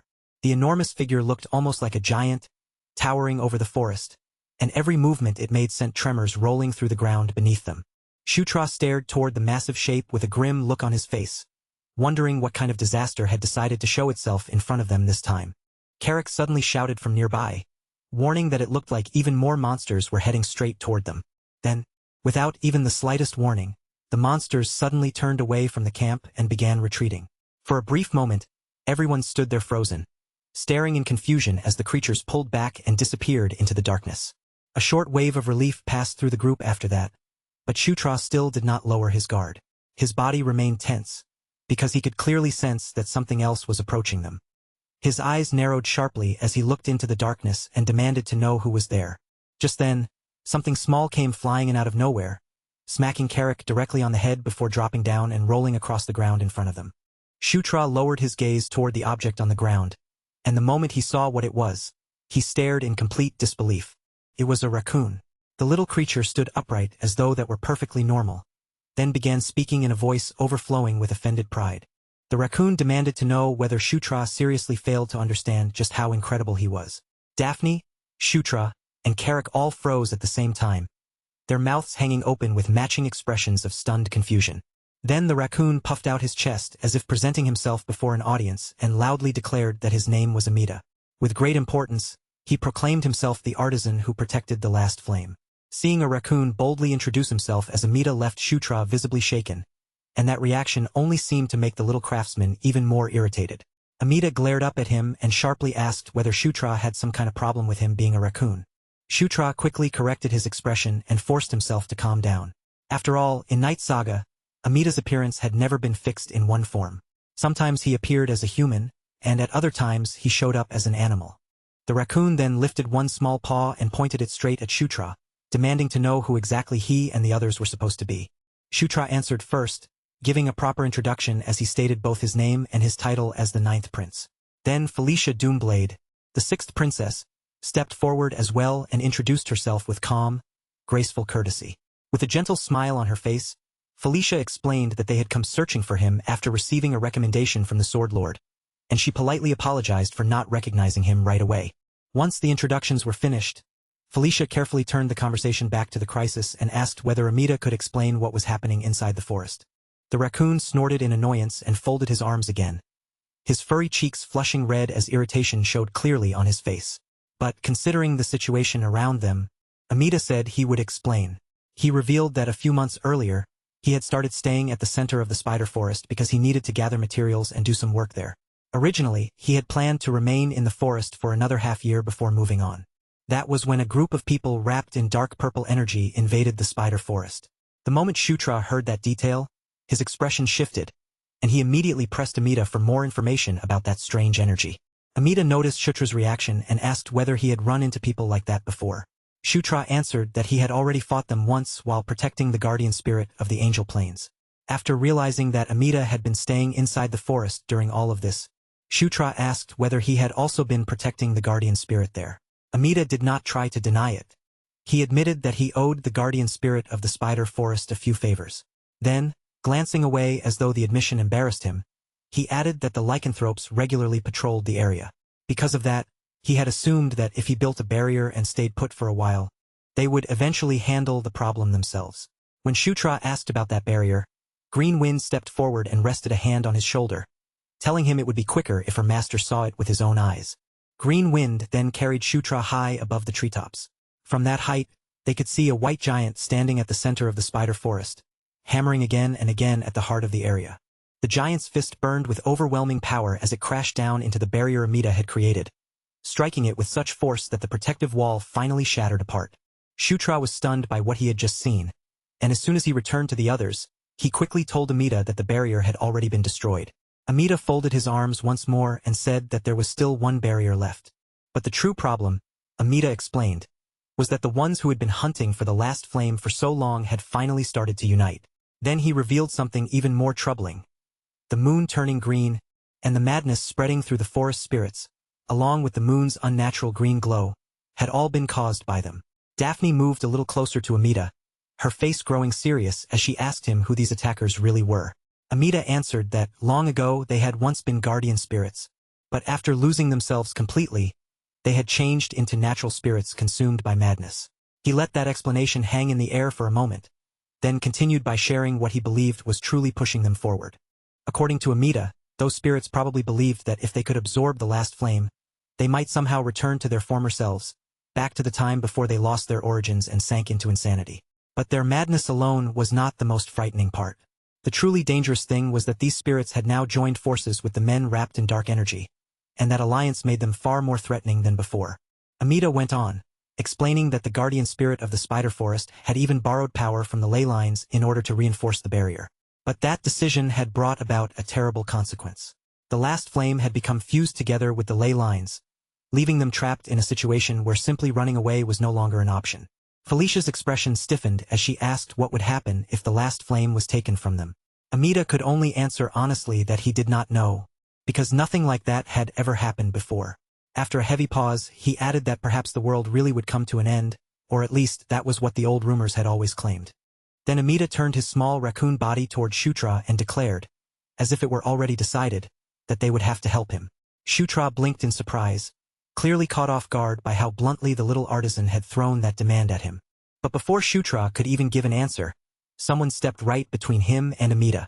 Carrick cut into the conversation first, warning the raccoon that help of this kind was not something he should expect for free. With a sly laugh and a greedy sparkle in his eyes, Carrick demanded that Amida craft one piece of equipment for each of them, saying that a legendary artisan should at least be capable of that much. Amida bristled instantly, his fur seeming to puff up with outrage as he shouted that Carrick clearly had no understanding of the crisis they were standing in. Amida reminded him that this was an unprecedented disaster, one where the last flame itself might be extinguished. Carrick, however, merely cleaned his ear in a casual, almost insulting way, acting as though the warning barely interested him. Then he remarked that maybe the flame would just go out and nothing especially terrible would happen. Carrick even added that if they were going to risk their lives no matter what, giving up might actually be the wiser choice. At that point, Amida's anger finally boiled over. He clenched his teeth, his little body shaking with frustration. But in the end, Amida accepted the deal. He muttered that it was fine, and that once he had said something, he would keep his word. Then he told them to follow him. Carrick looked perfectly pleased with himself, and even Green Wind joined in, asking if she could have a piece of equipment too. The next day, Shutra explained everything that had happened to the three lycanthropes in their group, since they had been unconscious during the worst part of the chaos. Caitlin and Sarah were left completely stunned, shaken by the realization that they had moved and acted under the influence of that madness without even knowing it. And with the situation growing worse after Karma had already been sent away, Shutra decided that Robin should be sent back to the base as well. He ordered Robin to warn the lycanthropes about the crisis now unfolding inside the spider forest, and to request reinforcements as quickly as possible. Meanwhile, the rest of the group remained in the forest, gathering together so they could decide how to handle what was coming next. Amida was the first to open the strategy discussion. Judging from everything that had happened so far, he explained that the enemy's attack pattern could be divided into two major phases. In the first phase, monsters and beasts corrupted by the spirit of madness would fling themselves against the barrier. Amida made it clear that there was nothing clever or tactical about this part. It was simply raw violence, a mindless flood of bodies crashing into the barrier again and again to grind it down.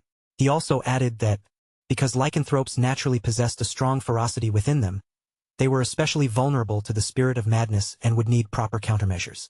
After hearing that warning, both Sarah and Daphne admitted that they could already feel that dangerous influence lingering in the air around them. Amida then shifted to the second phase of the attack. He explained that once the barrier had been weakened enough, the white giant would appear and deliver the final blow to destroy it. According to Amida, that giant had been created when the insane guardian spirits fused into one enormous being. Even on its own, it already possessed terrifying power, but the situation became even more dangerous once the men wrapped in purple death energy joined the assault. Amida said that he would deliberately open a hole in the barrier and funnel the first wave of enemies into one narrow point.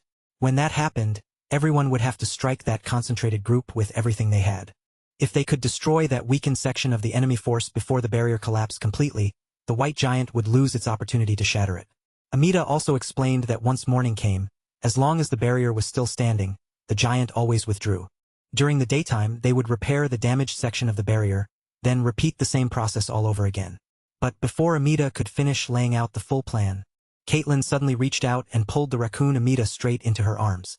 With bright confidence in her voice, she declared that if they could simply hold out for 2 days, then victory would belong to them. Amida immediately lost all chance to keep speaking as Caitlin hugged him tightly, squeezing him close and kneading his fluffy cheeks like he was an adorable pet instead of a master craftsman. Carrick leaned in closer to Shutra and whispered that Amita did not exactly look like he was enjoying the way Caitlin was treating him. Shutra answered just as quietly, his tone carrying a hint of teasing, wondering whether Amita might have a weakness for beautiful women.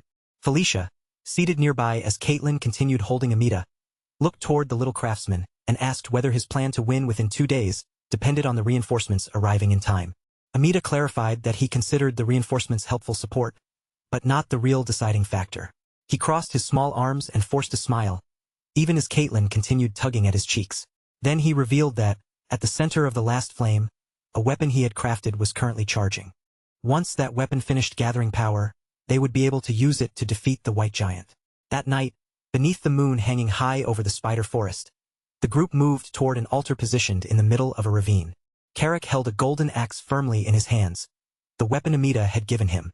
The orc looked down at its shining blade with obvious excitement and admitted that he was eager to see just what kind of power it could show.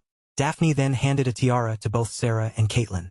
She explained that as long as they wore those tiaras, the influence of the spirit of madness would be blocked from taking hold of them.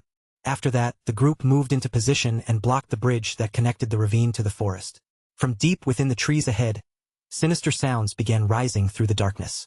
Heavy footsteps echoed through the night, growing louder and closer with every passing second, like the marching rhythm of a massive army approaching through the forest. Before long, an enormous horde of monsters burst out from between the trees, rushing straight toward them in a violent wave of claws, fangs, and twisted bodies. Shutra shouted for everyone to take their positions, making it clear that no matter what happened, they absolutely could not allow the enemy to pass through. He stepped firmly into his battle stance and called out that all they had to do was endure for 2 days, and victory would be theirs.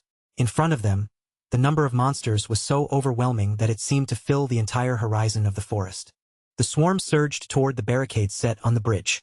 As the first wave closed in, one member of their side raised a magical staff and released a powerful spell.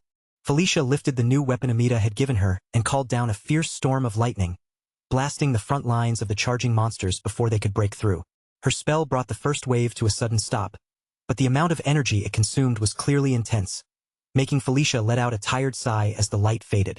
In Felicia's mind, Amita's earlier advice echoed once again. He had told her that once she truly understood the power dwelling within all things, she should try using the staff he had lent her. If she did, she would be able to cast magic far beyond what she could wield at the moment. Trusting those words, Felicia tightened both hands around the staff crowned with a red crystal and slowly closed her eyes. When her incantation finally reached its end, Felicia called upon the flames and commanded them to burn. A blazing cannon of fire erupted from the tip of her staff, tearing forward with tremendous force, powerful enough to rip through even the blockade standing before her. The roaring inferno surged across the bridge and swallowed the monsters trying to force their way through, before detonating in a massive explosion that vaporized them completely. Shutra praised Felicia for the overwhelming power of her spell, then rushed out onto the battlefield with Caitlin close behind him, both of them ready to face the monsters that had survived beyond the area Felicia had destroyed. On Shutra's fist rested the dragon gauntlet, its surface pulsing as fierce energy gathered and condensed around his hand. Shutra charged straight into the enemy and declared that from this point onward, the rest of the battle was up to them. Then he unleashed Explosion Punch, and the very first monster struck by his fist was blown apart completely. Right beside him, Caitlin moved in perfect rhythm and unleashed Beast God Fist. Even with her fierce movements, however, the area around Caitlin remained dangerously exposed. Several giant insects swooped toward her, their fangs and claws ready to tear into her from the sides, but Caitlin was not fighting by herself. Using the tiara Daphne had given her, Sarah activated her lycanthropic transformation. As her body shifted into a beast-like form, Sarah tore apart the monsters that dared to approach her princess. At the same time, Carrick also hurled himself into the middle of the fierce battle. The orc released a thunderous roar and swung his axe with brutal power. When he slammed the weapon into the ground, the impact unleashed a tremendous explosion that swallowed the monsters surrounding him. The axe in Carrick's hands glowed with energy, and even after that devastating strike, not a single scratch marked its blade. Carrick grinned with satisfaction and declared that the weapon the raccoon had lent them was definitely no joke. The battle kept tearing across the bridge without slowing down, as Shutra and the others held their ground at the very front, standing firm against the endless flood of monsters crashing toward them. During one brief opening, when they finally pulled back just enough to catch their breath, Shutra glanced over at Daphne beside him and commented that everyone was fighting far better than he had expected. Amida, watching from close by, overheard those words and silently recalled that the prince's name was Shutra. As his eyes moved over the young prince's worn-out, battered equipment, Amida quietly judged that Shutra's gear was in serious need of improvement.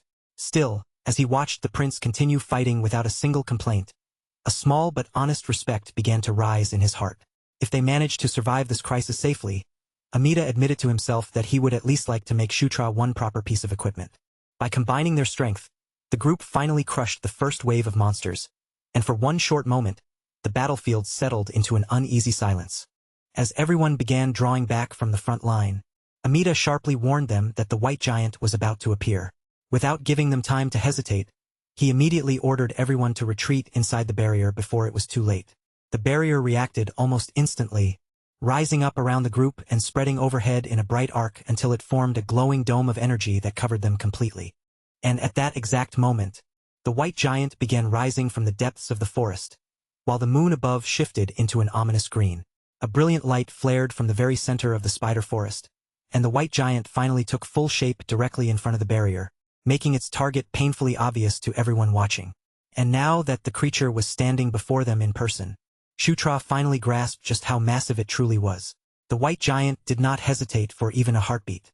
It launched its first attack immediately, driving its elbow down into the barrier with brutal force.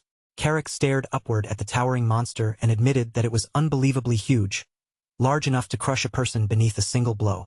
Even with fear creeping into the orc's voice, Amida tried to steady him. Amida insisted that the barrier would not break. As long as they remained inside and endured, he said, the giant would eventually disappear on its own. But the white giant kept hammering against the barrier without the slightest pause, throwing not only its fists, but even its shoulders and full body weight into the glowing dome again and again. Inside the barrier, Shutra's group could do nothing but stand there and watch the terrifying assault unfold right above them. However, Shutra alone sensed that something was off. His eyes narrowed as he said this was different from what had happened yesterday.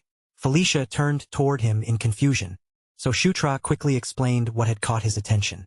The day before, the white giant had not been wrapped in that strange blue aura.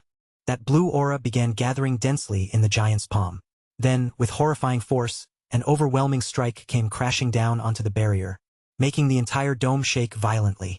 Cracks raced across its glowing surface as the aura-filled attack pushed the barrier to the edge of collapse, and broken fragments of energy started raining down around Shutra and the others. Amida stared at the power surrounding the giant, shock freezing him in place. In disbelief, he wondered whether that force could actually be the power of death itself. While shards of the shattered barrier continued falling around the group like broken glass made of light, Shutra immediately called upon the White Shield Suri to protect them and shouted for everyone to take cover in whatever way they could.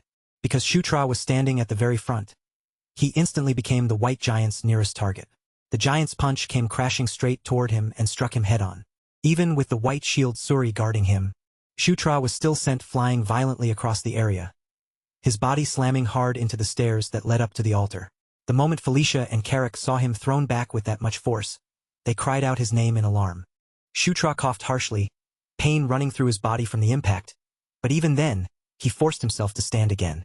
As he struggled back upright, he saw the white giant gathering that same blue energy into its palm once more. Just then, Carrick suddenly pointed toward the sky, saying that there was a ship floating above the white giant. When Shutra lifted his eyes and saw the vessel hovering in the air, one person immediately flashed through his mind. There was only one person he knew who would sail across the sky in such an over-the-top, dramatic way. It was the dark elf sword known for cleaving through the heavens. Felicia looked upward as well, and the instant she recognized the figure standing aboard the ship, her entire face lit up with overwhelming joy. There, standing with his arms crossed as he looked down at the giant from above, was Felicia's brother, the fifth prince, Sylvan Doomblade. The sky pirate fixed his red eyes on the white giant below and calmly ordered his crew to advance. The massive ship surged forward through the air, cutting straight toward the enemy before slamming into the white giant's back with tremendous force. The giant staggered from the impact, its enormous body shaken by the sudden collision from behind. Then, attack after attack rained down from the ship, unleashing a fierce aerial barrage from above. The great vessel struck once more, and this time, the white giant finally collapsed under the assault.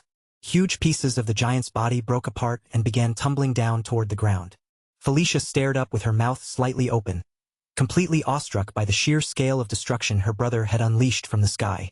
Explosions thundered across the spider forest, throwing a thick curtain of white dust into the air until the entire area was swallowed in haze. Then the great ship descended through that drifting cloud and landed inside the protected zone where Shutra and the others stood.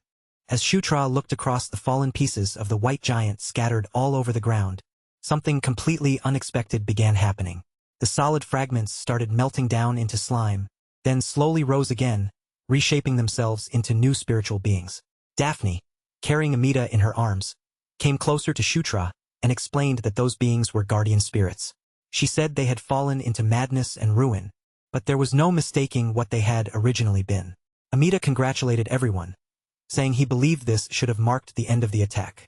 At the same time, the green glow faded from the moon, and the illusion covering the forest disappeared. But as the moon returned to its normal color, the spirits fully materialized in front of them, startling everyone all over again.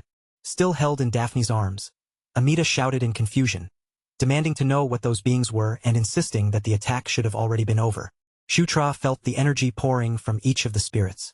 It was dark, purple, and deeply unsettling, and the aura radiating from them was powerful enough to leave him stunned. They seemed even stronger than before, almost as if they had been concealing their true strength all along and waiting for this exact moment to reveal it.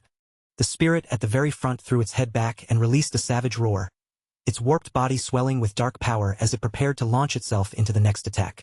Felicia reacted without delay. She turned sharply toward Daphne, her expression tense, and urged her to take Amita with her and hurry to the forest temple before the battle swallowed them all. Shutra's voice then rang out across the battlefield as he shouted for everyone to brace themselves and prepare for another round of fighting. Declaring that the second round was about to begin, Felicia and Shutra threw themselves forward without a trace of hesitation, charging into the spirits together with Carrick and Caitlin. But among all those enemies, one spirit clearly stood apart from the rest, watching the chaos with its arms crossed, as though it were calmly observing the entire battle from a place above the fighting. That unusual presence immediately pulled both Caitlin's and Shutra's attention toward it. Shutra warned the others to be careful, admitting that he did not know exactly what that spirit was, but it clearly looked like the leader.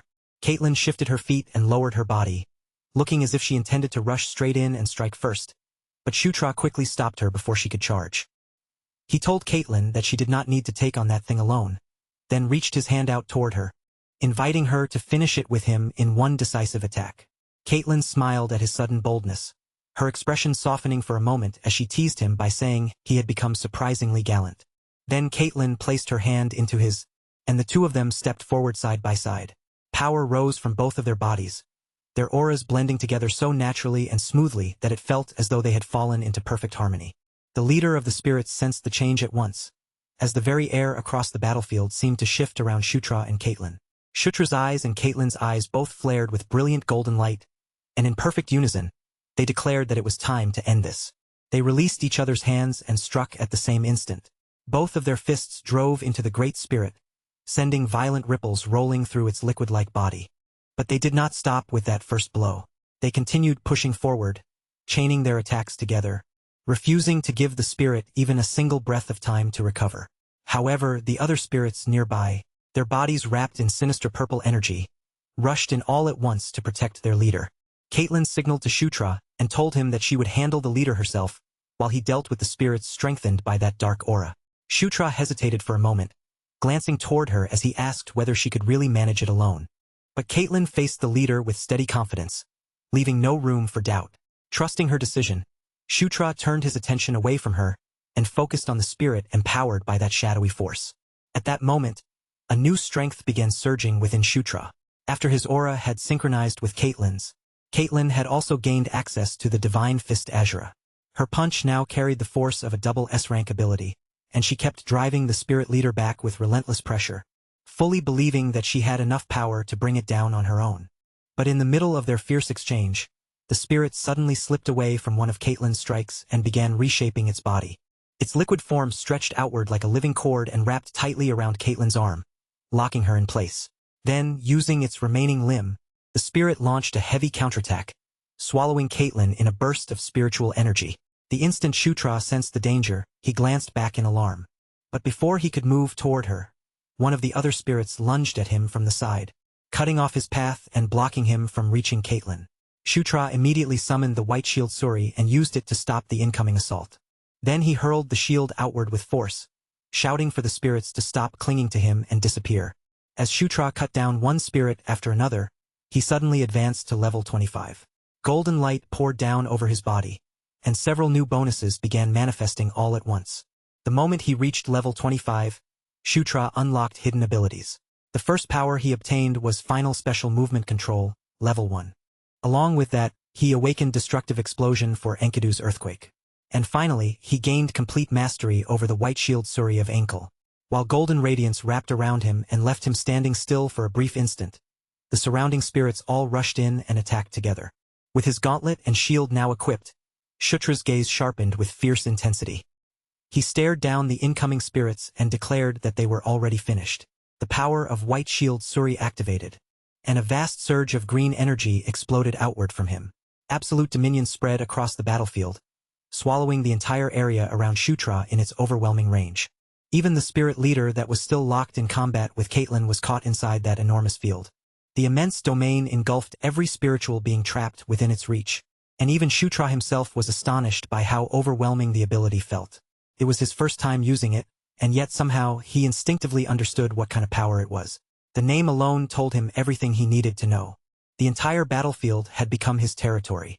Shutra raised one hand, and all the energy consuming the spirits began twisting together, gathering into a raging hurricane. The spirit leader had no path of escape and was left completely helpless within the violent storm. Shutra extended his hand toward the gathered spirits, and declared that every last one of them would perish. The leader was slammed down into the ground as the full force of the tornado crashed onto it. Once Shutra believed the leader had finally been defeated, he allowed the attack to fade and disappear, then dropped heavily to his knees, completely drained. The sheer amount of aura he had consumed had left his entire body exhausted. But when Shutra lifted his head, he saw that the spirit leader was still standing. Its shattered body had already rebuilt itself. The creature released a low, threatening growl. Shutra clenched his teeth, stunned that the monster had survived even an attack of that scale. Then the spirit's arms split apart into countless sharp extensions, pouring down toward Shutra like a storm of blades. Shutra tried to move out of the way, but his exhausted body was far too drained to respond as quickly as he needed. But even when Shutra desperately tried to force himself to move, his body refused to obey even the smallest command. And in the very next heartbeat, a massive explosion tore across the battlefield, blasting the ground apart and sending broken debris flying outward, scattering violently through the tops of the trees. In the middle of the ruined battlefield, the spirit leader remained standing, silently watching the dust and destruction settle around it, as though the outcome of the fight had already been decided in its favor. For one terrifying second, it looked as if the young prince had been completely erased by that blast. But Shutra was still alive, because Caitlin had thrown herself directly into the attack for him, taking the full force head-on while somehow managing to stay standing. Caitlin did not waste even a single breath. Still facing Shutra with unwavering eyes, she immediately reached one hand out toward him, making it clear that there was no room left for doubt. With urgency cutting through her voice, Caitlin told Shutra to take her hand right away. Her tone was sharp and immediate, warning him that they no longer had even a moment to hesitate. For the smallest instant, Shutra could only stare at her, shaken by the raw determination in her eyes and the way she refused to step back no matter what stood in front of them. Then he finally moved, raising the hand covered by the gauntlet and gripping hers firmly. The moment their fingers locked together, the aura flowing from both of them erupted upward with terrifying force, rising into the air like an enormous pillar of energy. As Caitlin's aura poured into Shutra and began merging with his own power, he felt the difference almost immediately, like something inside him had suddenly been reignited. The strength he had nearly used up started flowing back into him, filling his exhausted body again from the depths of his core. But the spirit leader was not about to stand by quietly and let the two of them recover without interference. With a savage movement, the spirit leader swung its sharpened arms down toward them. Its blade-like limbs crashed into the ground exactly where Shutra and Caitlin had been standing only a split second earlier. But Shutra and Caitlin reacted together, leaping backward in perfect sync and slipping away from the strike by the narrowest possible margin. Shutra's gaze hardened, his eyes burning with renewed intensity, because the aura now gathered inside him was finally enough to throw him back into the battle. The spirit came charging straight at him, closing the distance without hesitation, just as Shutra pulled his restored power together and drove it deep into the earthquake gauntlet. This time, Shutra truly believed he could end the entire fight with a single decisive blow. The gauntlet answered his resolve, pulsing against his arm as a dark crimson glow spread through it, growing heavier and more intense with every passing second. Then, with all of that gathered force concentrated into one moment, Shutra unleashed the gauntlet's final special move. The destruction explosion struck the spirit leader head-on, and the instant it connected, the impact burst outward into a violent shockwave that swept across the whole battlefield. At the very center of the impact, raw destructive energy spread through the spirit's body in every direction, tearing into it wildly and without the slightest restraint. Jagged streaks of energy shot high into the sky, flashing above the battlefield like fierce crimson lightning splitting through the air. And in the next moment, that overwhelming wave of power swallowed the spirit leader completely, burying its entire body inside the blast. After pouring out such an enormous attack, Shutra staggered where he stood and drew in a harsh, uneven breath, his body nearly emptied by the massive amount of aura he had just burned away. At last, the spirit leader's body could no longer hold together. It broke apart completely, shattering into countless fragments that flew upward before fading into the air. Caitlin rushed over to Shutra's side, clearly shaken by what had just happened and deeply impressed by the technique he had managed to release. But the moment she reached him, the look on her face suddenly changed. She saw Shutra swaying unsteadily right in front of her, his balance already slipping away. Then, before Caitlin could reach out and catch him, he collapsed unconscious, sending a sudden rush of panic through everyone nearby. And right at that exact moment, just when they thought the worst had passed, danger began moving again. One of the spiritual servants slipped past Felicia and rushed straight toward Shutra's fallen body. Felicia immediately cried out in alarm, desperately warning him to watch out. Before the servant could bring its attack down, a blade of light cut cleanly through its body. In an instant, the spirit was destroyed by a sword strike that came crashing down from above. Felicia's eyes went wide as she lifted her gaze, and in that moment, she realized exactly who had stepped in to save them at the very last second. Her brother raised his sword high, his presence filling the battlefield, and roared out an order to his crew, commanding them to wipe out every remaining enemy without leaving a single one behind. The moment his command rang out, the entire pirate crew sprang into action, leaping down from the ship without even the slightest hesitation.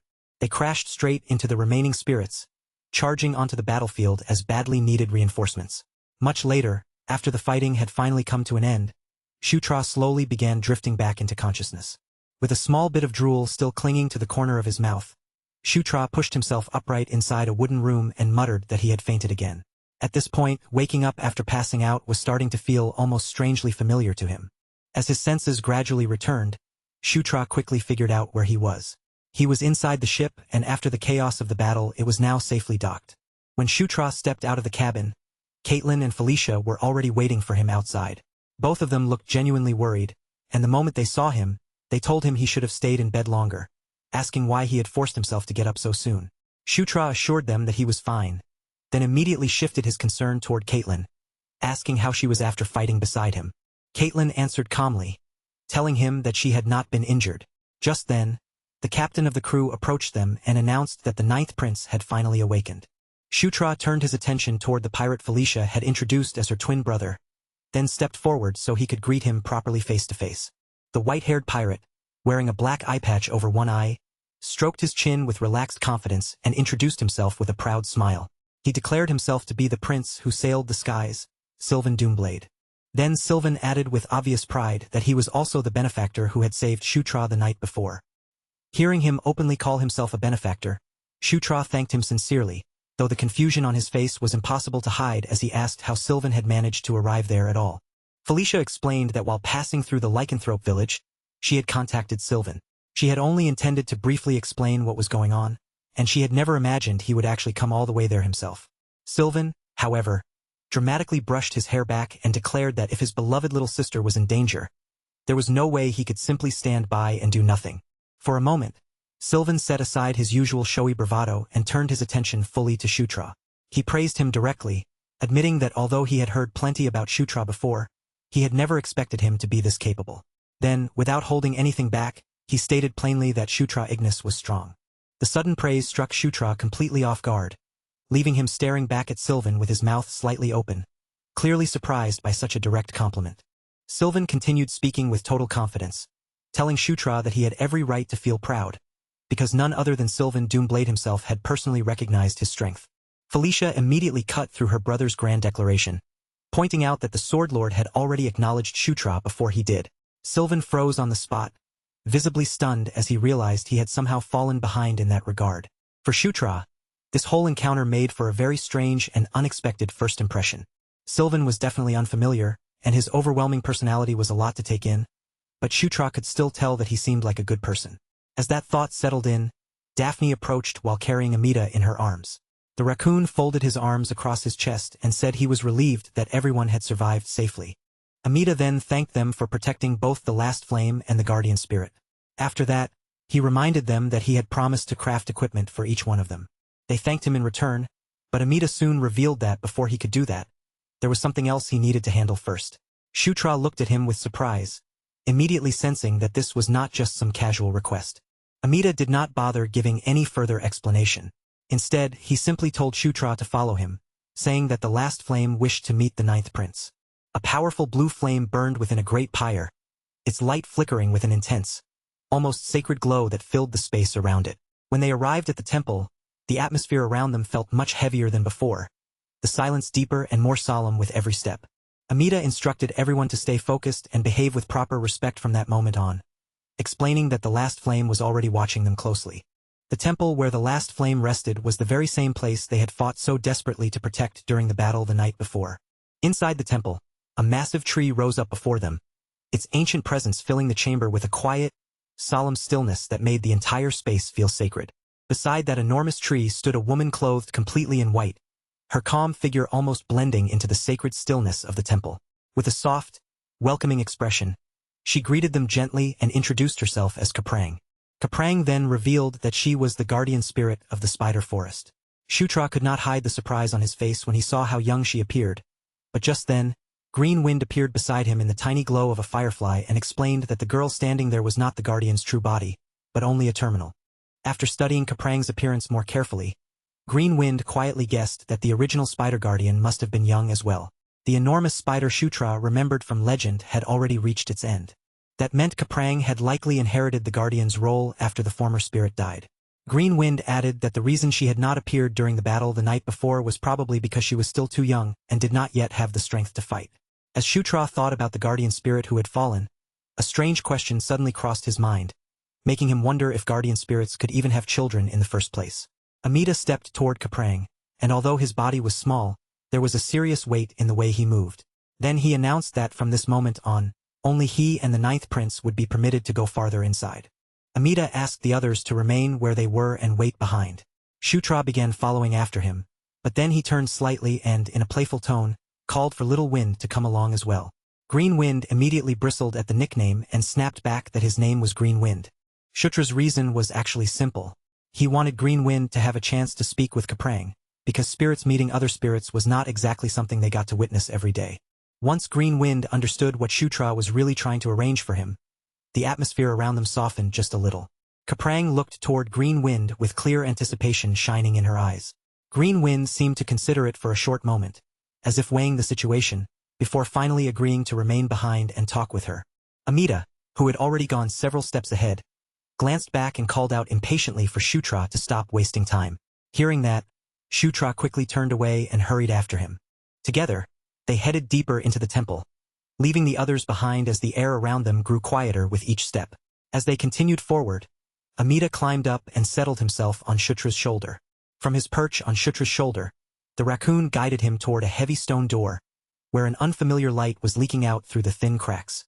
In a stern voice, Amita warned him not to make any careless mistakes and to proceed carefully, but Shutra only nodded casually, looking far less shaken than the warning seemed to demand. Shutra answered that he understood, then placed both hands firmly against the stone door. With a steady push, he forced it open, revealing a silent chamber waiting beyond the doorway.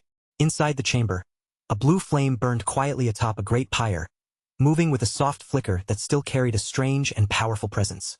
Shutra found himself staring at it, unable to pull his eyes away from the calm intensity radiating from the fire. Amita told Shutra to move closer and place his hand directly into the flame. Before Shutra could even voice his doubts, Amita assured him that this was no ordinary fire and that it would not burn him.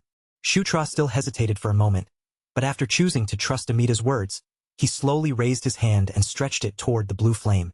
The instant Shutra's fingers touched the fire, the flame reacted as though it had been waiting for that exact moment all along. What had been a quiet, controlled glow suddenly erupted with incredible force, flaring up far beyond anything it had shown before. The blue fire spread through the hall, expanding around Shutra and wrapping him inside a swirling vortex of light. Shutra looked around in confusion as the flames spiraled around his body, trying to understand what was happening to him.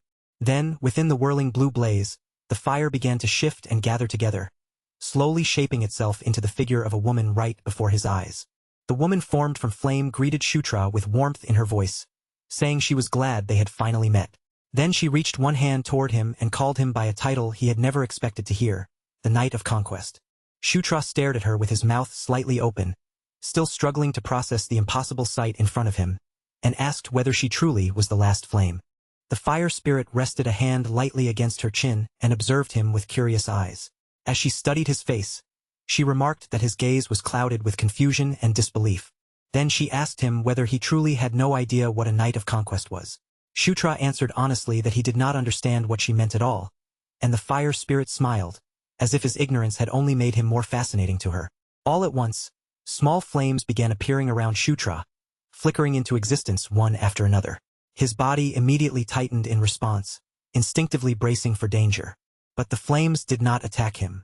Instead, they twisted and reshaped themselves before his eyes, becoming a crown that symbolized conquest, a sword that represented war, a scythe that embodied death, and a bowl that stood for famine. The last flame explained that these were the Knights of the End, beings who desired the world's destruction and sought to bring about its final days. And yet, even as she said this, she told Shutra that she could clearly feel he was different. He was so different, in fact, that she could not understand why he had become the Knight of Conquest at all. She explained that the Knights of the Apocalypse were chosen because they already carried a desire for ruin inside them. They did not become knights first and then begin longing for destruction afterward. They were selected precisely because that craving had already existed in their hearts. Normally, she continued, those knights were deeply influenced by the four beings who chose them. Through their power and will, the knights would eventually fall under that influence, gradually moving toward the destruction of the world. The fire spirit gave a small shrug, then remarked that in Shutra's case, conquest did not seem to be trying to conquer him at all. If anything, from what she could see, it looked almost as though conquest itself had been conquered by Shutra instead. When Shutra heard those words, his thoughts naturally drifted to the mysterious woman who had appeared before him in his dreams. The last flame then looked at him and asked what Shutra intended to do, now that one of the knights was still pursuing the end of days. Her gaze stayed fixed on him as she asked what he truly wanted from this world. For the first time, Shutra stopped and faced that question head-on, taking it seriously instead of brushing it aside. He turned his thoughts inward and remembered his previous life. For just a brief moment, the idea of returning to his original world passed through his mind. But when he tried to picture what he would actually do if he went back there, his thoughts did not stay in that old world for long. Instead, Caitlin appeared in his mind, looking at him with sincere eyes as she asked him to remain by her side. Then Felicia came into his thoughts as well, her image following close behind Caitlin's. He remembered the warmth of Felicia embracing him and the way she had wished for his safety. Carrick appeared in his mind too, the loyal warrior Shutra had come to genuinely respect. As those familiar faces passed through his thoughts one after another, Shutra's feelings began to settle into something clearer. A firm desire slowly took shape deep inside him. He wanted to stop the subjugation of the lycanthropes before it could unfold. He wanted to prevent the day of slaughter that was supposed to come. In his thoughts, Caitlin appeared again, holding his hand as though guiding him toward all the people in this world who had become precious to him. He wanted to change the future where all of them were destined to be wiped out by Zephyr Ragnaros. And so, when Shutra finally answered the last flame, his words were simple and honest. He wanted to protect everyone. The last flame seemed pleased by the answer he gave. She explained that the Knight of Conquest was someone born under the destiny of a king. Such a person was meant to conquer all things and rule over them. Then she told Shutra that there was one simple, perfect way for him to make the wish in his heart come true. With that, the last flame asked him one final question, her words hanging heavily in the blue-lit chamber. Would Shutra become the Demon King? The moment those words reached Shutra, everything that had been vague inside him suddenly became clear. Shutra understood then that there was only one path that could truly allow him to protect the people he cared about. He would have to change the ending of the game itself and rise all the way to the throne. In that instant, with his resolve finally settled, Shutra made his choice. He declared that he would become king. And the moment that answer left his mouth, a faint smile slowly spread across the fire spirit's lips. Flames began rising all around Shutra, drifting upward in gentle curls before closing in around him. Instead of burning him, the fire wrapped him in a warm, radiant embrace, surrounding his body with brilliant light. The last flame declared that a knight of conquest who wished for a future beyond the end of days could no longer be treated as a simple, ordinary knight. From that moment forward, Shutra would no longer stand merely as conquest's knight. He would become something higher than that, the king of conquest. She stepped closer to him, and the sudden movement caught Shutra completely off guard. In a softer voice, she said she prayed that the wish he carried would truly come to pass. And as those words settled in the air, her flames gathered more tightly around him. Then, all at once, countless powers began pouring into Shutra's body. Divine power flowing through him, the incarnation of flame taking root within him, and finally, a pact being forged directly between Shutra and the last flame herself. And in the very next breath, as if the vision had snapped shut around him, Shutra found himself pulled back into reality. A golden light shimmered around his body, announcing that he had leveled up. But Shutra simply stood there for a moment, still trying to process everything that had just happened inside that strange encounter. From behind him, Amita's voice suddenly cut through the atmosphere, grumbling in disbelief as he wondered what could possibly be so admirable about someone like Shutra. Without giving Shutra much time to respond, the raccoon immediately ordered him to follow. Amita explained that the last flame had personally instructed him to prepare a complete set of equipment for Shutra. Deep within the spider forest, away from the temple and hidden among the trees, they arrived at a secret orchard filled with rare fruits. There, Amita sat perched on top of a wooden table, casually biting into an apple while complaining about how terribly short they were on materials. A map lay spread out in front of him, and as he pointed toward the north, he explained that if Shutra traveled in that direction, he would eventually reach a place called Sun Lake. According to Amita, creatures with bodies made of metal lived there, and Shutra needed to gather materials from those monsters.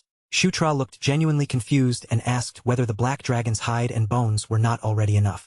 Amita, visibly irritated, almost struck him with a stick and snapped that those were only ingredients. If Shutra wanted equipment worthy of the name, then Amita would need a much broader variety of materials. To replace every single piece of Shutra's gear, Amita would need a large amount of usable material. So he ordered Shutra to bring back anything that seemed useful. Still, Shutra could not help thinking it was strange that the greatest blacksmith in the world would somehow be running short on supplies. Amita seemed to notice the doubt written all over Shutra's face. His eyes narrowed sharply, and he asked in a biting tone whether Shutra actually wanted the equipment or not. The moment Shutra heard that, he quickly backed down and apologized without trying to argue any further. Amita barked at him to stop standing around and go collect the materials right away. By the time late afternoon arrived, Sylvan's ship had already lifted back into the sky. Carrick stood beside the captain, his curiosity clear as he asked about the monsters that lived in Sun Lake. Sylvan crossed his arms with complete confidence and explained that the most well-known creature there was called Kodos, a monster said to be especially weak against divine power. Sylvan continued, explaining that Kodos had a body made entirely of metal, and that metal was prized as a rare natural waterproofing agent. Carrick openly admired how much Sylvan knew, and the pirate prince accepted that praise with obvious satisfaction. Laughing proudly, he reminded everyone once again that he was the prince who sailed the skies. Felicia then moved over to Caitlin and remarked that things had worked out almost perfectly, since she had needed to visit Sun Lake herself anyway. When Caitlin asked her why, Felicia explained that the ruin survey map she had delivered to the Demon King's castle had actually been a map of Sun Lake. She had planned to head there eventually, so this trip saved her a great deal of time. At the idea of going along, Caitlin's eyes brightened with open excitement. Meanwhile, away from that conversation, Shutra stood with Green Wind, carefully examining the region's minimap that the system had provided. He still had plenty of stat points left waiting to be assigned, but instead of spending them carelessly, he chose to balance his attributes for now and leave the rest unused until later. He also recalled that once he had reached level 25, the King's Knight ability had undergone an evolution. When Shutra checked the details more closely, he saw that he could now accept up to 3 knights. The summoning function had improved as well, allowing him to summon 1 knight every 3 days, and the thought of gaining another member quietly pleased him. If things could go exactly the way he wanted, Shutra hoped to choose either Caitlin or Felicia. Still, he understood that making either of them his knight would probably not be an easy thing to accomplish. Then, without warning, Green Wind drifted closer to him and began sniffing around his body. She said there was a different scent coming from Shutra now, and he looked back at her in confusion. Shutra asked what she meant by that, Green Wind explained that the smell was not like Kaprang's. Then, crossing her arms with clear irritation, she asked whether it was the scent of the last flame. Shutra shivered slightly at how accurately she had guessed it. Green Wind declared that having a master who carried the smell of another spirit was absolutely disgusting. She drew in an enormous breath, puffing herself up as if preparing for something serious, and then blew it straight into Shutra's face like a sudden gust of wind, clearly trying to blast away every last trace of the lingering scent. The burst of wind sent Shutra's hair flying wildly in every direction. Carrick stared at the strange scene and asked what had just happened, while Shutra awkwardly tried to brush it off and fix his completely ruined hair. Just then, Sylvan's voice rang out as he announced that they were almost at their destination. Ahead of the flying ship, beneath the warm light of the setting sun, a vast lake surrounded by mountains slowly came into view. Sylvan studied the surface of the water with a sharp gaze, and almost immediately, he sensed that something about the scene was wrong. Then, without the slightest warning, a massive lake monster launched itself into an attack against the ship, even though the vessel was flying dozens of meters above the water. When the sea serpent failed to reach them, it roared furiously from below, its enormous body thrashing across the lake's surface. Sylvan stared down at the creature in complete shock, clearly unable to believe what he was seeing. He questioned why a monster that normally belonged in the ocean had appeared in a lake like this. Then, snapping back into action, he warned the crew that they could not remain in place and needed to move away immediately. But before Sylvan could actually give the order to retreat, someone stopped him from going any further. When Sylvan turned around, he saw Shutra fastening the spiral spear securely over his arm. Shutra's eyes were calm and steady, carrying a quiet confidence that did not waver. Shutra declared that there was no need for them to run away, because he would handle the sea serpent himself. Caitlin felt worry surge through her as she watched Shutra step forward, but then he placed his hand on her shoulder and activated the aura they shared.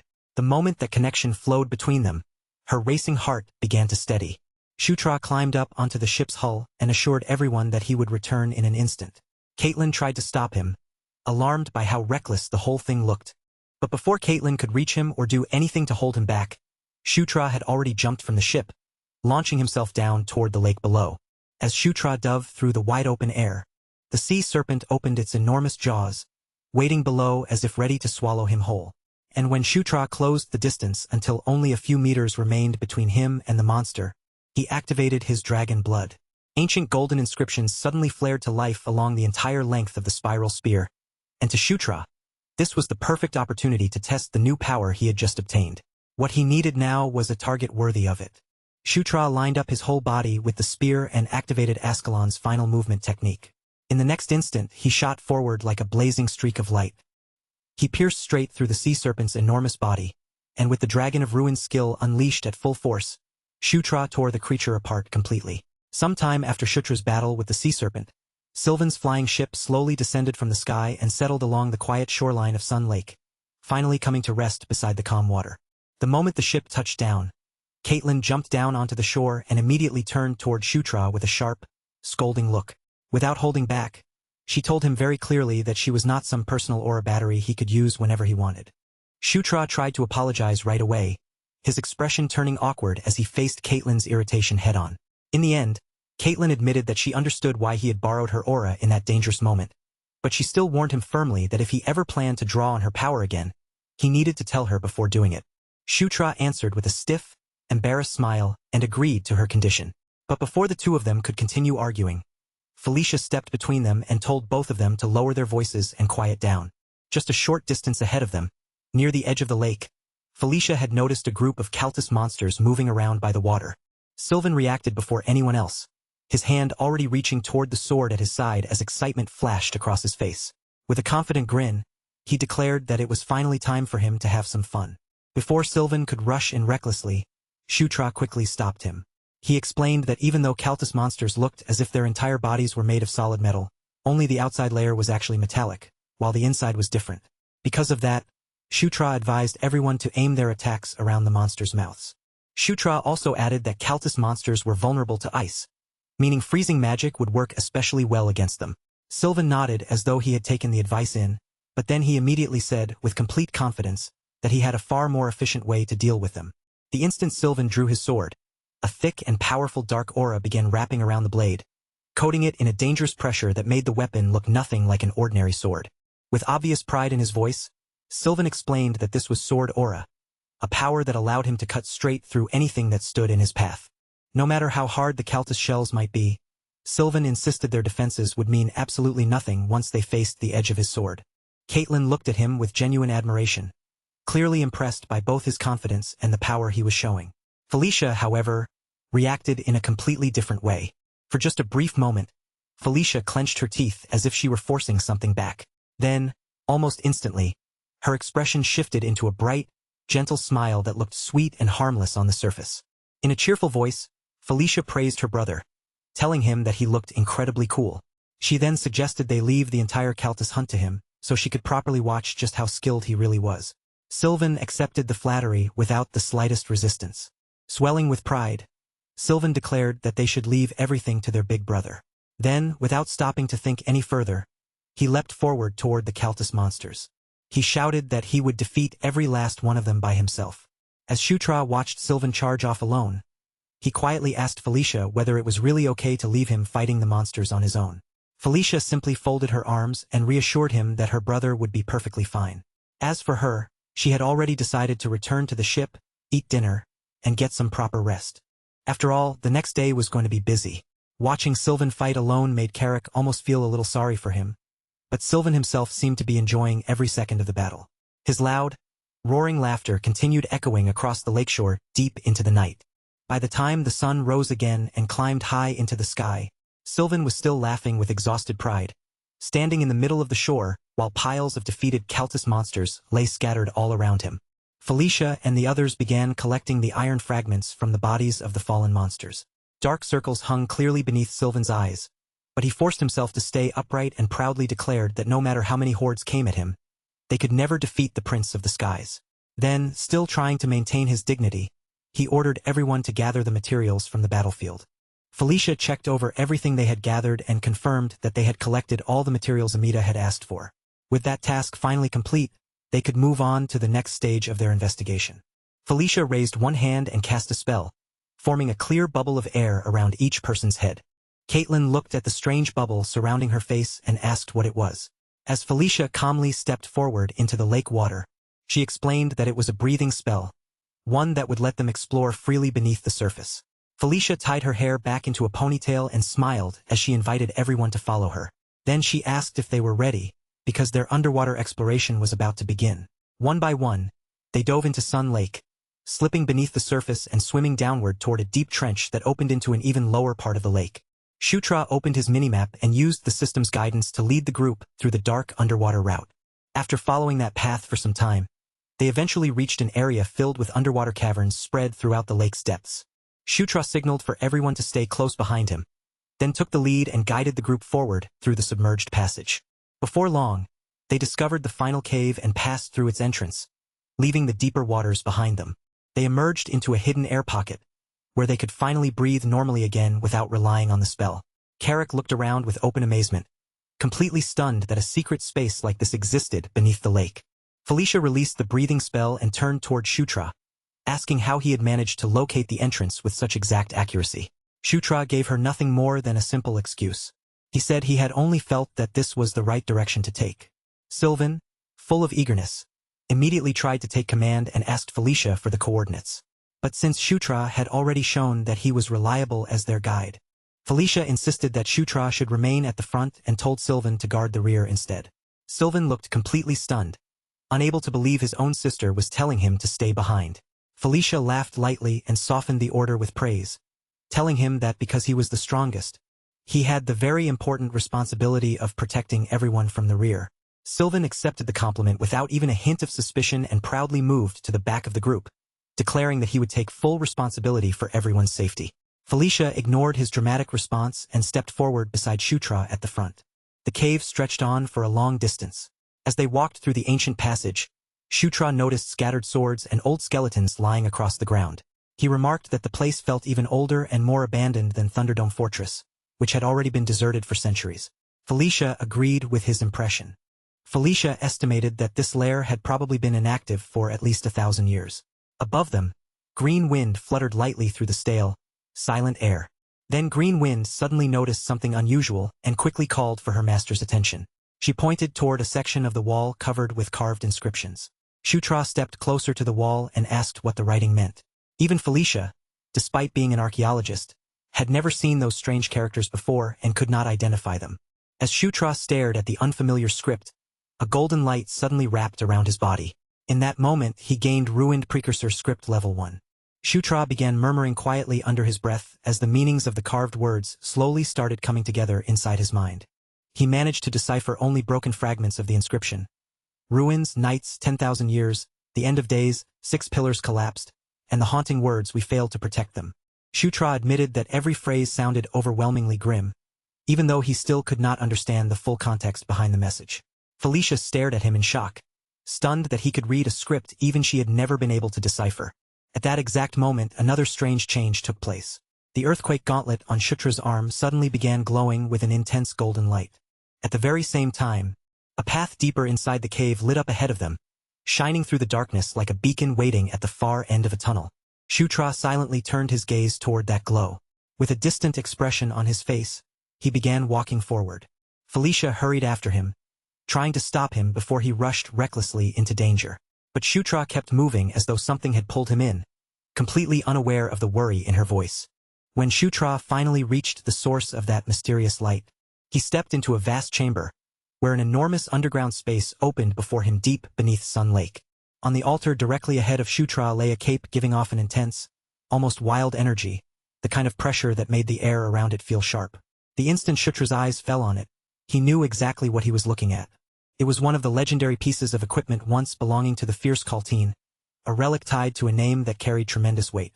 As Shutra approached the altar, the truth became clear to him. This secret chamber hidden deep beneath Sun Lake had been the place where that relic had remained sealed away all this time. He fixed his gaze on the blue, flame-like form resting upon the pedestal, watching as its strange presence flickered quietly while releasing a powerful aura. Shutra understood that this was the equipment of the Fierce Kaltine. Sylvan looked at it too, and after only one glance, he could tell it was no ordinary treasure, declaring that the item was clearly something remarkable. Without waiting for anyone else to react, Sylvan immediately rushed forward, confidently claiming that a treasure that valuable should belong to whoever managed to grab it first. But the very moment Sylvan reached out toward it, an invisible force struck him hard and blasted him backward, sending him flying with a pained cry.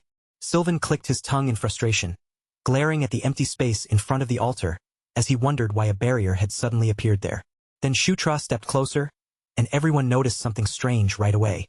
Unlike Sylvan, Shutra passed through the barrier without being repelled at all. Sylvan blurted out in disbelief, his eyes widening as he struggled to accept what was happening right in front of him. He demanded to know how that could possibly be, while Shutra alone continued walking through the barrier and approached the altar. Without hesitation, Shutra stretched his hand toward the cloak.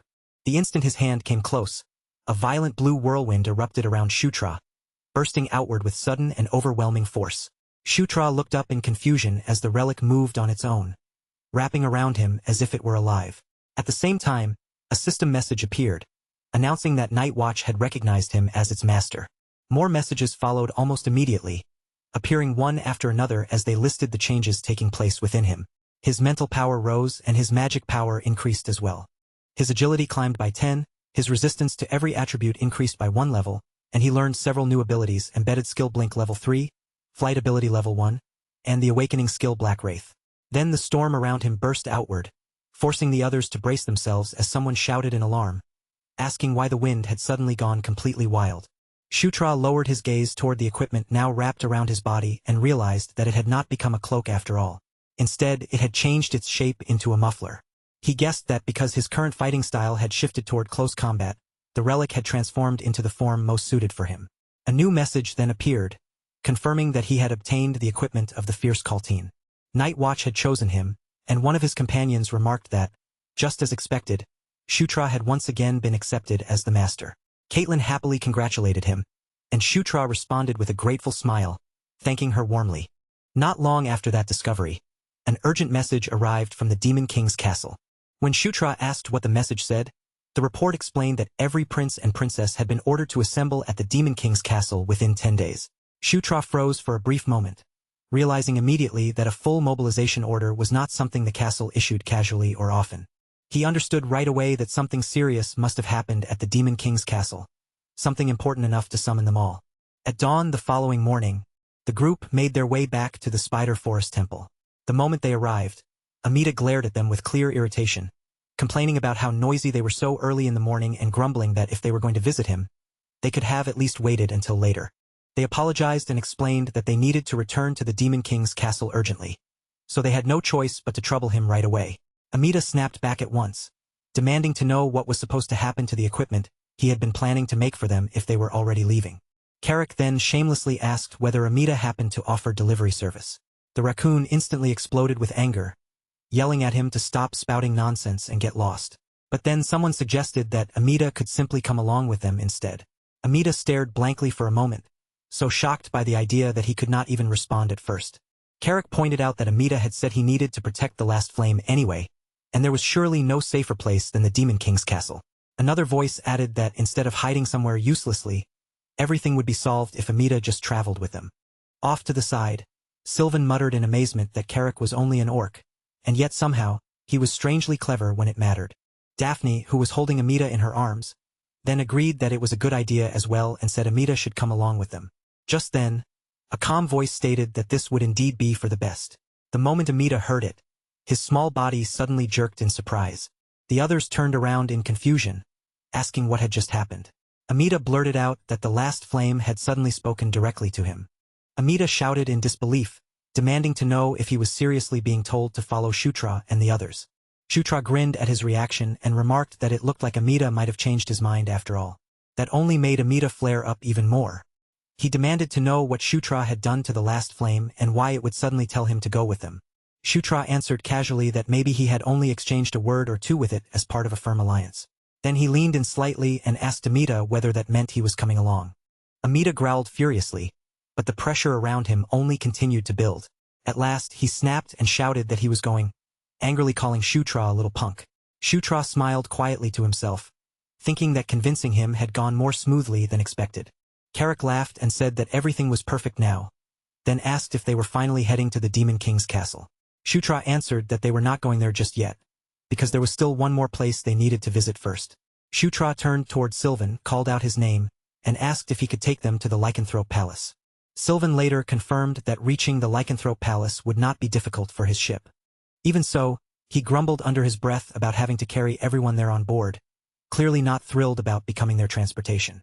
Felicia answered that there was no reason for them to split up when they were already heading toward the same destination anyway. She added that arriving together would also create a better impression. When Sylvan was asked whether he was still uncomfortable being around them, he snapped back that it should have been obvious.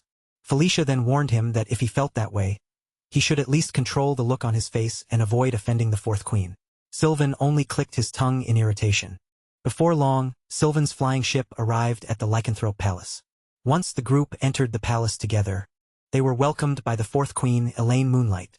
With a gentle smile on her face, she asked whether they had enjoyed their journey to the Spider Forest. Shutra answered politely, telling her that thanks to her concern, they had managed to return safely. Elaine's smile softened with visible relief as she said that she had heard there had been trouble in the Spider Forest. Because of that, Elaine had been worried about them. Then, as the conversation settled, her golden eyes quietly shifted toward Amida. With a glimmer of amused curiosity in her eyes, Elaine tilted her head slightly and looked the tiny creature over. In a light, almost teasing tone, she asked whether it was some sort of pet. Then, smiling a little more, she added that it was actually quite cute, especially with that little bag strapped to its body, almost as if it were carrying snacks around. The instant those words reached him, Amida froze stiff, his whole body bristling with wounded pride and pure outrage. Before Amida's anger could fully burst out, Shutra rushed in to smooth things over. He quickly corrected Elaine, making it very clear that the contents of that bag were absolutely not snacks. What Amida was carrying was something far more important, the last flame. Then, shifting into a more respectful tone, Shutra properly introduced Amida as an actual member of their group, not some cute little mascot tagging along for decoration. Elaine realized her mistake immediately. With calm, elegant composure, she lowered herself into a graceful apology and admitted that what she had said was rude. Amida, however, still looked deeply offended, puffing himself up with all the dignity he could gather as he huffed that he would forgive her this once, and only this once. Elaine accepted his forgiveness with a sweet, polished smile, gently smoothing over the awkward atmosphere as though the little misunderstanding had already passed. After that, Her gaze drifted calmly across the entire group. Seeing their exhausted faces and sensing the weight of the long journey behind them, she told them they had all worked very hard to make it this far, and that for today, they should put their worries aside and rest properly. Relieved by her kindness, the group accepted her offer and thanked her. But just as everyone began turning away, the dismissal lasted only for a brief moment. Before they could fully leave, Elaine's voice sounded from behind them again, gentle but clear enough to stop the whole group in their tracks. In her soft and composed voice, Elaine called out specifically to the ninth prince. Shutra paused mid-step, then slowly turned back toward her, his attention shifting away from the others as he asked what she needed from him. Elaine told him that he should stay behind for just a little longer. As she spoke, she leaned in slightly beside him, wearing a knowing smile that made it obvious this was not some casual afterthought or simple farewell. Then, lowering her voice so only Shutra could hear, Elaine told him that the two of them had something important to talk about in private, somewhere away from everyone else's ears and wandering attention. Instead of going directly toward the Demon King's castle, Shutra ended up walking beside Elaine through the palace grounds. Their footsteps carried them away from the rest of the group, moving along a quieter path where the noise behind them gradually faded. As they walked, Elaine glanced over at him and said that the very fact he had chosen to come here first already told her something important. To her, it meant he had finally found an answer to the question she had once asked him. With calm expectation in her voice, she urged him not to leave it vague and asked him to state clearly what answer he had reached. Once they were alone, with no one nearby to interrupt or overhear them, Elaine turned fully toward Shutra and faced him directly. The softness in her expression faded into something far more serious as she asked whether he truly intended to become the Demon King. Shutra did not hesitate for even a single heartbeat. He looked straight back into Elaine's eyes and answered with firm certainty that yes, he did. Then Shutra made his resolve even clearer, saying outright that he would become the Demon King. When Elaine asked why he had decided to walk that path, he answered in a steady voice, without wavering, that there was something he wanted to protect. Elaine quietly took in his answer. For a brief moment, silence settled between them, and then a faint smile slowly touched her lips. She said his answer was interesting, as though those few words had revealed something deeper about Shutra than he himself might have realized. Then, without raising her voice or adding any unnecessary drama, Elaine calmly told him that if this was truly his answer, then from this point forward, the lycanthropes would support him. For a moment, Shutra was visibly taken by surprise. The offer had come so suddenly and so directly that even he could not completely hide the shock crossing his face. Elaine explained with unwavering calm that she, too, had something she needed to protect, just as Shutra did. Her decision had not come from a passing impulse or simple curiosity, but from the same kind of resolve that he had just shown her. She spoke honestly and without hesitation, saying that if the next Demon King were to come from the first prince's side, or from the second prince, or even from the fourth princess, then there was a strong chance the lycanthropes would lose the position and influence they currently possessed. Elaine added that the current Demon King's side, along with those princes, were all burning fiercely with ambition. Then she pointed out that the Dark Elves were likely troubled by a similar concern, so Shutra should make an effort to bring them over as well. If he succeeded in gaining their support, they would become a powerful force at his side. Shutra listened carefully and took her advice seriously, telling her that he would remember what she had said. Elaine then shifted the conversation slightly, her tone turning practical as she asked how he planned to return to the Demon King's castle. Shutra answered that he intended for everyone to travel together aboard Sylvan's airship. At that, Elaine's eyes widened just a little in surprise, and she repeated the word airship, as though she were carefully weighing what that choice would mean. Shutra explained that no matter what he did now, he was already standing right in the middle of the spotlight. So since events had already reached this point, he might as well shake everything up properly and make the impact impossible to ignore. Later that night, after Shutra had made that bold decision, Elaine stood under the moonlight, gazing out into the quiet night, as she remarked that the entire situation still felt strange, no matter how many times she thought it through. Ludwig, standing nearby, wondered aloud why the ninth prince would choose to return by airship when using a teleportation circle would have been much faster. Elaine turned her eyes toward him and told him he was being naive again, urging him to think about the matter more carefully. She reminded Ludwig that the ninth prince was already under intense observation, with countless eyes watching every move he made and every choice he took. Then Elaine asked him which option would be better in the current situation. Wasting time trying to make his rivals lower their guard again, or redirecting everyone's attention toward powers outside those rivals altogether. Ludwig still looked puzzled, and when he asked her to explain it in simpler terms, Elaine told him that Sylvan would never simply leave his airship behind. If Shutra used a teleportation circle to return, then Sylvan would have no choice but to travel back alone aboard the ship. And to anyone watching closely, that would appear extremely unnatural. Even after hearing that explanation, however, Ludwig still seemed unable to fully grasp what Elaine was getting at. At last, Elaine put it as plainly as possible. Shutra wanted everyone inside the Demon King's castle to see it with their own eyes, that a new faction had now appeared. The next day, Sylvan's airship cut across the open sky, its enormous frame carving a striking path through the clouds as it carried Shutra and the others back toward the Demon King's castle. Elaine watched the airship shrink into the distance until it nearly vanished from view. In a quiet voice, she said that the fate of her people now rested on Ninth Prince Shutra Ignis. Beneath the wide sky, she prayed that he would grow stronger than he was at that moment. Stronger, steadier, and far more unshakable than before. Meanwhile, as the journey back continued aboard the airship, Sylvan sat happily before a plate of grilled fish, humming to himself with clear delight as if nothing could ruin his mood. With a bright and satisfied expression, he declared that this was his favorite dish. He cheerfully gave thanks for the meal, savoring the moment with obvious happiness. But that pleasant atmosphere shattered almost immediately when he noticed Chris nearby, and the familiar irritation between them began rising all over again. Chris reacted with the exact same annoyed energy, his face tightening as though Sylvan's mere presence nearby had already ruined his appetite before he could even enjoy the meal. Before long, angry complaints were being hurled toward the chef, with someone loudly pointing out that there were far too many bones in the fish. A short distance away, the others could do nothing but stand there and watch the familiar chaos unfold in front of them yet again. Felicia let out a weary sigh, her shoulders sinking as she wondered what she was supposed to do with those two. Beside her, Carrick muttered under his breath that he was starting to feel nervous, because every time they headed to the Demon King's castle, some unexpected disaster always seemed to erupt right in front of the Demon King.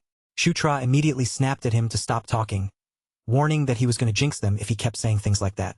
Carrick shot back that Shutra was talking as if he himself was not already a walking jinx, and asked why he was acting so bothered about it now. Shutra argued back, insisting that maybe nothing would happen this time, and if that really ended up being the case, then what would Carrick have to say for himself? Carrick answered that if nothing happened, then that would be good in its own way. Then, sounding a little awkward, he added that he was only saying all of this because he was worried about Shutra, so Shutra should not misunderstand his intentions. Shutra stared at him for a moment, then said Carrick really knew how to talk, before wondering aloud whether Carrick was truly an orc. Carrick immediately fired back that if he was not an orc, then what else was he supposed to be? An ogre. At that point, Shutra finally gave up on the argument entirely and said they should just drop the conversation before it became even more ridiculous than it already was. When the airship finally reached the area near the Demon King's castle, its arrival caused an immediate and enormous stir among everyone who caught sight of it. The onlookers stared in disbelief as representatives connected to the Dark Elf side and members of the lycanthrope royalty appeared together in the same group. Murmurs spread rapidly through the crowd as people questioned how such an alliance could have formed at all. But what shocked them even more was seeing the Ninth Prince standing at the very center of that group, clearly positioned as the one leading them. Among the crowd watching the scene unfold, Lady Chandra narrowed her eyes sharply and called out for Katarav. Katarav responded to her call at once, stepping into attention and waiting silently for her command. Lady Chandra instructed him to report to Anastasia immediately. Without delay, he was to tell her that the Ninth Prince had formed a new faction. Back at Shutra's private residence, Amita's anger finally boiled over. He accused Shutra of being a complete con artist and demanded to know why he had spoken about a forge as if some grand workshop had been waiting for him there. Shutra stayed completely casual as he showed Amita the place and said that the forge was right there. Then, as though the issue had already been settled, he added that from now on, Amita could decorate it, arrange it, and set it up however he liked. But Shutra does not stop with that alone.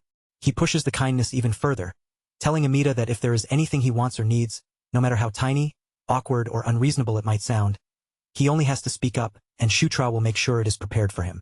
Hearing that overly generous promise, Amita cannot feel relieved at all.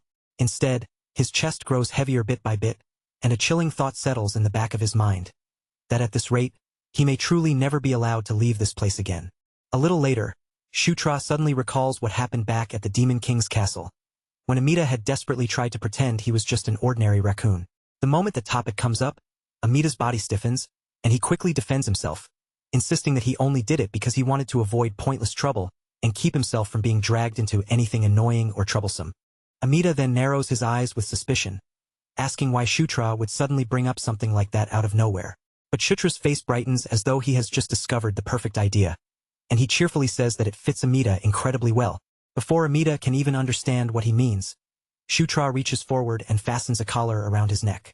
Amida freezes on the spot, completely lost for a second, before his confusion turns into anger and he snaps, demanding to know what Shutra thinks he is doing. With absolutely no shame on his face, Shutra grins and explains that every pet living inside the Demon King's castle is required to wear a collar. For a brief moment, Amida can only stare at him in stunned silence, as if his mind refuses to accept what he has just heard. Then Shutra adds, far too casually, that Amida should keep it on at all times so he never forgets what his position is supposed to be. That last comment finally pushes Amida past his limit. His anger bursts out all at once, and he yells at Shutra to stop fooling around, shouting at him furiously and calling him a little brat without holding anything back. 2 days quietly pass after that, and at last, the long-awaited summons is officially carried out. Once again, the princes and princesses are gathered inside the Demon King's castle, standing beneath the suffocating weight of the royal hall's grand atmosphere. A voice rings out, calling for every heir to enter, and an attendant formally announces that the audience ceremony will now begin as the royal children step forward and assemble before the throne. Among the figures standing in that imposing hall is the 8th Princess Caitlin Moonlight.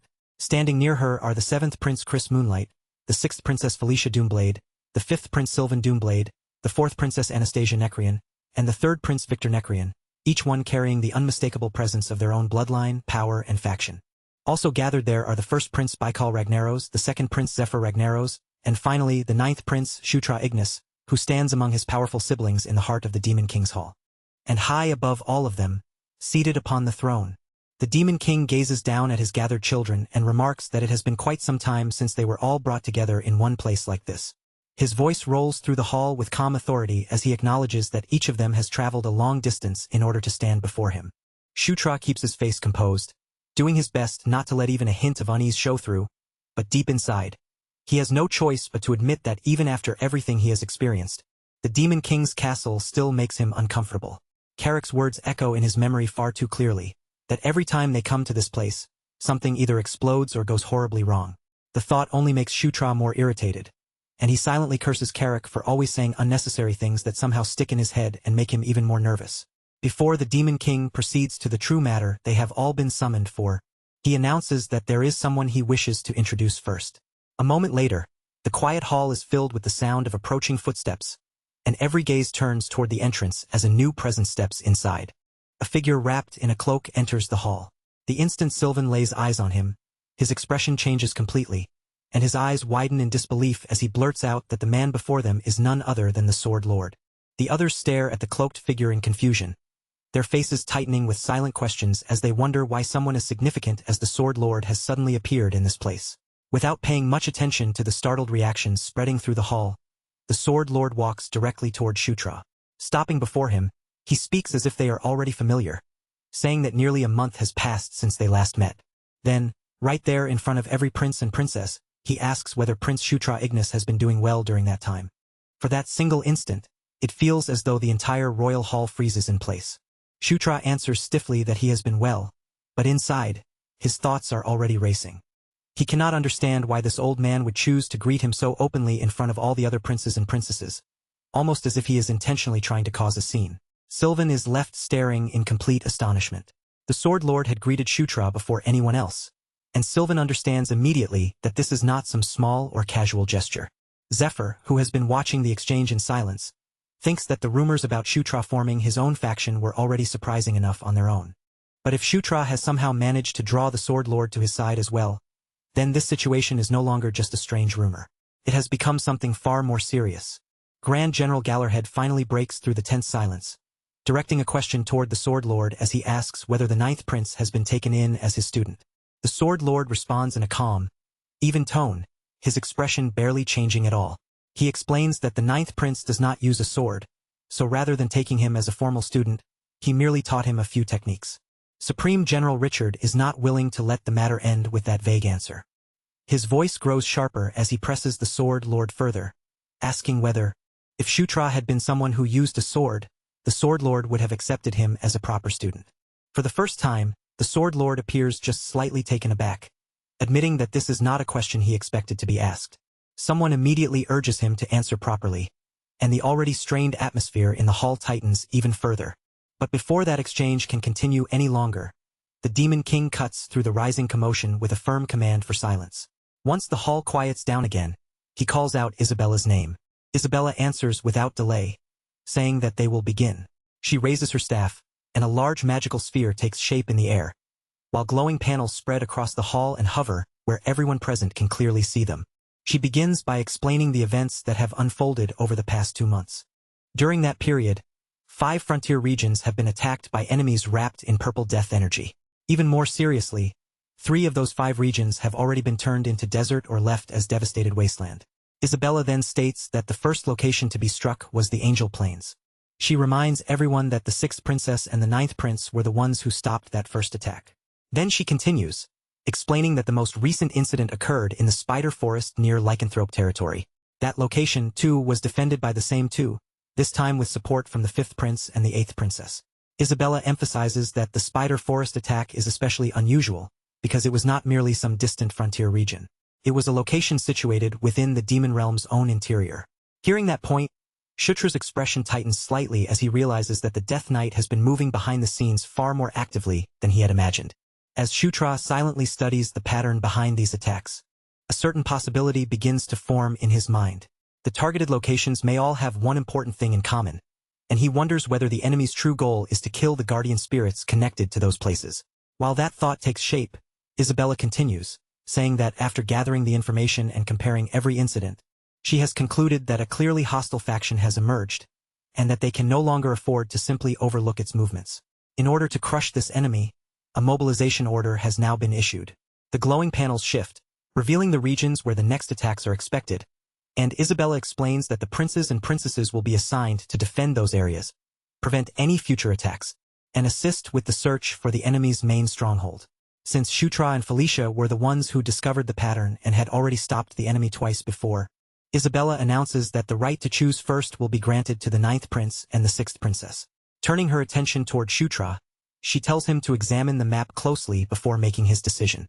She explains that the map displays the traits of each region, along with the commanders who have already been assigned there, and then asks whether there is any particular region he wants to take. Shutra studies the information floating before him and thinks that, under normal circumstances, the safest choice would be a place protected by strong natural defenses. Then his gaze catches on a certain detail. General Vandal has been dispatched to a region known for being especially harsh and brutal. The instant Shutra notices that, he realizes this is a perfect opportunity. If he handles the situation properly, this could become his chance to draw Vandal under his command. Making his decision right there, he lifts his head and declares that he will go to Evian. Isabella repeats his selection aloud for everyone in the hall, confirming that the 9th prince has chosen Evian. Sylvan immediately comments that Evian is not exactly an important location, nor is it a place that can be defended with any real ease. Isabella then turns her attention to Felicia and asks the 6th princess to make her selection as well. Without showing much hesitation at all, Felicia calmly states that she will also go to Evian. Someone immediately questions why she would choose the same difficult region, and Felicia answers in a composed voice that, as everyone already knows, she is much closer to a civil official than a frontline martial fighter. Felicia explains her reasoning clearly, saying that rather than taking charge of an entirely separate region by herself, she believes it would be more useful to stand beside the 9th prince in a supporting position and assist Shutra directly. The Demon King listens to her answer and accepts it without raising any objection, simply telling her to do as she sees fit. Isabella then gives a formal nod of acknowledgement and announces to everyone in the hall that the 6th princess has also selected Evian as her assigned destination. With both Shutra and Felicia having made their choices, Isabella proceeds to the next step and declares that the remaining regions will be assigned based on the public merit each royal heir has accumulated. After the tense audience ceremony finally draws to a close, a carriage rolls along a quiet forest road, moving beneath the deep crimson light of the evening sky. The moment the audience ended and every prince and princess had finished selecting their assigned region, Shutra released a long, drained breath, feeling as if the heavy pressure inside that royal hall had squeezed every last bit of strength out of him. Afterward, the rest of the assignments were settled in order, one official decision after another. Sylvan Doomblade was assigned to Horn, a region positioned close to Evian, while Chris Moonlight was sent to Kaltu as his own destination. Caitlin Moonlight also chose Evian, saying she wanted to accompany Shutra. She argued firmly that, as a warrior, she would be better suited to supporting both him and Felicia, especially since Felicia's strengths leaned much more toward scholarship than direct frontline combat. Her explanation was accepted without much pushback, And in the end, the party assigned to Evian became Shutra, Felicia Doomblade, and Caitlin Moonlight. Even after everything had been decided, however, Shutra could not stop thinking about one particular moment. When he declared that he would go to Evian, Zephyr Ragnaros had reacted with a sharp, unmistakable killing intent, strong enough for Shutra to sense it right away. That chilling reaction made Shutra suspect that Zephyr might be aiming for the same thing, General Vandal himself. And if that suspicion turned out to be true, then Shutra understood he had no time to waste. He would have to move before Zephyr did. When Shutra returned to his residence, he went to see how Amita's work was progressing. The instant Amita noticed him approaching, he became defensive at once and snapped, asking if Shutra had come to pressure him again. Shutra hurriedly waved off the accusation and said he had only come because he was curious. Amita grumbled that Shutra should stop saying useless things, then abruptly demanded that he hand over Earthquaker and White Suri. Since they were already in the middle of working on equipment, Amita said he might as well tune those weapons too. He explained that if he recalibrated them properly, Earthquaker and White Suri would become much easier for Shutra to handle in actual battle. The moment Shutra heard that, his expression lit up, and he quickly asked if Amita truly meant it. Amita snapped back that of course he meant it, then impatiently told Shutra to hurry up and bring the weapons over before he changed his mind. Shutra agreed immediately and rushed off without wasting another second. Not long after that, Flora came searching for him and informed him that she had been looking for the 9th prince. When Shutra asked what was going on, Flora explained that a letter had arrived from the 1st prince. Shutra's eyes widened slightly at the news, and he immediately understood that the sender had to be Baikal Ragnaros. Later, at Chris Moonlight's estate, the letter's contents were shared with the rest of the group. In it, Baikal had suggested that all the royal siblings gather together for a shared tea party. Caitlin repeated the words tea party with surprise in her voice, while Felicia calmly remarked that it was most likely Baikal's way of encouraging harmony among the royal siblings, since that kind of camaraderie was exactly what he valued. Caitlin, however, looked genuinely pleased by the idea and cheerfully asked whether everyone was planning to attend. Felicia replied that there was no real reason for them to refuse. Chris then added that, in the past, he probably would have skipped an event like this without a second thought, but now that he was no longer acting entirely on his own, he would go along with whatever decision the group made. Caitlin then turned her bright, expectant gaze toward Shutra and asked what he planned to do. Shutra paused for a moment, unsure how he should answer, but before he could properly gather his thoughts, Caitlin clasped her hands together and earnestly asked him to come with them. Caitlin's smile shone so brightly in front of him that Shutra felt as though he had been hit directly by a blinding ray of light. Unable to turn her down, Shutra awkwardly agreed to attend the tea party. Someone praised him for making the right choice, while Shutra quietly thought to himself that this gathering was definitely going to wear him out. Caitlin, now clearly in a wonderful mood, happily reminded everyone that the tea party would take place in 2 days and that they all absolutely had to come. Later on, Shutra made his way to the Grand Library, hoping to find information connected to the Death Knight. However, because his current public merit was still too low, he was only permitted to search through the shallow, surface-level section of the library. As Shutra flipped through one book after another, his frustration slowly grew heavier. He began to feel that unless he earned permission to enter the deeper levels, he would never uncover anything truly useful. It made no sense to him that there was so little information about the exact subject he needed most. Even so, a few scattered fragments remained stuck in his mind. He thought about the Death Knight's reason for killing guardian spirits, the being named Enkel who had been destroyed 1,000 years ago, the fierce mixture of love and hatred that death and famine had shown toward conquest, and even the fallen precursor race. Each clue seemed disconnected when viewed on its own, but Shutra was certain they were all tied together by one hidden thread. The real problem was that he still could not figure out what that connection was. Just as he let out a sigh filled with frustration, Felicia appeared nearby. Shutra lifted his gaze from the books and asked why she had come to the library. Felicia told him that the Grand Library was actually her favorite place in the Demon King's castle. She added that she had something she wanted to investigate as well, so the timing was convenient. Then, without bothering to ease into the topic, she asked whether he had chosen Evian because of General Vandal. Shutra answered that since he had already met Vandal before, he thought working in that region might feel a little more comfortable. Felicia considered his words for a moment, then said that the idea was not bad at all. She added that it could also become a good opportunity for Shutra to strengthen his relationship with the general. Shutra then admitted that there was actually another reason behind his choice. He explained that there was a certain place near Evian that he wanted to visit. When Felicia asked what kind of place he was talking about, Shutra asked whether she knew about Tacker's slave auction house. Felicia went silent in stunned disbelief, And Shutra continued by explaining that Takur was known as the entertainment city of the demon realm, a place so famous for indulgence and pleasure that it was practically the demon realm's own pleasure district. Then he revealed that one of the subordinates he had valued most in Night Saga was their Nyatra, a succubus escort knight. Inwardly, Shutra thought that he had to secure her before Zephyr Ragnaros had the chance to act first. Just in case something unexpected happened, Shutra was treating the matter seriously. But Felicia only stared at him for a moment before giving him a cold look and saying that he really was a man after all. Shutra stared back at her in confusion, unable to understand what she was implying, and Felicia bluntly said that it sounded like there was something in that place he wanted to buy. Shutra immediately protested, insisting that she had completely misunderstood his intentions. Felicia's expression turned even colder as she said, with clear disappointment, that she was let down by him. Shutra kept trying to explain that it was not what she thought at all, but Felicia did not seem convinced in the slightest. The next day, Shutra set out to attend Baikal's tea party. As he approached the estate, Shutra looked over the vast grounds stretching out before him and silently admitted that the place was unbelievably grand, exactly the kind of scale one would expect from the first prince. At the same time, he found himself thinking that it had been a very long while since he had faced Baikal Ragnaros like this. Before Shutra could proceed any deeper into the estate, Baikal himself stepped forward to welcome him, greeting Shutra with a warm, open expression that seemed completely natural. Shutra received Baikal's greeting with a calm expression of his own, and replied that it was good to see him as well, addressing Baikal by name without the slightest hesitation.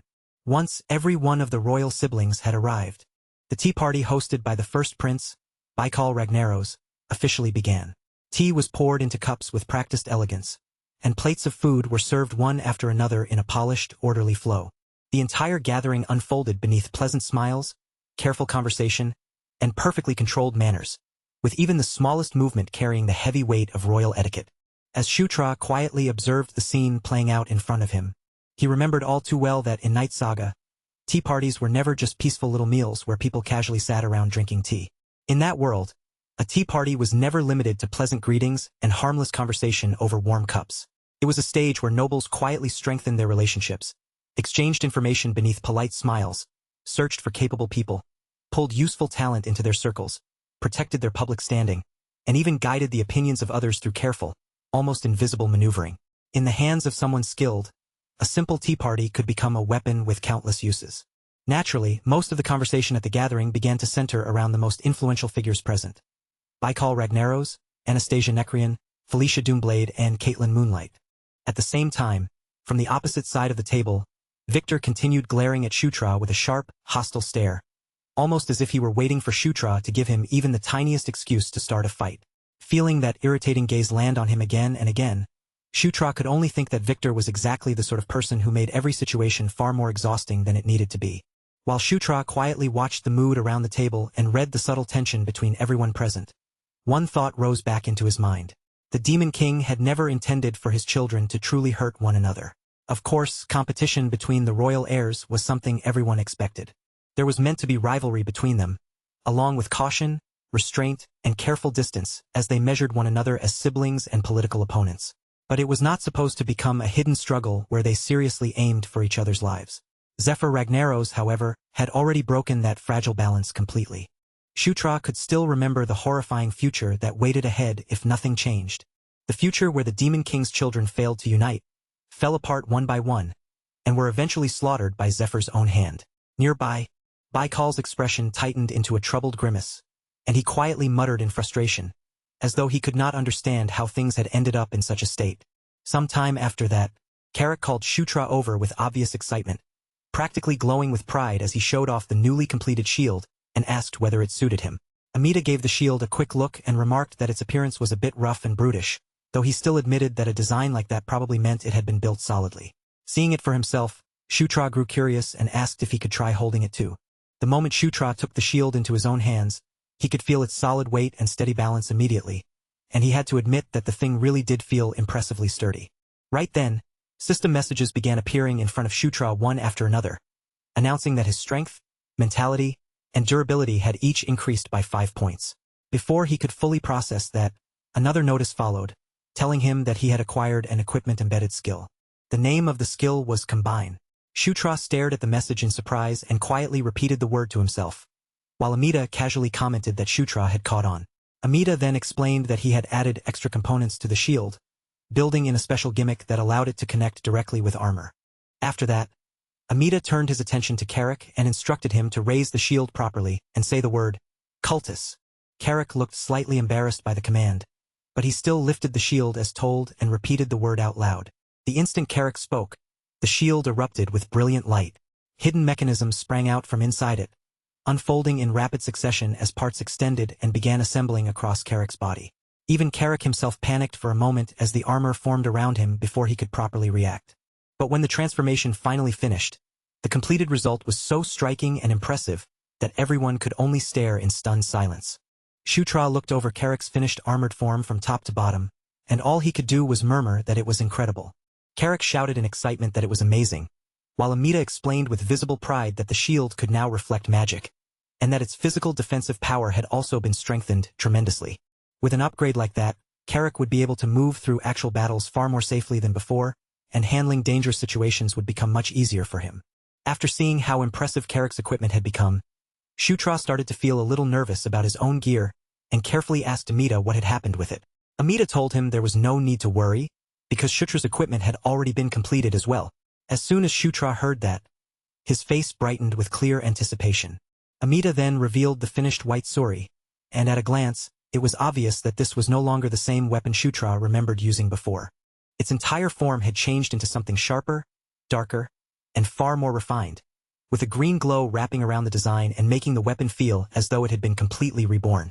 The next day, before their own faction's tea party began, Felicia told Shutra that he would be the central figure of the gathering. She explained that the purpose of this event was to introduce people properly and confirm, in front of everyone gathered there, exactly who now stood on their side. Because of that, Shutra had to make it unmistakably clear that he was the head of their faction. Shutra listened to her explanation with a serious expression and answered that he understood. The gathering that followed ended up serving its purpose perfectly. Throughout the event, Shutra personally spoke with the people who had gathered beneath their banner. He formed individual connections with them one by one, making sure that his presence was firmly etched into the minds of those who had originally followed Felicia and Chris. The party continued for a little over 2 hours, but by the time it finally came to an end, Shutra felt that they had achieved everything they had needed from it. And then, at last, the day of departure arrived. Before they set out, Sylvan Doomblade swung the sword Amida had crafted for him, loudly declaring that it was the finest blade he had ever seen. He thanked Amida with genuine sincerity and promised that he would use it well. Amida answered in his usual rough, grumbling tone, but still offered Sylvan a rare compliment, saying that if he could at least recognize something truly valuable, then he was more useful than he looked. Then Amida asked whether they were really leaving for Evian that very day. Shutra confirmed without hesitation that they were. Amida asked for just half a day more, explaining that the final adjustments on Earthquaker were not quite finished yet. Shutra agreed right away. Then, as though it were the most natural thing in the world, Shutra added that Amida would be coming with them anyway. Amida casually began accepting the statement, only to freeze a heartbeat later as the meaning struck him. He shouted in disbelief, demanding to know what Shutra had just said. But Shutra calmly told him that he had heard correctly and added that the last flame had already given permission. When Amida stubbornly refused to believe that, Shutra simply waved him off and told him to go check for himself. As Shutra walked away, Amida's shock finally erupted into a loud, miserable wail behind him. Once the teleportation circle had been prepared, the group gathered around it, ready to depart. Chris Moonlight looked toward Shutra and told him to take good care of both Felicia and Caitlin. Behind Chris, Sylvan stood there holding up a ridiculous sign that boldly proclaimed his love for Felicia, somehow turning the farewell into an even stranger scene. Shutra answered with confidence, telling them that they could trust him.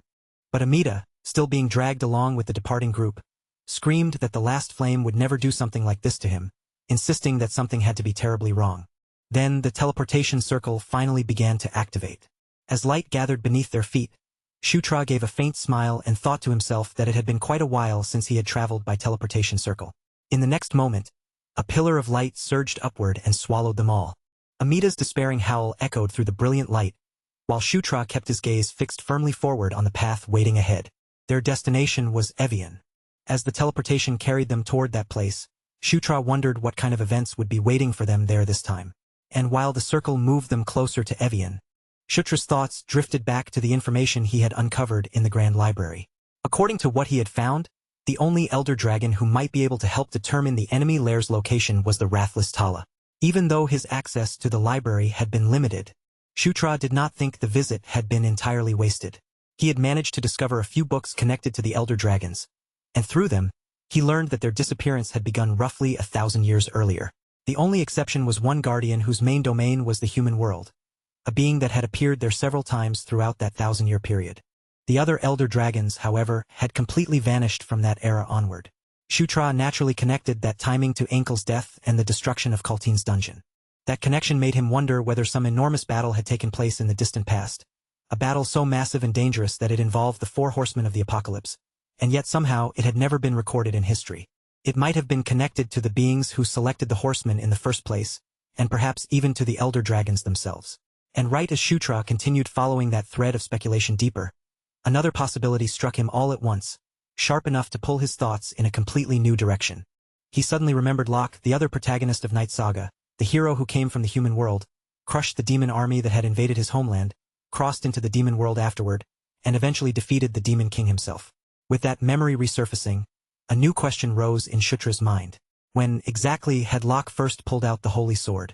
But before Shutra could dig any further into that question, the teleportation circle violently threw him out, and he crashed onto the ground with a painful groan escaping his mouth. Carrick shouted at him right away, telling him not to just sit there in a daze and to get ready for battle immediately. Still dizzy from the rough landing, Shutra lifted his head in confusion and asked what Carrick was talking about. Carrick roared back that they had dropped straight into the middle of an enemy ambush.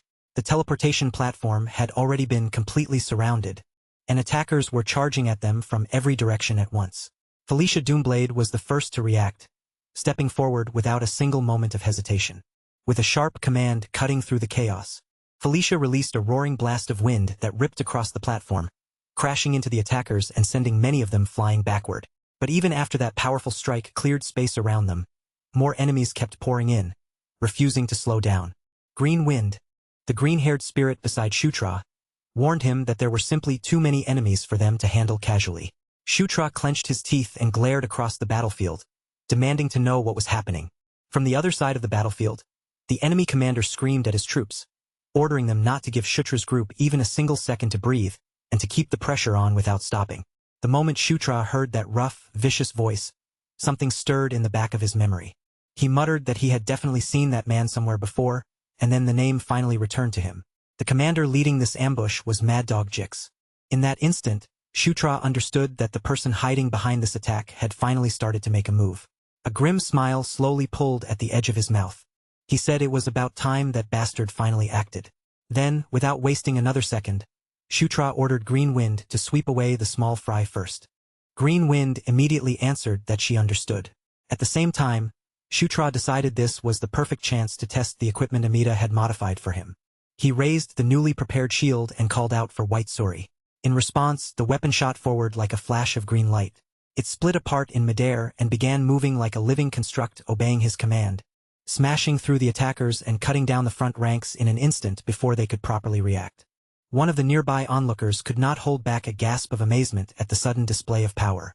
Amida, however, simply puffed himself up with pride and boasted that a gimmick like this was nothing difficult for someone of his ability. He explained that he had named the pair White Suri and Black Suri, then smugly asked whether they were not absolutely incredible.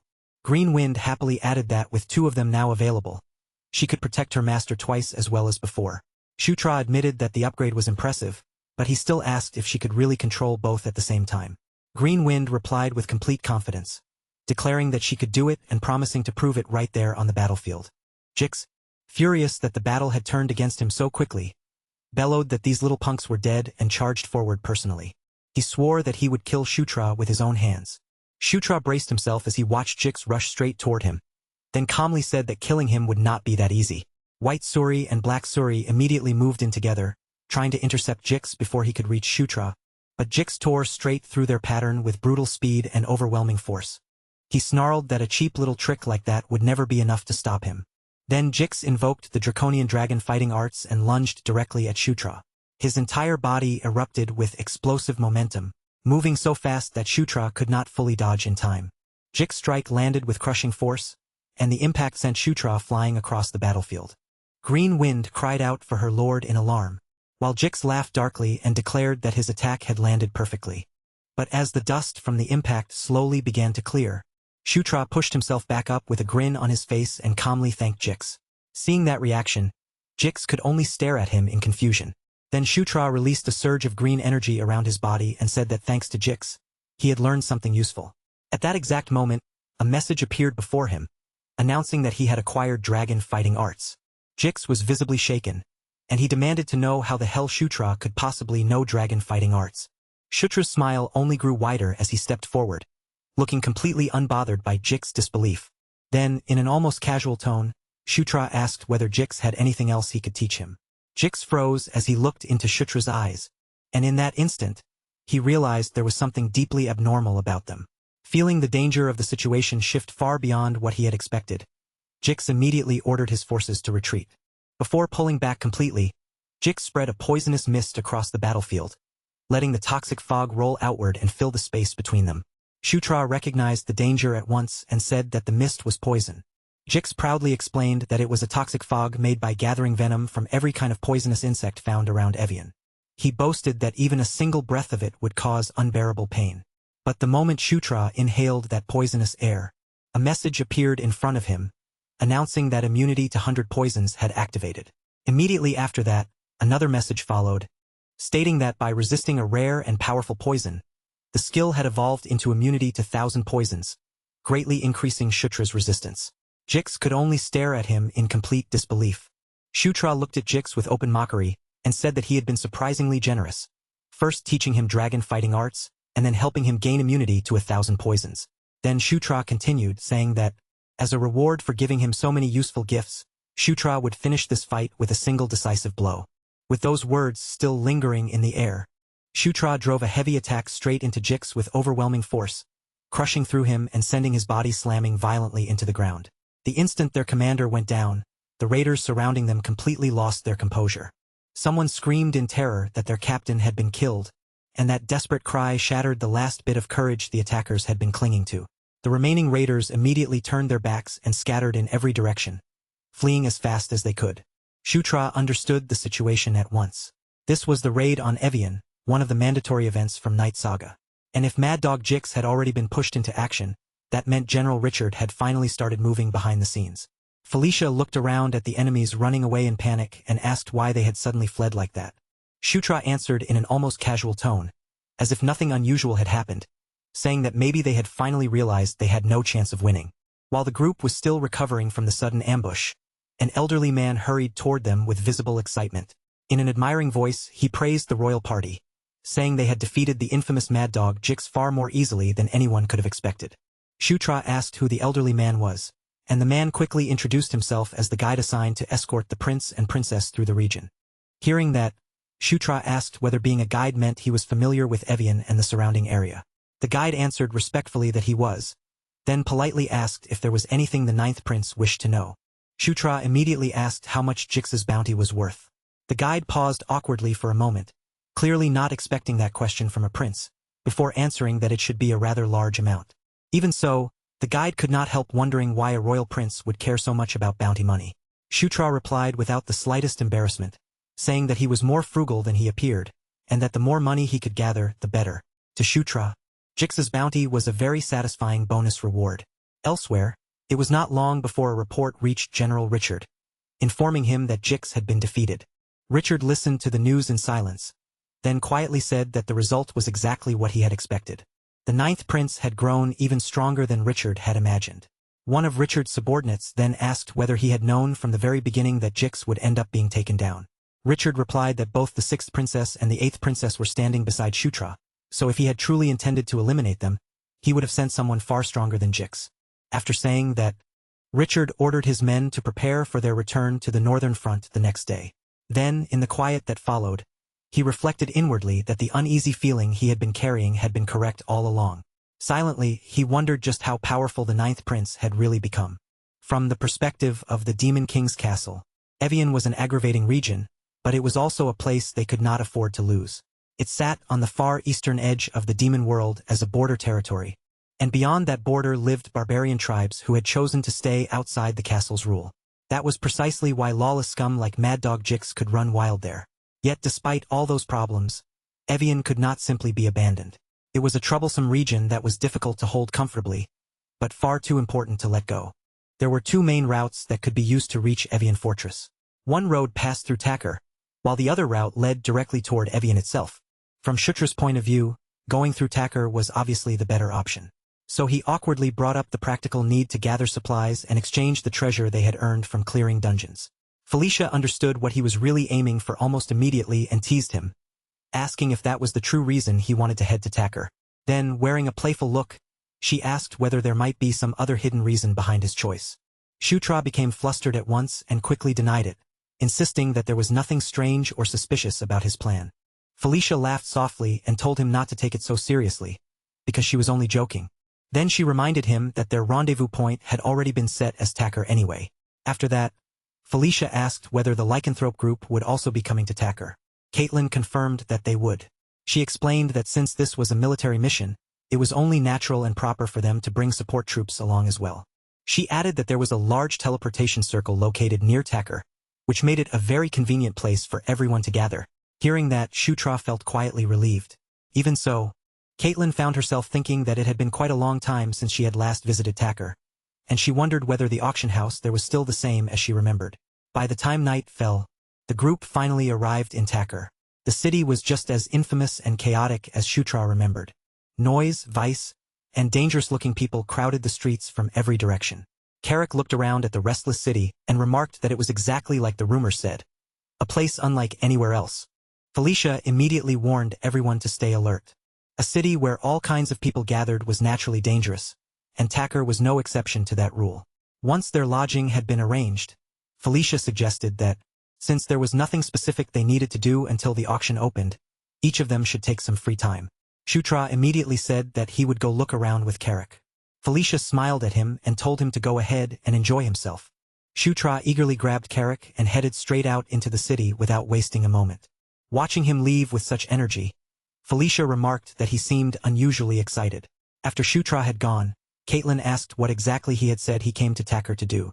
Felicia answered lightly that who could really say for sure, maybe Shutra had truly come all this way because of women. Caitlin froze where she stood, completely caught off guard, and quietly repeated the word women. Her voice carried clear disbelief, as though she could not quite accept what Felicia had just said. Under the moonlit streets of Takkar's slave market, Shutra and Carrick finished yet another search that led nowhere. A dealer spread his hands helplessly and told them that there was no slave there by the name of Nyatra. Hearing that answer again, Shutra could only release a tired, disappointed sigh. Carrick asked whether Shutra was really certain a woman named Nyatra was even in this city, pointing out that they had already searched every place that seemed worth checking. Shutra told him to wait just a little longer. But deep down, even Shutra began to doubt whether his search would succeed. Maybe this was simply how events were supposed to unfold. In Night Saga, Zephyr was not meant to meet Nyatra until a year later, so Shutra wondered if that meant she could not be found at this point in time. At last, Shutra decided to give up for now and told Carrick that they should head back. As they started to leave, Carrick suddenly remembered the description Shutra had given earlier and asked whether the succubus named Nyatra had pink hair. Shutra said that she did. Carrick then asked if her horns were black as well. Shutra confirmed that too, then turned to him in confusion and asked why he was suddenly bringing it up. Carrick pointed ahead and said that he had just seen someone who looked exactly like that. Shutra froze instantly where he stood. Not far ahead of him, a woman with soft pink hair and deep black horns weaves through the crowded street, her figure sliding between passing bodies almost like a shadow. Shutra stops dead in place, his eyes fixed on her back, disbelief spreading across his face. And before he even realizes what he is doing, a single name slips quietly from his lips. Nyatra. The instant that name leaves his mouth, Shutra seems to jolt awake from his own shock. His body moves before his mind can catch up, and he suddenly pushes forward into the crowd, stretching a hand out toward her as he calls after her and tells her to wait. But Shutra never gets the chance to reach her. Before he can close the gap between them, before his fingers can even come close to brushing her shoulder, the woman slips away in a flash, disappearing down the street with a speed that feels almost unnatural. Shutra's eyes sharpen, and without hesitating, he breaks into a run, chasing after the path where Nyatra's figure had vanished. He turns hard into the alley she escaped through, his footsteps ringing against the tight stone walls as he rushes inside. But the moment Shutra enters, the alley is empty. He whips his head left, then right, completely lost, unable to make sense of it, because he is absolutely certain she came this way only seconds ago. Refusing to waste even a breath, Shutra immediately calls out to Green Wind and orders her to track down the woman they just saw. Green Wind hesitates for a moment, clearly confused by the sudden urgency in his voice and unable to understand why he looks so shaken. But she still nods and promises that she will find the woman somehow. Yet no matter how hard they search, the trail simply vanishes, as if it had been sliced cleanly away. Shutra clenches his jaw, frustration building in his chest, and can only wonder where Nyatra could have disappeared to. That is when Carrick speaks up, adding that something about the whole situation feels strange. He explains that the slave trader told him the woman they saw was not actually there as merchandise waiting to be sold, but had come to that place in order to purchase slaves herself. Shutra slowly turns toward Carrick, stunned into silence, the words striking him harder than he expected, because that possibility had never once entered his mind. Only then does the truth finally begin to settle over him. In this point of time, Nyatra was not a slave at all. Meanwhile, from somewhere far above them, Nyatra silently watches the group from a high vantage point. Shutra suddenly feels the unmistakable pressure of someone's gaze and snaps his head upward. But when his eyes sweep across the rooftops, there is no one there. Beneath the pale moonlight, Shutra's thoughts drift back to the future he once knew, and the more he thinks about it, the more tangled everything becomes. He cannot stop wondering what could possibly happen to Nyatra in the span of just 1 year for her to end up beside him as a slave. When they finally return, Caitlin notices almost immediately that something is wrong. She studies Shutra's face with concern and asks if something bad happened, pointing out that he has barely spoken a single word since coming back. Carrick, as casual as ever, simply answers that this is just how things turned out. Caitlin's expression gentles as she looks back at Shutra, her voice softening when she asks if he is feeling tired.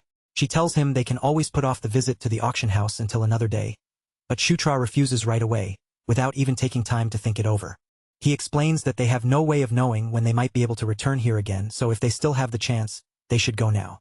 Caitlin warns him not to push himself too hard and reminds him that if things become difficult, they can simply turn back early. But just as the group is about to leave, Amita stops Shutra and tells him to take a proper look at the work he has just completed. With a satisfied look, Amita presents the newly adjusted equipment, explaining that the tuning is finally finished. From now on, he says, it should be much easier and far more convenient for Shutra to use.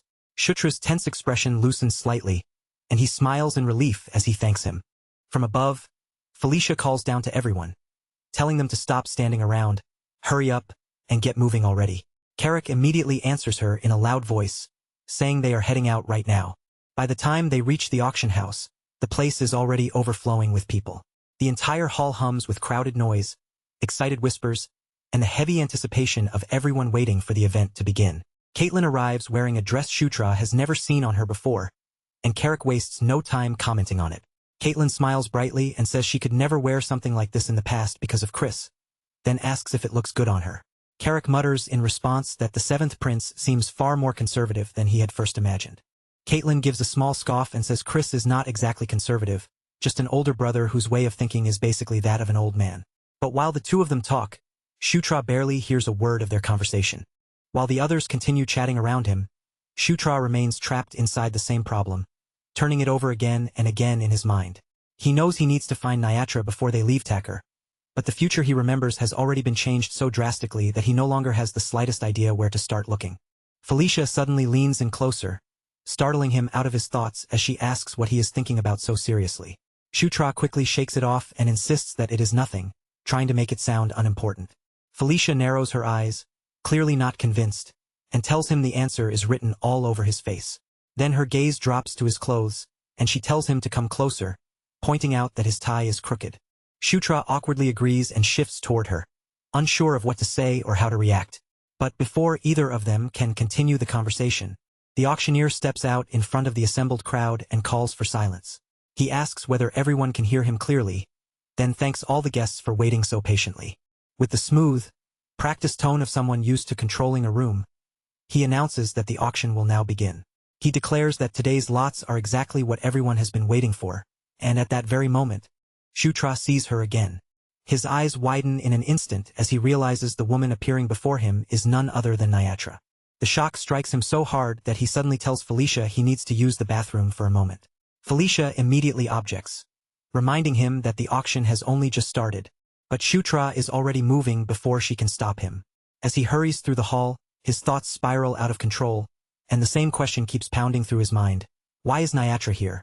He wonders if she has come to take part in the auction somehow, or whether something much worse is beginning to unfold right in front of him. Then, through the shifting bodies of the crowd, Shutra spots the figure of a rough, dangerous-looking man standing nearby. The instant Shutra recognizes him, his whole body locks in place. A surge of shock runs through him as he silently demands to know what the hell that man is doing here in Taker. And in the very next moment, a violent explosion tears through the hall, rattling the entire auction house and hurling the crowd into pure terror. Someone shouts in confusion, demanding to know where the blast came from, while screams erupt from every side and people scatter desperately in all directions. Shutra grits his teeth, anger flashing across his face, as he thinks that whoever launched this attack must be completely insane. In the middle of the chaos, panicked voices cry out for help. The auctioneer tries desperately to bring the situation under control, pleading with everyone to stay where they are and saying he will assess what is happening first. But before the auctioneer can even take a proper step, the burly attacker bursts in like a charging beast, slamming straight into him and driving him down with overwhelming force. With fury blazing in his eyes, the man accuses them of daring to put their hands on his group's merchandise. Then, in a low voice heavy with threat, he declares that, from that moment on, his people will be taking control of the entire place. The announcement hits the hall like another blast, and the room instantly collapses into complete chaos. Guests scream and rush in every direction as armed men flood into the hall, blocking the exits and dragging people down without a trace of mercy. One woman shrieks for someone to help her as a brute charges straight toward her. Before the attacker can reach her, Shutra moves in without hesitation and takes him down. In the heart of the panic, Shutra fixes his gaze on the leader and finally realizes exactly who the man is. That man is Paredes, the younger brother of the barbarian king Karatas. Shutra cannot hide his shock, unable to understand why someone like Paredes would appear here, in a place like this. Elsewhere inside the hall, Carrick, Felicia, and Caitlin are still trying to process how everything could have fallen apart so suddenly. Carrick blurts out that the whole situation went completely insane in the blink of an eye. Felicia quickly scans the area and realizes Shutra is no longer anywhere near them. Her expression tightens as it sinks in that he has disappeared at the worst possible moment. She clicks her tongue in irritation and mutters that, of course, he had to vanish right then, at the exact worst time of all. Even as another raider tears through the terrified crowd and sends people scattering in panic, Felicia keeps her expression sharp and controlled. Without taking her eyes off the danger in front of her, she tells Carrick that he will have to find Shutra on his own. At the same time, a deep purple light begins to gather in Felicia's palm, curling around her fingers like twisting smoke. As her magic swells, she declares that for now, she will be the one holding the auction hall together. While the main hall falls even deeper into chaos, with screams echoing, footsteps pounding, and sudden violence breaking out everywhere, Paredes slips away from the center of the commotion and moves into a much quieter corridor, far removed from the worst of the panic. There, he stops in front of a glass display case, and inside that case, a radiant relic gleams beneath the lights, shining as though it had been waiting for him to find it all along. Paredes' mouth curls into a pleased smile, and he quietly says that he has finally found what he came for. The treasure resting before his eyes is none other than the golden helmet of the Heavenly Dragon King. But just before Paredes can stretch out his hand and take it for himself, a voice suddenly comes from behind him, making him stop in place. Paredes slowly turns his head and finds a masked succubus with pink hair standing in the corridor behind him. Her gaze is locked firmly on him from across the distance, calm but impossible to ignore. His eyes narrow with suspicion, and in a harsh voice, he demands to know exactly who she is. But in the very next moment, the succubus moves first. She snatches up several artifacts in a flash and dashes away before Paredes can properly react. Paredes snarls after her, his voice filled with anger as he warns that if she thinks she is going to escape, she had better throw down everything she just stole first. The girl races through the corridors like a streak of white and pink, moving so quickly that her figure almost blurs past the damaged displays around her. She springs over scattered rubble and slips through tight gaps with nimble precision, while Paredes comes crashing after her with the raw force of a charging beast. When Paredes reaches out to grab her, she twists her body away from his hand and keeps fleeing down the corridor. But he only sneers at her back and spits out that she is one arrogant bitch. Then Paredes begins ripping up chunks of debris and broken display pieces, hurling them after her one after another as he roars that she will not get away from him. Nyatra weaves through the storm of flying wreckage, dodging as valuables, decorations, and jagged fragments smash against the walls around her and burst apart. Even then, Paredes refuses to slow down and keeps driving forward after her, mocking her as she runs. He calls her a slippery loach, his heavy steps closing the gap little by little with every second. Then, in one sudden instant, everything shifts. Just as Paredes is about to catch up to her and bring the chase to an end, another figure cuts straight between them and meets the incoming attack head-on. Shutra glances back over his shoulder at the masked succubus, his voice low as he says they have finally met again. Nyatra. The moment she hears that name, Nyatra freezes in utter shock, while Paredes jerks back as well and angrily demands to know who Shutra is. Shutra does not waste even a breath answering him. Instead, he lifts White Suri, and the shield surges forward with a sharp burst of power. The green weapon breaks apart into multiple floating fragments, each piece spinning through the air as they circle Paredes like living blades. Paredes jerks back in surprise as the pieces begin to whirl around him, closing in around his body and cutting through the air from every direction. His face twists with fury as he snarls and strains against the trap, trying to force his way out. Without taking his attention fully away from Paredes, Shutra turns just enough to look toward Nyatra and asks if she is all right. Nyatra stares back at him in complete bewilderment, then demands to know who he is and how he knows her name. Shutra tells her that any explanation will have to come later, because first they need to deal with the musclehead standing right in front of them. Then, without hesitation, he summons the king's knights. A brilliant green light suddenly bursts through the corridor, and Carrick appears in the middle of that glow, looking completely disoriented as he tries to understand where he is and what is happening. Shutra immediately cuts through his confusion and tells him there is no time to explain. He orders Carrick to take Nyatra and get out of that place right away. Carrick quickly asks what Shutra intends to do, and Shutra answers with steady calm that he still has unfinished business here. For a short moment, Carrick looks closely at Shutra's face, then accepts the order without pushing back. He hoists Nyatra over his shoulder and says he will go on ahead, telling Shutra to catch up once everything here is finished. Nyatra struggles fiercely and screams at Carrick to put her down, but the orc keeps moving without slowing his pace. Shutra watches the two of them leave, and a small wave of relief passes through him as he thinks that, at the very least, Nyatra has finally been moved out of immediate danger. Only after confirming that does Shutra shift his gaze back toward the relic case. His eyes narrow the instant he recognizes the object inside, the golden helmet of the Heavenly Dragon King. At that exact moment, Paredes smashes his way free from White Suri's restraint and rushes straight toward him. Shutra only barely manages to bring White Suri up in time to block. The impact explodes through the corridor with crushing force, sending Shutra flying backward, and the entire room trembles as dust, shattered glass, and broken debris burst outward around them. Through the thick cloud of destruction, Paredes glares at him and accuses him of making a mockery of him.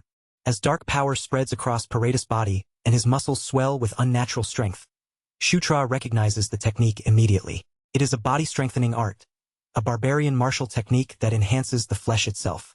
And in that moment, Shutra is reminded all over again of exactly what kind of opponent stands before him. Paredes is not just some random thug. He is the younger brother of the barbarian king, and one of the strongest warriors among the barbarians. His power is enough to rank him among the upper levels of intermediate-class generals. Paredes bares his teeth at Shutra and tells him to try anything he wants, because he intends to rip Shutra's body apart. At the same time, Carrick barrels through another part of the auction house with Nyatra still slung over his shoulder. Between heavy breaths, he apologizes to her and says he has no choice, because he already gave his word to the prince. But before Carrick can get much farther, more raiders begin pouring into the corridor ahead of him, spreading out across the passage and completely blocking his way forward.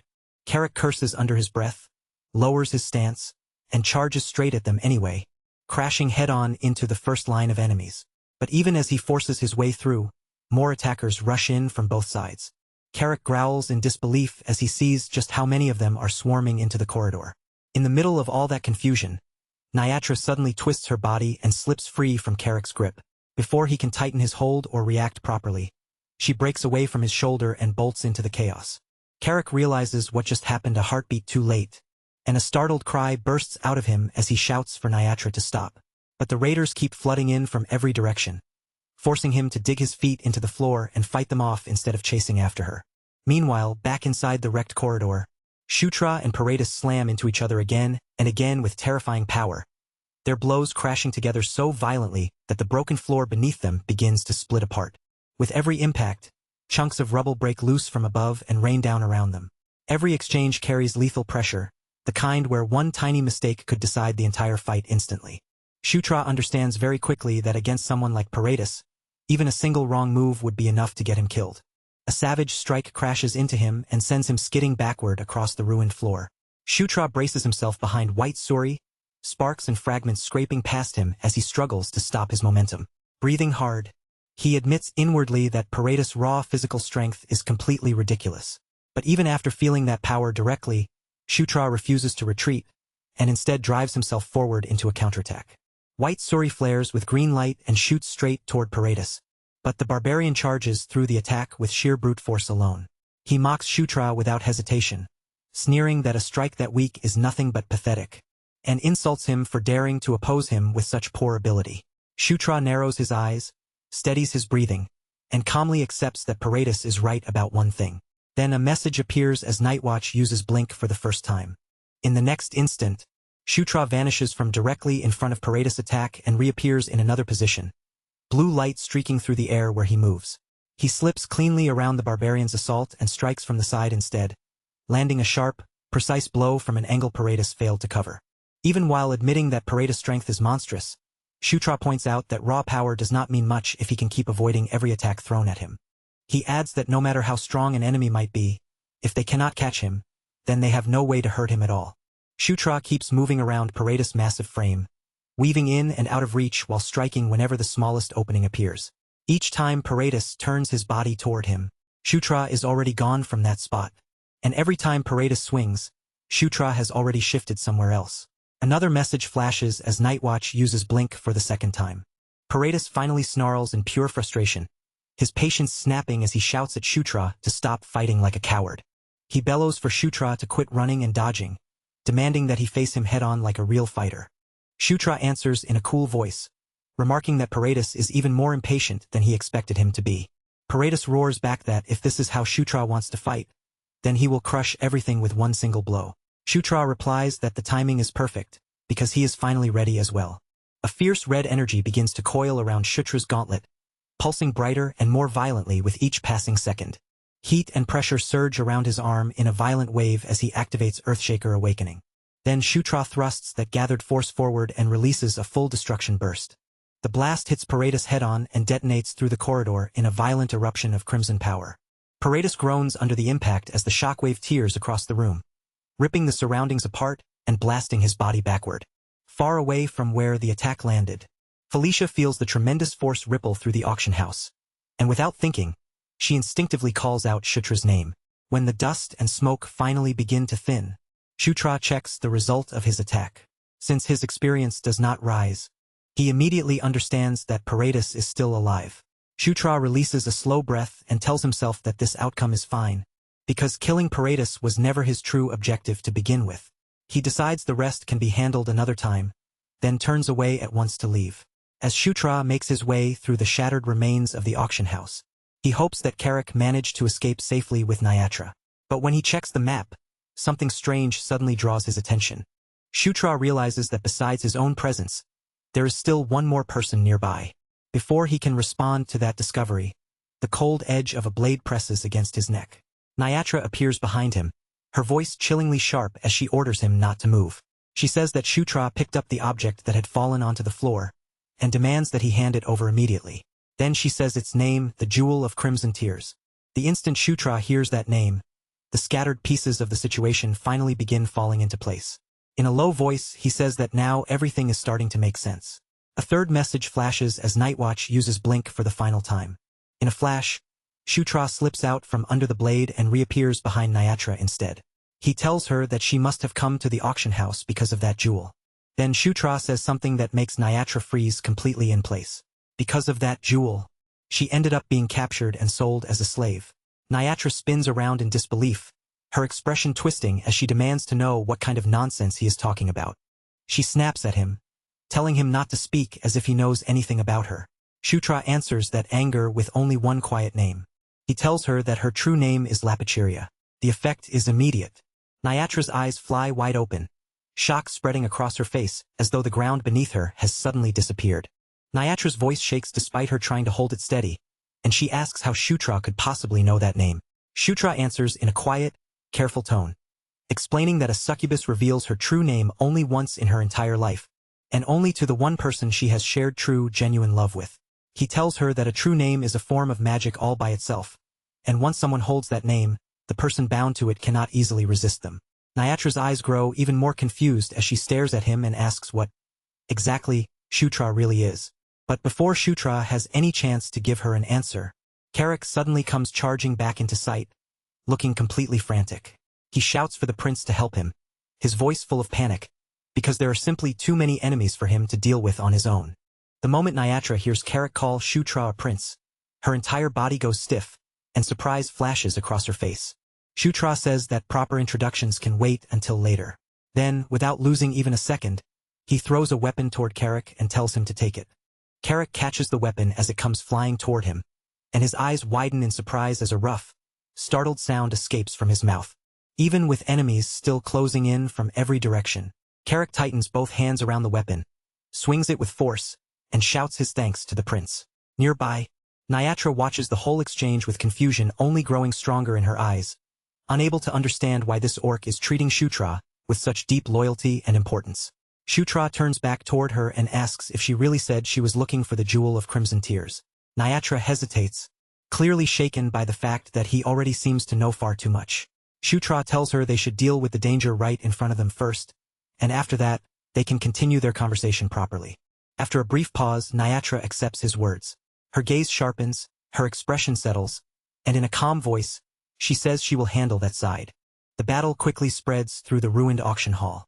Nyatra moves through the chaos with swift, clean footwork, cutting down any raider who gets too close as collapsing stone, clashing weapons, and the shouts of fighting men ring out beneath the open night sky. Not long after the fighting begins to shift, Felicia and Caitlin finally arrive at the scene, stepping into the wreckage left behind by the attack. Felicia quickly scans the destroyed surroundings, and then her eyes land on Shutra, Carrick, and the masked succubus standing together in the middle of the destruction. Shutra calls out to Felicia as soon as he sees her, and she immediately demands to know what happened inside after such a massive blast shook the whole place. Shutra answers in a straightforward voice that he fought Paredes. Felicia is stunned at once. She asks if he means Paredes, the younger brother of the barbarian king, and the instant she says it aloud, the meaning behind his presence becomes clear to her. If Paredes was here, then the barbarian tribes were not merely attacking the auction house. They were launching an attack on Takar itself. Shutra replies that from what he saw, their real focus had definitely been the auction items. Before they can continue talking, Felicia's gaze slides past Shutra and lands on the pink-haired succubus standing quietly behind him. She tells Shutra to wait, then asks who that girl behind him is. Shutra glances back toward Nyatra, then introduces her by name. He says she is Nyatra and adds that, because of a complicated situation, it seems she will be traveling with them for a while. Felicia repeats that she is a succubus in clear disbelief, caught off guard by how suddenly Shutra has brought someone like her into their group. But the conversation is cut short almost as soon as it begins. A breathless messenger rushes toward them and shouts that there is trouble. Felicia turns to him immediately, her expression hardening as she demands to know what happened. The messenger announces that the barbarian army has crossed the border. Those words freeze everyone in place. Shutra stares at the messenger in shock, while Felicia sharply demands that he confirm the report. The man insists that the information is true, and then adds that they have even confirmed the barbarian king himself is marching with the army. Caitlin and Felicia both react sharply to the news, while Shutra's mind starts moving faster than ever, trying to piece together what this means. Felicia immediately asks about the current state of the battlefield. The messenger reports that General Vandal has already led troops out to intercept the advancing barbarians, and that a formal request for support will likely reach them soon. Felicia mutters that their own reinforcements still have not arrived, which means their side is nowhere near as prepared as it should be. At that moment, Shutra finally understands the thing that has been bothering him. Looking back at everything Paredes did, Shutra realizes that the man's reckless robbery had never been a simple act of greed. The barbarians had planned to strike Evian and the auction house at the same time, creating chaos on both fronts while they moved to seize the golden helmet. That had been their true plan from the very beginning. Shutra lets out a slow breath and admits to himself that the situation has become much more complicated than he expected. Then his thoughts drift towards something far more dangerous. The barbarian king, Karatas, is not the kind of enemy anyone can treat lightly. Even in the future of Night Saga, in the year 515, Karatas had remained a terrifying opponent even for Zephyr. But right now, the current year is only 512, a full 3 years before that point. Shutra quietly asks himself whether he is truly ready to stand against someone like that already. Later, once the immediate panic has settled and the others are occupied with handling the larger crisis, Nyatra sits alone at a small table in a quiet corner beneath the night sky. Even though the area around her has grown calmer, her body remains tense. One hand stays close to herself, and her eyes keep sweeping carefully across the dim courtyard. When Shutra finally arrives, he rubs the back of his head and apologizes, saying he made her wait because the situation had taken an unfortunate turn. Nyatra says it is fine, but her expression makes it clear she has no intention of letting the matter disappear. She looks directly at Shutra and asks if he will answer her question now. What she wants to know is how he knew her real name. Shutra pauses for a moment before answering. He admits that the truth is tangled up in too many difficult circumstances, things that would be extremely hard to explain and just as hard for her to believe. Nyatra asks what he means by that, but Shutra only apologizes again and tells her he will explain that part eventually. For now, he asks her to wait a little longer. Nyatra falls silent, clearly unsatisfied, but still willing to hear him out. Then she changes the question. If he will not explain the name yet, she asks why he brought her here in the first place. Shutra leans forward slightly and answers without hesitation that he has a proposal for her. He says he wants to hire Nyatra as his subordinate. The answer catches her completely off guard. Nyatra blinks, repeats the idea in disbelief, and struggles to process what he has just said. Shutra, however, stays perfectly calm, and with an easy expression, he assures her that payment will not be a problem. Shutra explains in a steady voice that since he intends to hire Nyatra as a local escort knight, he will compensate her properly for the work. Nyatra refuses him immediately. She rises from her seat, apologizes, and says she has no choice but to decline. She explains that her younger sibling is waiting for her back home, so unfortunately, she cannot accept his offer. For a brief moment, Shutra simply stares at her in silence. Then, with a certainty cold enough to cut through the air, he tells her that she is talking nonsense. He says plainly that Nyatra does not have a sibling. The color drains from Nyatra's face. Shutra continues speaking without the slightest hesitation. Shutra tells her that her parents passed away when she was still very young, and that she was raised as an only child, without any brothers or sisters beside her.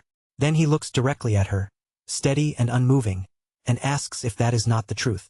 Nyatra trembles where she stands, pulling her arms tightly around herself as if trying to hold her shaken body together. Her voice quivers as she asks how Shutra could possibly know so much about her life. She admits, honestly and without hiding it, that he is beginning to scare her.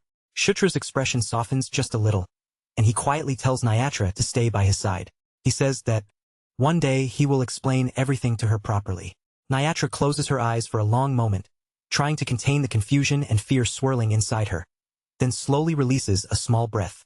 And at last, she says she understands. She tells Shutra that she will give it a try, and with that answer, Nyatra agrees to become his royal escort knight. Shutra's face immediately brightens at her answer, and he asks if she truly means what she just said. Nyatra says that if she refuses him now, she would not be able to walk away with a calm mind anyway. After all, Shutra appears to know everything about her, from the place where she lives to the life she has been leading until now. Then she asks whether he can really hire her as a guard when he does not even know where she came from. Shutra answers without the slightest hesitation, saying he has no concern about that, because he knows Nyatra very well. That answer only makes Nyatra even more flustered. She blurts out that she understands already, so he needs to stop saying such unsettling things so casually, as if they are nothing at all. Satisfied now that she has accepted, Shutra says that this is good. Then he asks if they should go ahead and complete the formal knight commission right away. The moment Shutra suddenly draws his sword, Nyatra stiffens in alarm. She quickly asks why he would pull out a weapon at a time like this, wondering out loud if this is some kind of magical binding contract. Shutra calmly tells her not to worry. He explains that it is only a necessary procedure, nothing more than that, and adds that Carrick went through the exact same process before her. Hearing that, Nyatra slowly lowers herself to one knee in front of him. Shutra calls her by name and formally declares that he appoints Nyatra as his knight. The instant those words leave Shutra's mouth, a pale blue radiance suddenly blooms around them. The light curls around Nyatra's body like flowing mist, wrapping her in a soft but powerful glow, then climbs higher and higher into the night sky before bursting upward like a brilliant pillar of light. Startled by the sudden radiance surrounding her, Nyatra looks around in confusion and asks what that strange light is. Far away from that place, beneath the very same moonlit sky, Zephyr suddenly stops where he is and turns his gaze toward the distant beam rising into the night. In silence, Zephyr realizes that fate itself has been altered. He wonders what kind of result this change will eventually bring, and just how far the path of fate can truly be bent away from its original course. Elsewhere, the Demon King raises a glass filled with red wine and asks Semida if she can see it as well. In a quiet, thoughtful voice, he wonders how much their child will end up changing the world. At that very same moment, messages begin appearing one after another in front of Shutra's eyes. King's Knights has increased in level, and the maximum number of members has risen from 3 to 5. King's Knights has also obtained the Crest of Conquest at level 1, and even Conquest itself has climbed to a higher level. Shutra smiles as he reads through each notice, satisfaction settling across his face, and says that it is done. As he looks at the newly transformed Nyatra standing before him, Shutra feels completely certain that from this moment forward, Nyatra now belongs on his side. Not long after that, Green Wind flutters up to him with obvious excitement and suddenly declares that she wants to become his knight too. Shutra stares at her, confused by the sudden request, and asks what she is even talking about. Green Wind hurriedly explains that even though she already belongs to him, her situation is different from Carrick's and different from that succubus's as well. She says she wants to become like them too. When Shutra hesitates, wondering whether there is really any reason to go that far, Green Wind immediately starts begging him again and again, repeating that she wants it with almost childlike persistence. Shutra thinks the matter over and in the end, concludes that, even if he later gives Vandal one of the knight positions, there will still be one slot left afterward, so it should not cause any serious problem. Finally giving in, he tells Green Wind that he understands. The moment she hears his answer, Green Wind lights up with joy and cheerfully says that now that this has been settled, there is not a single thing left for her to worry about. Just then, Felicia opens the door and tells Shutra that she wants to speak with him for a moment. After overhearing Green Wind's odd declaration, she asks what Green Wind means by saying there is nothing left to worry about.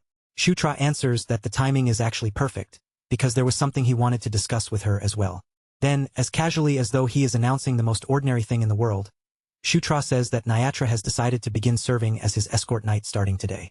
Nyatra, standing quietly at his side, lowers her eyes with polite composure, and says she looks forward to working with them. Felicia is clearly taken aback by the announcement. She asks what brought on such a sudden change and admits that, to be honest, the whole situation has surprised her quite a bit. Even so, after taking a moment to think, Felicia tells Shutra that this is his decision, and since he chose it himself, she trusts him to handle it properly. Shutra thanks her sincerely. Then Felicia suddenly seems to remember something else.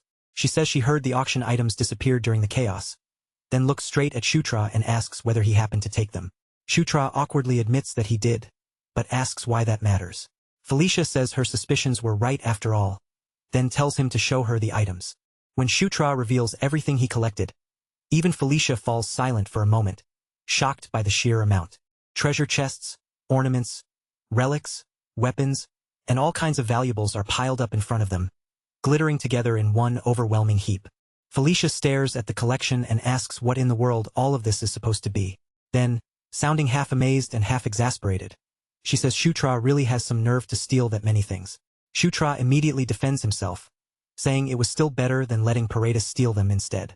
That is when Felicia's eyes stop on one specific item among the pile. The moment she sees it, she realizes this must have been the very thing Paredes had been after from the beginning. Shutra confirms her guess and says the artifact is the golden helmet of the Heavenly Dragon King. Felicia carefully lifts it up and studies it under the light, explaining that it is a sacred artifact symbolizing royal authority. According to legend, it was once worn by the ancient barbarian king himself. In other words, she says this helmet is basically a crown.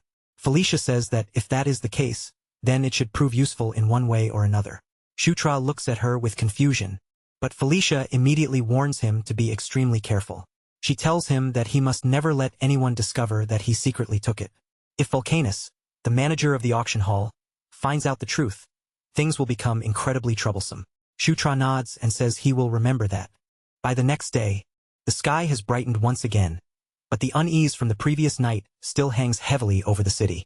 Shutra gathers the group together, and Felicia tells them that by now, they have all heard the news about the barbarian king's attack.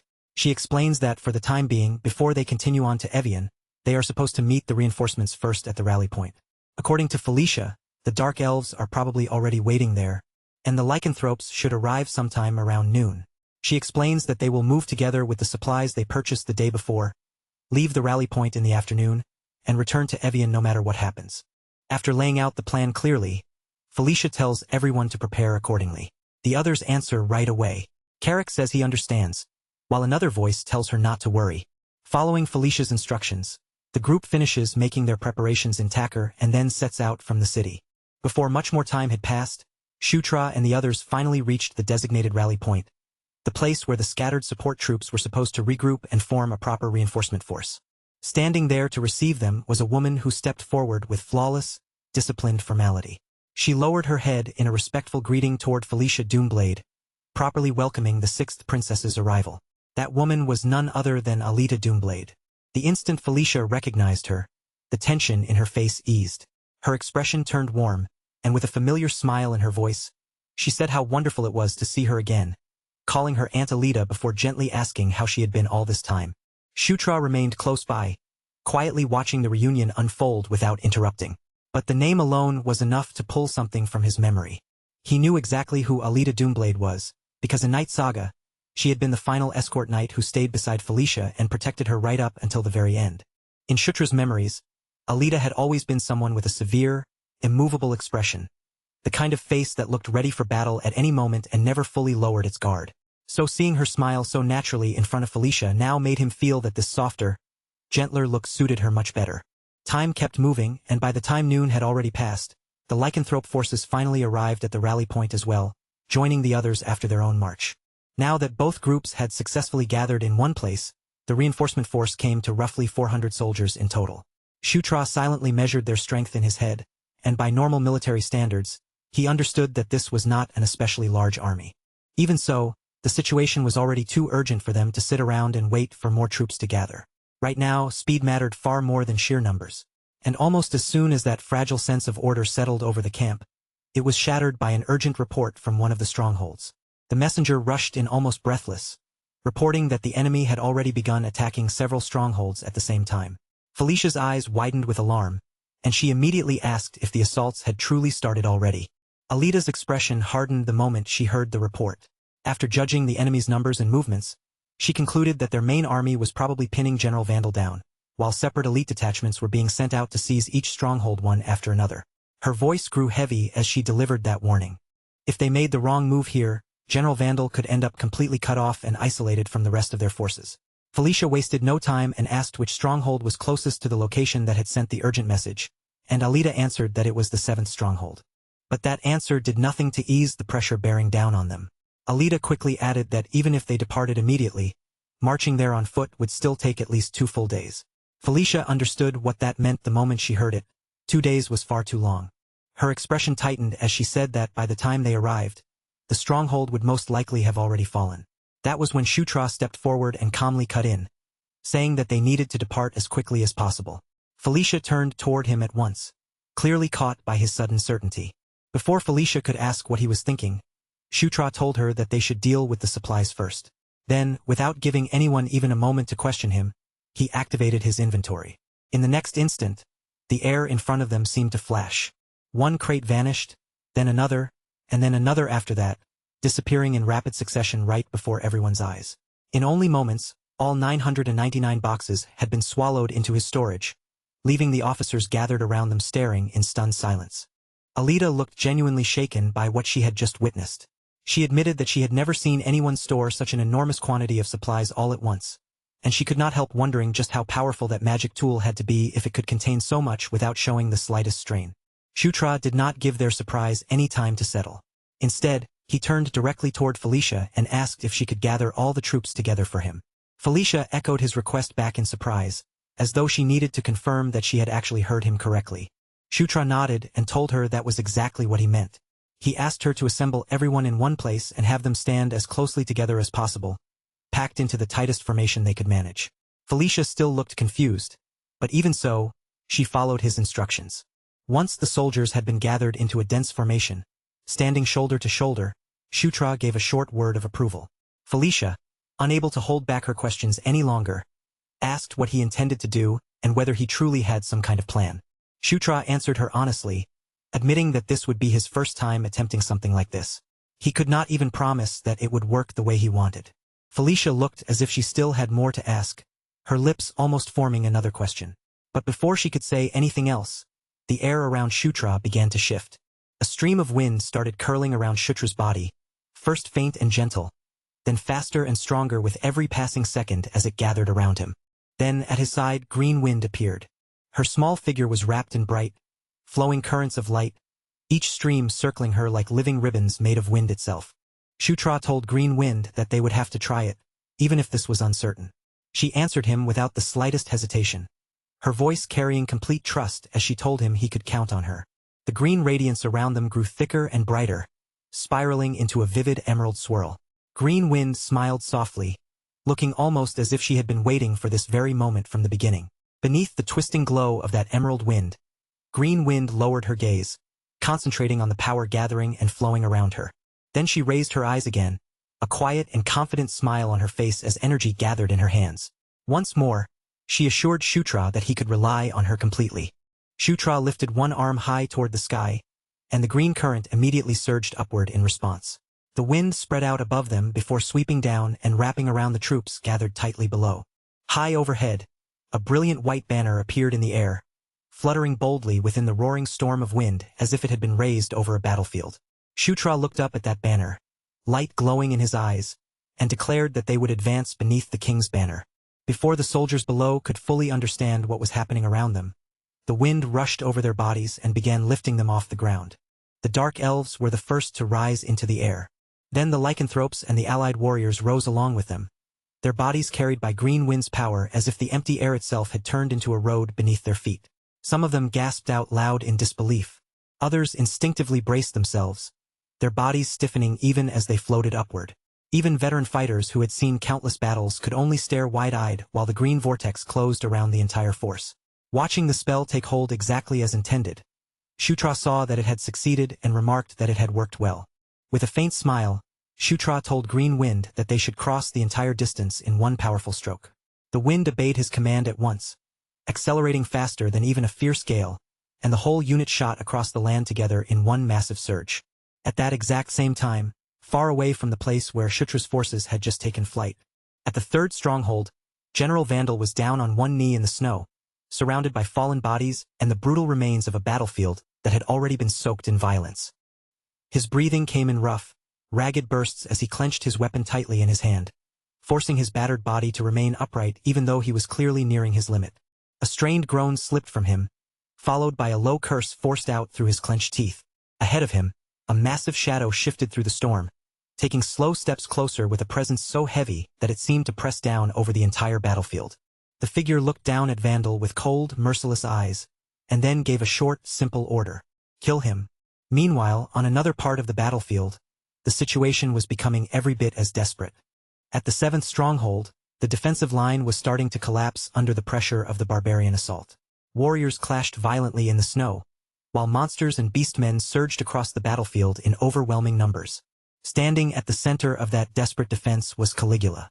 The Lizardman commander fought fiercely alongside his soldiers, throwing himself into the chaos and doing everything in his power to keep the line from breaking. But the enemy just kept pressing in from every side, their numbers crowding closer and closer. Caligula cursed under his breath, and with desperation rising in him, he wondered when the reinforcements were finally going to arrive. At that very instant, just as despair was tightening around the 7th stronghold, a brilliant streak of green light ripped across the sky above the battlefield. The defenders suddenly froze where they stood, their heads snapping upward in disbelief.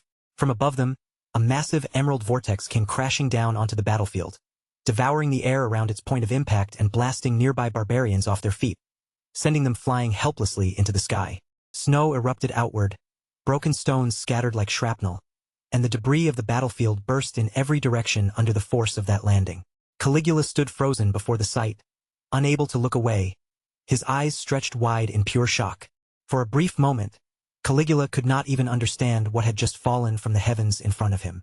And beside the newly arrived forces, Felicia released a long breath of relief, saying that it looked like they had managed to reach the battlefield at exactly the right moment.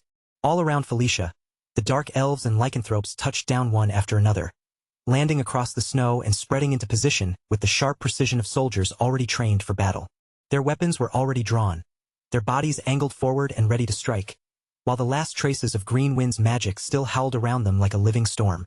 Shutra stepped out in front, his golden gauntlet shining with a brilliant glare, and ordered every unit to prepare for battle, his voice slicing clearly through the chaos. He commanded them to cast aside every last trace of hesitation and cut down the enemies standing before them. The moment his order rang out, the allied forces surged forward, and the Dark Elves were the first to race ahead, their blades and spears flashing through the snowy air.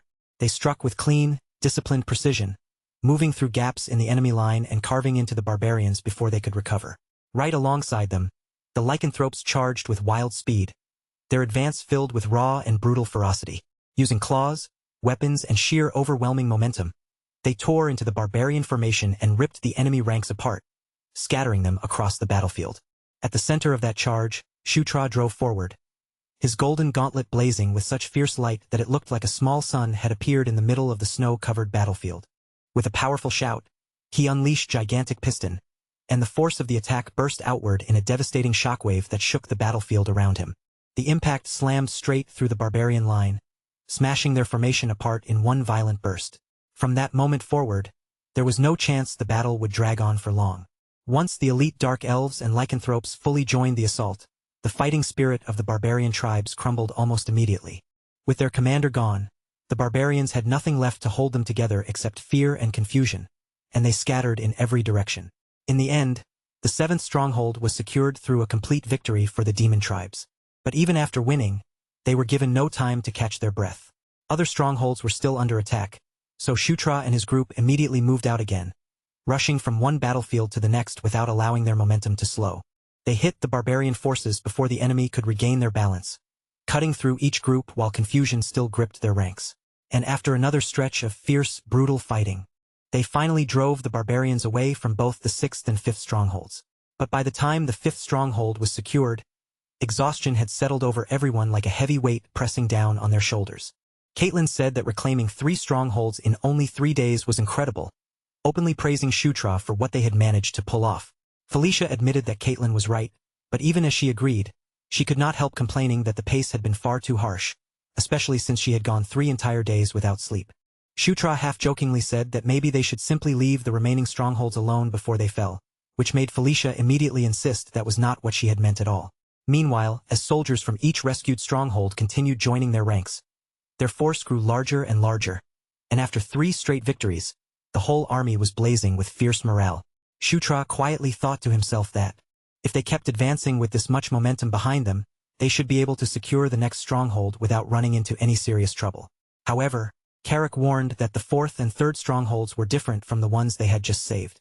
According to the most recent report, the 4th stronghold had already fallen, and the 3rd had gone completely silent, with no message coming from it for quite some time. That silence weighed heavily over everyone gathered there. Shutra carefully considered the situation and said that the Demon King's castle should already know about the crisis by now, meaning more reinforcements were probably being prepared. He also added that General Vandal should still be holding out, so they ought to have at least some time left.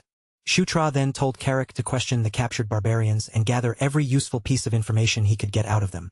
Carrick paused for a moment, thinking it over before finally agreeing. Soon after that, night fell over the stronghold. Even after darkness settled across the fortress, Shutra could not make himself rest. He lay alone in his room, staring into the quiet as the weight of the situation kept turning in his mind. No matter how many times he thought through the events, something about this entire crisis still felt deeply unnatural to him. This disaster was supposed to be the uprising of the Barbarian King, an event connected to the Demon Realm arc of Night Saga. In the original story, the Barbarian King had brought the barbarian tribes together by using the golden helmet of the Heavenly Dragon King. But in this world, that exact helmet was already safely stored inside Shutra's inventory. So if that was the case, how had Karatas managed to rally the tribes without it? Then, all at once, a deeply uneasy suspicion flashed across Shutra's mind. He wondered whether the Knight of Death had become involved again. Just like the guardian spirits of the Spider Forest had once joined hands with those dark forces before, the servants of the Knight of Death might now be helping the Barbarian King from somewhere in the shadows. Shutra knew it was nothing more than a guess, but even that possibility was enough to make his thoughts feel heavier. And if his guess really was correct, then just how far had the influence of the Knight of Death already spread? Right as that chilling question settled over him, a sudden golden light burst open inside his room. A glowing system window appeared in front of him, announcing that it was his birthday. Shutra flinched in surprise as another message appeared, informing him that he had now turned 15. He could only wonder why something like this was happening so suddenly, and then even more system windows began popping up one after another. His level increased. His protagonist setting adjustment rose, and his battlefield protection increased as well. Another notice explained that now that he had reached the age of 15, his physical abilities had improved too. Golden light wrapped around Shutra's entire body, and he realized that he seemed to have grown taller. He admitted to himself that the sensation was strangely satisfying, even if the whole situation was also a little bizarre.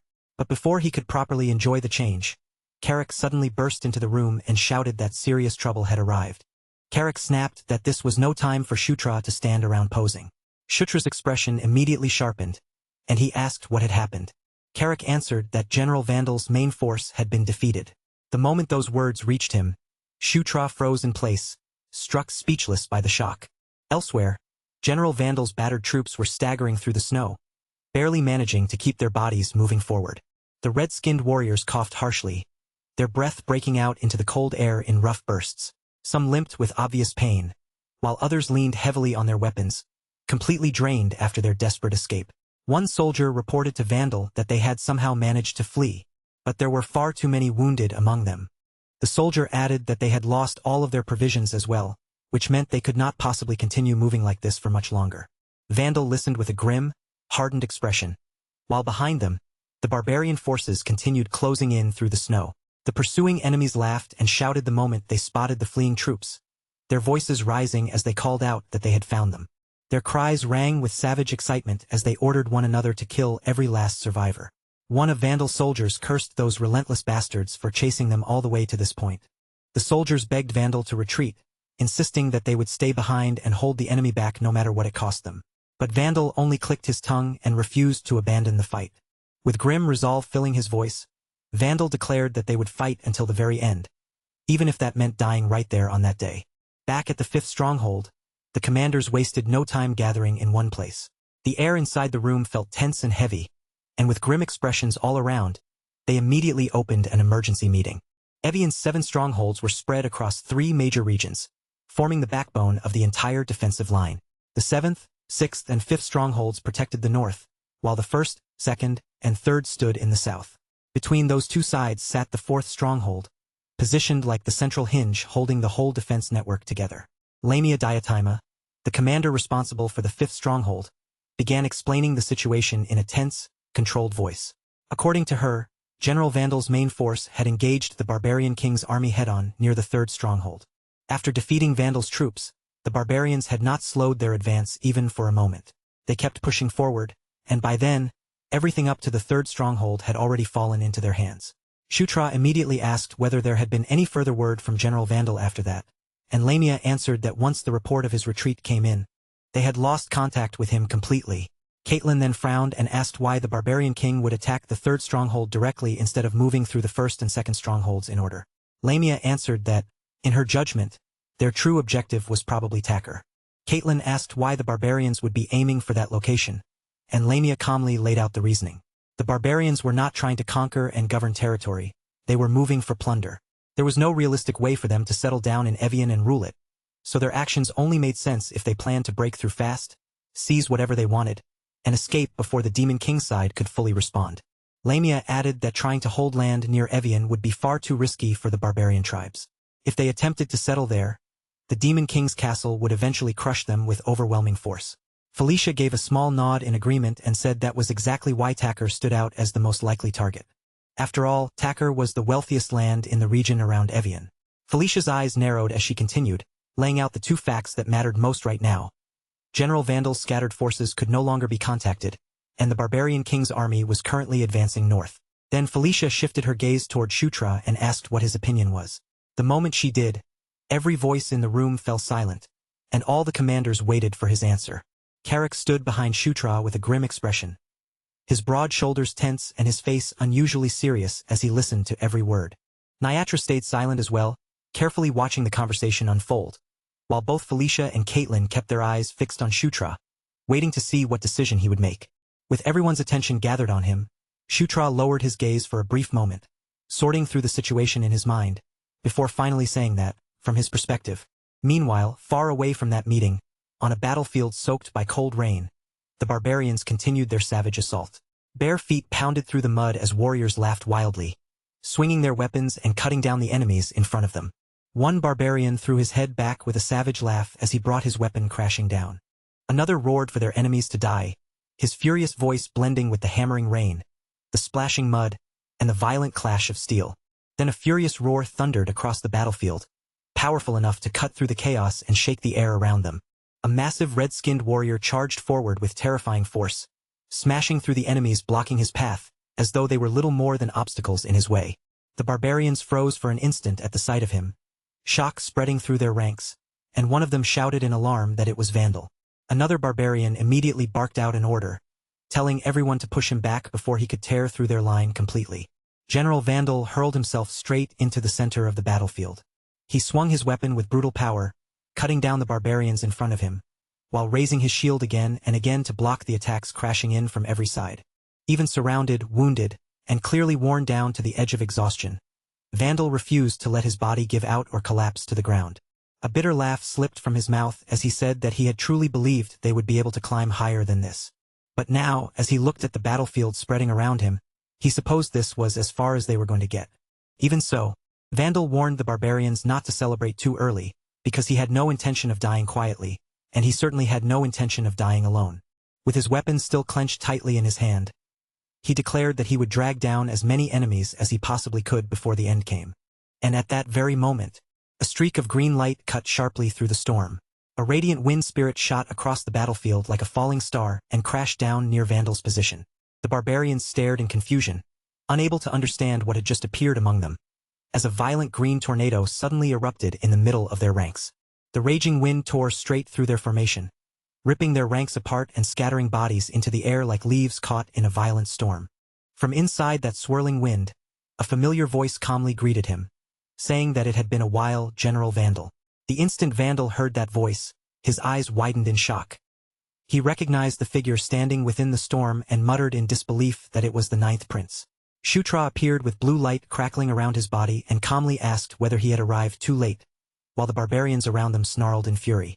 They demanded to know who that brat was, and their leader immediately shouted an order for everyone to kill them all. Shutra's eyes sharpened in response as blue energy began coiling tightly around his body. Then dark smoke began spreading across the battlefield. The barbarians started to panic as the black mist grew thicker around them, swallowing the space ahead and blocking their vision. One of them shouted in confusion, demanding to know what that black smoke was. Another screamed that he could not see anything in front of him, his voice shaking as the darkness closed in from every direction. Hidden inside that black haze, Shutra activated Nightwatch's special ultimate move, Black Wraith. Shadowy figures burst through the smoke like ghosts unleashed onto the battlefield, slipping through the darkness with terrifying speed. The barbarians staggered helplessly, unable to tell where the attacks were coming from or what was striking them. Cries of pain and confusion erupted throughout their ranks as the unseen force attacked from within the darkness. They screamed in terror, asking what those things were as the wraiths tore through their formation. One barbarian begged for help, while another cried out in panic, unable to understand what was happening as the battlefield collapsed into pure chaos. Vandal and the soldiers who had survived with him could only stare in shock as the invisible attackers shredded the barbarian line right before their eyes.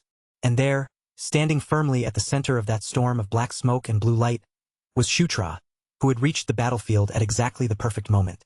Alita raised her weapon high into the air and gave the order for all allied forces to charge. At her command, the soldiers surged forward through the snow and smoke without hesitation. They crashed into the disoriented barbarians with fierce momentum. One barbarian looked around in stunned disbelief, completely unable to understand how the battle had turned against them so suddenly. Alita kept pressing forward through the chaos, commanding her troops to wipe out the enemy before the barbarians had any chance to recover their senses. Her soldiers answered with a powerful surge of momentum, their formation pushing harder and harder into the broken enemy line. They struck from every direction, pressing the advantage while the black wraiths continued tearing through the barbarian formation. General Vandal watched the entire battlefield shift before his eyes, and then he lowered his weapon with a grim smile.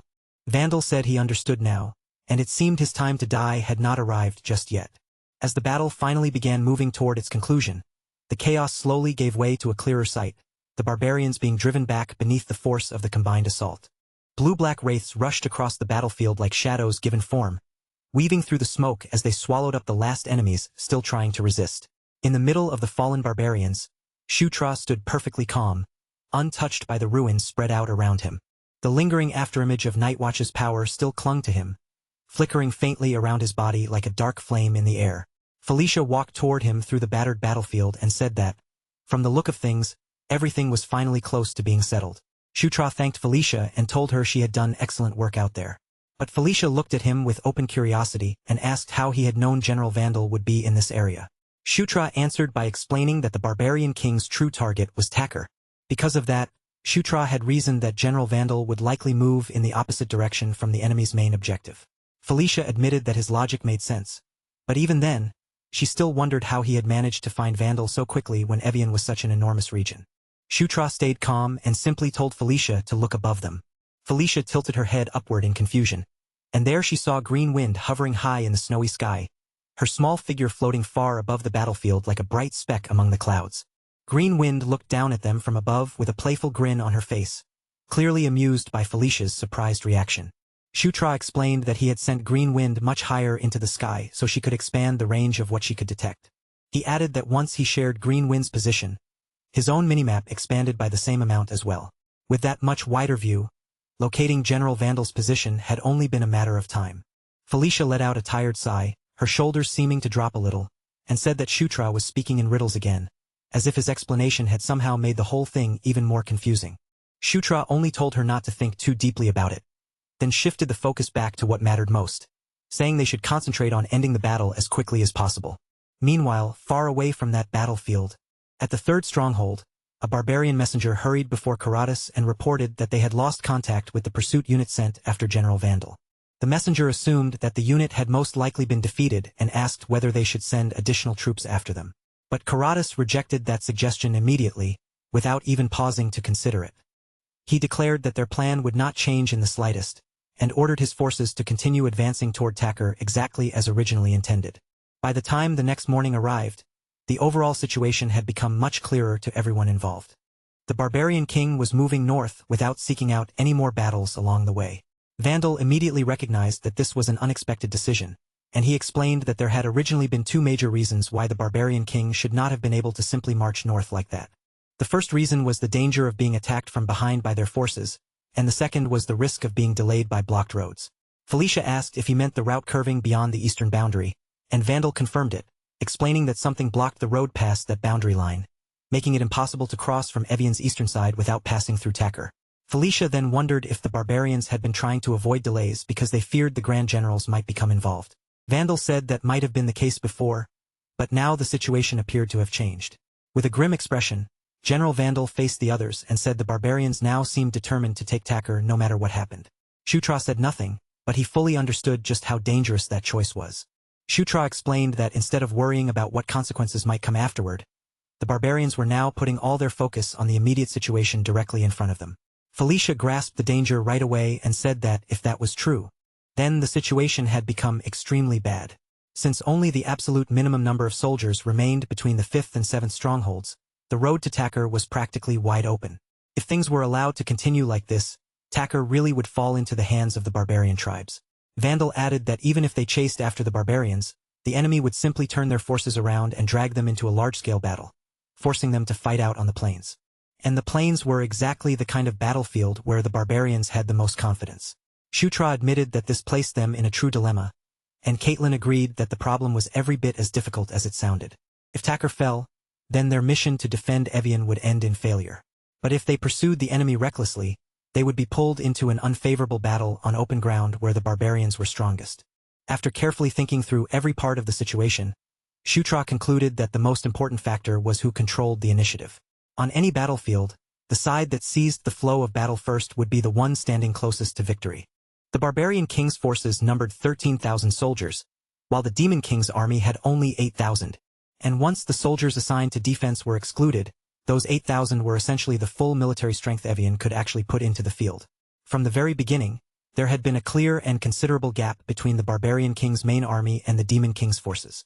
Because of that, Shutra's side pushed their marching speed as high as they could, trying to shrink that distance little by little. By the time the barbarian king's army reached the area near the 5th stronghold, They had managed to reduce the gap to around half a day's march. But that was as close as they could get. For a while, both armies continued moving with that exact half-day distance between them, neither side able to pull ahead or fall behind. Since everything was unfolding in real time, the barbarian king could not easily force the demon king's army into battle. On top of that, the mobility of the two armies was fundamentally different. The demon king's army was moving light, without hauling heavy supplies, while the barbarians were slowed by the provisions they carried and the exhaustion steadily building among their ranks. As a result, the barbarian king's main force ended up trapped in an awkward position. Even if they kept marching north and managed to reach Takkar, the demon king's army would be following right behind them.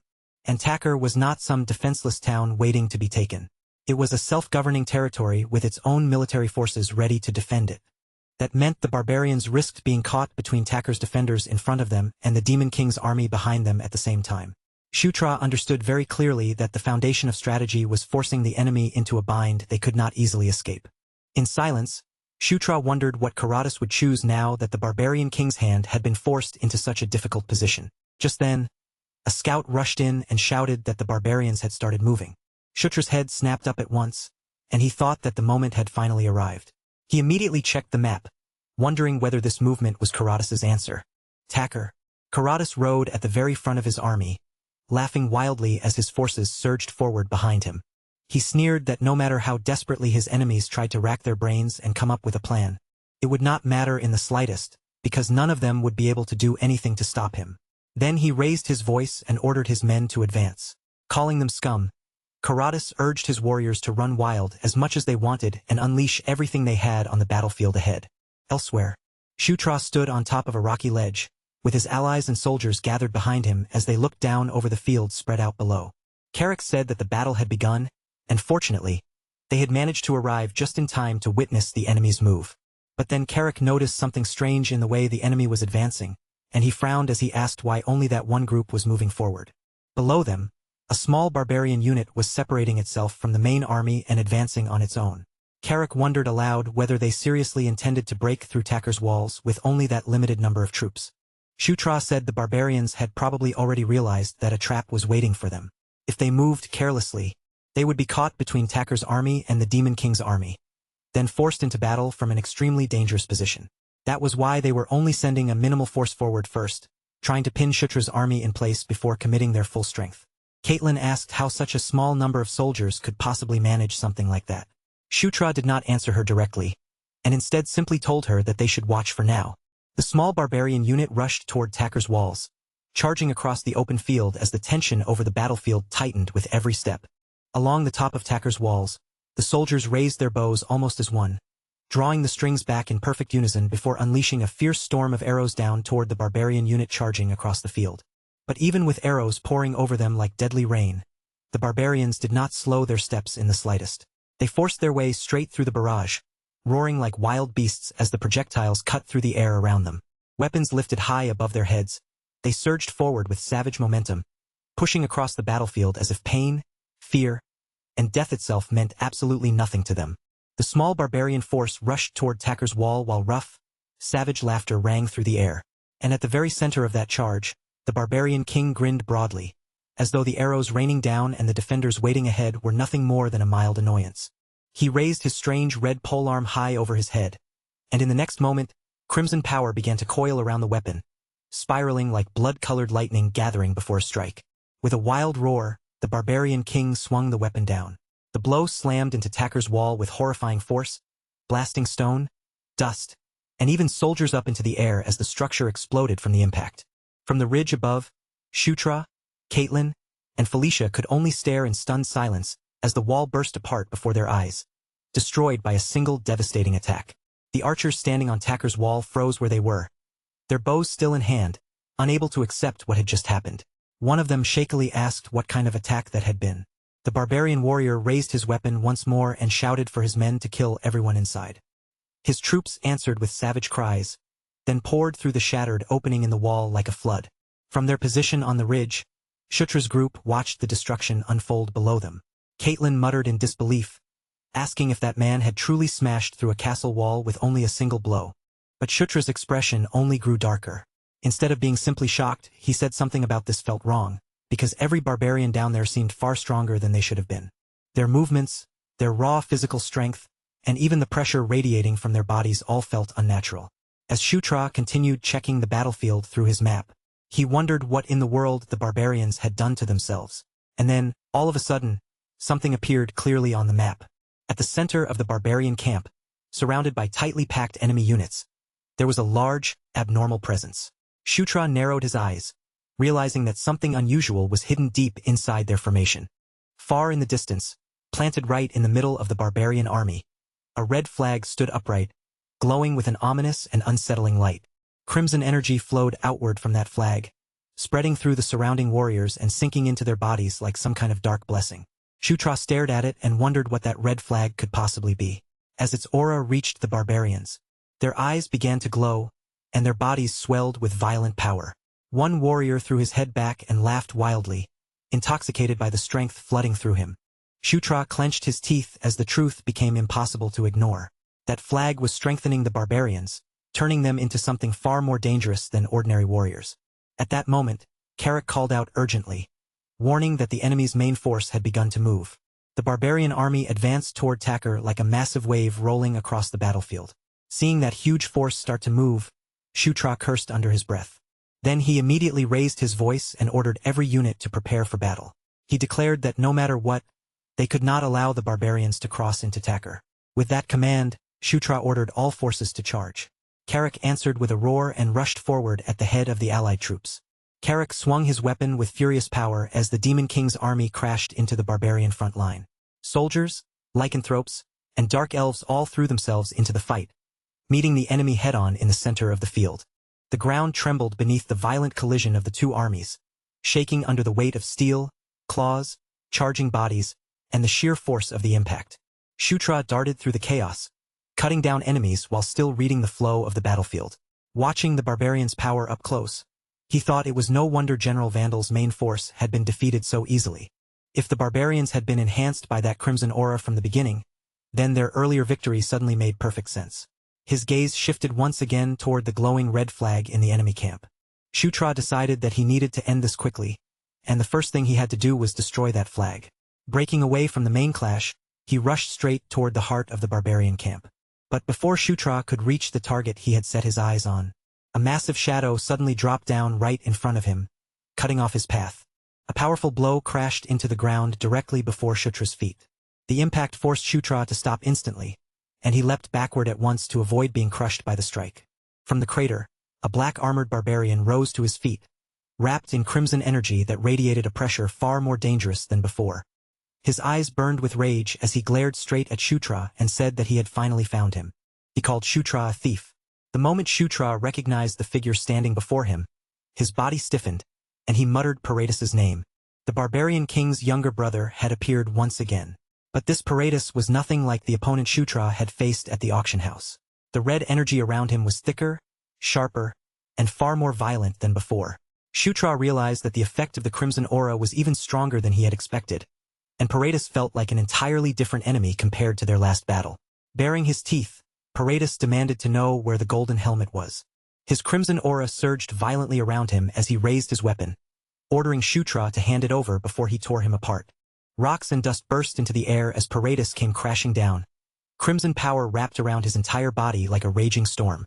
He charged straight at Shutra and drove his fist into the ground with enough force to rip the battlefield open. The shockwave hurled Shutra backward, but Shutra twisted his body in midair and managed to avoid taking the direct hit.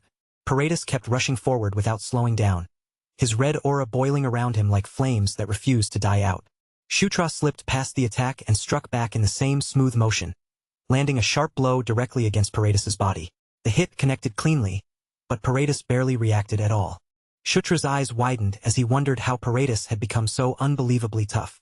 Paradis only grinned at him and shouted that the attack had done nothing more than tickle. Then he swung again, this time with even more brutal force. The counterattack sent Shutra flying through the air. Even so, Shutra flipped his body in mid-flight and steadied himself by using Green Wind's power. A floating green shield formed beneath Shutra's feet, solid enough to serve as a platform in the air. He landed on it with his balance restored, his expression tightening as he admitted that this was seriously annoying. Below him, Paradis roared upward in pure fury. He called Shutra a filthy rat and accused him of running away again. But in the next instant, Shutra suddenly vanished from Paradis's sight, leaving Paradis looking around in confusion as he muttered that Shutra was gone. A flash of blue light appeared behind Paradis. Shutra reappeared there with cold eyes and asked who had said anything about running. He added that Paradis seemed to have forgotten just how badly he had been beaten before. Shutra attacked again, forcing Paradis to twist away from the incoming blow. Their bodies crossed in a blur, blue energy and crimson aura cutting past each other in the middle of the battlefield. Every clash between them shook the ground beneath their feet, sending shockwaves across the battlefield as their battle grew even more intense. Shutra turned Green Wind's shield into a stepping stone right in the middle of the air. His foot slammed against the emerald barrier, and with that single kick, he pushed himself forward, gliding through the open space, landing lightly, then springing off again before Paradis could properly close the gap. For one short moment, Paradis's entire body disappeared inside the green current twisting around him. But he did not panic, and he did not try to tear himself free in desperation. Instead, the corners of his mouth slowly curled upward, and from deep in his chest, a heavy, rumbling laugh began to spill out. Shutra noticed that reaction instantly. His gaze sharpened, his eyes narrowing as he watched Paradis through the storm of power, and with clear disbelief in his voice, he asked if the barbarian was really laughing at a time like this. The crimson aura surrounding Paradis started to expand, growing darker and thicker until it felt even more oppressive than before. Still wearing that savage grin, Paradis answered that whatever had happened back then was already buried in the past, while the fight standing in front of them right now was the only present that mattered. Paradis declared that the version of himself standing there now could not be wounded by such weak attacks, not even slightly. Then, like a beast driven mad by battle, he charged straight in again, smashing head-on into the green shield Shutra had raised in defense. The force of the collision tore cracks through the ground beneath their feet, and Paradis snarled at him to quit wasting time and hand over the golden helmet already. Shutra released a long, slow breath, the sound almost carrying the exhaustion of someone dealing with an endlessly stubborn opponent. He muttered that Paradis was unbelievably persistent, but the annoyance on his face did not last. In the next moment, his expression settled into something calm, controlled, and steady. Then Shutra told him that if Paradis wanted the helmet so badly, he was welcome to take it, provided he actually had the ability to do so. And the instant those words left his mouth, Shutra flicked the golden helmet upward, sending it spinning high into the air. Paradis stopped moving for a split second, as if the sight had frozen him in place. His eyes shot upward and locked onto the radiant helmet turning above them, and he shouted in excitement and disbelief that it truly was the golden helmet.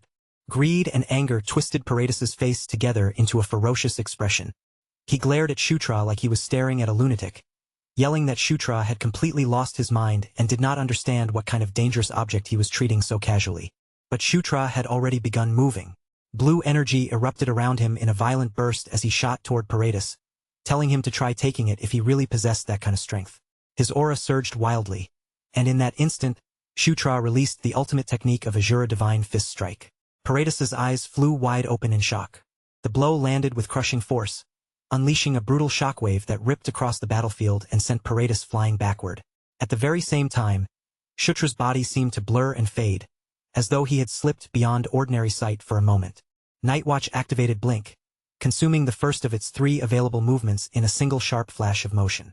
In the blink of an eye, Shutra vanished completely from Paradis's field of vision and reappeared from a stronger angle, already in position to keep the assault going without giving him room to recover. Paradis coughed violently from the sudden impact and staggered back.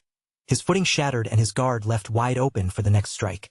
Golden energy began to gather around Shutra's fist, coiling tightly over his knuckles as the glow grew denser, brighter, and more intense with every passing second.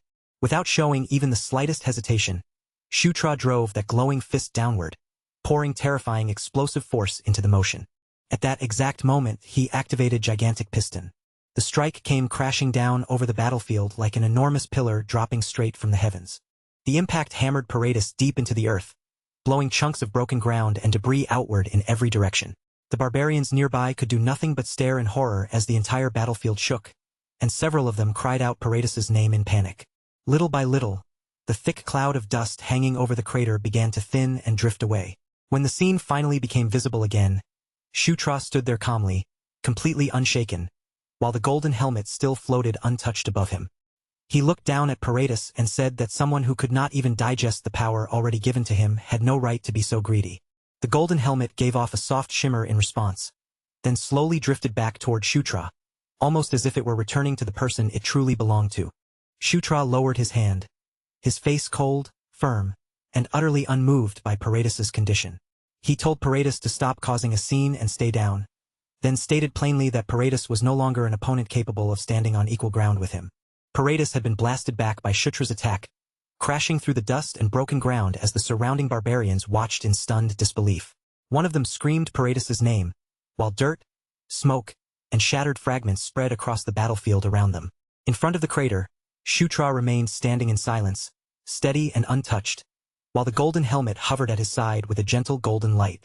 There was not even the faintest sign of fear in Shutra's stance, his eyes, or the calm expression on his face. He told Paradis that he was far too greedy for someone who could not even handle the power he had already received. Then Shutra lowered his hand and, in a cold voice, told him to stop acting up. He ordered Paradis to stay down and accept the truth, that he was no longer any match for him. Those words landed like a direct insult against Paradis's followers, and several furious barbarians immediately charged toward Shutra in rage. They shouted in outrage that he dared to insult Lord Paradis, lifting their weapons as they rushed in from behind, ready to strike him down. But at first, Shutra did not even bother turning around to face them. A sharp blue flash cut across the battlefield, and Nightwatch activated Blink for the second time out of its 3 available uses. In a single instant, Shutra disappeared from the barbarians' sight, slipping through their formation so quickly that they could not even process where he had gone. The only thing left in his wake was a streak of blue light slicing across the battlefield, and before the barbarians could even begin to react, Shutra had already appeared beyond them, his voice cold as he told them that small fry like them should get out of his way. The enemies were blasted aside by the sudden movement, their bodies thrown off balance before they had any chance to raise a proper defense. A few of them staggered backward, swaying unsteadily as they barely managed to keep themselves on their feet. Others went down completely, collapsing where they stood, while the green shields created by green wind flickered around Shutra as he drove deeper into the barbarian camp. More barbarians tried to block his path, but their attacks were scattered by the emerald current, and at last, Shutra reached the red flag planted in the center of the enemy formation. Crimson power was still pouring out of the flag, spreading through the barbarian army like a curse that strengthened their bodies and twisted their presence. Shutra fixed his gaze on it and thought that he had finally managed to reach the source. Even so, he still could not understand where the barbarians had gotten such a strange and dangerous flag in the first place. Then, from somewhere deep inside him, a strange force seemed to rise up, almost as if it were answering that question for him. The power of conquest activated. Golden light burst out from Shutra's hand and surged straight toward the red flag. The crimson aura wrapped around it began to shake violently, trembling as though it were desperately trying to resist the golden glow. But that resistance could not hold for long. The red aura started to break apart, and the power sealed inside the flag was forcibly drawn out, pulled directly into Shutra's body. A warm golden radiance flooded his vision, surrounding him from every side until the battlefield seemed to disappear inside the light. And for one brief moment, a mysterious figure appeared within that glow, smiling as if acknowledging him from inside the radiance. Then the red flag lost the power it had been releasing, and across the battlefield, the effect struck every barbarian at once. The barbarian warriors suddenly faltered, their bodies slowing as the unnatural strength that had been filling them began to drain away. The violent crimson aura surrounding them vanished completely. Carrick noticed the shift right away, staring at the enemy with surprise before saying that they had suddenly become weaker. Then Carrick realized that the crimson aura itself was gone, and a broad grin spread across his face. With a rough laugh, he said it looked like the prince had gone and done something again. Shutra lowered his eyes toward his own glowing hand, but instead of looking relieved, a faint uneasiness crept across his face. He wondered whether that crimson aura had truly come from the flag itself, or if it was somehow connected to the power of war. The more he thought about it, the more unnatural the entire situation felt, and he could not stop himself from wondering what was really happening here. But before Shutra could fully gather his thoughts or make sense of the strange power he had just absorbed, something else suddenly interrupted him. Before Shutra could properly sort through what he had just absorbed, a tremendous presence rose up behind him. It was so heavy and overpowering that the air itself seemed to press down around him, and from within the chaos of the battlefield, the barbarian king, Karatis, stepped forward.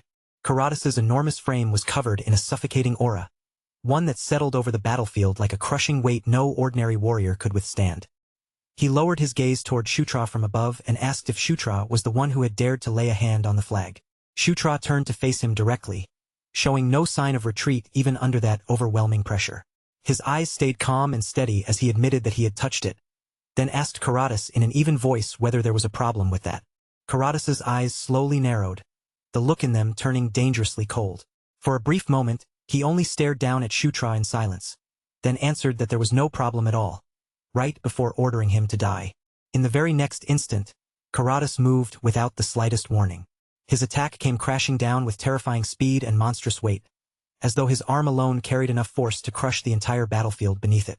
The spot where Shutra had been standing erupted violently, the ground bursting apart beneath Karatas's impact. Shutra avoided taking the strike directly, but even then, the shockwave slammed into him and sent his body flying backward. Shutra clenched his teeth as fragments of stone and clumps of dirt whipped past his face. But Karatas gave him no chance to recover, stepping in again with brutal confidence and continuing the assault without even the smallest pause. Every step Karatas took made the ground tremble beneath him, and each swing of his weapon carried the kind of destructive power that could crush solid stone into rubble. Under that relentless pressure, Shutra kept dodging, shifting his footing, and pulling back just to stay out of range. Shutra blocked the attacks he could manage and retreated whenever the force became too much, but Karatas's assault was simply overwhelming. In that moment, Shutra understood clearly that this terrifying level of raw destruction was exactly what someone should expect from the barbarian king. A single mistake would be enough to break his bones apart. And before Shutra could find even the smallest opening to strike back, Karatas came charging toward him once again. Despite having such a gigantic body, Karatas moved with a speed that made absolutely no sense for someone of his size. Shutra kicked off a platform created by green wind and launched himself away, forcing some distance between them.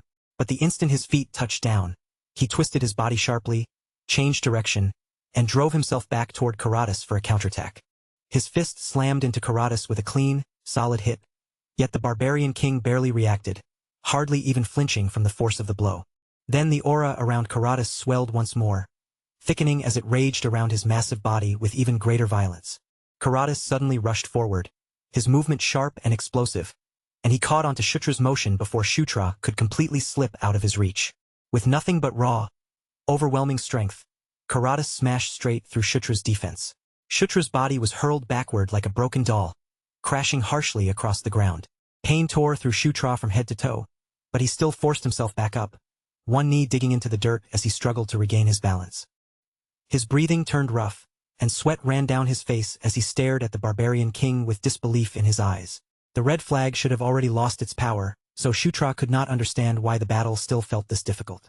He tightened his fist, trying to figure out what was happening, because even without the crimson flag, Karatas was still standing there with that oppressive red aura wrapped around him. Shutra watched him closely, searching for the reason the power of war was still radiating from Karatas's body. But Karatas had no intention of giving him time to think, and the barbarian king moved first. A violent shockwave tore through the ground as Karatas's attack slammed down, and sharp spikes of stone burst upward from the battlefield like jagged teeth. Shutra narrowly avoided the rising stone, but before he could settle his footing, Karatas was already charging in like a wild beast, closing the distance between them at impossible speed. Karatas mocked Shutra as pathetic while lifting his fist again, the crimson aura around his enormous body flaring brighter and more violently than before. Shutra landed with his teeth clenched, now fully aware that this fight was far from over. He told himself that he had to end it right there and braced himself for the next strike. Karatas brought his attack down with overwhelming force, and red energy exploded from the impact, ripping through the battlefield. Shutra was blasted backward through smoke, dust, and flying debris, but he twisted his body in midair and scraped one foot hard against the ground, dragging himself to a stop. A strained groan escaped him as frustration tightened across his face. Even after everything that had happened, Karatas was still capable of unleashing that much destructive power. Karatas stood in the middle of the raging dust with his mace gripped in his hand and said that Shutra had managed to dodge it. A savage grin spread across his face as he admitted that Shutra was fairly quick. At the same time, Shutra realized that the weapon in Karatas's hand was the Skullcrusher mace. Shutra remained silent, his eyes fixed carefully on every movement the barbarian king made. Karatas's grin widened, and he told Shutra that he wanted to see just how long he could keep running away. Then Karatas launched himself forward again, his red aura carving through the air around him like a trail of blood-colored flame. The next strike came down with the weight of a massive boulder dropping from the sky. At that critical moment, Shutra activated Nightwatch's blink for the third and final time. A blue arc flashed sharply across the battlefield, and Shutra vanished just before Karatas's crushing power could land on him. Karatas's mace smashed into nothing but empty ground, carving a fresh crater into the battlefield with the force of the impact. He lifted his head with a low growl, both surprised and irritated that Shutra had managed to escape him again. Shutra reappeared some distance away, faint blue light still flickering around his body from the sudden movement. He clicked his tongue in annoyance, realizing that Karatas was not planning to give him even one moment to catch his breath. Karatas noticed the trick behind Shutra's movement and spat out that it was filthy. But even with that huge, heavy frame of his, Karatas rushed forward yet again with frightening speed. Shutra watched him close the distance and felt the tension rise, realizing that even a body that massive could still move this fast. The barbarian king's attack slammed down, and Shutra crossed both arms in front of himself, taking the blow head-on in a desperate block. Even though he managed to guard against it, the sheer force still drove Shutra backward, his feet scraping across the ground. Karatas kept pushing forward without easing up for even a second, his momentum fierce and completely relentless. He gave Shutra no space to recover, no gap to breathe, and no time at all to reset his stance.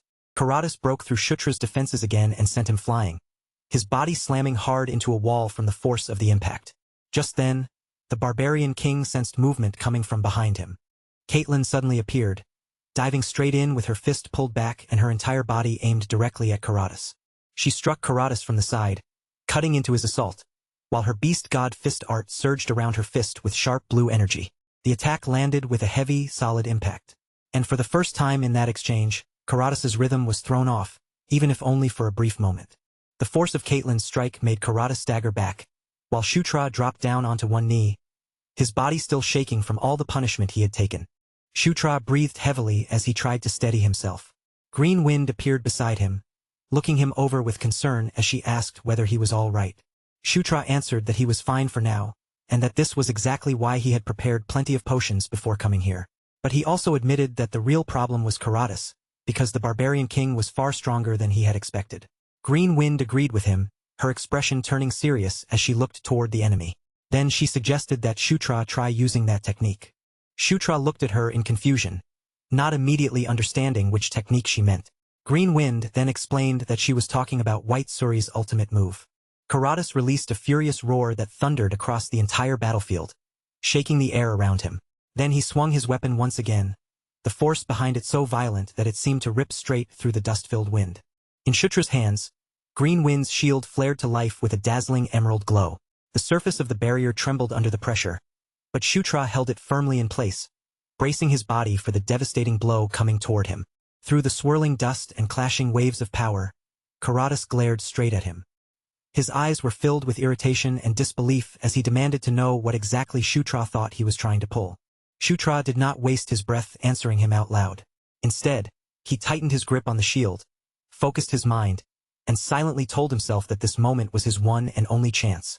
If he wanted the technique to succeed, then he could not dodge or retreat. He had to meet Karatas' attack head-on and release his power at the one perfect instant when the impact arrived. Karatas charged directly at him, his enormous body surging forward with unstoppable momentum, like a living avalanche crashing down the battlefield. He mocked Shutra for thinking that such a shield could ever stop his attack.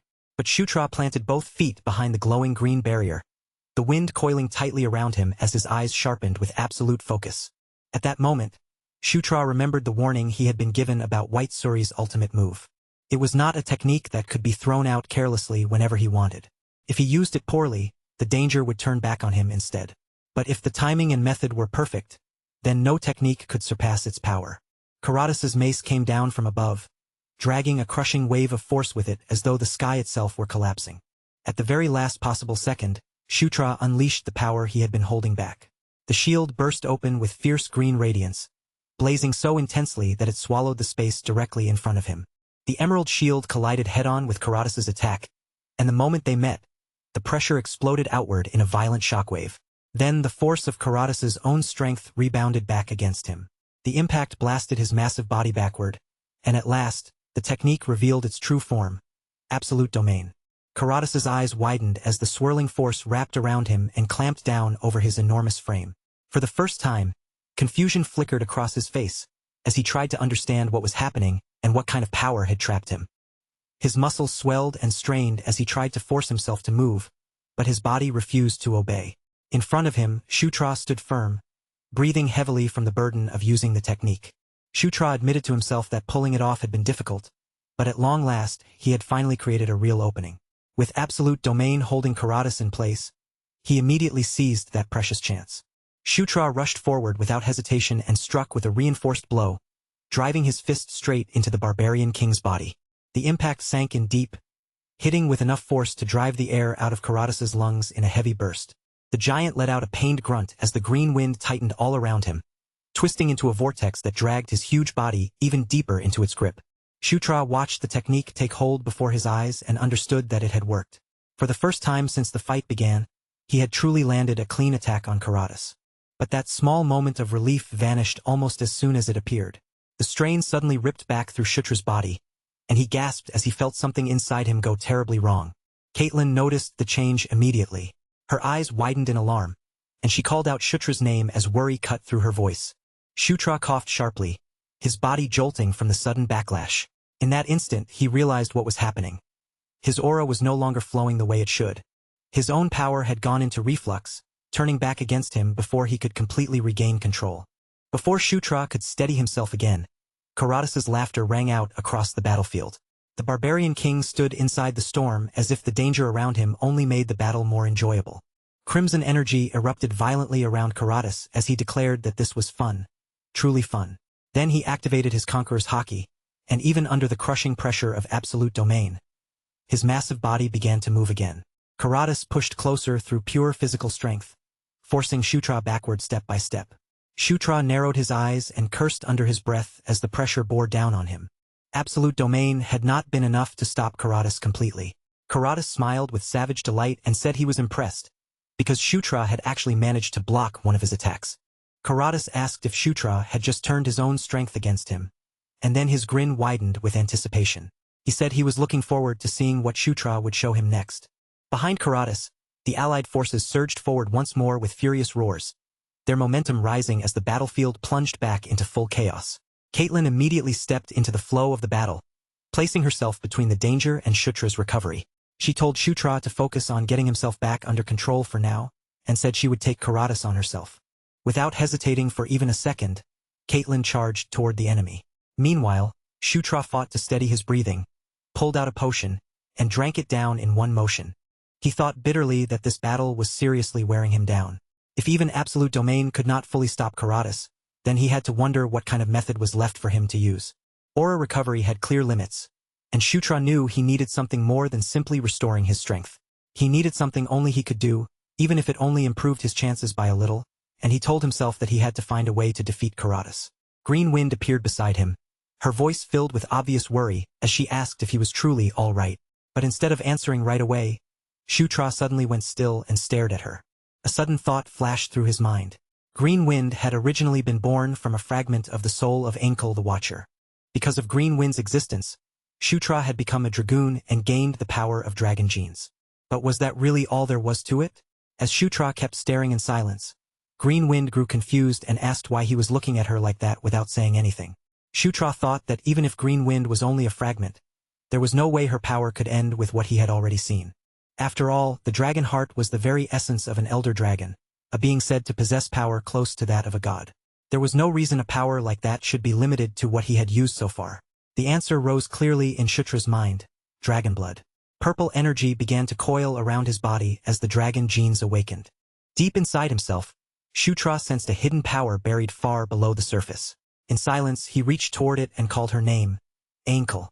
The moment Shutra called her by that name, Green Wind's expression changed completely.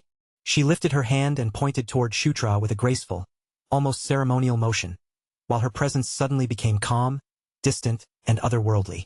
When she spoke, her voice no longer felt quite the same. It carried something deeper and far more ancient as she told Shutra to conquer her completely. She commanded him to dominate, addressing him as the Knight of Conquest. And the instant those words were spoken, the power of Watcher Enkel began to answer. The force that Shutra had been unable to absorb before now spread through his body and soul, awakening within him as the true power of a dragoon. Green Wind surged around him in a luminous storm, wrapping his entire body in brilliant emerald light. Then Shutra opened his eyes once more, and a newly awakened power shone within them. The third aura heart awakened inside him, Dragon Heart. And across the battlefield, the transformation was so powerful that no one could ignore it anymore. Karatas sensed the sudden change and turned toward Shutra in surprise. Around Shutra, green energy rose like a living tide, flowing higher and stronger with every passing second. The very air surrounding Shutra began to tremble, as if the battlefield itself was reacting to the new power awakening inside him. Shutra stood in the very center of the battlefield, his cloak snapping and whipping around him in the restless wind. From deep inside his body, the newly awakened power continued to surge upward, filling the air around him with a pressure that everyone nearby could feel. One message after another flashed through Shutra's mind in rapid succession, announcing that he had conquered the power of Watcher Ankle. A dragon heart had formed within his body. His dragoon level had increased, and even his mana control had risen. Then, before he could fully take in those changes, another notice appeared immediately after it, declaring that Shutra's overall level had gone up as well. Golden light wrapped itself around Shutra as he stepped forward, his presence now visibly different from before. Caitlin stood close beside him, carefully watching his condition after that sudden transformation, and Shutra glanced toward her long enough to thank her for stepping in to help him. Ahead of them, Karatas stared at him with a startled expression, clearly sensing that something had changed. Shutra quickly reviewed the structure of his own power in his mind. For a while now, the aura heart inside him had existed as something separate from his original core, and the moonlight core that was created after he absorbed the moonlight heart had also remained as its own independent source of strength. Caitlin was similar in that regard, since she carried two cores within her body, her original core and the starlight core. But now, Shutra had gained something entirely new. A third aura heart, freshly formed within him as the dragon heart. The moment Shutra understood that, he realized he could now circulate 5 aura hearts at the same time. Quietly, almost as if the name came to him naturally, he gave this new internal structure a name, the pentacore. Caitlin heard him say it and repeated the words with confusion in her voice. Her eyes shifted toward Shutra, studying him closely as she tried to understand what had just awakened inside him. Karatas let out a low laugh, but it did not sound frightened. If anything, he seemed even more entertained, his sharp gaze fixing on Shutra as he asked whether Shutra had truly become stronger in that single moment. Then crimson energy erupted around Karatas once again, raging wildly over his enormous body as he charged forward. With a savage grin, he asked Shutra how that new strength felt, then declared that war was fun. Shutra lifted his fist in response, and golden light began gathering tightly around it. The energy condensed over his knuckles as he prepared himself to meet Karatas head-on without backing away. The instant Karatas attacked, Shutra stepped forward instead of retreating and clashed with him directly.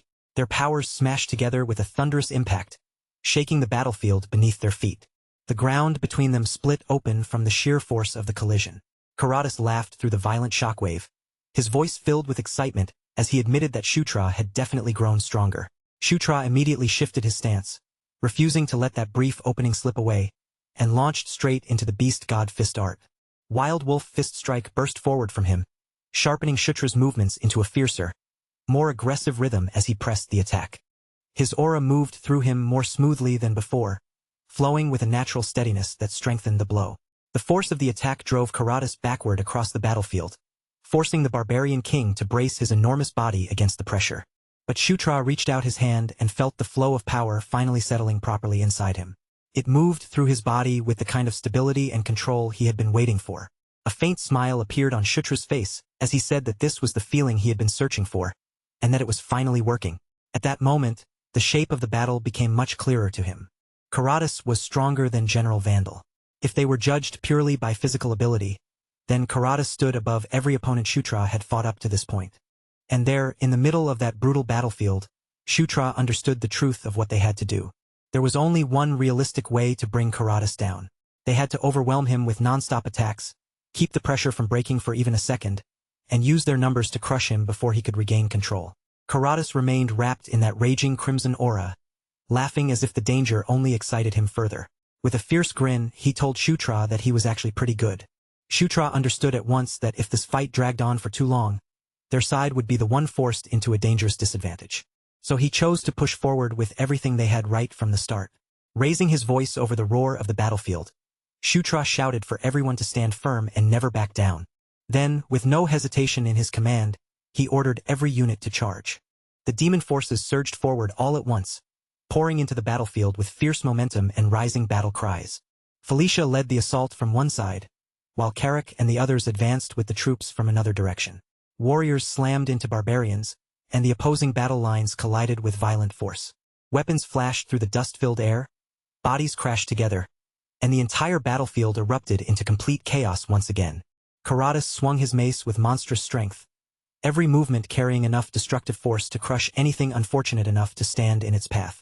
But Shutra kept darting in and out of Karatas' range, striking in quick bursts before pulling back just far enough to avoid being destroyed by the counterattack. Caitlin joined the fight from another angle, blue aura wrapping around her body, as she moved with sharp, fluid speed. She slipped past Karatas' guard and landed a heavy blow, forcing him to twist away from the impact. Karatas caught the timing right away and immediately tried to counter her.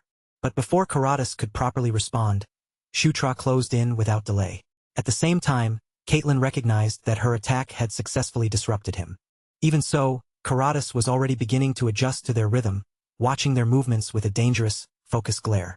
Shutra and Caitlin kept pressing him from different sides, shifting their angles as they attacked so that Karatas could not lock onto one stable target. They refused to let Karatas settle into his own pace, forcing him to keep reacting instead of letting him freely overpower them with his strength. Shutra launched another technique from the Beast God Fist Art, his body moving with a sharper edge now that his power was flowing properly. Once again he unleashed Wild Wolf Fist Strike. His aura surged forward like the fang of a beast, slamming into Karatas and sending shockwaves rippling through the ground beneath them. Karatas coughed from the impact, but the pain only seemed to pour more fuel onto his fury. He roared back with even greater rage, refusing to fall. Shutra and Caitlin did not allow him even a single second to recover. Caitlin rushed in first, her body streaking forward like a flash of blue light. Her fist drove into Karatas from the side, while Shutra followed from above and behind, striking with precise timing that pinned Karatas between their attacks.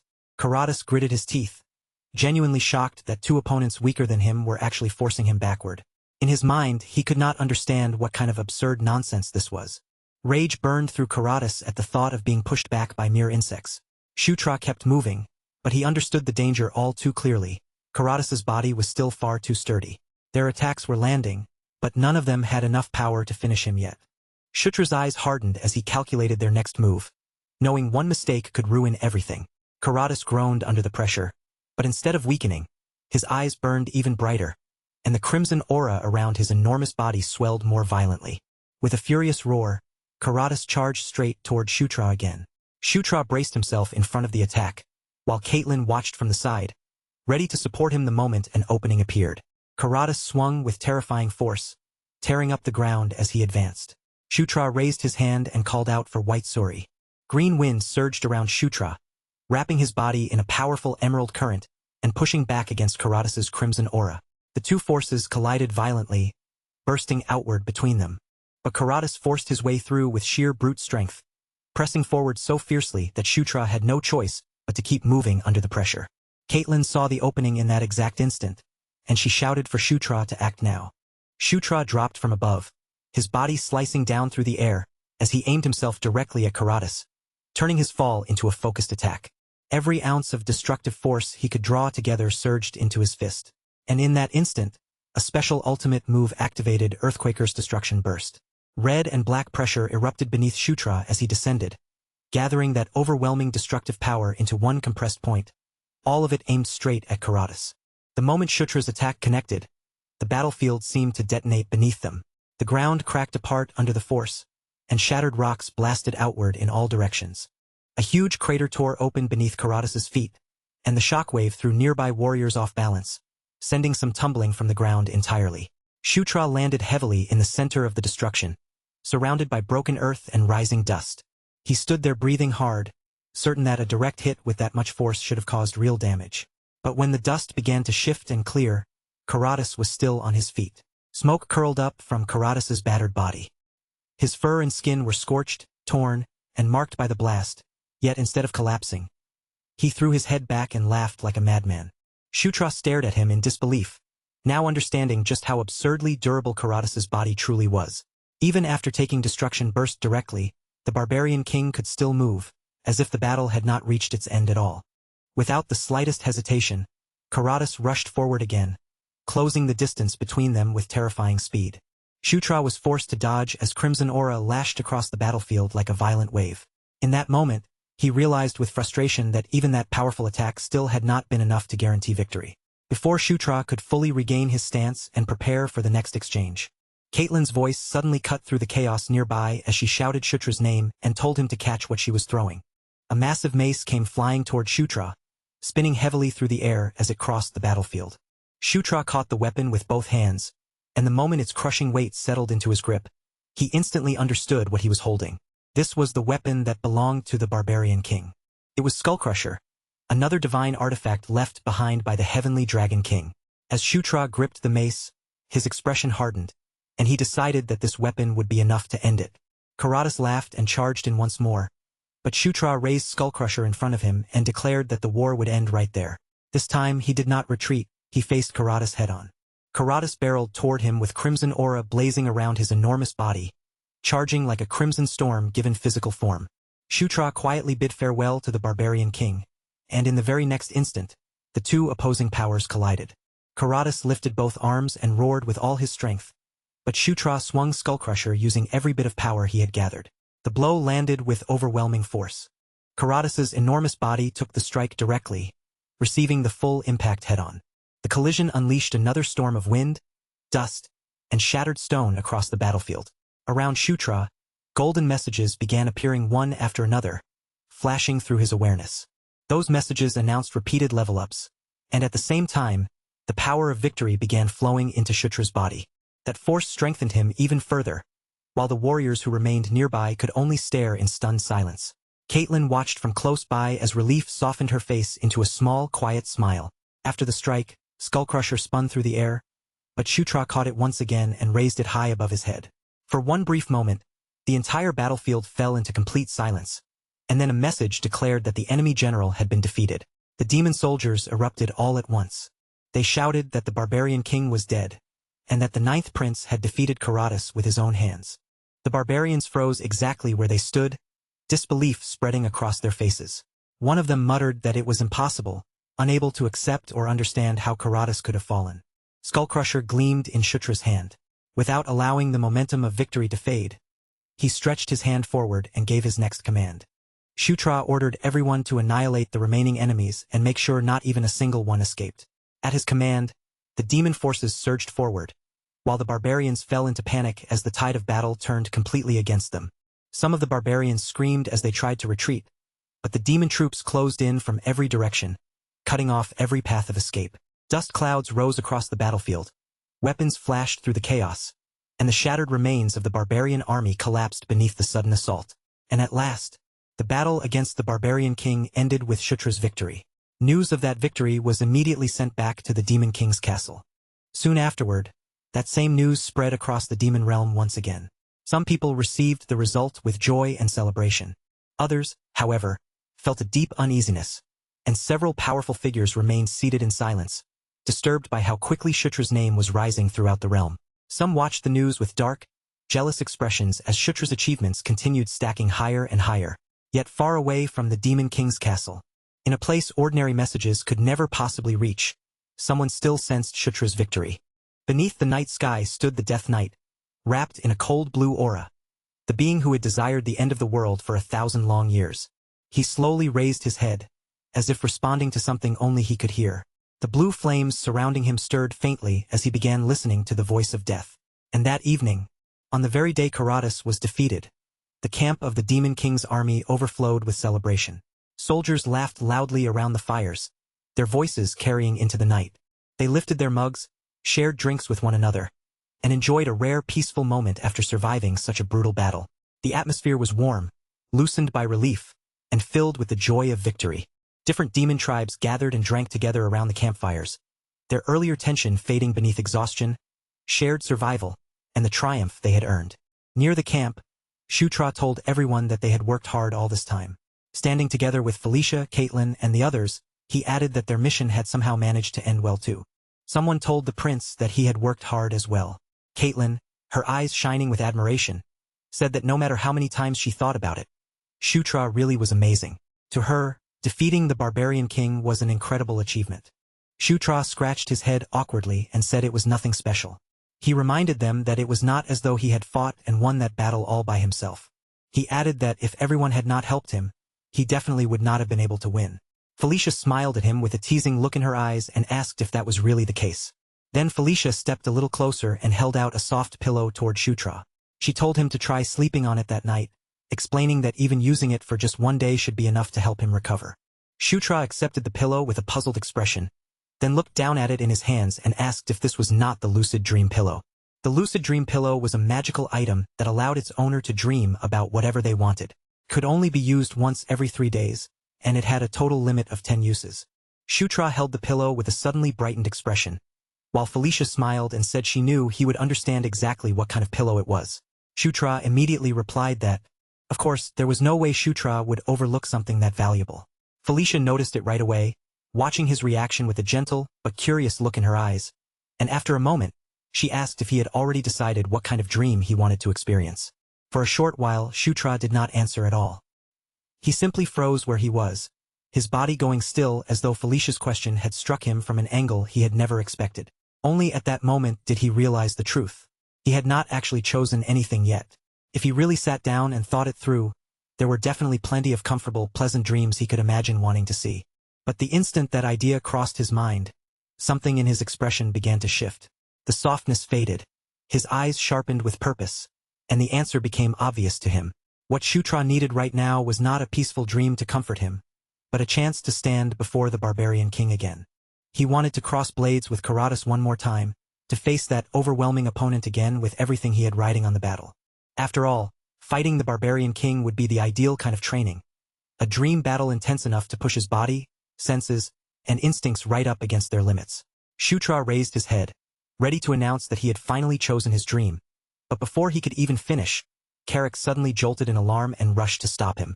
Carrick hurriedly warned him not to dream about him, insisting that something like that would feel way too strange.